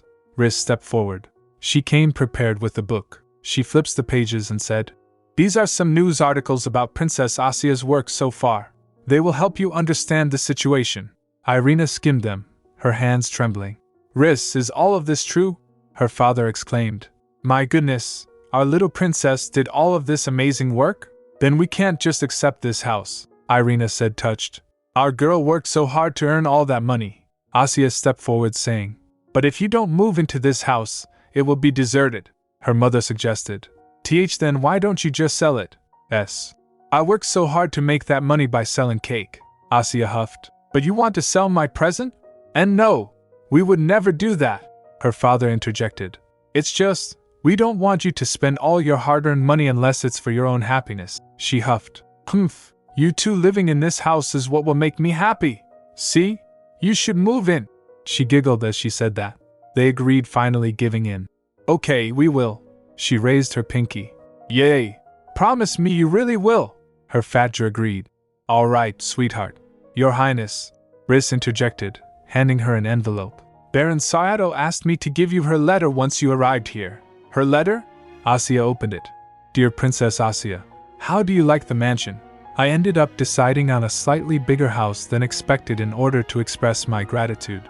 Please don't feel any pressure, and please think of this as my present to the prince and princess as well. I hope we'll be able to make many more business contracts going forward. Love you, Carno said. So you prepared this house with Baron Sayato? Oh yeah, Asya admitted. Congratulations, Your Highness. You got a love letter from Baron Sayato, Carno teased. Please shut up, Lord Carno, Asya muttered, cheeks flushed. Later Carno glanced around the mansion. There's even a training hall in the backyard. When did she plan all this? Carno's gaze shifted, catching sight of Ivan, and then Bethelnik was with him, and heard Carno's footsteps and turned. She greeted him bowing, Vice Commander. Carno looked at Ivan and thought, a trainee knight who's a freed slave. That alone is strange enough, but she even brought him along on her trip, and it was all just to feed him her cookies at that. And I'm helping her do that right now. Carno went to Ivan and remarked, I heard people saying your skills have been rapidly improving. I still have a long way to go, Ivan admitted quietly. Carno asked, a long way to where? To becoming the princess's personal guard. I guess I was right, Carno thought. Asya would be truly happy to hear that. She's been hoping that Ivan could chase a dream more than anyone else. He imagined her saying, Ivan, you have a dream now? I'm so happy for you. But, Carno thought bitterly, there's something I don't like about this. Ivan said. Thank you, sir. For what? Carno asked. Ivan replied. For sparing my life, in the north. It's not that I spared your life, Carnot replied. Those who are not guilty shouldn't be punished at all, Ivan admitted. But I was guilty, Carnot said. If you did something without knowing any better, how does that make you guilty? You only obeyed orders in order to survive and not get whipped. I knew, Ivan whispered. Carnot stiffened. What? Ivan said. I knew what consequences the thing that Igor Akinfeev made me embroider would bring. The darkness Igor Akinfeev had forced his slaves to summon had taken countless lives, accelerating the war between the Empire and the Noctis Elves. How did you know that?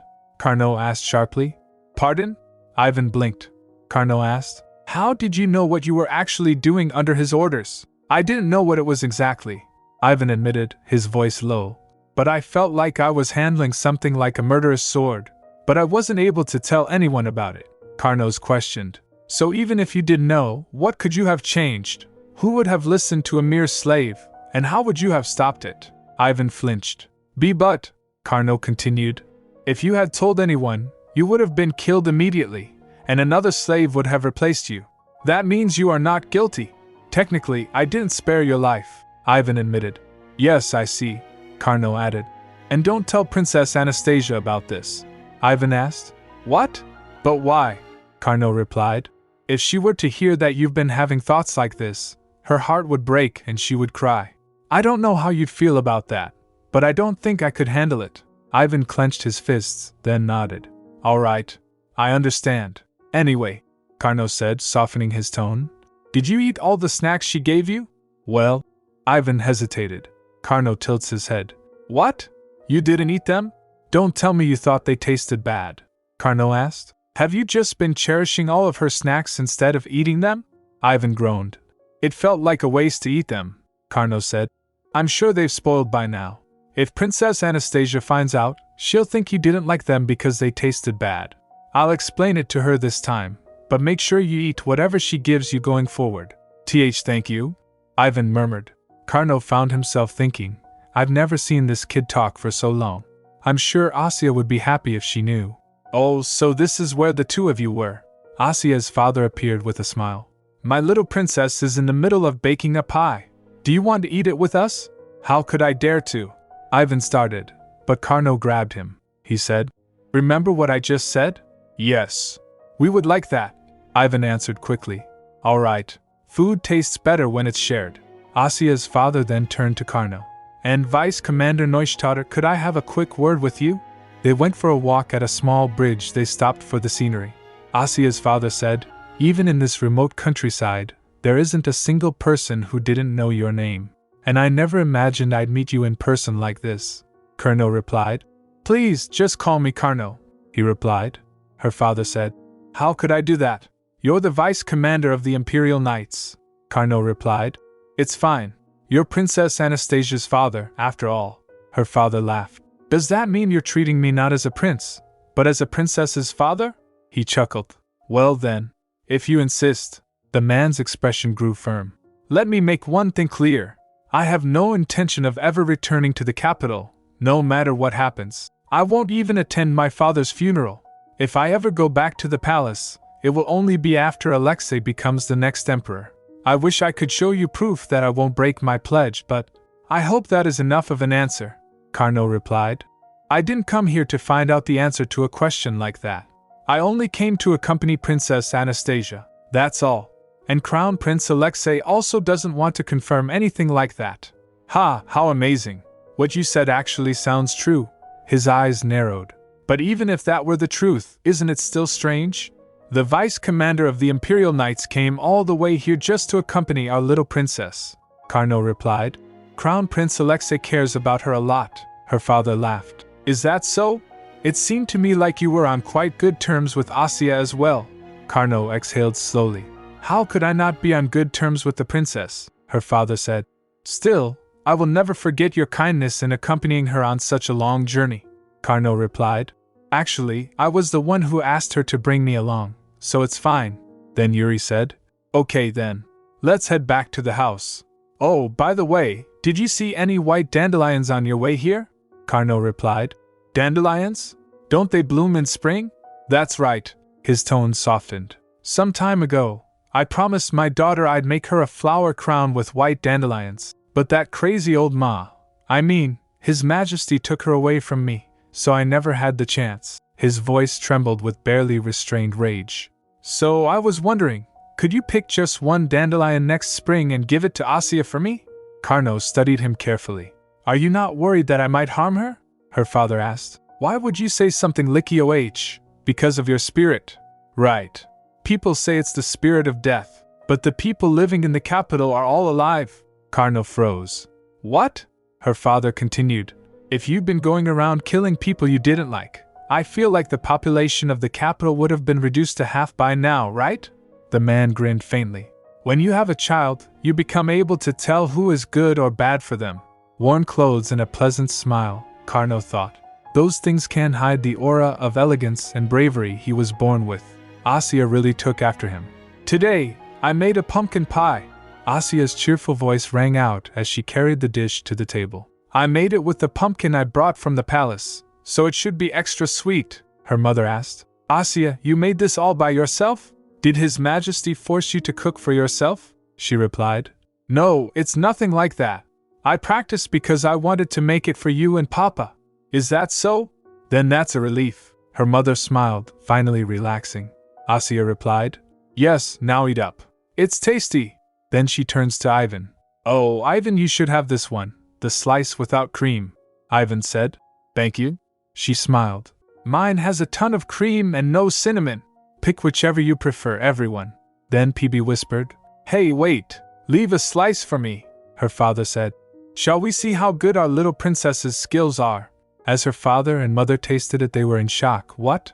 her father asked in shock. "Are you sure you made this by yourself, darling?" she replied. "Of course. Is it good?" "Yes," he declared, tears pricking at his eyes. "This is the most delicious pie I've ever had in my life. Thank you so much, our little princess." Later, Asya leaned towards Carno with a curious look. "You were late because you were talking to my dad, weren't you? What were you chatting about?" "Nothing special," Carno answered curtly. She said, "Is that so? Then I suppose there's nothing special happening in my life to tell you about either." He shot her a glare. "He was wondering why I came here," Carno admitted at last. "So I told him the reason?" she asked. "Aha. And what did you say?" he replied. "I said I came here to assist Princess Anastasia." Really?" She fixed him with a long, steady stare. "Are you displeased again, Your Highness?" he asked. Her voice dropped to a whisper. "If you're going to tell him that, couldn't you just act closer with me in front of my parents?" he asked. "What?" he repeated. "Act closer than you?" He thought, to act close means you're not actually close at all, only pretending in front of others. "Why would I have to pretend?" he asked. "Why would I have to pretend like I'm your—" "Carno, please," she cut him off. "My parents are always worried about me because I have no friends. If I act like I made one in the palace, they'll be less worried." Carno frowned. "Wait, we've been writing in the exchange diary and everything, but you're insisting that I should act close with you," she replied. "Oh, right. Then you don't have to pretend at all. What we have is a true bond, right?" he replied. "Yes, that's right." As he said that, he radiated a pleasant aura. Asya noticed that and smiled. Anastasia smiled to herself as Carno quietly ate another bite of pie. "He must think the pumpkin pie is really good. I didn't know he liked it. I should make it for him again next time." She watched him chewing and beamed proudly. "Please don't look at me with that kind of face, Your Highness," Carno muttered. She asked. "What face was I making?" he replied. "It was a proud expression, as though you were watching a cat approach you willingly," she remarked. "Well, that's not true. You're more like a fox than a cat," Carno frowned. "Ha! Then you're more like a squishy peach," she snapped. "WH what? Who told you about that? Was it PB?" Later she went out with Ivan. She looked at a beetle and said to Ivan, "Oh, Ivan, there's a beetle over there." "Yes, I see it," he said. She asked him, "Do you like beetles?" He replied flatly, "I've never eaten one," she said. "It's okay. Neither have I." Carno nearly groaned to himself. What kind of conversation are they having? Meanwhile, Irina said to her husband, who were watching from a distance, "I think Asya has been doing well in the palace. Look at her bright face," her father said.